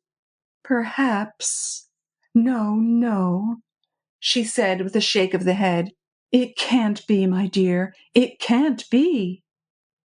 She pushed Rosemary's hand away from her, the hand that still held the fateful papers. She thrust it aside, with eyes closed, so as not to see the thing which meant Philip's life. "I am going to see Charlotte Heaves," she said after a while. "I think I ought to tell her. And after that I shall see Philip and Anna. Those devils can't prevent my seeing my own son. I shall see Philip. I know what he will say, and you can destroy those papers, Rosemary darling. Burn them. It was right to tell me, and now you know." There was a knock at the door. Anton came in to say that the carriage was at the door. Elsa was going to drive over to Ujlak first to see Anna's mother, and then to Cluj to see Philip and Anna. "I shall not be home till late," she said, as she gave Rosemary a goodbye kiss. "But everything is in order for you and dear Lord Tarkington.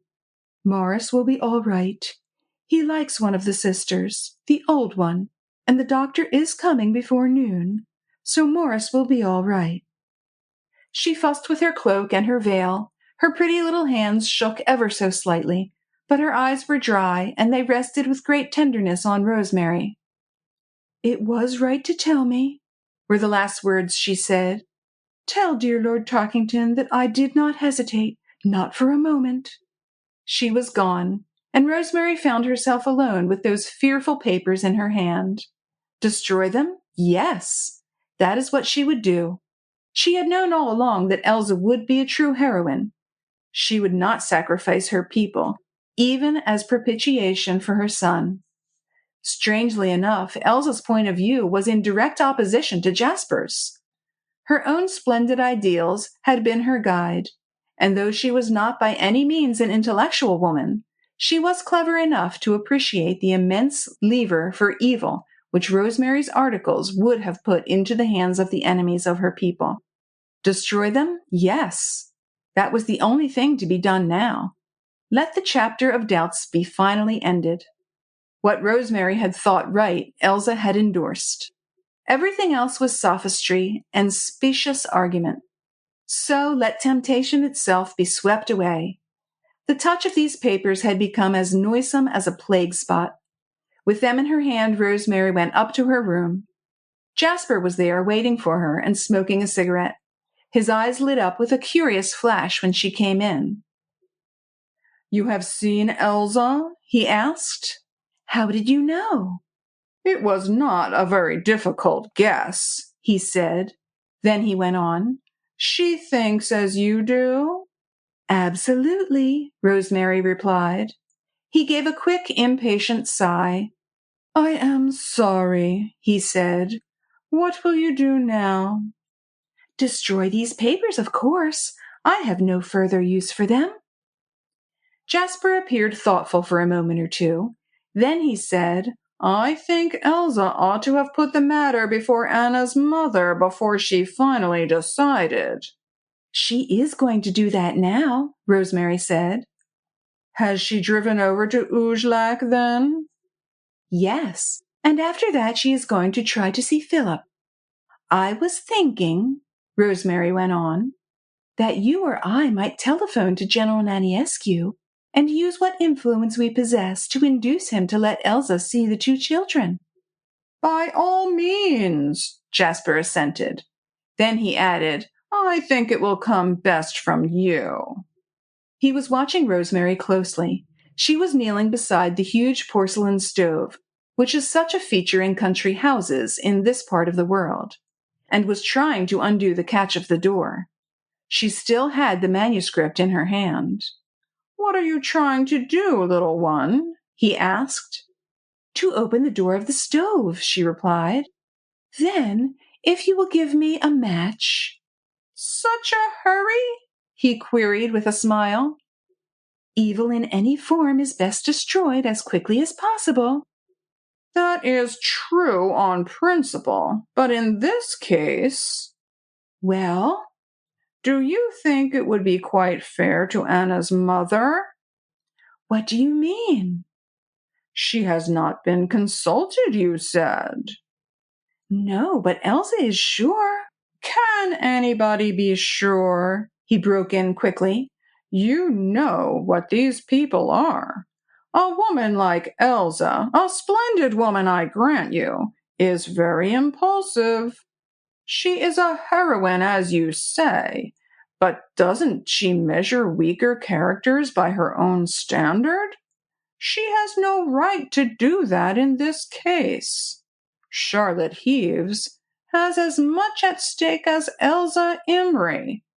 Morris, I dare say, is not in a fit state to give his opinion, but Anna's mother certainly is. And honestly, I don't think that it would be fair to confront her with a fait accompli. Rosemary made no reply for a moment or two. Then she deliberately closed the catch of the iron door and rose slowly from her knees. Perhaps you are right, she said. Jasper put out his hand, and as she tried to evade him, he clutched at her dress and drew her close to him. Don't punish me, little one, he pleaded gently, and tried to look into her eyes, which, however, she kept resolutely downcast. Don't punish me for not seeing entirely eye to eye with you on this. You would not have me abdicate my freedom of thought, even though I would lie down in the dust for your dear feet to walk over me. Rosemary shook her head, but she still kept her head obstinately averted from him. May I read what you have written? He asked. She gave him the manuscript without a word. He only glanced at the envelope and then slipped the whole packet into the inner pocket of his coat. I may be able to make a suggestion or two, he went on with a kindly smile. Something that you will call by the ugly name of compromise. But, darling, I cannot help it. I still think that you look at the whole thing from too lofty an elevation. Come down to earth, little one, and look at it from a more practical point of view. He had succeeded in capturing both her hands, and with a sudden compelling gesture, he forced her down on her knees. She gave a little cry because he had hurt her wrists, but the next moment he had his arms round her shoulders and his face buried between her throat and chin. Rosemary managed to push him away from her. Not now, Jasper, she murmured. Please. He gave a curious, hoarse laugh. Not now, he retorted. Any time, sweetheart, is kissing time. And if you only knew how I ache with wanting your kiss." He held her by the shoulders and gazed on her with such a living flame in his deep-set dark eyes that it seemed to consume the veils that hid her soul and to leave it stripped before his gaze and shamed in its nakedness. "If you loved me ever so little," he murmured between his teeth. He kissed her on the lips once, twice, till hers were seared and bruised. Then he released her, so suddenly that she lost her balance and almost measured her length on the floor, while he rose abruptly to his feet. He looked down at her for a moment or two, but made no attempt to help her to get up. Seeing her struggles, he laughed and shrugged his shoulders. "I wonder sometimes," he said in a hard, dry voice, "why one goes on living. How much easier it would be to just lie down and die. Look at the fuss there is because a boy and a girl will be lucky enough to go out of this world before they have learned to hate it. They don't know how much easier it is to die than to live. And how much better. For me, how much better. But the best of all would be to see you dead, my dear, for then you could not go on hurting me as you do, as you would do even if I were in my grave." And with that he strode out of the room and banged the door behind him. Rosemary struggled to her feet. She felt bruised and hurt, mentally as well as physically. Never had Jasper been so repellent to her as he was just now. The fear that one day she might come to hate him had become quite a hideous reality. The awful thing was that he had read her secret thoughts. Her soul had been revealed to him in all its nakedness and its shame. He knew now that she was false to the oath which she swore before the altar, to love and cherish him.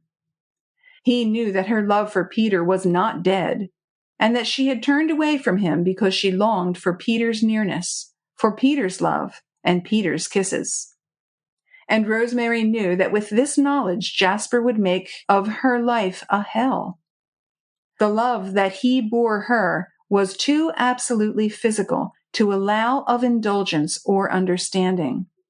He would make her suffer in exact proportion as he suffered himself, and that love would make him more bitter towards her than a torturer in the Middle Ages toward his victim. When had she given herself away? She did not know. Not today, surely. Today had only been a confirmation, not a revelation. He had known all along, and hated Peter from the hour when first he knew. He hated Peter, who had once been his friend, and he would make Rosemary suffer until she could truthfully echo his words, "It is so much easier to die than to live." Chapter 33. Half an hour later, Rosemary thought that Jasper was still in his room, and she had a longing to get away from his nearness and out into the open. It was still raining, and the sky was the color of lead. She threw a cape over her shoulders and opened the door of her room. She was dreading to meet Jasper again, so she listened intently for a while for any sound that might betray his presence. From Morris's apartments at the opposite end of the gallery, there came a buzz of voices, and from down below, where the servants were laying the table in the dining room for luncheon, a clatter of crockery. Otherwise, silence. And no sound from Jasper's room close by, so Rosemary ran quickly downstairs. She had just reached the hall, intending to go out into the garden, when she heard a strange clatter coming apparently from the smoking room. It sounded like a scuffle. Of course it could not be, but that was just what it sounded like. She stood still to listen, and then she heard quite distinctly a smothered cry, something like a curse, and she thought that she recognized Jasper's harsh voice. At once she ran to the door of the smoking room and threw it open. Jasper was on the ground, struggling to get back to his feet. He appeared dazed and to be moving with difficulty. His hand was tearing at his collar, as if he were choking. His clothes were disarranged. His face looked pallid and blotchy, and his eyes bloodshot. but Rosemary did not scream when she caught sight of him. Something else that she had seen had paralyzed her limbs and seemed actually to be holding her by the throat. The tall window which gave on this side of the garden was wide open, and in a flash, just as she entered the room, Rosemary had seen Peter in the act of getting over the windowsill. The next second he had disappeared over the ledge, and she heard his footsteps crunching the gravel as he ran in the direction of the main gates. A moment or two later, Jasper had recovered his voice and the use of his limbs. "Call the servants!" he cried in a raucous voice. "Curse that devil! He will get away!" But Rosemary could not move. She could only stand where she was in the doorway and stare at the open window. Jasper had struggled to his feet, lurched forward, and tried to push past her. He tried to call out, but the words were choked in his throat. He put his hand up again and tore at his collar. Then he tottered and would have fallen backwards if Rosemary had not been quick enough and strong enough to catch him and to guide him to the nearest chair, into which he sank, half fainting. One of the servants came across the hall from the dining room. Rosemary called to him to bring some brandy. "The gracious lord feels faint," she said. "Be quick, Sandor, will you?" As soon as Sandor had brought the brandy, Rosemary sent him peremptorily away. Fortunately, neither he nor any of the other servants had heard anything of the scuffle, and Rosemary, for very life, could not have said anything to them just then. She knelt down beside Jasper and made him swallow some of the brandy. Obviously, he had not been hurt, only scared, and the scared look was still in his eyes when he came to himself. "You haven't let him go?" were the first words he uttered. "Let whom go, Jasper?" Rosemary asked quietly. She rose to her feet and offered him an arm to help him get up. "That spying devil!" Jasper replied with a savage oath. "Peter Blakeney." "What in the world do you mean?" "You know quite well what I mean. You must have seen him. I told you to call the servants. Are you in collusion with him, then? That you did not do it?" "I heard a scuffle," Rosemary rejoined coldly. "When I reached the hall, I opened the door and saw you lying on the ground. I only had enough presence of mind to send for some brandy. Perhaps you will tell me what else happened?" "What else?" he retorted with a sneer. He had risen and gone over to the mirror to readjust his clothes. She could see his face in the glass, livid with passion, his eyes fixed upon her reflection, while he fumbled with his tie and collar. But even while she watched him, she saw a change come slowly over his face. The color came back to his cheeks. His eyes narrowed, and an indefinable expression crept into them. Perhaps he did not know that Rosemary was watching him. Certain it is that she had never seen such an expression on his face before. His lips parted above the teeth, which gleamed sharp and white, and gave the mouth a cruel, wolfish look. It was all over in a moment. The next he had swung round and faced her, apparently quite himself again, with just the habitual expression of high-bred weariness which he always affected. "I was obviously wrong," he said coolly, "to suggest that you were in collusion with that young devil, and for this I beg your pardon." "Wouldn't it be best," she retorted equally coolly, "if you were to tell me what did happen?" "Peter Blakeney sneaked in through that open window. My back was turned that way, and I heard nothing, as I was intent on reading your manuscript. He attacked me from behind. I was taken unawares, but I tried to put up a fight. However, he is younger and more athletic than I am, and he knocked me down. He had already snatched your manuscript out of my hand, and he disappeared with it the way he came, through the open window at the very moment that you entered the room." Rosemary had listened to this without moving a muscle. She stood in the middle of the room, as if she had been turned to stone, alive only by her eyes, which were fixed with such an intensity of questioning on Jasper that instinctively he turned away, as if dreading to meet her glance. "That is all, my dear," he said, with a sudden assumption of meekness. "I was certainly to blame for allowing that precious manuscript to be taken from me. I should, I know, have guarded it with my life, and so on, and I have probably sunk very low in your estimation as a coward. But I was taken entirely unawares, and one is not usually prepared for daylight robbery in a house filled with servants. So that must be my excuse." He paused a moment, then added dryly, "That and the fact that I warned you more than once that Peter Blakeney was working against you. Now perhaps you are convinced?" At last Rosemary recovered the use of her tongue, but her voice sounded strange to herself, toneless and distant, as if it came from beneath the earth. "You are quite sure, I suppose," she said slowly, "that it was Peter Blakeney who did what you say?" "Aren't you?" he retorted with a harsh laugh. She made no reply to the taunt. Outwardly, she did not even wince. "You are quite sure that he got away with the manuscript?" He shrugged his shoulders. "I am quite sure," he replied. "What do you suppose he means to do with it?" "Sell it to Nenescu, of course." "In exchange for Philip and Anna's freedom?"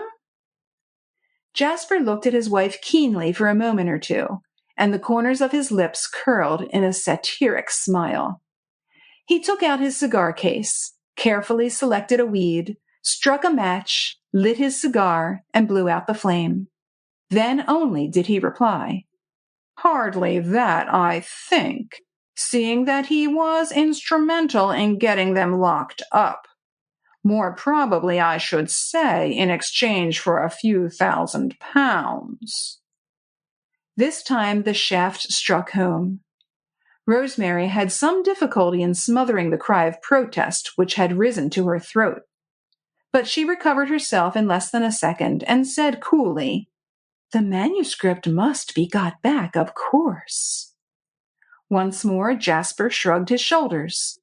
"It might have been done at the moment, but I was helpless, and you were so concerned for my welfare that you did not raise hell to send the servants after the thief." "I did not know then about the manuscript." "You know now," he retorted, "and have not called the servants yet." "This is not the business of the servants. I look to you to get me back the manuscript." "To me?" he rejoined with a harsh laugh. "Are you not putting too great a strain on my allegiance? You know my views. Should I not rather be wishing that damnable spy Godspeed?" "Jasper," she said earnestly, "you must get me back the manuscript."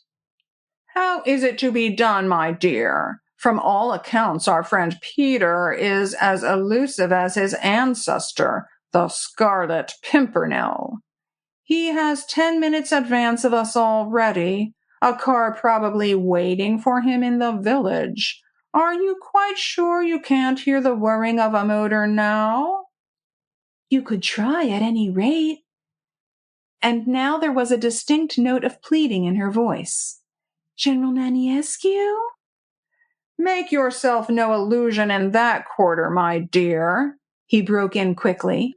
"Once Nenescu is in possession of those precious articles of yours, he will send a courier flying across Europe with them.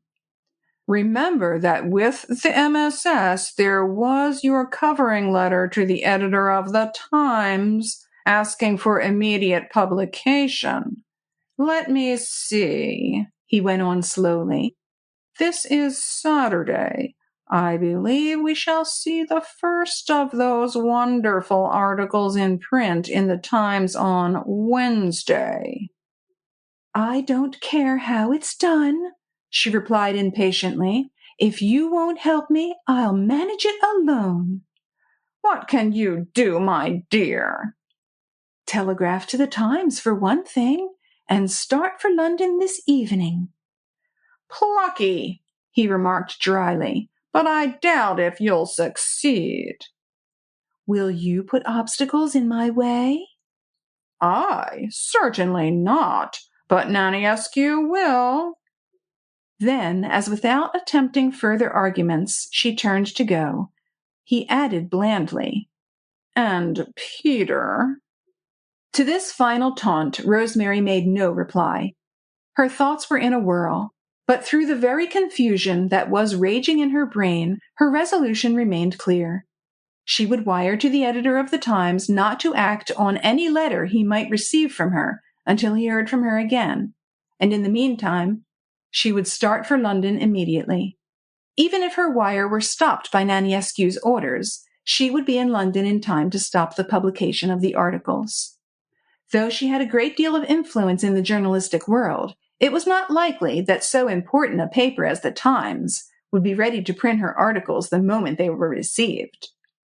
Yes, she had plenty of time, and the whole conspiracy, whatever it was, had been clumsily engineered and would certainly prove futile. The conspiracy! Rosemary could not think of that. Yet when she did, it would mean such a terrible heartache that the whole world would become a blank. Peter blotted out of her life. That is what it would mean when she regained the power to think. It would come to her probably in the train, traveling alone across Europe, hurrying to nullify work done by Peter. Shameful, despicable work that would sully the reputation of a pariah. The work of a spy, of hands tainted with ill-gotten wealth. Rosemary's gorge rose at the thought. The conspiracy would prove futile. There was plenty of time to subvert it. But it was an evil, noisome thing that had been. It had existed, and Peter had given it birth. Peter! Never again could the world be bright and beautiful. The thing was so loathsome that it would taint with its foulness everything that Rosemary had, up to this hour, looked on as sweet and sacred and dear. She herself would remain noisome, a body to execrate, since it had once lain passive and willing in Peter's arms, since her lips still retained the savor of his kiss. Rosemary went out into the village as far as the post office. She wrote out her telegram to the editor of the Times and asked whether it would be sent out immediately. In order to stimulate the zeal of the postmistress, she emphasized her instructions with a 100-lei note. The postmistress smiled and thanked the gracious lady for the note, and she promised that she would send the telegram off within the next few minutes. Then, as soon as Rosemary had gone out of the stuffy little office and disappeared down the village street, the woman rang up the Imry Palace at Cluj and asked to be allowed to speak with His Excellency the General. Chapter 34. Rosemary's wire was repeated over the telephone to General Naniescu, who promptly gave orders that it should not be sent. When he put down the receiver, he was very much puzzled. Something had apparently happened at Kissimmee, which had greatly disturbed the beautiful Uno. It seemed indeed as if she had actually written those articles, which Naniescu wanted so badly that he was prepared to pay 10,000 pounds sterling of government money for them. And, having written the articles, the lady seemed first to have sent them off, then to have repented. Well, well, it was all very puzzling. Even M. de Kervoisin, experienced diplomat though he was, could suggest no solution. He advised the obvious, to wait and see. "We shall see our friend number 10 soon," he said. "If I am not mistaken, he has at least one key to the puzzle in his possession." But it was not number 10 who presented himself at the Imry Palace that afternoon. It was ce cher Monsieur Blakeney, who had come all the way from England in order to preside over a game of cricket that had not come off because of the weather. His Excellency was delighted to see him, and so was M. de Kervoisin. This charming, most unexpected, but most welcome visit was due, no doubt, to the cricket and the bad weather. So tiresome! Mehela, man proposes and the rain disposes. His Excellency was most sympathetic. Would M. Blakeney have a cigar and a glass of fine? No? Then what could His Excellency do for M. Blakeney? Pray command me, my dear Monsieur Blakeney. We are all so grateful to you for the kind interest you are taking in our young athletes. It will be such a happy recollection for them in after years that so distinguished an English champion as yourself has helped them with their games. Peter let him talk on. He thought it a pity to stem this flood of eloquence, and he was looking forward to the moment when Naniescu's complacent effusions would turn to equally comic puzzlement first, and subsequently to amazement and delight. Shall I tell your Excellency now, he said as soon as he could get a word in edgeways, why I have come? Mais comment donc? The general replied suavely. I am hanging on your lips, mon cher Monsieur Blakeney. Well, Peter said, quite slowly and speaking in French, since M. de Kervoisin did not know English. Well, it is just this. Lady Tarkington has written certain newspaper articles which you, General, very much desire to see published. That's so, isn't it?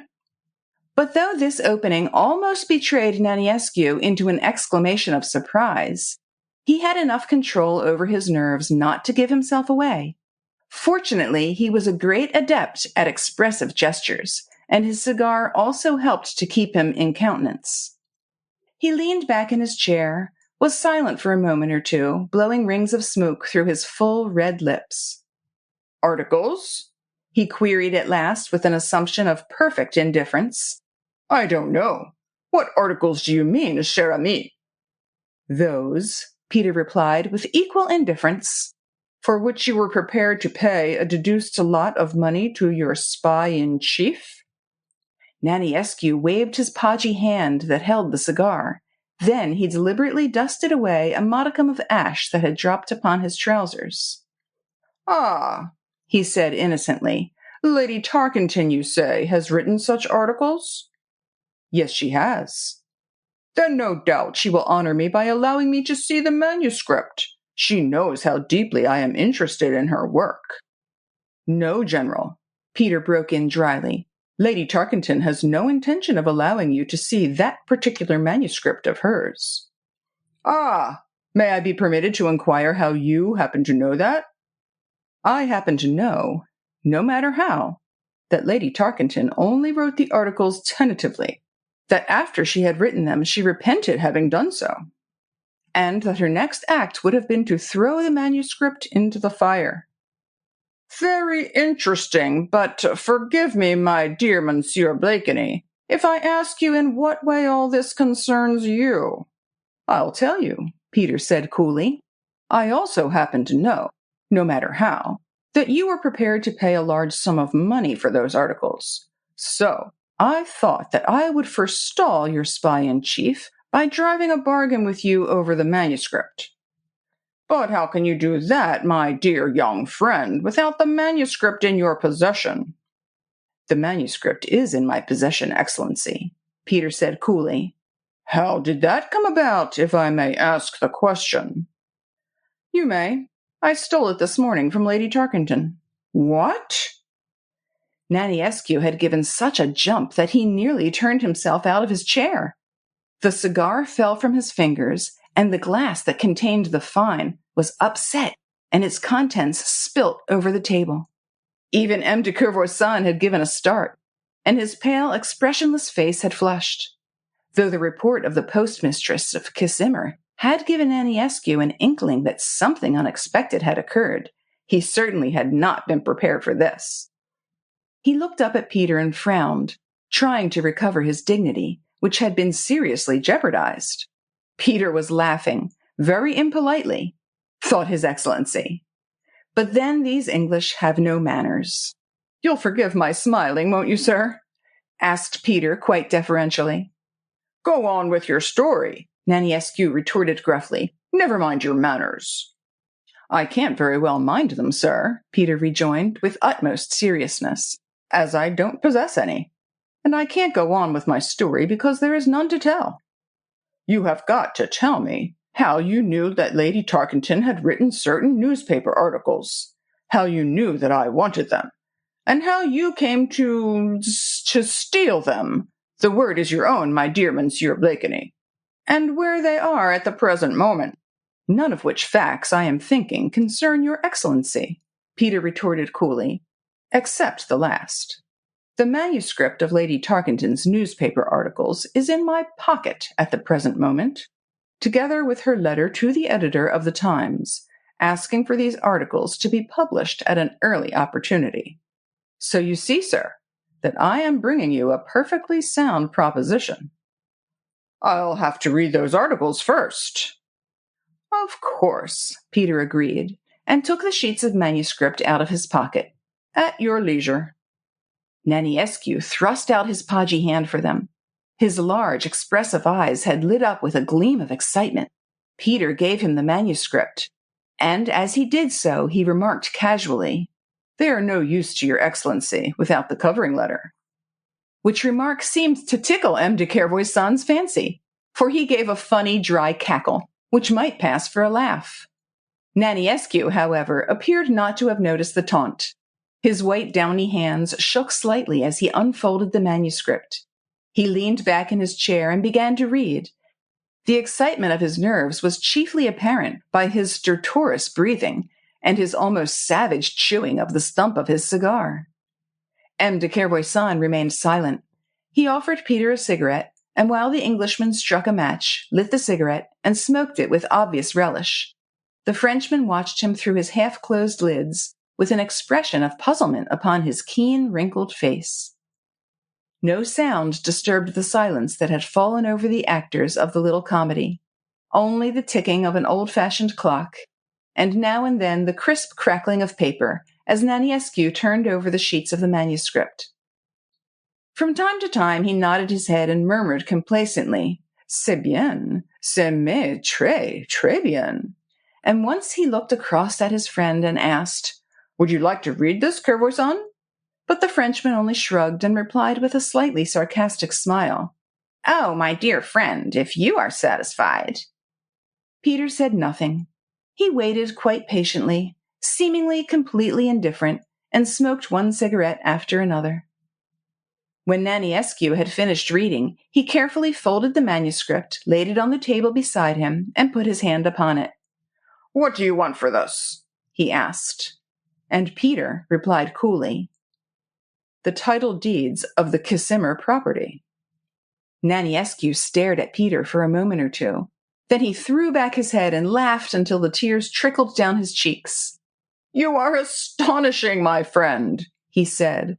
"The property is worth 50,000 sterling. "I have paid an option on it of 5,000, Peter retorted. "And the rest wouldn't come out of your excellency's pocket, I take it." "Not out of my pocket, of course," Naniescu was willing to admit. "but out of that of my government. We are going to sell Kissimer for the benefit of the state." "And won't your excellency be purchasing these newspaper articles for the benefit of the state?" "These articles are not worth it," Naniescu retorted gruffly. "Very well. Let's say no more about it. I am sorry I troubled your excellency." Peter rose as if to go, and put out his hand toward the sheets of the manuscript. "Don't be a fool," Naniescu broke in. "I'll give you a good price for the thing, but a property worth 50,000 sterling. Hang it all, it's a bit stiff." Peter smiled. "How tersely you put the matter, General," he said. "I dare say it is a bit stiff, but I am not prepared to bargain, only to sell. And if you are not satisfied—" Easy, my impetuous young friend. Did I say that I was not satisfied, or that I refused to consider the matter? But there are considerations." "What considerations?" "To begin with, how do I know that the English newspaper would accept these articles as the genuine work of Lady Tarkington?"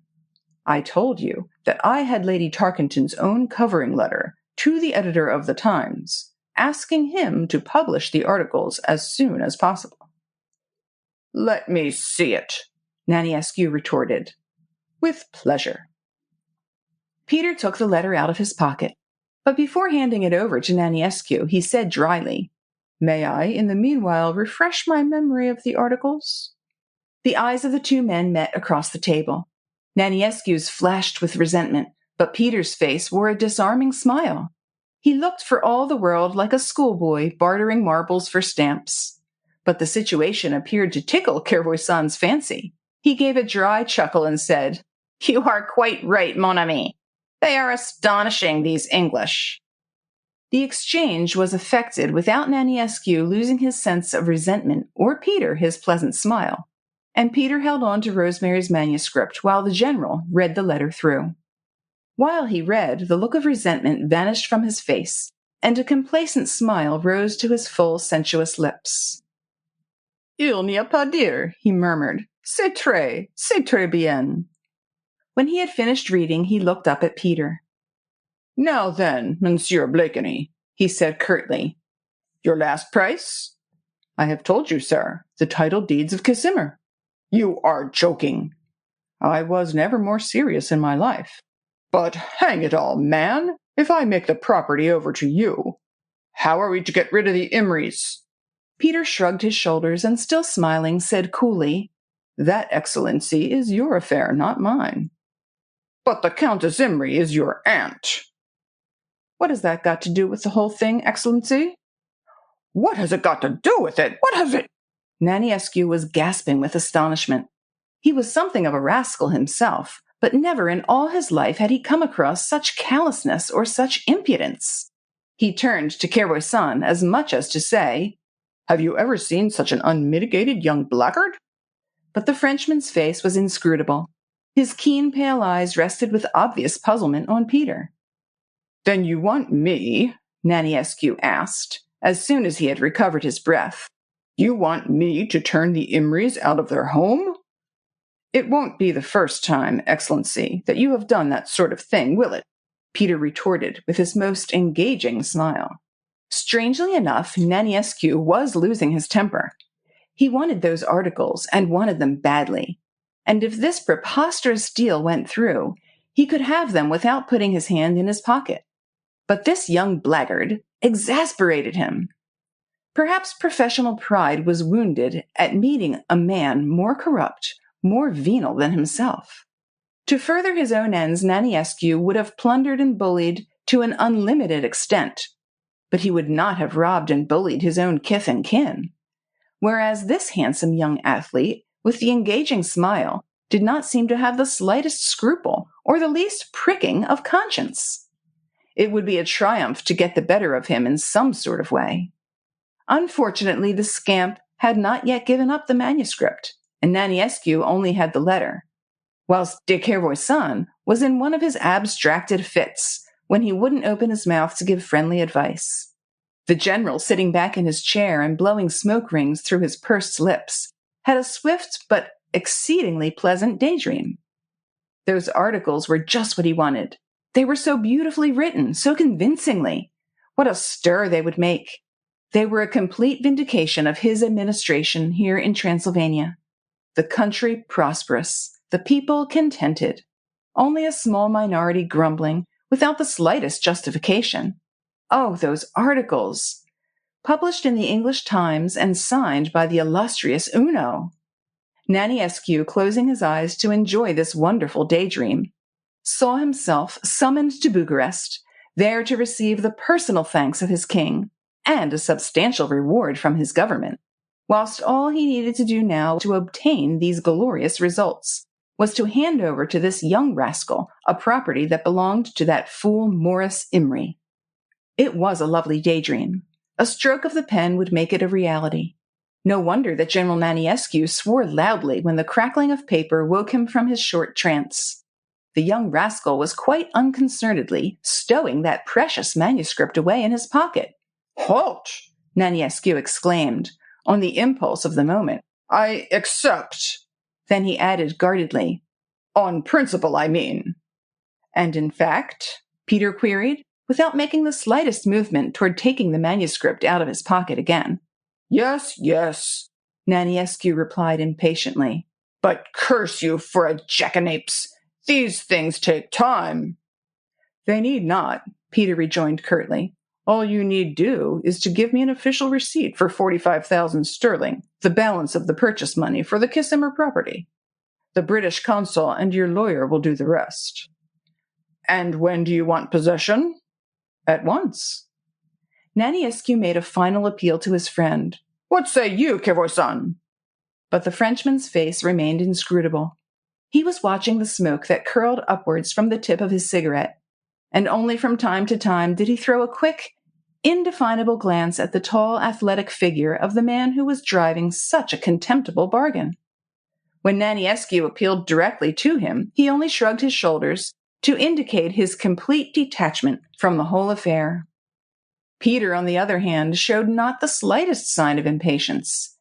He even went to the length of buttoning up his coat. Would you like to think it over?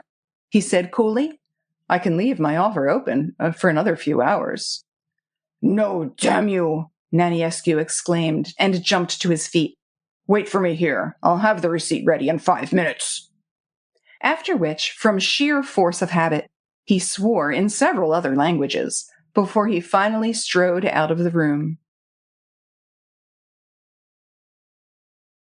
Chapter 35.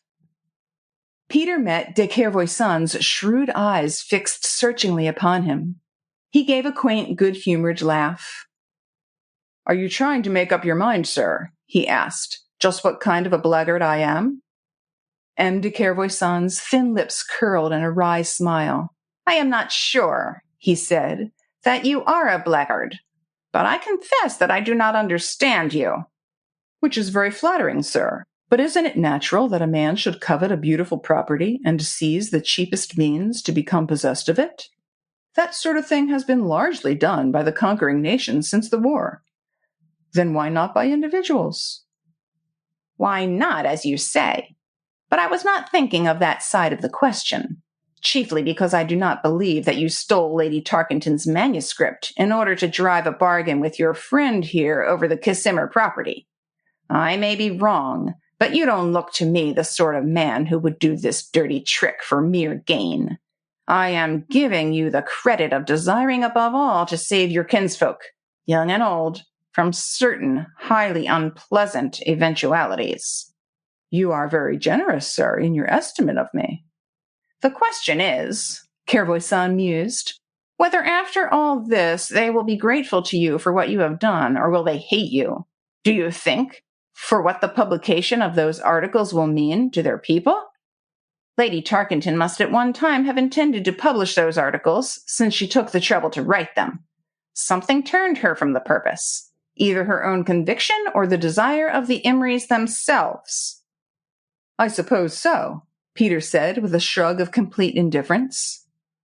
Whereupon you, my dear friend, stepped in like an unwanted deus ex machina, and settled the business to your own satisfaction, if not to theirs.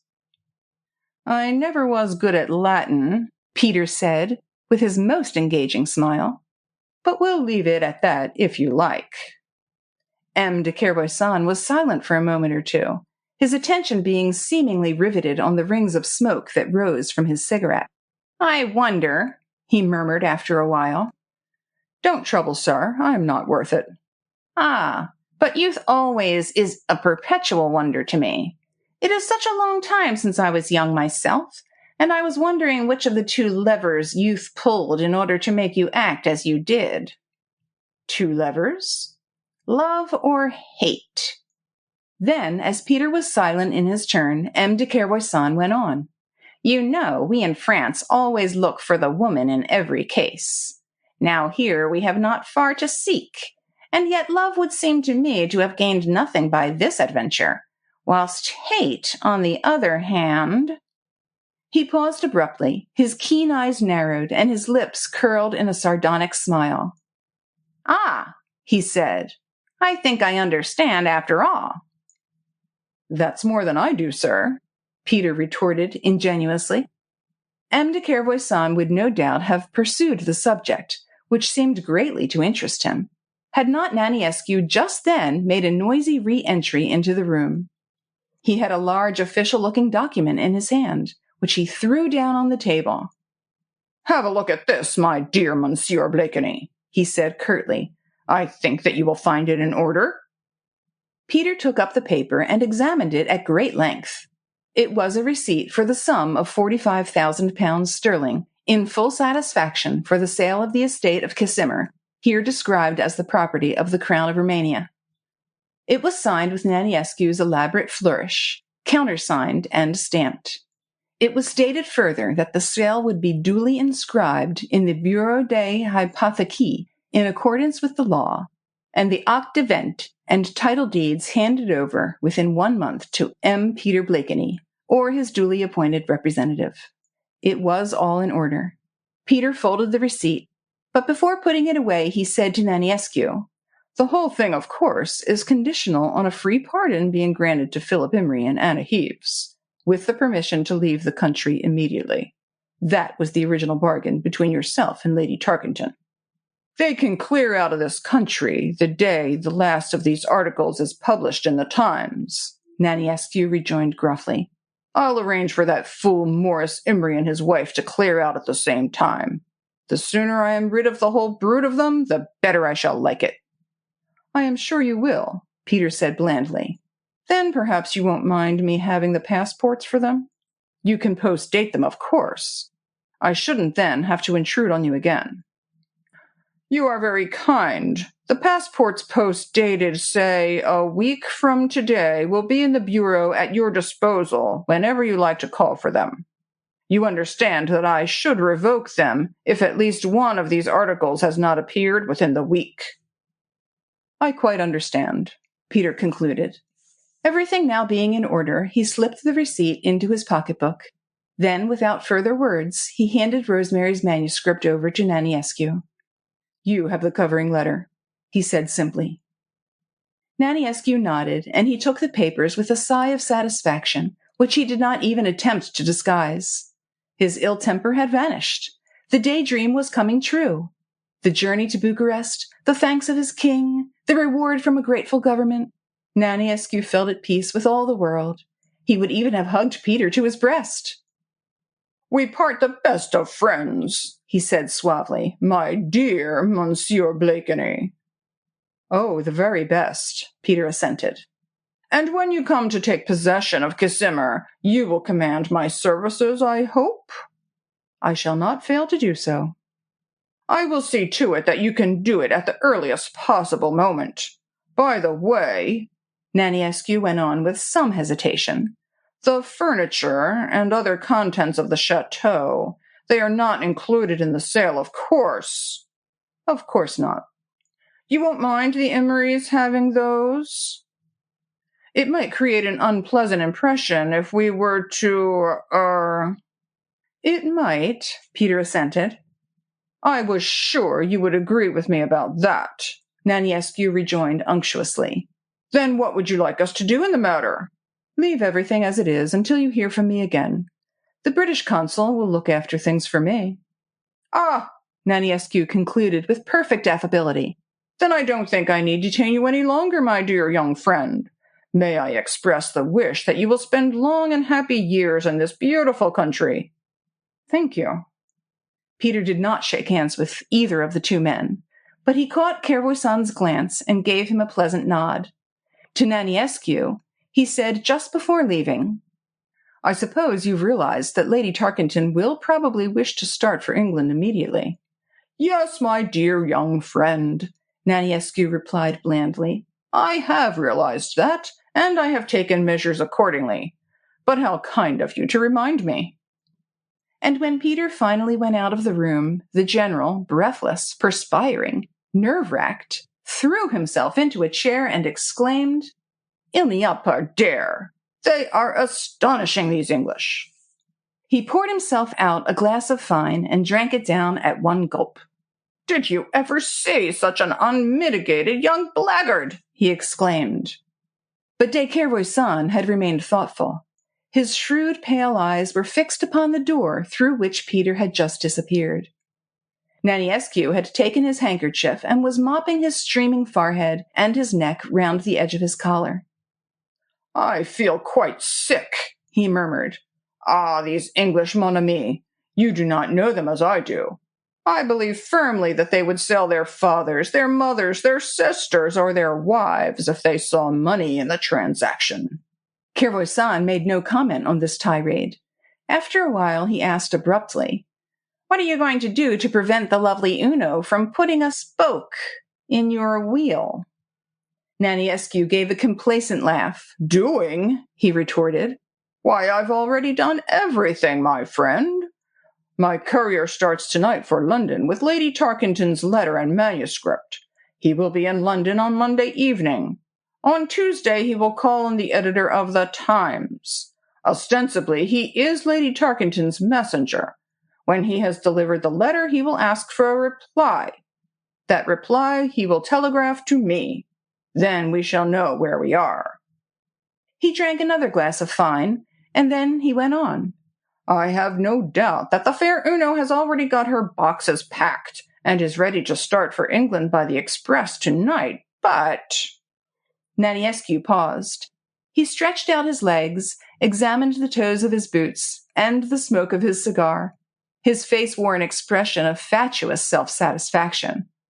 "I think," he said, "that you will be surprised at what I have done in the time, and so will the fair Uno," he added with an expressive twinkle in his fine dark eyes. "What about friend number 10? Kervoisan remarked dryly. "Well," Naniescu retorted with his affected smile, "I imagine that friend number 10 will be the most surprised of the lot." Chapter 36. At Casimir, the day dragged on, leaden-footed. Luncheon, then a long afternoon, then dinner. Time wore on, and Elsa had not returned. Rosemary was ready, dressed for the journey. Her suitcase was packed. She was only taking a very little luggage with her, as she had every intention of returning as soon as her errand in London was accomplished. She would not for the world have left Elsa alone too long with her troubles. She made herself no illusions with regard to the telegram which she had sent from the village. It would, she was sure, be intercepted, and Naniescu would not allow it to go. Rosemary's intention was to send another directly she was on the other side of the frontier. This would prevent the articles being published hurriedly, and of course she would be in London 36 hours later. Indeed, the odious deed which Peter had planned and carried through appeared to her now not only in its hideousness, but in its futility. What did he hope to accomplish? Did he know her so little as to imagine that she would merely call the occurrence an adverse blow of fate and quietly sit down under it? Be content to send one wire which would be intercepted? It was futile, futile.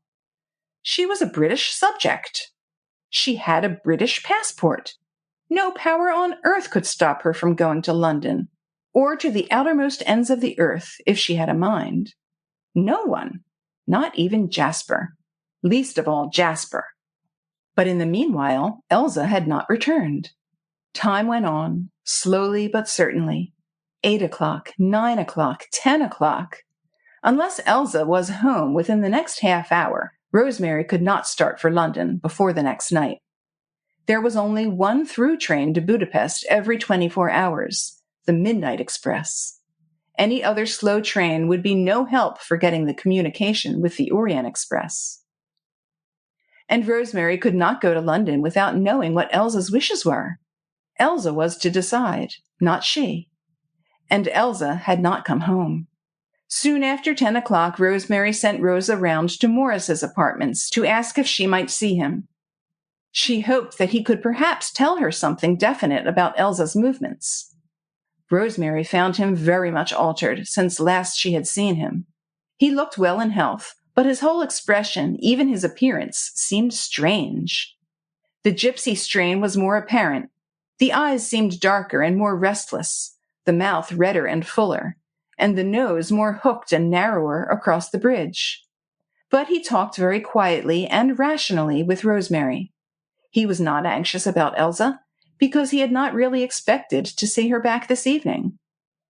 "She was going to Cluj first," he said, "to see Philip and Anna. Probably it took time to get permission to visit the children in prison. Then, after that, she was going to Ujlak.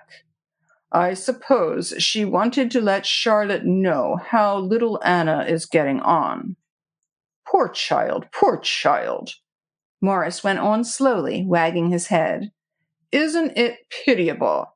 She is such a nice little girl. And my Philip, my Philip.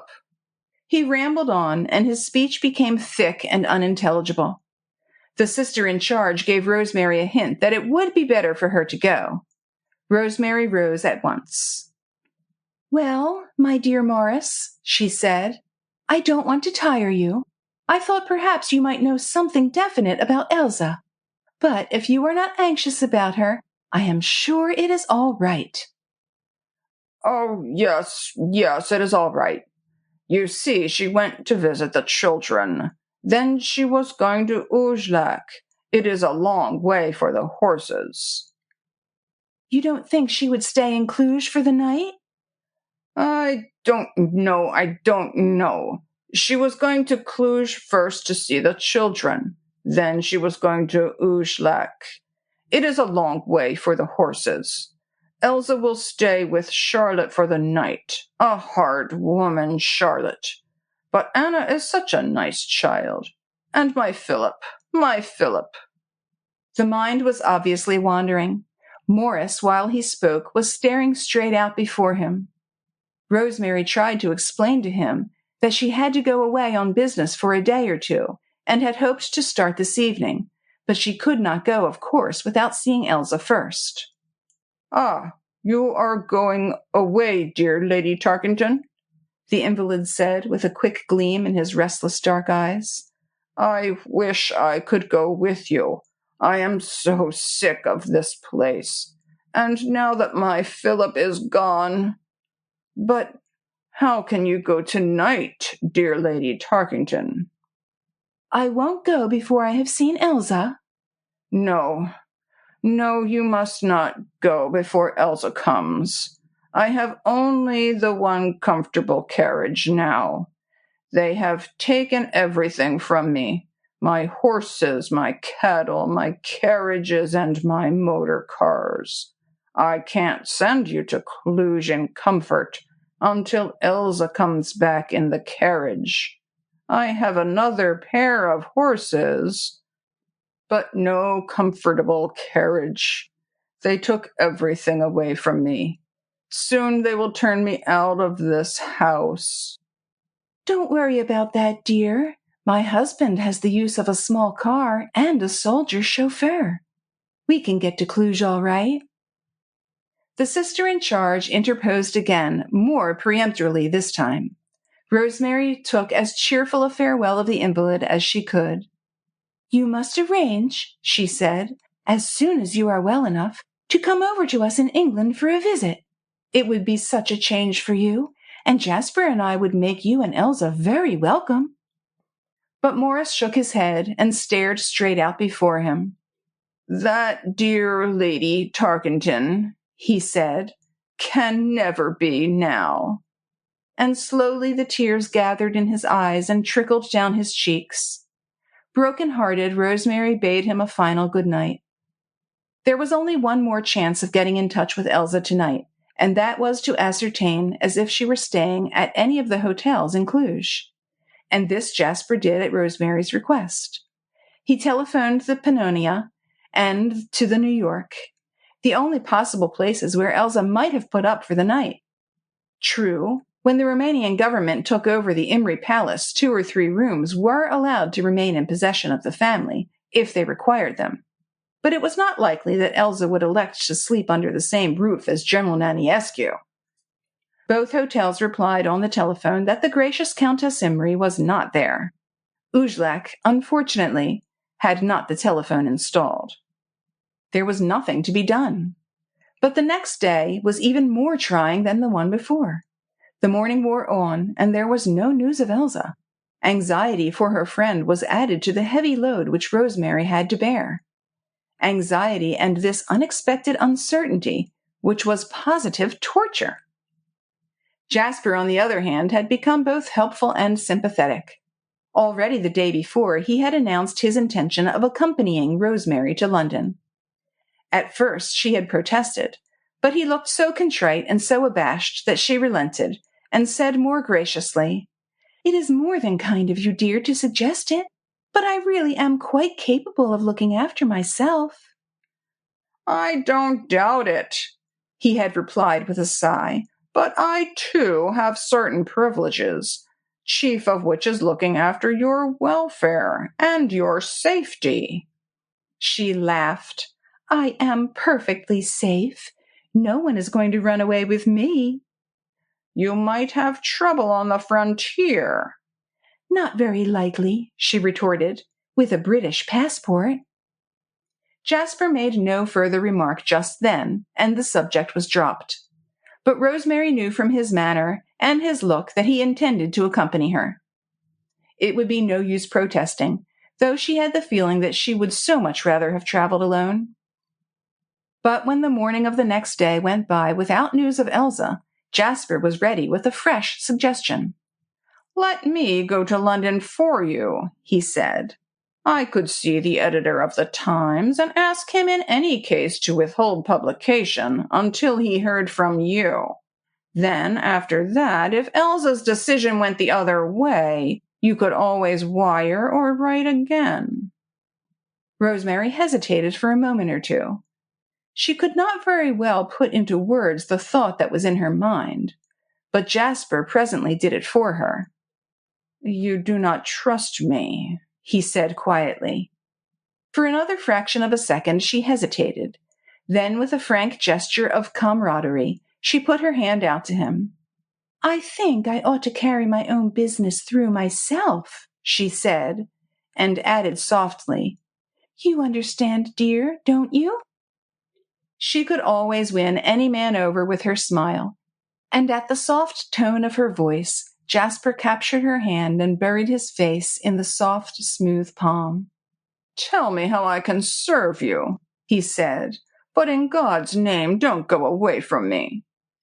He was once more all kindness and consideration, more like the charming companion of the early days of her brief married life. With utmost patience, he discussed the whole situation with her, the possibility of getting in touch with Elsa, and the advisability of communicating with the Times in any case, leaving it open for an ultimate change of tactics. But though he was so kind, so unselfish, so generous, Rosemary could not respond in the same way as she had done in the past. Her confidence in him had been wavering for some time, whenever those wild outbursts of ungovernable passion, when he claimed her body and her soul as he would a slave or a chattel, had outraged as well as mystified her, and she could not free her mind from that vision which she had of him in the mirror yesterday, with his mouth parted in a cruel, wolfish grin. The dual nature in him puzzled her. She would not admit that she feared him, because she had never in her life been afraid of anyone. But she did own to a certain vague dread which would creep into her heart whenever she found herself alone with him. She had accepted his kisses at first, hoping that in time friendship and confidence would turn to warmer feeling. But she had a horror of them now, and knew that the last shred of friendship was being torn to rags by all that was violent, passionate, and cruel in him. At the same time, she did admit quite readily that he was very helpful and kind in the present emergency, and gladly did she accept his final offer to motor straight away to Cluj to see if he could find out something definite about Elsa. "If she was not at Cluj," he said, "I would go to Ujlak. And in any case, I can be back by about 8 o'clock.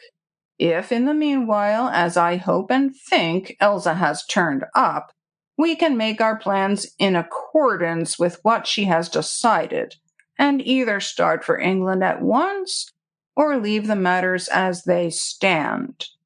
The suggestion was so practical that Rosemary felt really grateful. She walked with him to the village where he garaged the car that Naniescu had lent him. It was a powerful little car, of a well-known French make, and built for speed. The soldier chauffeur was fortunately on the spot, and with a friendly handshake, Rosemary wished her husband Godspeed. I don't know how I shall live through this day, she said to him at the last. Jasper was very self-contained and practical. He satisfied himself that everything about the car was in order. Only then did he get in. He took the wheel and waved Rosemary a last farewell, and very soon the car disappeared down the road in a cloud of dust. Chapter 37. General Naniescu was enjoying himself thoroughly. He had his friend number 10 sitting there opposite him, and number 10 was looking as savage as a bear. Naniescu had offered him a cigar, a glass of fine, even whiskey and soda, but number 10 had declined everything and remained very truculent. "You had no right," he said with a savage oath, "to go behind my back." But Naniescu was at his blandest. "What could I do, my dear friend?" he asked, and waved his white downy hands to emphasize by appropriate gesture both his perplexity and his contrition. "What would you have had me do? Decline to deal with that young Blakeney? Then those precious articles would have been lost to me forever. Lady Tarkington would not have written them all over again." "I told you the other day that I would get those articles for you. Ask M. de Kervoisin here if I have ever failed in anything I have undertaken. I had the manuscript in my hand when that young blackguard snatched it out of my hand. Curse him!" Naniescu leaned back in his chair and gave a guttural, complacent laugh. "I do agree with you, my dear friend," he said. "That young Blakeney is an unmitigated blackguard. I have had to deal with some in my day, but never with such a corrupt, dirty scoundrel. Yes, dirty, that's what he is. But you know, you English, you are astonishing. Everything is big with you. Big fellows, big empire, big money, big blackguards. Yes, big blackguards. Oh la la." "Yes," number 10 assented dryly. "And the big blackguard, who is also a big fellow, got big money out of you, for you have been a fool, as well as a knave, my friend. I only asked you 10,000 sterling for the manuscript." "Are you pretending that you know what I paid Blakeney?" Naniescu asked, with his most fatuous smile. "Because, my friend, in picturesque poker parlance, I am very fond of a game of poker myself, and in poker language, we call what you are doing now a bluff. You don't know what I paid Blakeney for the manuscript, but I don't mind telling you that I paid nothing at all. Yes, my dear friend, nothing at all." And with the tip of his well-manicured little finger, Naniescu emphasized every syllable with a tap on the table. "I am glad to hear it," number 10 retorted curtly, "because that will make it easier for you to pay me the 10,000 now." But this idea amused the general so much that he nearly rolled off his chair laughing. "Ils sont impayable, ces Anglais," he said. With streaming eyes and scanty breath, he found words to express his sense of the ludicrous. "Why, in the name of Tophet, should I pay you 10,000 pounds sterling?" "Because if you don't, those newspaper articles will never be published." "Ah, bah!" Naniescu exclaimed with a mocking grin. "Who will prevent it?" "I, of course." "You, of course." "How, I should like to know?"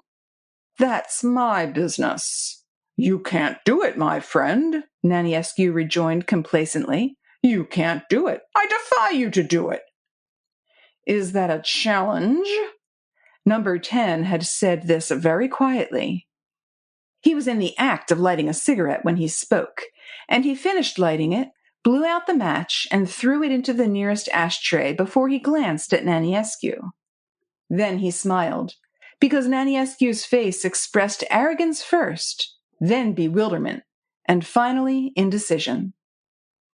"Is it a challenge?" he reiterated sardonically. "I don't mind, you know, one way or the other. There are at least 3 governments." Neighbors of yours, by the way, who will pay me £10,000 apiece for certain services which they require, and which I can render them. But you have behaved like a knave and a fool, my friend, and it will amuse me to punish you. So listen to me. Unless you give me a check for the £10,000 which you promised me, and which I can cash at your fusty old bank over the way this very afternoon, I guarantee you that Lady Tarkington's articles will not be published in any English newspaper." He smoked on in silence for a little while longer, blowing rings of smoke through his pursed lips, and in the intervals laughing softly, mockingly to himself, or throwing an occasional glance of intelligence in the direction of Kervoisin, who, apparently immersed in a book, had taken no part in the conversation. Naniescu's bewilderment had become ludicrous, and at one moment, when he took his perfumed handkerchief out of his pocket and mopped his streaming forehead, the face of his spy-in-chief became distorted with that look of ferocious cruelty which was so characteristic of him. "I haven't a great deal of time to spare," Number 10 remarked dryly after a few minutes' silence. "If you accept my challenge, I start for London tonight." "You'll never get there in time," Naniescu rejoined with an attempt at swagger. Number 10 smiled. "Don't you think so?" he asked simply. "The frontier is closed." "Would you rather risk it than pay me the £10,000? Naniescu appealed to his friend. "De Kervoisin," he said almost pitiably. But M. de Kervoisin, with a shrug, indicated that this was no concern of his. "M. de Kervoisin," Number 10 said, still smiling, "knows my methods. During the war, I had other and more dangerous frontiers to cross than this one, my friend, and I never failed." In Naniescu's puny mind, obviously a war was waging between greed and avarice. He was seeing his beautiful daydream vanishing into the intangible ether, whence come all dreams, and he was not prepared to take any risks. Those articles which a reliable courier was even now taking to London with all speed were the most precious things he, Naniescu, had ever possessed. They meant honor, security, money, far more money than Number 10 was demanding with such outrageous impudence. And Naniescu was afraid of Number 10, afraid of his daring, his courage, his unscrupulous determination to carry through what he had set out to do. £10,000! It was a great deal, but it would come out of Secret Service funds, not out of Naniescu's own pocket. There was only that slight tickling of one's armor proper to subdue. The desire to get the better of Number 10, to win this battle of wits against so crafty an opponent. But what was amour propre when weighed in the balance with the realization of Naniescu's wonderful daydreams? Nevertheless, he made one more effort at a bargain. "If I pay you that 10,000, he said with a savage oath, "what guarantee have I that the articles will be published?" "None," was Number 10's cool reply. "But if you don't pay me the 10,000, I guarantee that they will not be published." At which M. de Kervoisin put down his book and indulged in a good laugh. "Take care, my friend," he said to Number 10. "Our friend here is beginning to lose his temper, and you may find yourself under lock and key before he has done with you." "I wonder," Number 10 retorted dryly. "It would mean raising hell in the English press, wouldn't it? If a British subject, what?" He did not pursue the subject. Even Naniescu himself had put such a possibility out of his reckoning. "All that our friend could do," Number 10 went on, speaking over his shoulder to M. de Kervoisin, would be to have me murdered, but he would find even that rather difficult. £10,000 of Secret Service money is considerably safer and cheaper in the end. Then at last Naniescu gave in. "Oh, have it your own way, curse you!" he exclaimed. "The money now," Number 10 said coolly, raising a warning finger. "You may as well send one of your clerks over to the bank for it. I prefer that to taking your check." Then he turned to Carboy's son and picked up the book which the latter had thrown down on the table. "Ah," he remarked with a total change of tone, "Marcel Proust's latest. You are an epicure in literature, my friend." He fingered the book, seemingly as indifferent to what Naniescu was doing and saying, as if the whole matter of a £10,000 check did not concern him in the least. The general had gone across to a desk which stood in the farther corner of the room. He had written out a check, rung the bell, and was now giving orders to a clerk to fetch the money from the Anglo-Romanian bank over the way. On the whole, he was not displeased with the transaction. The articles signed by Uno and published in the Times would redound to his credit, would bring him all that he had striven for in his life, and after all, they would cost him nothing at all. Number 10 and de Kervoisan were discussing Marcel Proust. He, Naniescu, was savoring his daydreams once again, and presently, when the clerk returned with a bundle of crisp English banknotes in his hand, Naniescu handed the money over to his spy-in-chief, without a qualm, and certainly without regret. "This being Monday," Number 10 said, after he had stowed the money away in his pocketbook, "and your courier having started last night, you will probably see the first of the articles in Thursday's Times. By the way," he went on casually, "what are you doing about young Imry and the girl?" "What do you mean by that? What should I be doing with them?" "Well, when these articles appear—" "I send them packing, c'est entendu. I never go back on my word," Naniescu said with a grandiose gesture. "It would not pay you to do that in this case, my friend. Lady Tarkington has your written promise, and she would raise hell if you played her false. But I wasn't thinking of that. I only wish to warn you to keep an eye on those two young firebrands."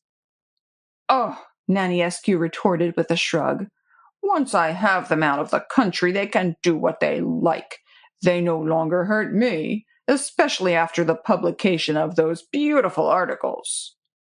"That is so, but you are sending Count and Countess Imry out of the country, aren't you?"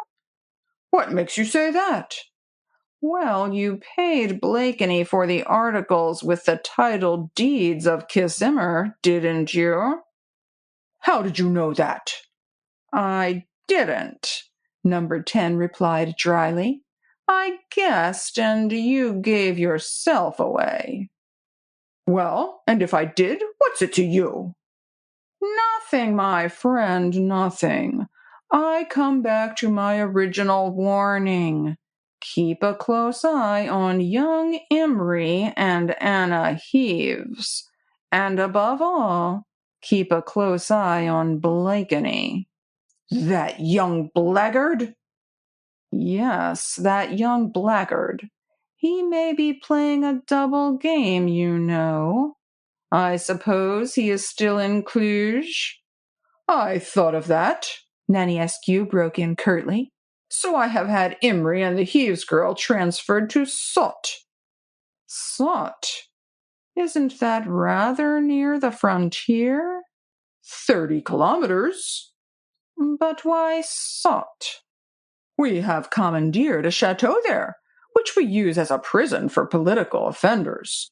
We chose it because it stands alone in an out-of-the-way part of the country, and it saves the nuisance of public manifestations and disturbances when a prisoner who happens to have been popular is condemned. We try them by military tribunal, which holds its sittings at Sot. And if an execution is imperative, well, it is done without any fuss." "I see. Well," Number 10 went on as he rose to take his leave, "I need not detain you any longer. Let me assure you," he concluded with his habitual sardonic smile, "that I shall not now think of interfering with any of the measures which you have adopted to stop Lady Tarkington from running after her manuscript." "I don't believe that you could have interfered in any case," Naniescu retorted gruffly. "It is not too late, my friend. I would rather like to pit my wits against yours. So, if you have repented of the bargain—" And Number 10 half drew his bulging pocketbook out of his pocket. "Oh, go to the devil!" Naniescu exclaimed, half in rage and half in laughter. "And I hope soon to meet you in his company," Number 10 replied, as he finally took his leave from the two men. As soon as the door had closed on him, Naniescu turned and looked at his friend. But de Kervoisin had picked up his book and gave him no encouragement to discuss the intriguing personality of Number 10. His face, too, was quite inscrutable. Marcel Proust was engaging his full attention. For a moment it seemed as if Naniescu would fall back on his stock phrase, or else on a string of cosmopolitan oaths. Even he drew his breath ready for either. Then it seemed as if words failed him. The intriguing personality was above comment. Chapter 38. Rosemary had never before welcomed her husband so eagerly as she did that afternoon. As soon as she heard the whirring of his motor, she ran to the gates to meet him. "What news?" she cried when he had brought the car to a standstill. As usual, his dark eyes flashed with joy when he saw her. He jumped down and raised both her hands to his lips. "Very vague, I am afraid," he replied, "and some of it a mere conjecture." "Tell me." "To begin with, young Imry and Anna Heaves have been transferred to Sot." "Where is that?" "Between Cluj and the frontier.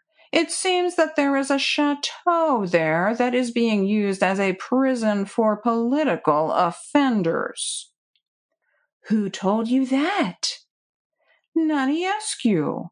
I saw him for a moment. He was very busily engaged with the Minister for Home Affairs, who was over from Bucharest.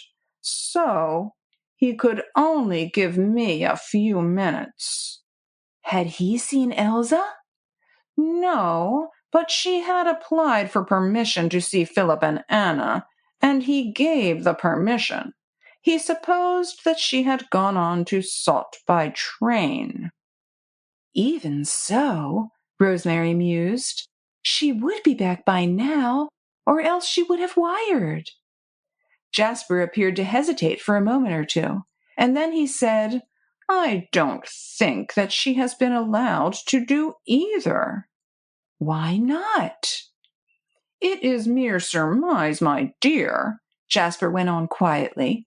"But one thing Naniescu did tell me, and that was that he had, on behalf of his government, definitely made over the Kissimer estates to Peter Blakeney." They were walking round the house toward the veranda when he said this. Rosemary made no response. Indeed, it might be thought that she had not heard, for the next question which she put to Jasper appeared irrelevant. "Does the Midnight Express stop at Sot?" "It does," Jasper replied. "Then I can see Elsa there. I am sure that is where she is. You inquired at Ujlak?" "Yes, Elsa went there first, and then to Cluj." They had reached the veranda now, and Rosemary went up the steps and then into the house. "You still wish to come with me tonight?" she asked her husband before she went upstairs. "Why, of course." "You are not too tired after all this running about?" "I?" he exclaimed with a laugh. Tired? When it is a question of being near you. He tried to capture her wrist, but she evaded him and ran quickly through the hall and up the stairs. Before going into her room, she called down to him, "If we use your motor, we need not start before 11 o'clock, and there is still a chance of Elsa being home before then." It was just before dinner that the culminating tragedy occurred. Rosemary was in her room when she heard a loud commotion coming from the hall. Harsh, peremptory voices, a word or two from Anton, and then Jasper's voice raised as if in protest. She opened her door, and to her horror saw a squad of soldiers in the hall, and between them an officer, and a man in civilian clothes who had an official-looking paper in his hand, and was apparently explaining something to Jasper. "I regret, my lord, but these are my orders," the man was saying, "and I cannot enter into any discussion with you." Jasper tried to protest again. "But surely," he began. The man, however, cut him short. "If you like," he said, "I can allow you to see Count Imry first, but this order I must deliver into his own hands." Rosemary, in the meanwhile, had run downstairs. "What is it, Jasper?" she asked quickly. "An order of eviction," Jasper replied curtly, "against that wretched Morris." "Whatever does that mean?" "That he must quit this place within 24 hours. "Impossible!" she exclaimed hotly. She turned to the officer and the civilian who had brought this monstrous order. "The whole thing is a mistake," she said coolly. "Some error in the name. Count Imry is a loyal subject of the king. There has never been a hint of disloyalty leveled against him." The officer in charge gave a curt laugh and shrugged his shoulders, and the civilian said with a sneer, "They all say that, m'lady. They are all wonderfully loyal after they have been found out." "But General Naniescu himself is a friend of the family, and Lord Tarkington and I can vouch—" "Pardon, m'lady," the civilian broke in coldly. "This affair does not concern you or Lord Tarkington, and the order of eviction is signed on behalf of the present owner of Casimir by His Excellency the Governor himself." "On behalf?" It was Rosemary who spoke, but the sound of her voice might have come out of a grave. She had never been so near to swooning in her life. The walls around her, the woodwork, the stairs, all took on distorted shapes and moved round and up and down until everything was a blur, through which the faces of the Romanian officer and the civilian stared at her and grinned. On behalf of the present owner of Casimir? But that was Peter! Peter!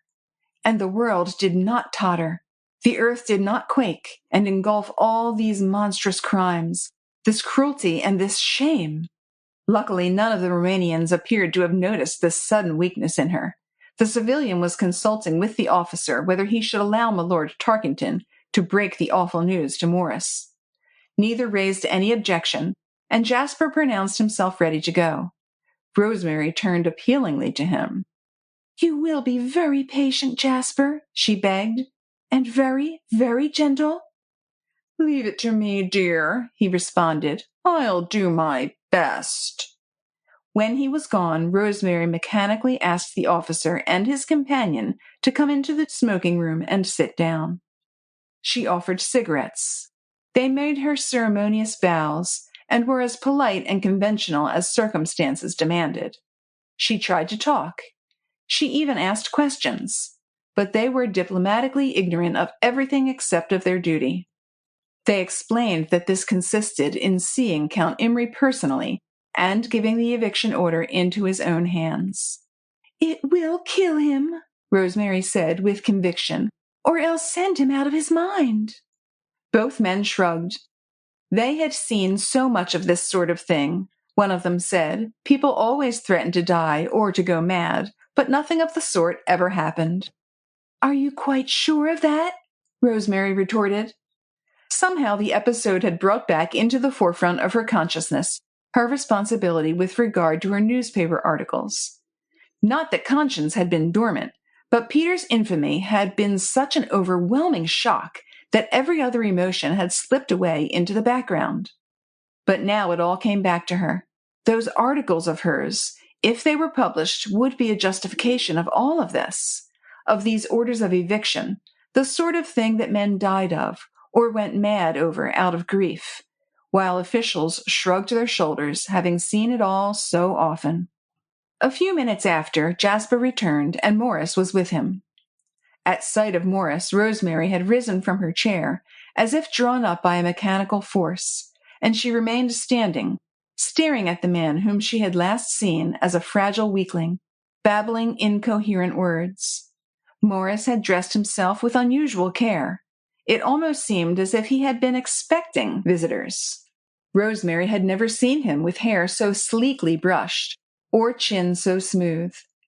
The officer and the civilian had risen to greet him, and he went up to them with perfect calm, inquiring politely what they desired to say to him. Rosemary turned a questioning glance on Jasper. He, too, appeared puzzled, and followed Morris's every movement, as if he dreaded that something would happen presently, and all the man's self-possession disintegrate into a tempest of fury. But nothing of the sort happened. Morris took the order from the civilian and read it through carefully. Not a muscle of his face twitched, and his hands were perfectly steady. For a moment, Rosemary wondered whether this outward calm was not some form of madness. "I can't understand it," she whispered to Jasper, while the three men were engaged together. "I am just as puzzled as you are," Jasper replied. "I never thought that he would take it like that." "So long as he is not putting a terrible strain on himself, in which case the reaction will be frightful." Morris was now taking leave of the officials. "I quite understand the position," he said quietly.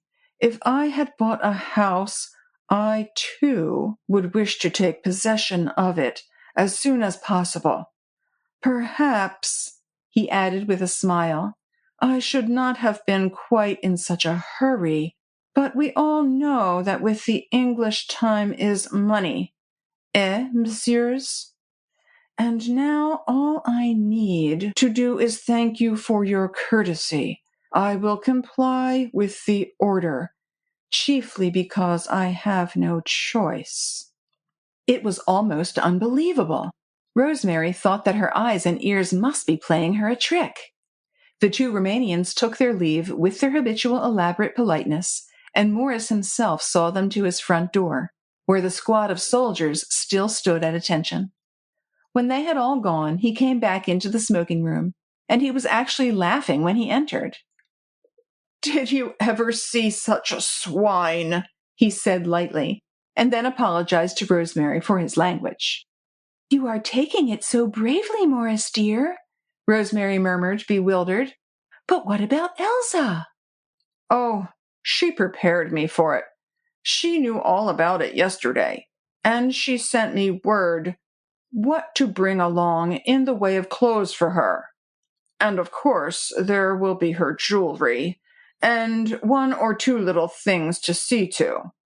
However, I have got 24 hours before me, and there will be Anton and Rosa to help me." "But Morris, dear—" "You are astonished, dear Lady Tarkington," Morris broke in, with rather a sad smile, "to see me take it all so calmly. I was born in this house, and I always thought that I would die in it.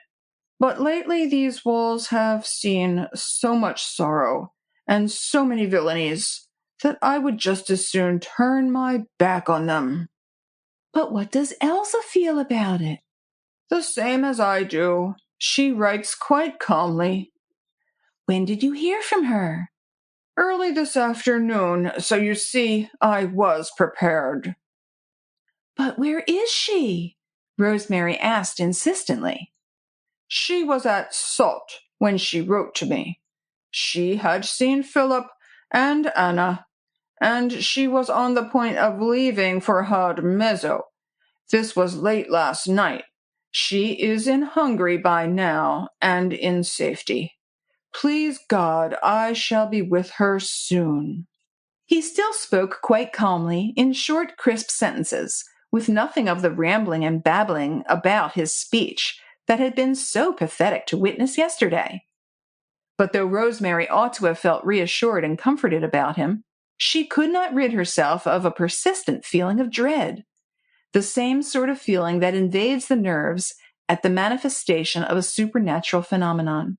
There was nothing supernatural about Morris, certainly, but his attitude was so abnormal, so unlike himself, that Rosemary caught herself watching with ever-increasing anxiety for the moment when his real, violent nature would reassert itself. A moment or two later, the dinner bell rang, and Morris was full of apologies. My stupid affairs have prevented your getting on with your packing, dear Lady Tarkington. Can you forgive me? Rosemary could only assure him that all her packing was done. And anyway, she added, as Jasper has a car, we need not start before 11 o'clock. Ah, then, Morris said, and offered her his arm to lead her into the dining room. We need not hurry over dinner, and I shall have the pleasure of 2 or 3 more hours of your company. Jasper all the while had been strangely silent. Rosemary could see that he was just as puzzled as she was, and that he was studying Morris very keenly while the latter was talking.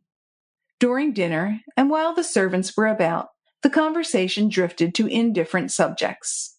This was the first time that Morris had had a meal in the dining room since he was taken ill 4 days ago.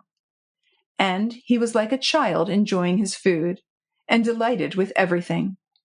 It was only when coffee had been brought in and the servants had gone away that he reverted to the important subject of his departure. My chief cause of regret, dear Lady Tarkington, he said, is that I cannot welcome you here when you return from your journey. But perhaps we could meet at Budapest, not? Elsa speaks about that in her letter to me. She is very anxious to see you. I shall break my journey at Hudmezzo, Rosemary said, and probably wait there 24 hours till you come. She had it in her mind that she could wire from there to the Times office, and in any case, she had to see Elsa. There are 2 good hotels in Hudmezzo, Morris rejoined. Elsa is staying at the Bristol. A very grand name for a simple provincial hotel, but it is very comfortable, I believe. Peter Blakeney's cricket people stayed there last week, you know. He even could mention Peter's name calmly, and a quaint old English saying came to Rosemary's mind, one that she was fond of repeating in past days whenever her professional activities brought her in contact with extraordinary people. Not so queer as folk. She almost said it aloud, for never in all her life had she witnessed anything so strange as this metamorphosis of a violent-tempered, morbid epileptic into a calm, sensible man of the world, who takes things as he finds them, and fate's heaviest blows without wearing his heart on his sleeve. I shall not forget the Bristol at Hudmezzo, she said after a little while, and I will certainly remain with Elsa until you come. Perhaps I can help her to endure the suspense. Perhaps. How did her letter get to you? Through the post? No, she sent a peasant over from Salt, a lad who lives in Casimir, and was returning home. You know him, dear Lady Tarkington, him and his brother, the 2 sons of Janos the miller. Those 2 brave lads who... Rosemary paused abruptly. The last thing she wanted to do was to bring back to Morris's memory that fateful night of the children's abortive escape. But Morris himself broke in quietly. Yes, the 2 fellows who helped us all they could that night when Philip and Anna tried to get out of the country. The attempt was unsuccessful, as you know. Philip and Anna were captured. They are in Salt now, but the 2 sons of Janos, I forget their names, got over the frontier safely. They joined the cricketers at Hudmezzo and are safely back at the mill now. Thank God! Rosemary exclaimed fervently. They did not suffer for their devotion? No, I am glad of that, Morris concluded, with obvious indifference. But the authorities don't trouble about peasants. It is the landed aristocracy and the professional classes who have to suffer, if they belong to the conquered race. It was past 10 o'clock before the small party broke up. During the latter part of the time, it had been Rosemary's turn to become silent. Morris started the subject of politics, and Jasper carried on a desultory argument with him on that inexhaustible question. In almost weird contrast to his previous calmness, Morris's violent temper broke out once or twice during the course of the discussion, and it needed all Jasper's tact and Rosemary's soothing influence to steer clear of all that tended to aggravate him. It was the real man peeping through the armor of the all-previous unnatural self-control, the gypsy blood reasserting itself, self-willed, obstinate, impatient of control, bitter against humiliation. Rosemary almost welcomed the change when it came. It was more like the Morris she knew, a man eccentric and violent, walking close to, but not overstepping, the borderland that separates the sane from the insane. It was only when Philip or Elsa or Casimir were mentioned that he seemed to step over that borderland, encased in an armor of impish indifference. The soldier chauffeur brought the car round at 11 o'clock. Rosemary took affectionate leave of Morris. "We meet very soon," she said, "in Hungary." "Yes," he replied, "in Hungary. I shall be so thankful to be there." He also shook hands very cordially with Jasper. "I am afraid this has not been a very agreeable stay for you," he said. "Better luck next time," Jasper responded, as he settled himself down in the car beside his wife. The car swung out of the gates. Rosemary, looking back, had a last vision of Morris, standing under the electric lamp in the porch, his hand waving a last farewell. Chapter 39. Rosemary must have fallen asleep in the corner of the carriage, for she woke with a start. The train had come to a halt, as it had done at 2 or 3 stations since Cluj was left behind. So it was not the sudden jerk or the sound of the exhaust from the engine that caused Rosemary suddenly to sit up straight, wide awake, and with that vague feeling of apprehension which comes on waking when sleep has been unconsciousness rather than rest. Jasper sat in the other corner with eyes closed, but Rosemary did not think that he was asleep. They had a sleeping compartment, but hadn't had the beds made up. It was perhaps less restful for the night's journey, but distinctly cleaner. The carriage was in semi-darkness. Only a feeble ray of blue light filtered through the shade that tempered the gaslight up above. Rosemary pulled up the blind. They were at a small station dimly lighted by one oil lamp above the exit door. A clump of acacia trees in full leaf effectually hid the name of the station from view.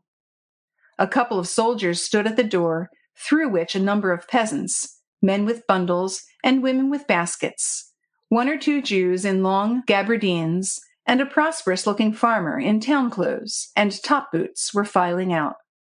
Someone blew a tin trumpet. A couple more soldiers stalked up the line in the direction of the engine. There was a good deal of shouting. Rosemary drew the blind down again and tried to settle herself comfortably in her corner once more. But sleep would not come. She looked at her watch. It was past 2. This seemed an unconscionably long halt, even for a train in this part of the world. Rosemary peeped again behind the blind.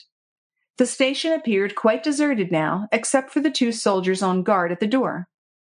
Everything seemed very still, of that peculiar stillness which always seems so deep when a train comes to a halt during the night away from a busy station, and all the more deep by contrast with the previous ceaseless rumbling of the wheels. From the direction of the engine there came the sound of 2 men talking. Otherwise, nothing. Rosemary reckoned that they should be over the frontier soon. But of course, if they were going to have these interminable halts. Half an hour went by. Even the distant hum of conversation had ceased, and the silence was absolute. Feeling unaccountably agitated rather than nervous, Rosemary called to Jasper. At once he opened his eyes.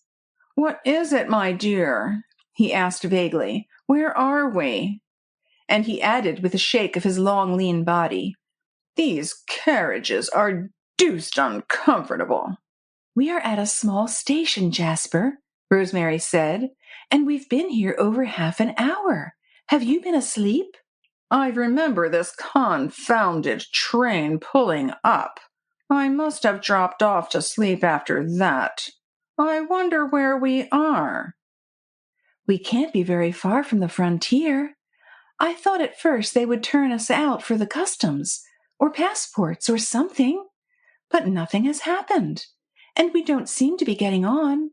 I do hope there has not been a breakdown in the line.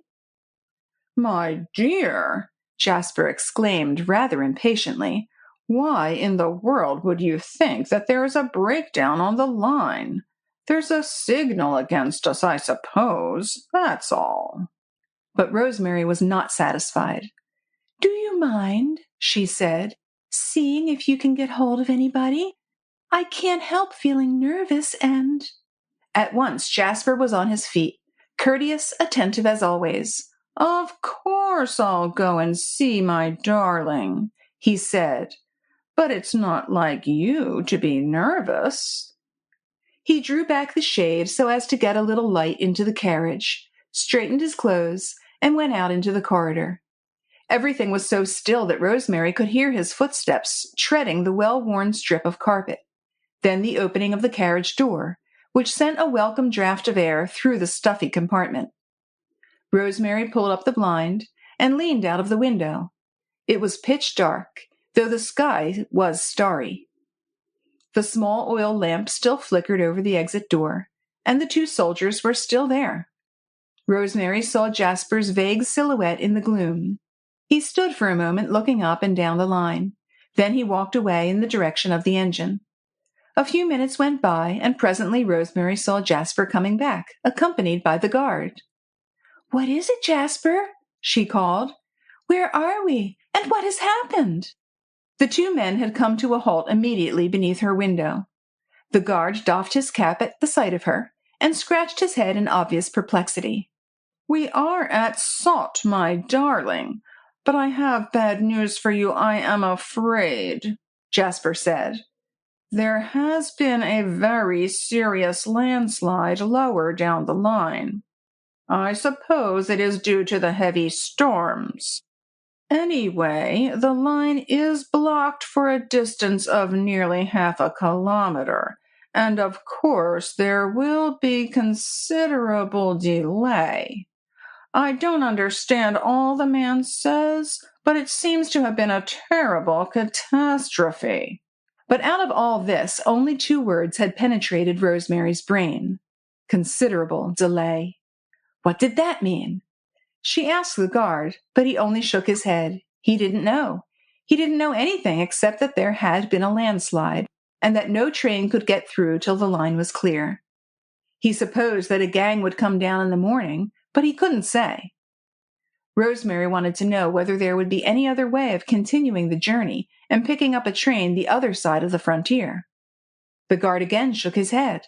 He really couldn't say. He was a stranger to these parts, but perhaps in the morning. He suggested respectfully that the gracious lady should allow him to make up a couple of beds in two of the sleeping compartments. There was no one else on the train, so... "No one else on the train?" Rosemary broke in curtly. "What does he mean, Jasper? There must be other passengers on the train. Where have they gone to?" Jasper put the question to the guard.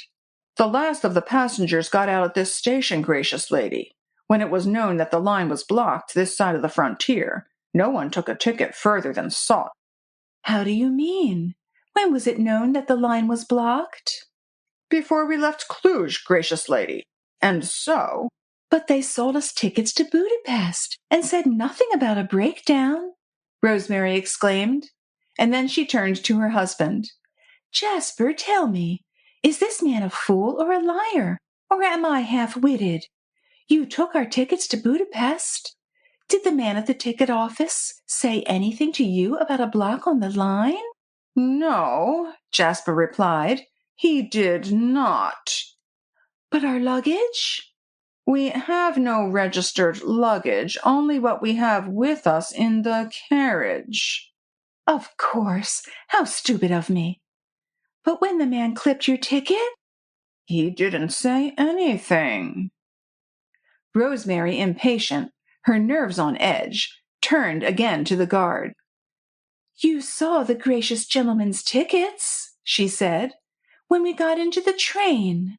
Why didn't you warn us? I thought perhaps the gracious lady and gentleman would only go as far as Sot and sleep there. I thought everyone knew about the landslide, and that every passenger had been warned. Can we get a car here that will take us to Hudmezzo? Not at this hour, gracious lady. Or a vehicle of any sort? The guard shook his head. Rosemary could have screamed with impatience until Jasper's quiet voice broke in.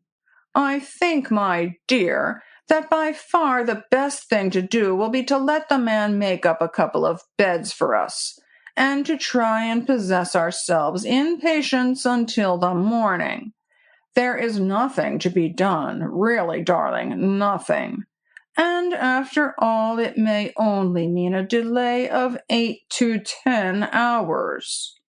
Then, as Rosemary remained silent, making no further objection, he slipped some money into the guard's hand and told him to get the beds ready. After that, he re-entered the carriage and rather diffidently sat down beside his wife. I feel terribly guilty, dear one, he said humbly, but you know I don't speak Romanian very well, and when these sort of people jabber away, I don't always understand what they say. And I was rather anxious about you at Cluj. You seemed so agitated, so unlike yourself. Can you wonder? 24 hours delay may mean that Naniescu's courier will get to London and make arrangements before I have time to wire. I must see Elsa first, and in the meanwhile— My darling, Jasper put in with a quick, wearied sigh, it is not like you to be so illogical. Do you really suppose that events move at such a rate in a newspaper office? There is bound to be delay, and there's ample time for your telegram to reach the Times before the editor has even thought of inserting your articles. Even if we are held up here for 24 hours, you can see Elsa and send your wire from Hudmezzo before Peter Blakeney, or whoever Naniescu's courier happens to be, can possibly have made any arrangements with the Times. Of course, dear, of course, Rosemary said more calmly. I am stupid tonight. This whole business has got on my nerves, I suppose. I don't seem to know what I am doing. Chapter 40. On the narrow made-up bed, with the coarse linen and the heavy blanket, and the smell of sulphur and dust about her, Rosemary found it quite impossible to get any rest. At first there had been a good deal of clumsy shunting. The engine probably had been detached. The tin trumpet sounded at intervals, and there was a good deal of shouting. But all these noises ceased presently, and the night seemed peculiarly still. Still, but not restful. Rosemary could not sleep. Fortunately, the communicating doors between her compartment and the one which Jasper occupied were closed, so she felt free to fidget, to get up or lie down as the mood seized her, to turn on the light to read or to meditate without fear of disturbing him. She could not help feeling desperately nervous. Jasper, of course, was quite right. There was plenty of time in which to see Elsa, and then to send a telegram to London if necessary, so there was nothing in a few hours' delay to worry about. Nevertheless, she, who had always prided herself on independence and level-headedness, felt a strange kind of foreboding, something vague and indefinite that nevertheless was terrifying. She tried to compose herself and could not. She forced herself into quietude, deliberately kept her eyes closed and her body still. It was torture, but she did it because she wanted to feel that she still controlled her nerves, and that she was not giving way to this stupid sense of fear. and there was no denying it. The fear that beset her was on account of her coming interview with Elsa. Morris's attitude had been very strange, even abnormal, and it was consequent on a letter from Elsa. And Rosemary, though she had not owned it to herself before, felt a growing conviction that Elsa's lofty patriotism had given way at last to mother love. Confronted with Philip and Anna, who no doubt had youth's passionate desire to live, with Anna's mother, who was all for conciliating the tyrants, and with Morris, whose reason was threatening to give way, Elsa had laid down her arms, had capitulated, and decided that her son's life must be saved at any cost. Perhaps she knew that Rosemary's articles had fallen into Naniescu's hands. Perhaps she and Peter had actually been in collusion over the theft. Perhaps. There was no end to conjecture, and no limit to Rosemary's dread of what the next 24 hours would bring. Only now did she realize what it had meant to her to place the final decision into Elsa's hands. With it she had given her professional honor, her very conscience, into another woman's keeping. She had probably only done it because she was so sure of Elsa's patriotism, and her sense of justice and honor. Poor Elsa! Who could blame her for being weak, for being a mother rather than a patriot? She should never have been placed before such a cruel alternative. Self-reproach, the stirrings of conscience, helped to aggravate Rosemary's racking anxiety. She got up in the early dawn, made what sketchy toilet the limited accommodation allowed, and went out into the open. The little station appeared quite deserted. Only the 2 soldiers were still there on duty at the exit door. Rosemary marveled if they were the same 2 who had been there during the night. They looked perfectly stolid, unwashed and slouchy in their faded, coarse-looking uniforms and dusty boots and kepis. Rosemary looked up and down the line. The train, consisting of a half-dozen coaches, looked derelict without its engine, and there was no guard in sight. She had no eyes for the beautiful scenery around, the narrow valley bordered by densely wooded heights, the mountainside covered with oak and beech that were just beginning to clothe themselves in gold at the approach of autumn, the turbulent little mountain stream, the small station nestling amidst gnarled acacia trees, and on the right the quaint Transylvania village, with the hemp-thatched roofs and bunches of golden maize drying in the sun, with its primitive stuccoed church and whitewashed presbytery. Rosemary saw nothing of this. Her eyes searched the landscape for the chateau, now a prison for political offenders, where Philip and Anna were detained. Those children, whose safety would be paid for perhaps by countless miseries, by worse tyranny and more cruel oppression. But there was no large building in sight, and presently Rosemary caught sight of Jasper some way up the line, walking toward her, in company with a man in very negligee toilette, who probably was the station master. At the sight of Rosemary, Jasper hastened to meet her, while the man kept at a respectful distance. "What news?" Rosemary cried eagerly. Jasper appeared dejected. "Not very good, I am afraid," he said. "The station master here tells me that he has been advised that the line will take the whole of the day to clear, probably more." "Very well, then," Rosemary said resolutely. "We must get a car." "Impossible, my dear. You can't get across if the road is blocked." "All the roads in Transylvania are not blocked, I imagine," Rosemary retorted dryly. Then she called to the station master. "I want," she said, "to get to Hadmezzo today. Can I get a car anywhere in Sot?" "But the roads are impassable, gracious lady," the man exclaimed. "The landslide—" "Never mind about the landslide. There are other roads in Transylvania besides this one. I can go by a roundabout way, but I can get there somehow, if I have a car.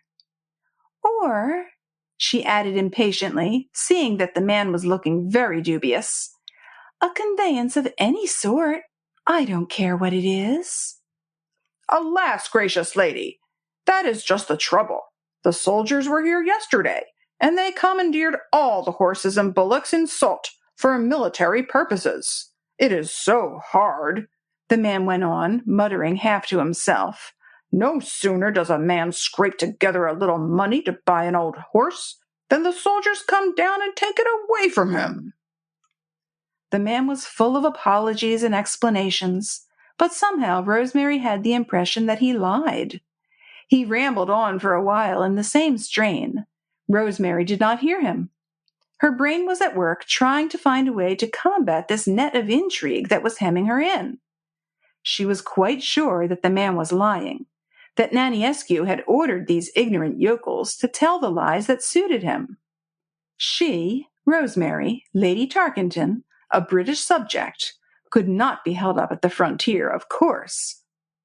But there could be a landslide, a block on the line, no conveyance available, horses commandeered by the military, 2, 3, perhaps 4 days' delay, while Naniescu's courier was speeding to London with Rosemary's manuscript and her letter to the editor of the Times asking for early publication. She turned with some impatience to Jasper. "What shall I do?" Gravely he shook his head.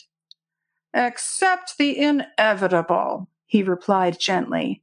"I understand that there is quite a clean little hotel in the place, and 24 hours delay is not very serious, is it?"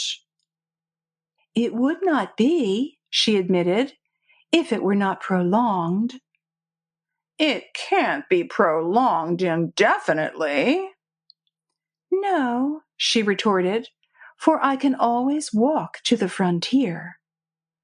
"Over mountain passes?" he queried with a smile. But she only gave a scornful shrug. Accept the inevitable. How little he knew her. The more she saw difficulties ahead, the more she felt ready for a fight. Time was still in her favor. Hodmezzo was not far with its telegraph service, and Naniescu's power did not extend beyond the frontier. Always supposing that Elsa did wish her to wire. Rosemary thought things over for a moment or two. Then she said to Jasper, "Very well, I'll possess myself in patience for 24 hours. Will you see about rooms at the hotel? And I suppose this man will see about our luggage being taken across?" "Of course I'll see to everything, dear," Jasper said meekly. "But you would like some breakfast, wouldn't you?" "No," Rosemary replied. "I am going for a walk. I should be such poor company at breakfast." Chapter 41. Meekly and obediently, Jasper went off to see after the luggage, and Rosemary wandered away as far as the village. Her first thought was to ascertain definitely whether indeed there was no chance of hiring some sort of conveyance to take her as far as Hodmezzo. The first man she spoke to was the keeper of the inevitable grocery store. He had heard a rumor that there was a block on the railway line somewhere near the frontier, and this annoyed him very much, because he was expecting a consignment of maize from Hungary, and he supposed that he would not now get it for 2 or 3 days. He had no horse, hadn't had one since the beginning of the war, when his nag was commandeered. Now even an old crock was so dear it did not pay to buy.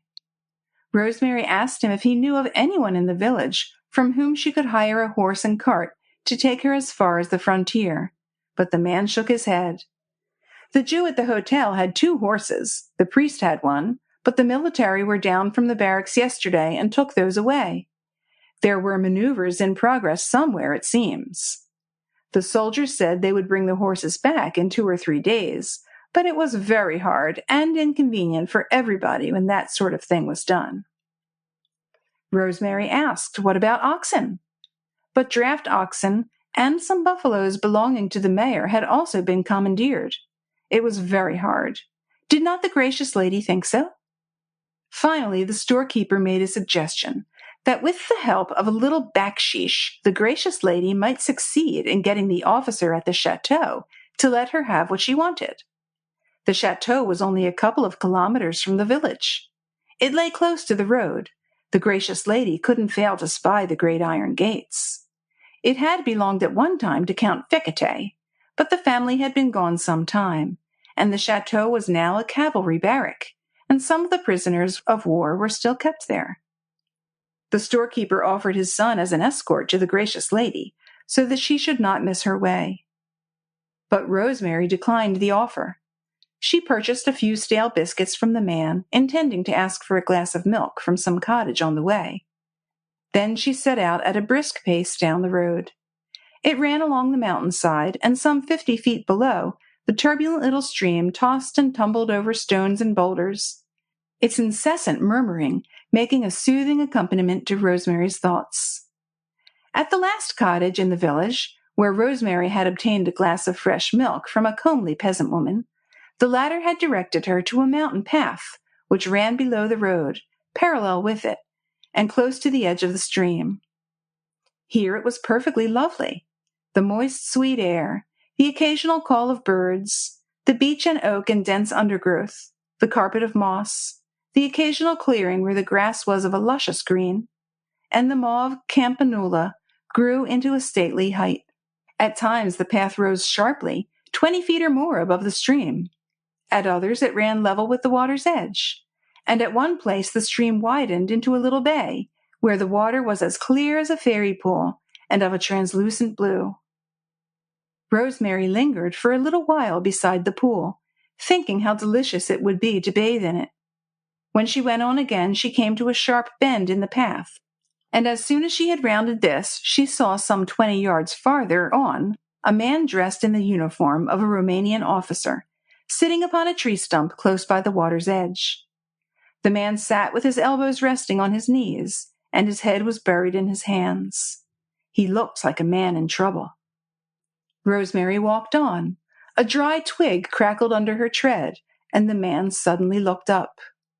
It was Peter. The moment he caught sight of Rosemary, he jumped up, and then made a movement as if he meant to run away. But Rosemary, with sudden impulse, called to him at once. "Don't go, Peter!" It seemed as if the magic of her voice rooted him to the spot. He stood quite still, but with his back to her, and then he took off his kepi with one hand and passed the other once or twice across his forehead. Rosemary felt strangely disturbed and puzzled. Why was Peter here? How did he come to be here? And in this uniform? "Aren't you going to speak to me, Peter?" she asked, because Peter being there seemed so amazing that for the moment she thought that she was seeing a vision. "Or even look at me?" she added. "I did not suppose you particularly wished me to speak to you," he said, without turning round to face her. "Why should you say that?" she asked simply. "Because I imagine that you look upon me as such an unmitigated blackguard that the very sight of me must be hateful to you." She said nothing for a moment or two. Perhaps she was still wondering as if he was real, and if so, how he came to be here, just today, at this hour. Then she went deliberately up to him, put her hand on his arm, and forced him to look at her. "It is true, then?" she asked, and her eyes, those pixie eyes of hers, luminous and searching, were fastened on his, as if seeking to penetrate the very soul within him. But a look of dull and dogged obstinacy was all that she got in response. "Is it all true, Peter?" she insisted, trying with all her might to steady her voice, so that he should not hear the catch in her throat. He shrugged his shoulders, indifferent and still obstinate. "I don't know what you mean," he retorted almost roughly. "I mean," she said slowly, "that these last few days have not just been a hideous nightmare, as I still hoped until 2 minutes ago. That things have really happened, that you... She paused, physically unable to continue. It was all too vile, too hideous to put into words. Peter gave a harsh laugh. "Oh, don't spare me," he said with a flippant laugh. You mean that you did not believe until 2 minutes ago that I was really a spy in the pay of the Romanian government, and that you did not believe that I had intrigued to have Philip and Anna arrested, stolen your articles for the Times, and bought Kissimer over Aunt Elsa's head, and turned her and Morris out of their home? Well, you believe it now, don't you? So that's that. And as I am on my way to meet a friend, you'll excuse me, won't you, if I run away? Is there anything else I can do for you? Yes, she said. You can look me straight in the eyes and tell me what has brought you down to this. Is it money? Peter shrugged. The want of it, I suppose, he replied. I have no right to ask, I know. Only we were friends once, Peter, she went on, with a note of pleading in her tone. You used to tell me all your plans, your ambitions. You used to say that you did not want to bind me to a promise until you had made a name for yourself. If you had told me that you were short of money and that you were actually thinking of taking up this sort of work, I could have helped you. I know I could have helped you. I know I should have found the right words to dissuade you. Oh, Peter, she went on almost wildly, unable to hold her tears longer in check, or to control the tremor in her voice. It is all so horrible. Can't you see? Can't you see? We were such friends. You used to tell me everything. You were taking up your father's work. Some of your scientific experiments were actually attracting attention. And you were a sportsman, too. And your VC. And now this. Oh, it is too horrible, too horrible. Her words were carrying her away. The murmur of the water grew louder and louder in her ears, and in the trees, the soughing of the wind among the leaves grew almost deafening. She felt herself swaying, and for a few seconds she closed her eyes. But when she put out her hand, she felt it resting on Peter's arm. There was the feel of the rough cloth of his tunic. So she opened her eyes and raised them slowly until they met his. Her glance had wandered on the ugly uniform, the livery of this unspeakable shame. Her eyes expressed the contempt which she felt, the loathing which was almost physical. But Peter's glance now was not only dogged, but defiant. In it she read the determination to follow the path of life which he had chosen for himself, and a challenge to her power to drag him away from it. This was no longer the Peter of Kissimer, the irresponsible young English athlete, whose thoughts would never soar above the interest in a cricket match. It was more the Peter of olden times, the tempestuous lover, the wayward creature of caprice, the temperamental enthusiast capable of heroic deeds, and always chafing under the restraint imposed by 20th century conventions. The Peter whose soul had once been equally great in virtue as it was now steeped in crime. The gallant soldier, the worthy descendant of the Scarlet Pimpernel. It was the Peter of olden times, but his love for her was dead. Dead! If one spark of it had remained alive, if something of her image had remained in his heart, he could never have given himself over to this vile, vile thing.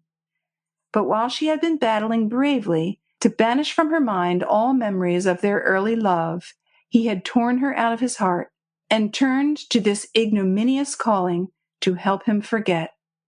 Rosemary felt giddy and ill. Even the sweet woodland air seemed to have turned to poisonous fumes of intrigue and venality. She pushed Peter's arm that supported her roughly away, but she was still swaying. Her hat fell from her head, and her glorious hair lay in a tumbled mass of ruddy gold around her face. Better sit down on this old stump, Peter remarked dryly. You'll have to lean on me till you get to it. But Rosemary did not really know what happened just then. She had such a gnawing pain in her heart. She certainly tottered forward a step or two until she reached the tree stump, and she sank down on it, helped thereto, no doubt, by Peter's arm. The next thing of which she was conscious was a flood of tears that would not be checked. It welled up to her eyes and eased that heavy pain in her heart. Great sobs shook her bowed shoulders, and she buried her face in her hands, for she was ashamed of her tears, ashamed that she cared so much. And the next thing that struck her consciousness was that Peter sunk down on his knees before her, that he raised her skirt to his lips, and that he murmured, "Goodbye, sweetheart, my Rosemary, for remembrance. God bless and keep you. Try and forget." Then he jumped to his feet and was gone. Gone! She called him back with a cry of despair, "Peter!" But he was nowhere to be seen. He must have scrambled up the incline that led to the road. She certainly heard high above her the crackling of dry twigs, but nothing more. Peter had passed out of her life, more completely, more effectually, indeed, than on the day when she became Jasper Tarkington's wife. Peter, her Peter, the friend of her girlhood, the master from whom she had learned her first lesson of love, was dead. The thing that remained was a vague speck, a creation of this venal post-war world. It was well that he should go out of her life. Try to forget were the last words she would ever hear him speak. Try to forget, if only she could. Chapter 42. A minute or two later, Rosemary was startled out of her daydream by the sound of Jasper's voice calling to her from somewhere in the near distance. She had barely time to obliterate the traces of tears from her eyes and cheeks before he appeared round the bend of the path. The next moment he was by her side. Apparently he had been running, for he seemed breathless, and not quite so trim and neat in his appearance as he usually was. "I heard a scream," were the first words he said, as soon as he came in sight of her. "It terrified me when I recognized your voice. Thank God you are safe." He was obviously exhausted, and for him, strangely agitated. He threw himself down on the carpet of moss at her feet. Then he seized her hand and covered it with kisses. "Thank God," he kept murmuring. "Thank God you are safe." Then suddenly he looked up at her with an inquiring frown. "But what made you scream?" he asked. Rosemary by now had regained control over her nerves. She succeeded in disengaging her hand and in smiling quite coolly down upon him. "It was very stupid of me," she said, with a light laugh. "I saw a pair of eyes looking at me through the undergrowth. It startled me. I thought that it was a wild cat. I had heard that there were some in these parts, but it was only a homely one." She tried to rise, but Jasper had recaptured her hand. He was engaged in kissing her fingertips one by one, lingering over each kiss as if to savor its sweetness in full. Now he looked up at her with a glance of hungering passion. Rosemary felt herself flushing. She was conscious of an intense feeling of pity for this man who had lavished on her all the love of which he was capable, and hungered for that which she was not able to give. He looked careworn, she thought, and weary. "You were not anxious about me, Jasper, were you?" she asked kindly. He smiled. "I am always anxious," he said, "when I don't see you." "But how did you find me?" "Quite easily. I went to the hotel, you know. Not at all a bad little place, by the way. Rather primitive, but with electric light and plenty of hot water. I engaged the rooms and had a mouthful of breakfast. Then I sallied forth in quest of you. A man in the village told me you had been asking the way to the chateau, and I knew you would never stand the dusty road. So, when I found that there was a woodland path that went through the same way as the road, I naturally concluded that you would choose it in preference. You see," Jasper concluded with a smile, "that there was no magic in my quest." Then he looked up at her again, and there was a gleam of suspicion in his dark, questioning eyes. "You must have walked very slowly," he said. "I started quite half an hour, probably more, after you did." "I did walk very slowly. This path is enchanting, and this is not the first time I have sat down to think and gaze at this delicious little stream. But," Rosemary went on briskly, "I think I had better be getting on." But Jasper put out his arms and encircled her knees. "Don't go for a minute, little one. It is so peaceful here, and somehow I have had so little of you these last days. I don't know, but it seems as if we had taken to misunderstanding one another lately." Then, as she made an involuntary movement of impatience, he continued gently, "Do I annoy you by making love to you?" Rosemary tried to smile. "Of course not, dear. What a question!" "Then tell me if there is anything in the world I can do to make you happier. You have not looked happy lately. I have been tortured with remorse, for I feel somehow that it has been my fault." "You are sweet and kind, Jasper, as always. But you must be a little patient.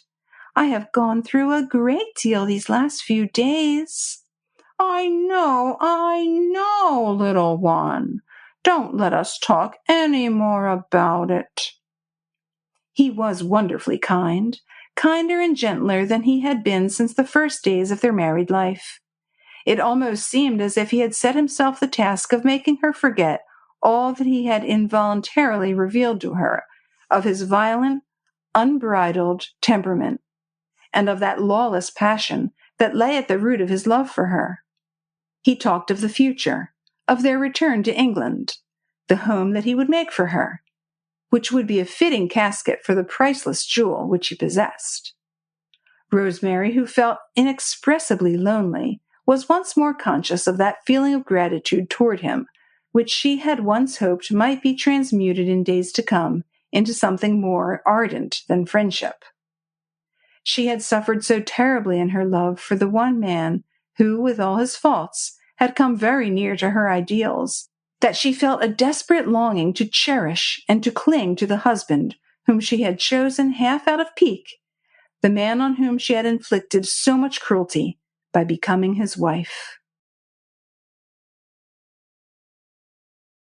Chapter 43. Rosemary was the first to remember that time was slipping by. She looked at her watch. It was past 10 o'clock, over an hour since Peter had asked her to try and forget. She rose briskly to her feet, and arm in arm, like two good comrades, she and Jasper made their way together toward the chateau. When they came in sight of the great gates, a couple of 100 yards still ahead of them, Rosemary was the first to spy a motor car standing there, and some half-dozen persons in the act of getting into the car. There were 2 sentries at the gates, and seemingly a few people on the other side. "It looks like a man and a woman and 3 soldiers in uniform getting into that car," Rosemary remarked casually. And immediately, for no apparent reason, Jasper started to walk along more rapidly. A few seconds later, he almost broke into a run. At that moment, the car started off, and was soon lost to sight in a cloud of dust. Rosemary thought that she had heard Jasper utter a savage oath. "Is anything wrong?" she asked. But he did not answer, only hurried along so quickly that she was not able to keep up with him. He had passed through the gates when she reached them, and when she tried to follow, she was stopped by the sentry. She called to Jasper, who apparently did not hear. Pointing to him, she explained to the man on duty that she was the gentleman's wife, and if he was allowed to go in, why not she? They were as mute as if she had spoken in an unknown tongue, but they would not allow her to pass. In the meanwhile, Jasper had disappeared inside the chateau. Rosemary had seen him go in by the main entrance, challenged by the sentry on guard at the door, but after a second or two allowed to pass freely in. Fortunately, she was provided with money, and her experience of this part of the world was that most things could be accomplished with the aid of bakshish. A young officer was crossing the courtyard. He looked in the direction of the gates, saw an excessively pretty woman standing there, and, true to his race and upbringing, came at once to see if he could enter into conversation with her. Very politely, he explained to her that no one was allowed to enter the chateau or to visit any of the prisoners without special permit from the commanding officer. Rosemary told him that she desired to speak with the commanding officer. This also, it seems, was impossible. But a hint from Rosemary as to a reward, if the matter could be managed, simplified matters a great deal. The young officer conducted her across the courtyard and into the chateau. It had been a fine place once, not unlike Casimir in architecture, but the occupation by the military had stripped it of its every charm. There were no carpets on the floors, and only very rough furniture, in the way of chairs and tables, in what had obviously been at one time a cozy lounge hall. The officer led the way through a couple of equally bare rooms, an enfilade, and came to a halt outside a door which bore roughly chalked upon and finely carved and decorated panels the legend, Major Buriacha, private, no admittance. He offered one of the rough chairs rather shamefacedly to Rosemary and said, "Major Buriacha will be coming through here presently. Will you wait, gracious lady? You will be sure to see him, I am afraid." The young man added with a pleasant smile, "That is the best I can do." "Couldn't you announce me?" Rosemary asked. "I am Lady Tarkington. I am sure Major Buriacha would not refuse to see me." The officer's smile became self-depreciating. "It is more than I should dare to do, milady," he said. "The major is engaged in conversation with an important government official. I would ask you kindly, when you see him, not to tell him that I brought you as far as here." "I couldn't do that even if I wished, as I don't know your name." "Lieutenant Uriesu, at your service, milady." "I suppose," Rosemary went on, after a moment's hesitation, "you couldn't tell me what has become of my husband, Lord Tarkington? He went through the gates and entered the chateau. Then I lost sight of him. But he seemed to be well known inside this place. Could you find out for me where he is?" "I am afraid not, milady," the young officer replied politely. "I have not the honor of Lord Tarkington's acquaintance." He stood at attention, waiting for a moment or two to see if the English lady had any further questions she wished to ask. Then, as she remained silent, he saluted gravely and went out of the room, leaving Rosemary to bear her soul in patience and to wonder what in the world had become of Jasper. At first, only a confused murmur of voices came to her ears through the closed doors of Major Buriacha's private room, but gradually one of those voices grew louder and louder, as if raised in anger, and Rosemary, astonished, recognized that it was Jasper speaking, in French, and obviously with authority, to Major Buriacha. The officer commanding! What in the world? She heard some words quite distinctly. "You are a fool, Buriacha. No one but a fool could have been taken in like this." And the voice that gave reply was humble, apologetic, decidedly tremulous with fear. Rosemary could not distinguish what it said. Major Buriacha engaged in conversation with Jasper? And Jasper reprimanding him with obvious authority. What could it mean? At first she had only been puzzled. Now a vague sense of uneasiness stirred in her heart. Uneasiness that almost partook of fear. With sudden impulse she rose and went to the door. Orders or no orders, she must know what was going on inside that room. Her hand was on the latch when she paused, listening. Was it mean to listen? Perhaps, but instinct was stronger than good conduct, and she had just heard Jasper's harsh voice giving a curt command. "Get through to General Naniescu at once!" And then the click of the telephone receiver being lifted from its hook and the whir of the bell handle. What could she do but listen? There was silence inside the private room now, but Rosemary could hear Jasper's easily recognizable step pacing restlessly up and down. At one moment, He paused quite close to the door, and Rosemary quickly drew back a step or two, ready to face him if he came. But he resumed his pacing, and she her watch by the door. Presently she heard the other voice, the Major's presumably, saying, "Is that you, Margalo? Ask His Excellency the Governor to come to the telephone, will you?" There was a pause. Then Berrieta spoke again. "Tell him it is Major Berrieta. And I say, Margalo, tell him it is very important and desperately urgent." Again there was a pause, a long one this time. Jasper was still pacing up and down the room. Rosemary could picture him to herself, with his habitual stoop and his thin hands held behind his back. Once he laughed, his usual harsh, mirthless laugh. "You'll get a fine dressing down for this, my friend, I am thinking," he said. "Naniescu won't make light of it, I can tell you." Silence once again. Then Jasper's voice speaking into the telephone, and always in French. Hello, is that you, Naniescu? Good. Number 10 speaking."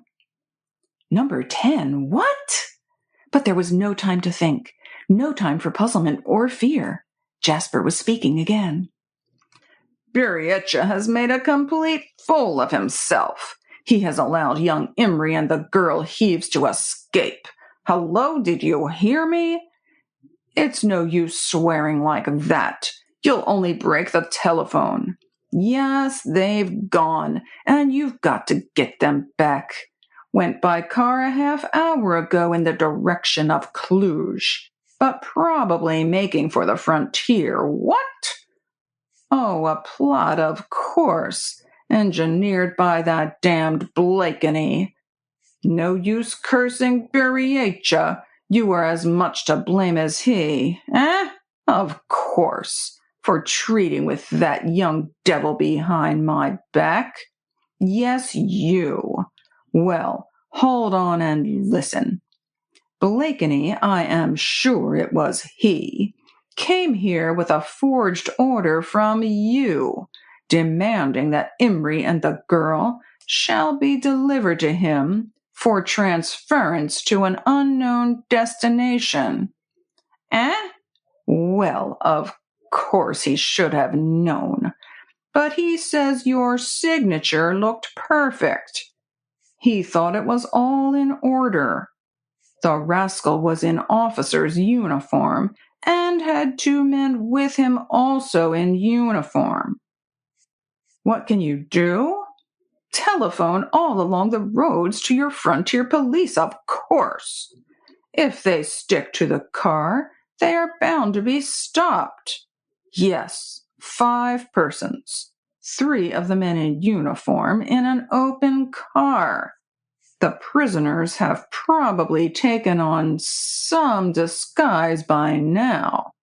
Shoot at sight, of course, if the car does not slow down. Police the mountain paths as well. Blakeney can't know them well. I don't know who the other 2 men are. Hungarian, perhaps, or English. Don't delay. Yes. What's that? Margalo getting through? Good. Well, that's the best you can do. We'll have a reckoning presently, my friend. You should not have treated with him, I say. He has probably robbed your courier of the newspaper articles, or else telegraphed in Uno's name to the Times not to print them, and then got the prisoners out of your clutches by this impudent trick. Oh, all right, hurry up. You have no time to waste, nor have I. Yes, all right. Come along if you want to. I shall be at Salt all right enough. But you won't enjoy the interview, my friend, I promise you that. What? Jasper had ceased speaking for some time, but Rosemary still stood beside the door, a woman turned to stone. Her hands and feet were numb. She could not move. Only from time to time a cold shudder traveled all down her spine. She felt nothing, not even horror. It was all too stupendous even for horror.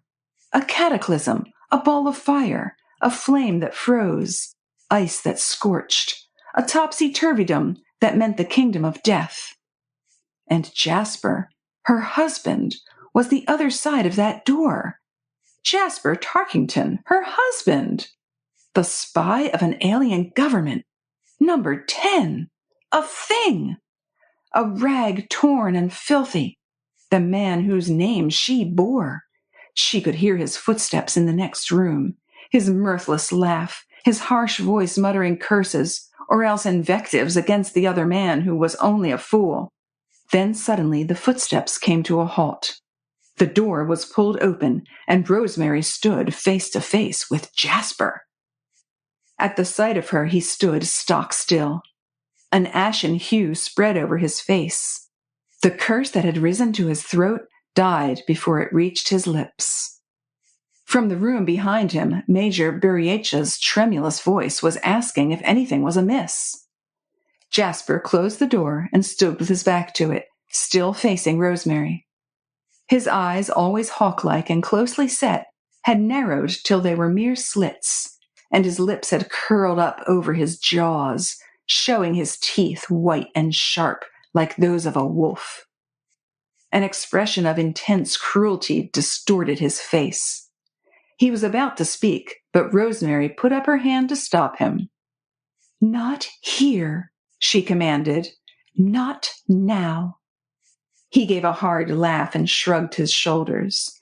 "It had to come sometime, I suppose," he said coolly. "I am not sorry." "Nor I," she replied. "But will you please go now? We'll meet later, in the hotel."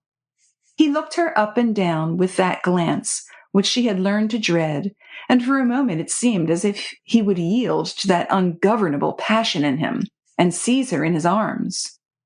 Rosemary did not move. Her luminous eyes, abnormally dilated, never left his face for one instant. She watched the struggle in the man's torturous soul. The passion turned to hatred now that he stood revealed. She did not flinch, because she was not afraid. The man was too vile to inspire fear. "Go," she said coldly.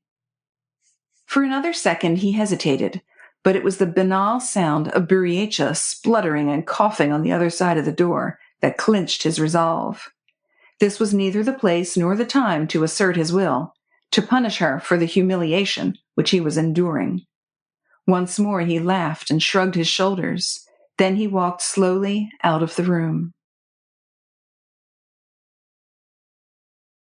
Chapter 44. For over half an hour Rosemary waited in that bare, cheerless room, and gazed unseeing out of the window while she tried vainly to coordinate her thoughts. In the forefront of her mind there was a feeling of great joy which she hardly dared to analyze. Joy! And she also had the feeling, though she had come to the very brink of an awful precipice, though she was looking down into an abyss of shame and horror, with no hope of ever being able to bridge the chasm over, that yet on the other side was peace. Peace that she would never attain, but which was there nevertheless, to dwell on, to dream of, when the turmoil was past and she be allowed to rest. After about half an hour, the young officer who had first conducted her to the fateful spot came back to see what had happened. He seemed astonished that she was still there. "Major Buriacha has not yet come out of his room," Rosemary managed to say quite coolly. "It is getting near dinner time. I don't think I'll wait any longer." The young man appeared relieved. Anyway, he was not likely now to get into trouble on the English lady's account. He clicked his heels together, expressed perfunctory regret at her disappointment, then offered to conduct Milady out of the chateau. Rosemary accepted his escort and took leave of him at the gates. "If Milady will write to the commanding officer," Lieutenant Uriesu said at the end, "I am sure he will give the permit Milady requires." "I will certainly take your advice," Rosemary assented cheerfully. "Goodbye, Lieutenant Uriesu, and thank you for your kind efforts on my behalf." She walked back toward the village by way of the path. When she came to the spot where first she had seen Peter that morning, she sat down on the tree stump and listened to the murmur of the stream. She would not allow herself to think of Peter, only of Philip and Anna, whom he was taking across the frontier by another clever trick, in disguise probably, and over the mountain passes. Rosemary could not believe that they would stick to the car and be stopped by the frontier police. They would get away into Hungary on foot. They were young, they knew the country, and they could scramble over the mountain passes and be at Hadmezzo soon, where Elsa would be waiting for them. Elsa knew, of course, and Morris knew too. That was why he had been so calm and so composed when he was told that he must leave Casimir within 24 hours. They all knew. Peter had trusted them. Only she, Rosemary, had been kept out of his counsels, because she might have betrayed them to Jasper, and Peter could not tell her that it was Jasper who was the miserable spy. But no, she would not think of Peter, or of how he had worked to circumvent Jasper at every turn. She only waited to think of Philip and Anna, those two children who were so ingenuously learning the lesson of love, one from the other, and of Elsa, so patient and so heroic, and of Morris, who had played his part so well. Morris would be coming through from Cluj sometime today, and he too would be held up at Salt, and perhaps spend the night in the funny little hotel. Rosemary hoped that she would see him. His company would be very welcome whilst Jasper was still here. Then tomorrow she and Morris would get across the frontier somehow and join up with Elsa and the children at Hadmezzo. And there was always the British consul in Cluj to appeal to. There was no desperate hurry now. The children were safe, and those articles of hers would not be published in the Times. Peter would have seen to that. But no, she did not want to think of Peter. Was she not still Jasper Tarkington's wife? Chapter 45. It was late in the afternoon when Rosemary at last made her way back to the small hotel in Salt. She had spent the day roaming about the forests and eating such scrappy food as she could purchase at one or other of the cottages. Twice she had been to the railway station to meet the trains that were due in from Cluj. She hoped that Morris might have come by one of them. Now there was not another due before midnight express, which got to Salt in the small hours of the morning. The farce of there being a block on the line was still kept up. Passengers got out of the train, grumbling, and the small hotel was full to capacity. It was a low, irregular building with a very large courtyard closed on 3 sides, and a wide archway through which cars and carriages could drive in, intersecting the 4th. One side of the house was given over to stabling and cowsheds, another to kitchens and offices. The other 2 held the guest rooms, and 1 or 2 public rooms. Some of the bedrooms were level with the ground, and on the floor above a wooden gallery ran right around the courtyard. The courtyard itself seemed to be the principal meeting place for cows and chickens, and even pigs, which roamed freely about the place and entered any door that happened to be conveniently open. The best bedrooms gave on the balcony above. On inquiry, Rosemary was informed that the English milord had booked 3 rooms that morning for himself and Milady, who would be coming during the day. A buxom, fair-footed peasant girl then conducted Milady up to these rooms. Rosemary went along heavy-footed. She was more tired than she would have cared to admit. She had very little food all day, and her nerves by now were terribly on edge. It had been a day packed full of emotions, and there was more to come. There was the inevitable interview with Jasper. Horrible as it would be, she had no intention of shirking it. She would leave him, of course, with the hope never to set eyes on him again, but certain matters would have to be arranged between them, and Rosemary's moral courage would not allow her to have recourse to letter writing or to the help of lawyers. She knew what she wished to say to Jasper, and would have despised herself if she had shrunk from the ordeal. The hours went slowly by. Later in the evening, she ordered some supper to be brought up to her room. She found it difficult to swallow any food, but she drank 2 cups of deliciously strong coffee, and munched some of the excellent and very sustaining maize bread for which this part of the country was famous. She had a book in her suitcase and contrived to read for a while, but she could not concentrate on what she was reading and soon had to put the book away. Time hung very heavily. She was terribly weary, and yet she could not sleep. And she could not understand what had become of Jasper. She had seen or heard nothing of him since they parted in that ugly, bare room, the picture of which would forever remain graven in her mind as the place where she had experienced the greatest horror in her life. No one in the hotel had seen him. A vague sense of uneasiness began to stir within her. At the same time, she dismissed from her mind any fear for his safety. She was quite sure that whatever he ultimately decided to do, he would not pass out of her life without a final struggle for mastery. She did not dread the interview. She knew it to be inevitable, but she longed passionately for it to be over, to know the worst, to feel certain of that measure of freedom for which she meant to fight. And because she longed for the interview to be over, she would not go to bed before Jasper returned. She sat in the narrow slip room, grandiosely described by the hotel proprietor as the salon, which divided Jasper's room from hers. The one window, which was wide open, gave her a beautiful view over the mountains, and the evening sky studded with stars. Somewhere the other side of those mountain tops, Philip and Anna were speeding toward freedom, the freedom which Peter had won for them by dint of courage, resource, and wit. Instinctively, memory recalled that other weary waiting at Kissimmee, when she and Elsa had watched and prayed together through the hours of the night. And torturing fears rose out of the darkness lest this second attempt at flight should prove as unsuccessful as the first. It was past midnight when Rosemary heard Jasper's familiar step along the wooden balcony. He came straight to the door of the salon and entered, apparently without the slightest hesitation. He closed the door behind him and, throwing down his hat, said coolly, "I saw the light under the door, so I knew you had not gone to bed yet. I've been in some time, but stayed to have some supper in the coffee room. Very good supper, too. They know how to cook in Hungary.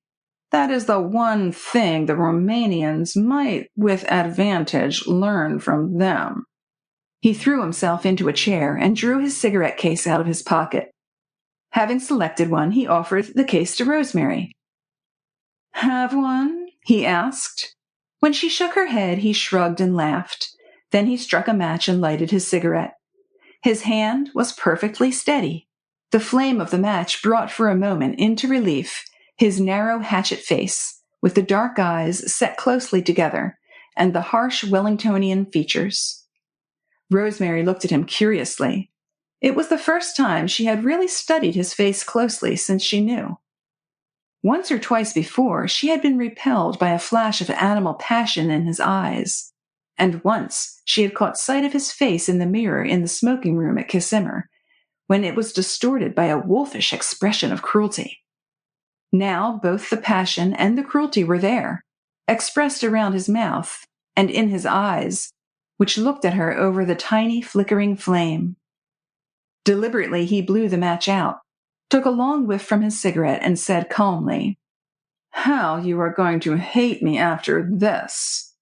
After a second's pause, he added, "Well, I have had so much cruelty to endure from you in the past. A little more or less won't make much difference." "I have never meant to be cruel, Jasper," Rosemary rejoined coldly, "but I know now that the cruelest thing I ever did to you was becoming your wife." "You only found that out, my dear, since you saw Peter Blakeney again." To this, Rosemary made no answer. She shrugged her shoulders and turned her head away. Jasper jumped up and gripped her by the arm, making her wince with pain. "Before we go any further, Rosemary," he said with a savage oath, "I'll have it out with you. Are you still in love with Peter Blakeney?" "I refuse to answer," Rosemary said calmly. "You have no longer the right to ask me such a question." No longer the right, he retorted with a harsh laugh. You are still my wife, my dear. What happened this morning will not give you your freedom in law, remember. I know that, Jasper. What happened this morning has broken my life.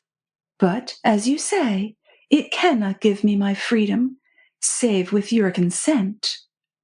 He gave a derisive chuckle. And you are reckoning on that, are you? He asked dryly. I am reckoning on it. Then all I can say, my dear, is that for a clever woman, your calculations are singularly futile. I don't think so, she rejoined. I know enough about the laws of England to know that they do not compel me to live under your roof. You mean that you intend to leave me? I do. And create a scandal. There need be no scandal. We'll agree to live apart, that is all. That is not all, my dear, he retorted dryly, as you will find out to your cost. What do you mean? I mean that Peter Blakeney chose to follow you to Transylvania. Any number of witnesses can testify to that. I mean that we are now in a country where money will purchase everything, even such a testimony as will enable Lord Tarkington to divorce his wife and raise such a hell of scandal around Mr. Blakeney that no decent club would have him as a member, and he would have to live out of England for the benefit of his health. Rosemary had listened to him without attempting to interrupt. She even tried hard not to reveal the indignation which she felt. When he had finished speaking, and once more threw himself into a chair, with a sigh of self-satisfaction, she said quite quietly, I thought that this morning I had probed the lowest depths to which a man's nature could sink. But God help me, I have seen worse now. That is as it may be, my dear. A man fights for what he treasures with any weapon that comes to his hand. For what he treasures, yes, but you. I treasure you beyond all things on earth, he broke in hoarsely. You are my wife, my property, my own possession. You may love Blakeney and hate me, but I have rights over you that all the sophistries in the world cannot deny me. I alone, he went on, and in 1 second he was on his feet again, and before she had time to defend herself, he had her in his arms. I alone have the right to hold you as I am holding you now. I alone have the right to demand a kiss. Kiss me, Rosemary, my beautiful, exquisite wife with pixie eyes. Though you hate me, kiss me. Though you love him, kiss me. Mine is still the better part. He pressed his lips against hers, and for those few horrible moments, Rosemary, half swooning, could only lie rigid in his arms. But horror and loathing gave her strength. With her 2 hands, she pushed against him with all her might. Let me go, she murmured. I hate you. But he only laughed. Of course you hate me. Well, I like your hatred better than the cool indifference I have had from you up to now. You hate me, my dear, because you don't understand. With all your vaunted cleverness, you don't understand. Women such as you, good women I suppose we must call them, would never understand all that there is in a man that is evil and vicious and cruel. Yes, in every man. Deep down in our souls, we are blackguards, every one of us. Some of us are what women have made us. Others have vices ingrained in our souls at birth. Have you ever seen a schoolboy tease a cat? Or a lad set a terrier against a stoat? Would you hate him for that? Not you. If he has revolted you too much, you may punish him, but even so, you'll only smile. It is boy's nature, you will say. Well, boy's nature is man's nature, cruel, vicious. Civilization has laid a veneer over us. Some of us appear gentle and kind and good. Gentle? Yes, on the surface. Deep down in our souls, grown men as we are, we would still love to tease the cat or to see a terrier worry a stoat. Whilst men had slaves, they thrashed them. Where wives are submissive, their husband beat them. Give a man power to torture, and he will do it. Boy's nature, I tell you, but we dare not show it. We are gentlemen now, not men, and most of us have a false idea that women would despise us if they knew. And so we smirk and toady and pretend. And those of us who are not puppets writhe against this pretense. I was born a savage. When I was a schoolboy, I was not content with teasing a cat. I loved to torture it. If a horse was restive, I would thrash it with the greatest joy. Later, I reveled in twisting a smaller boy's wrist until he screamed, in pulling a girl's hair or pinching her arm, anything that hurt. Boy's nature. Most women only smiled. Then came the war, and the world was plunged into an orgy of cruelty.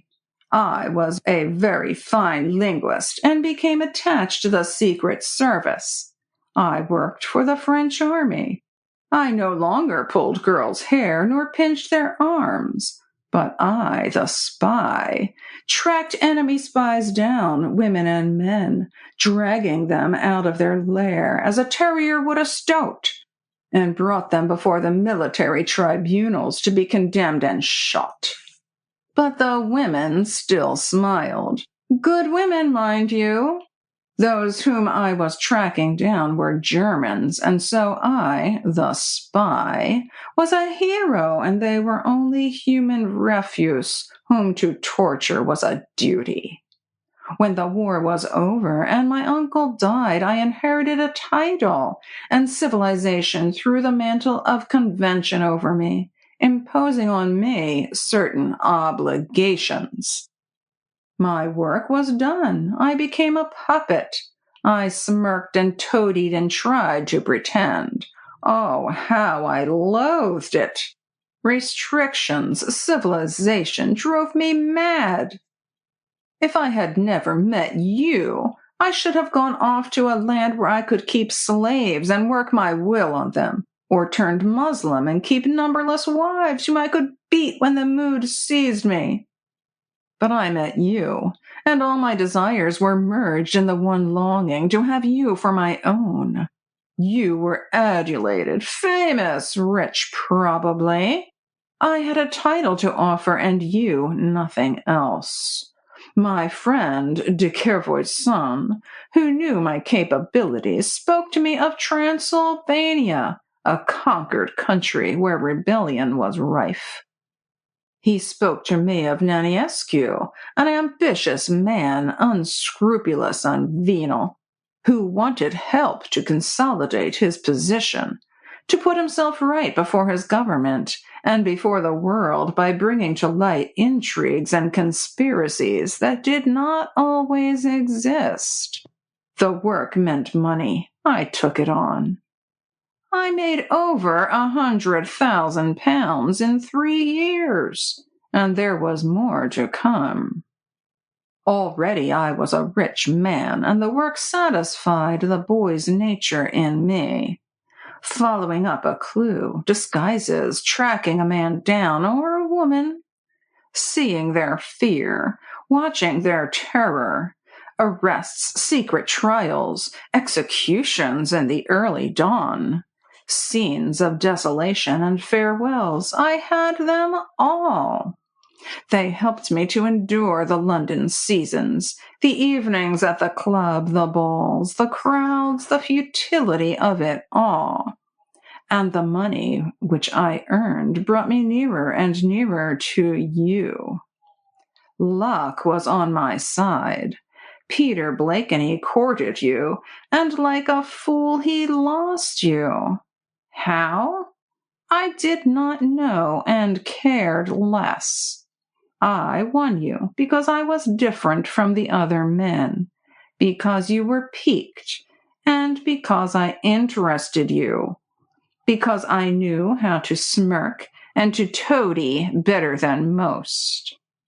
Then came the question of Transylvania. Naniescu entrusted me with the task of discovering the authorship of certain articles that had appeared in English and American newspapers, which impugned his administration. He offered me £10,000 if I succeeded in bringing the author to justice, and £10,000 more if certain articles which you were to write were published in the Times. The very first morning that we were in Cluj, the girl Anna Heaves gave away her secret. Once I had her and Philip under arrest, it was easy enough to bring pressure to bear upon you. I almost succeeded, as you know. At first it was difficult. Whilst Elsa and Morris Imrie were ignorant of the bargain that Naniescu had proposed to you, I had only gained one victory. I was not likely to win the other. So, while you thought me in Bucharest, I came back disguised as a gypsy and warned Elsa that Philip and Anna were in danger of death.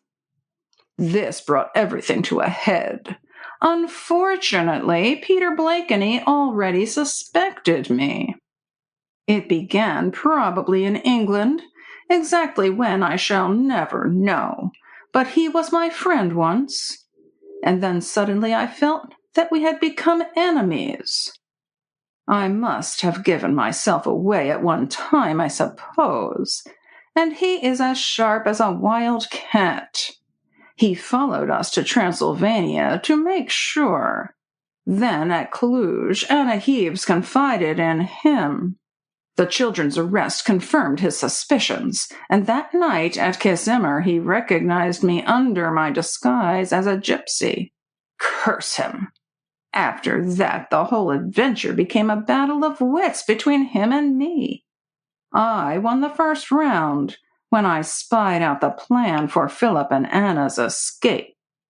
I won again when I persuaded you to place the whole bargain between yourself and Naniescu before Elsa, and indirectly induced you to write the newspaper articles which he wanted. I thought I had won an easy victory then. But Peter Blakeney stole your manuscript, and I feared then that I had lost everything. The death of Philip and Anna Heaves would have been some compensation, it is true, but I wanted that extra £10,000 more than I did the joy of seeing those two children shot. I thought that Peter had stolen the manuscript in order to bargain with it for the lives of his two cousins, but I know better now. He sold your manuscript to Naniescu for the Kazimir property. It will stand in his name until he can hand it over to the Imries again. In the meanwhile, by a clever ruse, he has got Philip and Anna out of the country, and by now he will have sent a telegram in your name to the Times. He has won the battle hands down.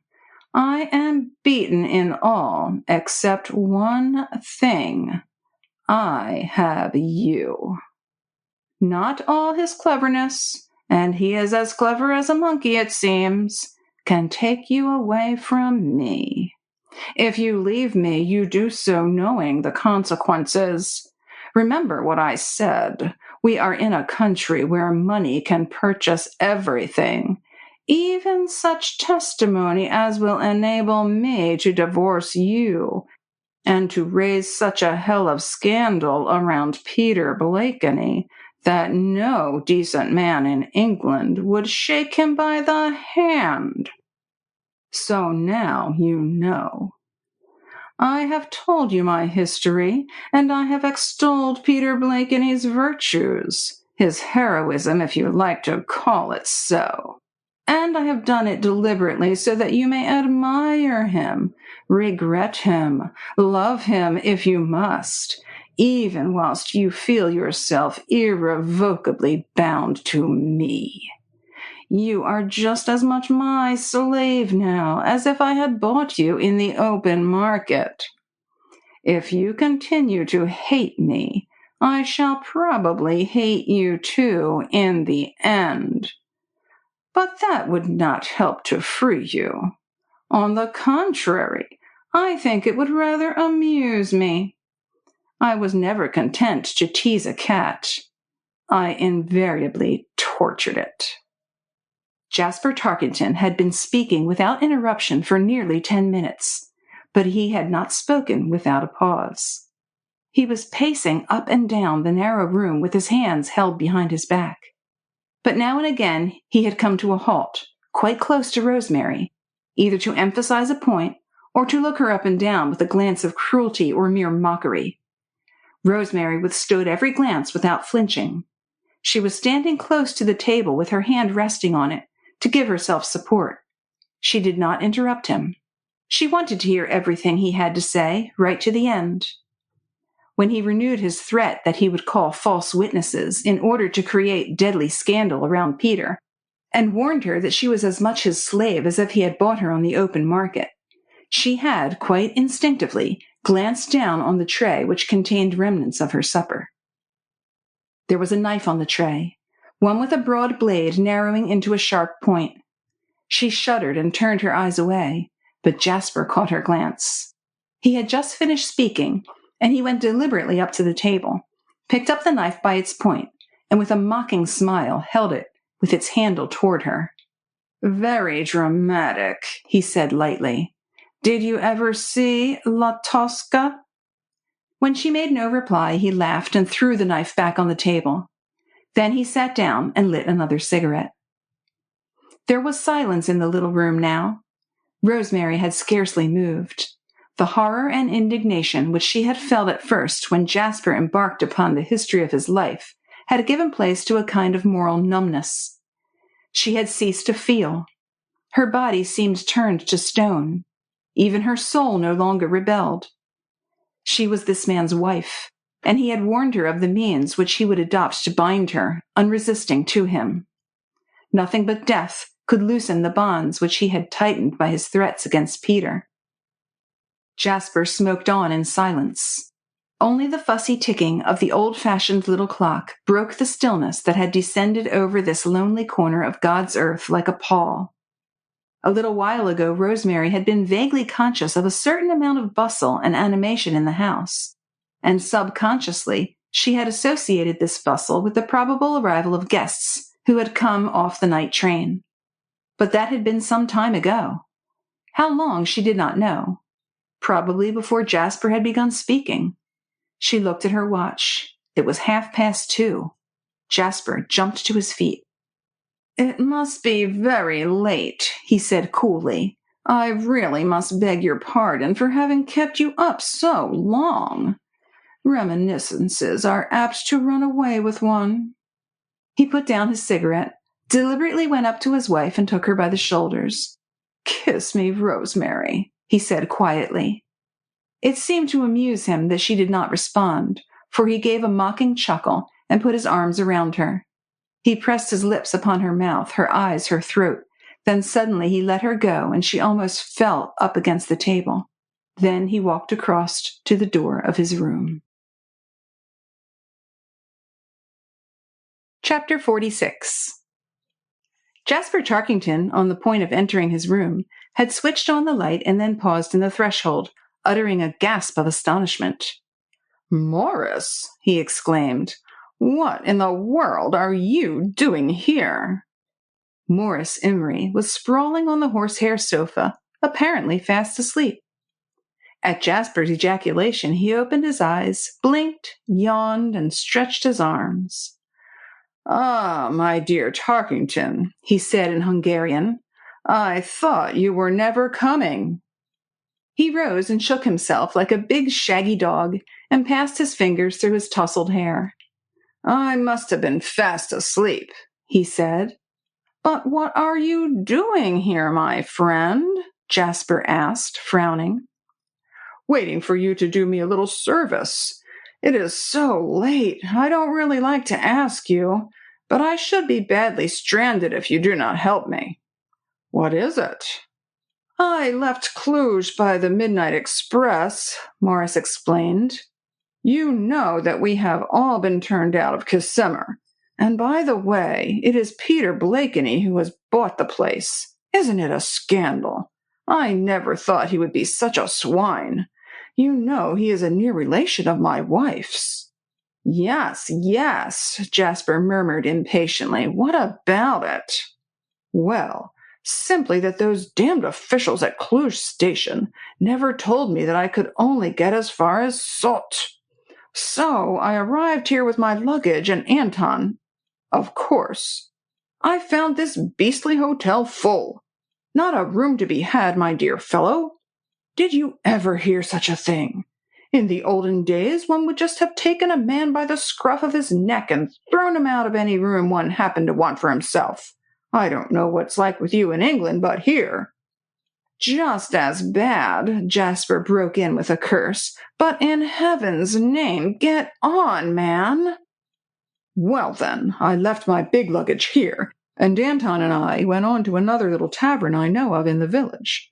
There, as luck would have it, the proprietor whom I used to know is dead, and the new man is one of these Bulgarian agriculturalists who came over every year, you know, for the harvesting.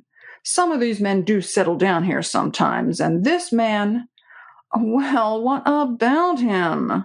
He doesn't know a word of Hungarian, my dear fellow, and he does not seem to understand much Romanian either. You once told me that you had been in Bulgaria and that you knew a little of their beastly language, so I thought—" "What is it you want me to do?" Jasper broke in impatiently. "Walk over with you and arrange with the man about your rooms?" "If you would not mind. Or could you let me sleep on your sofa?"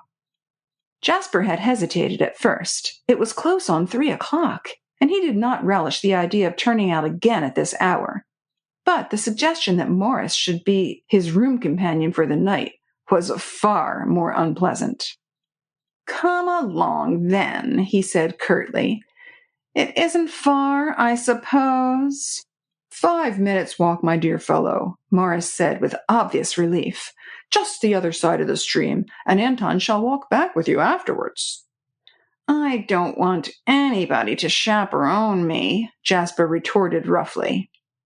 He had to go into the salon to fetch his hat. Rosemary was still standing there, leaning against the table for support.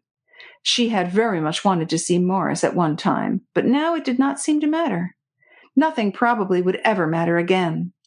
She heard Jasper's voice saying in a whisper, "You've heard what this fool wants. I suppose I shall have to go." She nodded in response, and then Jasper added with mocking courtesy, "Good night, Lady Tarkington." Chapter 47. Anton saw it all, and it was he who broke the news to Rosemary. He had been sitting up in the small slip of a room on the ground floor which had been assigned to him, waiting for his master, and wondering why the gracious Count should be so long upstairs at this hour with the English lord and lady, when he saw the gracious Count and the English milord come along the first-floor balcony. He heard them go downstairs, and saw them go out of the house. Anton was rather anxious about his master because the gracious Count had been very, very queer in the last 24 hours. Sometimes he would be very hilarious. He would laugh and sing and shout, "Hurrah for Peter! Bravo!" and so on. At others, he would be terribly depressed and sit and cry like a child, or else tear about the place in a passion of fury. He had a slight fit after the gracious English lord and lady had gone, and the sisters thought that probably the control had been put on himself when the Romanian soldiers brought the expulsion order had been too much for his nerves. So when Anton saw the gracious count go out with the English lord at this extraordinary hour, he could not help but follow him. Though there was no moon, the sky was clear, and the darkness of the night was just beginning to yield to the first touch of dawn. The two gentlemen walked quite fast, but Anton was able to keep them in sight. When they came to the little wooden bridge that spans the stream, the English lord was a few steps ahead of the gracious count. Suddenly, in midstream, the count sprang upon my lord from behind, and in a moment had him by the throat. The English lord, taken entirely by surprise, fought desperately nevertheless. Anton had uttered a great shout and ran to the rescue as fast as ever he could. Through the gloom he could just see the English milord forced down, with his back nearly doubled over the slender parapet of the bridge, and the gracious count bending over him and holding him by the throat. Anton's shout echoed from mountain to mountain, but all around there was silence of the night, broken only by the howling of a dog outside of a cottage door. Then suddenly, before Anton set his foot upon the bridge, the catastrophe occurred. The parapet suddenly crashed and gave way under the weight of the two men, and they were hurled into the stream below. One awful cry rent the stillness of the night. Anton, half crazy with horror, waded into the stream, the waters of which, at a point near a huge boulder, were stained with a streak of crimson. The English milord, in falling, had broken his head against the stone. The gracious count had probably fallen at first on top of him, and then rolled over on his back, thus breaking his fall. Anton dragged them both single-handed out of the stream, first his master, then the English lord. The latter was dead, but the gracious count was still breathing and moaning softly. Anton laid him down upon the grass and made a pillow for him with his own coat, which he had taken off. He ran to the priest's house, which was quite close, and rang the bell until he made someone hear. The priest had been quite kind. He roused his servant, and together, the priest and Anton and the servant carried the gracious count into the presbytery.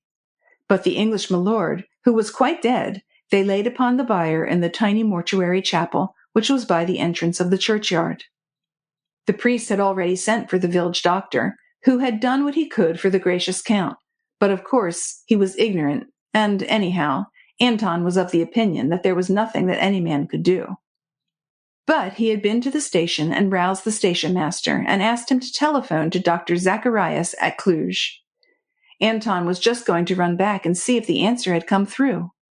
In the meanwhile, he had come over to the hotel to see if he could speak with the gracious lady. Rosemary had not yet thought of going to bed. For 2 hours after Jasper went out with Morris, she had sat, unthinking, by the open window. Time for her had ceased to be. She had heard the howling of a dog. At one moment, she had heard a shout, and then a weird prolonged cry. But these sounds conveyed no meaning to her brain. Her thinking powers were atrophied. Then the barefooted, buxom, very sleepy little maid came to tell her that Anton, the valet of the gracious count at Casimir, desired to speak with her at once. She was fully dressed. She sent for Anton, and he told her what he had seen. Hastily seizing hat and wrap, she went with Anton out of the house and through the village to the priest's house. The soft, colorless light of dawn lay over the mountain and valley. On ahead, the turbulent waters of the stream tossed and played around the projecting boulders, murmuring of the tragedy which had culminated within their bosom. Nearing the priest's house, Rosemary could see the narrow bridge with its broken parapet. The priest met her at the gate.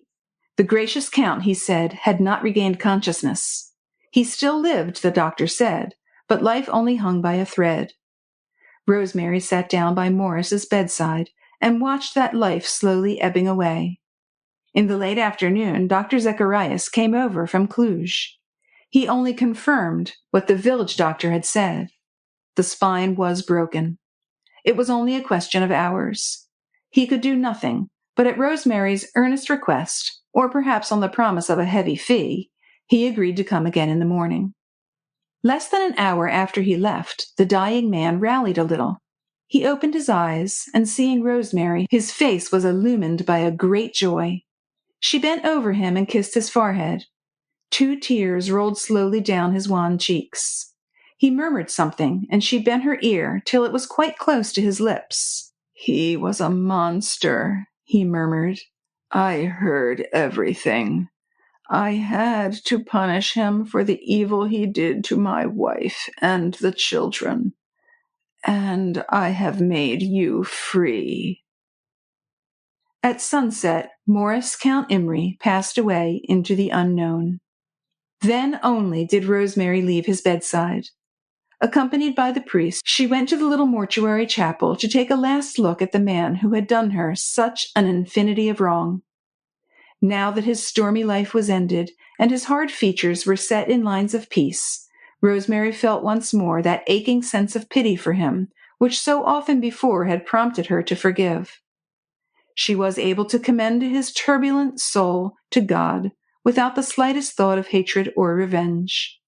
He had said once that she would never understand, but the infinite pity in her heart was born of an infinite understanding. The man who had atoned for his sins by his tragic death was not wholly responsible for his actions. He was the victim of his temperament, more sinned against perhaps than sinning. Who knows? If some other woman had captured his fancy, she might have made him happy, found what was strong and fine in him, and all that was cruel would perhaps have been submerged beneath a great wave of love. Chapter 48. Since then, nearly 2 years. And this was the season of 1924. Wembley, the rodeo, royalties from Italy and Denmark and Romania, the Labour government. How far, how very far seemed Transylvania and Sot, and the little mortuary chapel wherein Rosemary had gazed for the last time on the enigmatic personality which had once been Jasper Tarkington, her husband. Even in death he had kept his secret, the secret of that strange dual entity which she had never been able to reconcile one with the other, the cruel, wolfish nature so skillfully hidden beneath the mantle of super-civilization. Rosemary had not seen Peter since then. After the tragedy at Sot, she had at last succeeded, by dint of bribery, in entering into direct communication with the British consulate at Cluj. Arrangements for the conveying of Lord Tarkington's body to England took up some considerable time. She only met Elsa in Budapest when she herself was on her way home. Peter had left by then for an unknown destination. He had conveyed Philip and Anna over the frontier. They had soon abandoned the car, fearing pursuit, and in disguise had made their way to the frontier over the mountains. They were young and strong. The hardships were not serious, and the dangers reduced to a minimum once they had reached the lonely mountain passes. It was the planning of the escape that had been so wonderful. Peter Blakeney, disguised as a Romanian officer, and having with him Captain Payson and a young Hungarian cricketer, both dressed as Romanian soldiers, had presented a forged order for the surrender of the 2 prisoners, Philip Imry and Anna Heaves. To the officer commanding the depot, the order appeared in no way suspicious, and he gave up the prisoners without question. After the whole thing became just a delightful adventure, nothing more. But Elsa spoke of Peter with tears in her eyes. They had all of them mistrusted him. And wasn't that strange? Did Rosemary guess? Elsa wanted to know, and Philip and Anna plied her with questions. These were sad days for them all. But still Elsa was wonderful as she had ever been. Even Rosemary never actually found out just how much of the tragedy Elsa knew or guessed. Anton did not tell her, and to their world the death of the 2 men who were known to have been friends was just a terrible accident. Darkness, a broken bridge, fatality. Rosemary never told, of course. She wondered if Peter knew. She waited on in Budapest for some days hoping for news of him, but none came. Captain Payson heard in an indirect way that Peter was still in Transylvania, but no reliance could be placed on the truth of the rumor. It was only when Rosemary was back in England that she heard definite news of Peter. Elsa wrote to say that he was living in Casimir. "He is administering property for us," she went on. "Isn't he wonderful? I am sure he will make something more of it than poor Morris was able to do. Of course, they dare not do anything to him because he is a British subject. And he tells me in his last letter that he hopes in a very few years' time, when justice has been at last meted out to our unfortunate country, to hand over Casimir to Philip in a better state than it is now. Then my poor Philip's dream will, I hope, come true. He and Anna have loved each other ever since they were tiny children. When he has once more a fine home to offer her, they will be married with my blessing. And all this we shall owe to Peter Blakeney. Can you wonder, my dear, that we all worship him? When I look at him, I seem to see my dear and beautiful sister gazing at me through his eyes. And in his smile I see something of hers, because just like Peter, she was always ready to laugh, always smiling at the world, always doing great and kind things under the cover of a joke. So Philip and Anna and I, we bless Peter, and for some reason, which perhaps you can explain better than I, when we think of him, we immediately also think of you." Since then, nearly 2 years. Rosemary has resumed work. Her powerful articles in the International Review on the conditions obtaining in Transylvania under alien occupation have begun, at last, to arouse from its apathy public opinion in England and America. Time and her own perseverance, aided by the lovers of justice and fair play who abound in Anglo-Saxon communities, would, after a while, she felt, do the rest. Rosemary had seen the rampant evil with her own eyes. Now she was conscious of her power to help in remedying, or at any rate, mitigating it. She threw herself heart and soul into the work, not only because she loved it and because it thrilled her, but because work alone could help her to forget. "Try to forget" were the last words which she heard Peter speak, there in the woods, beside the turbulent mountain stream, when she had thought him a spy, a vile and venal wretch, and he had not said one word to exculpate himself. How could he, when this might have meant rousing her suspicions of Jasper? Or perhaps it was just pride that had caused him to hold his tongue, pride which so often has proved love's most persistent enemy. Or perhaps he no longer cared, and that was why he thought it would be so easy for her to forget.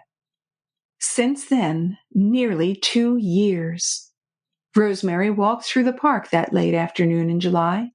She had been to the Albert Hall to hear Chrysler, and she wandered up the broad walk under the trees, because she did not feel that she could stand the noise and bustle of streets at a moment when her whole soul was still full of the exquisite music conjured up by that great magician. It was very hot, and she was rather tired, so she sat down on a chair in the shade.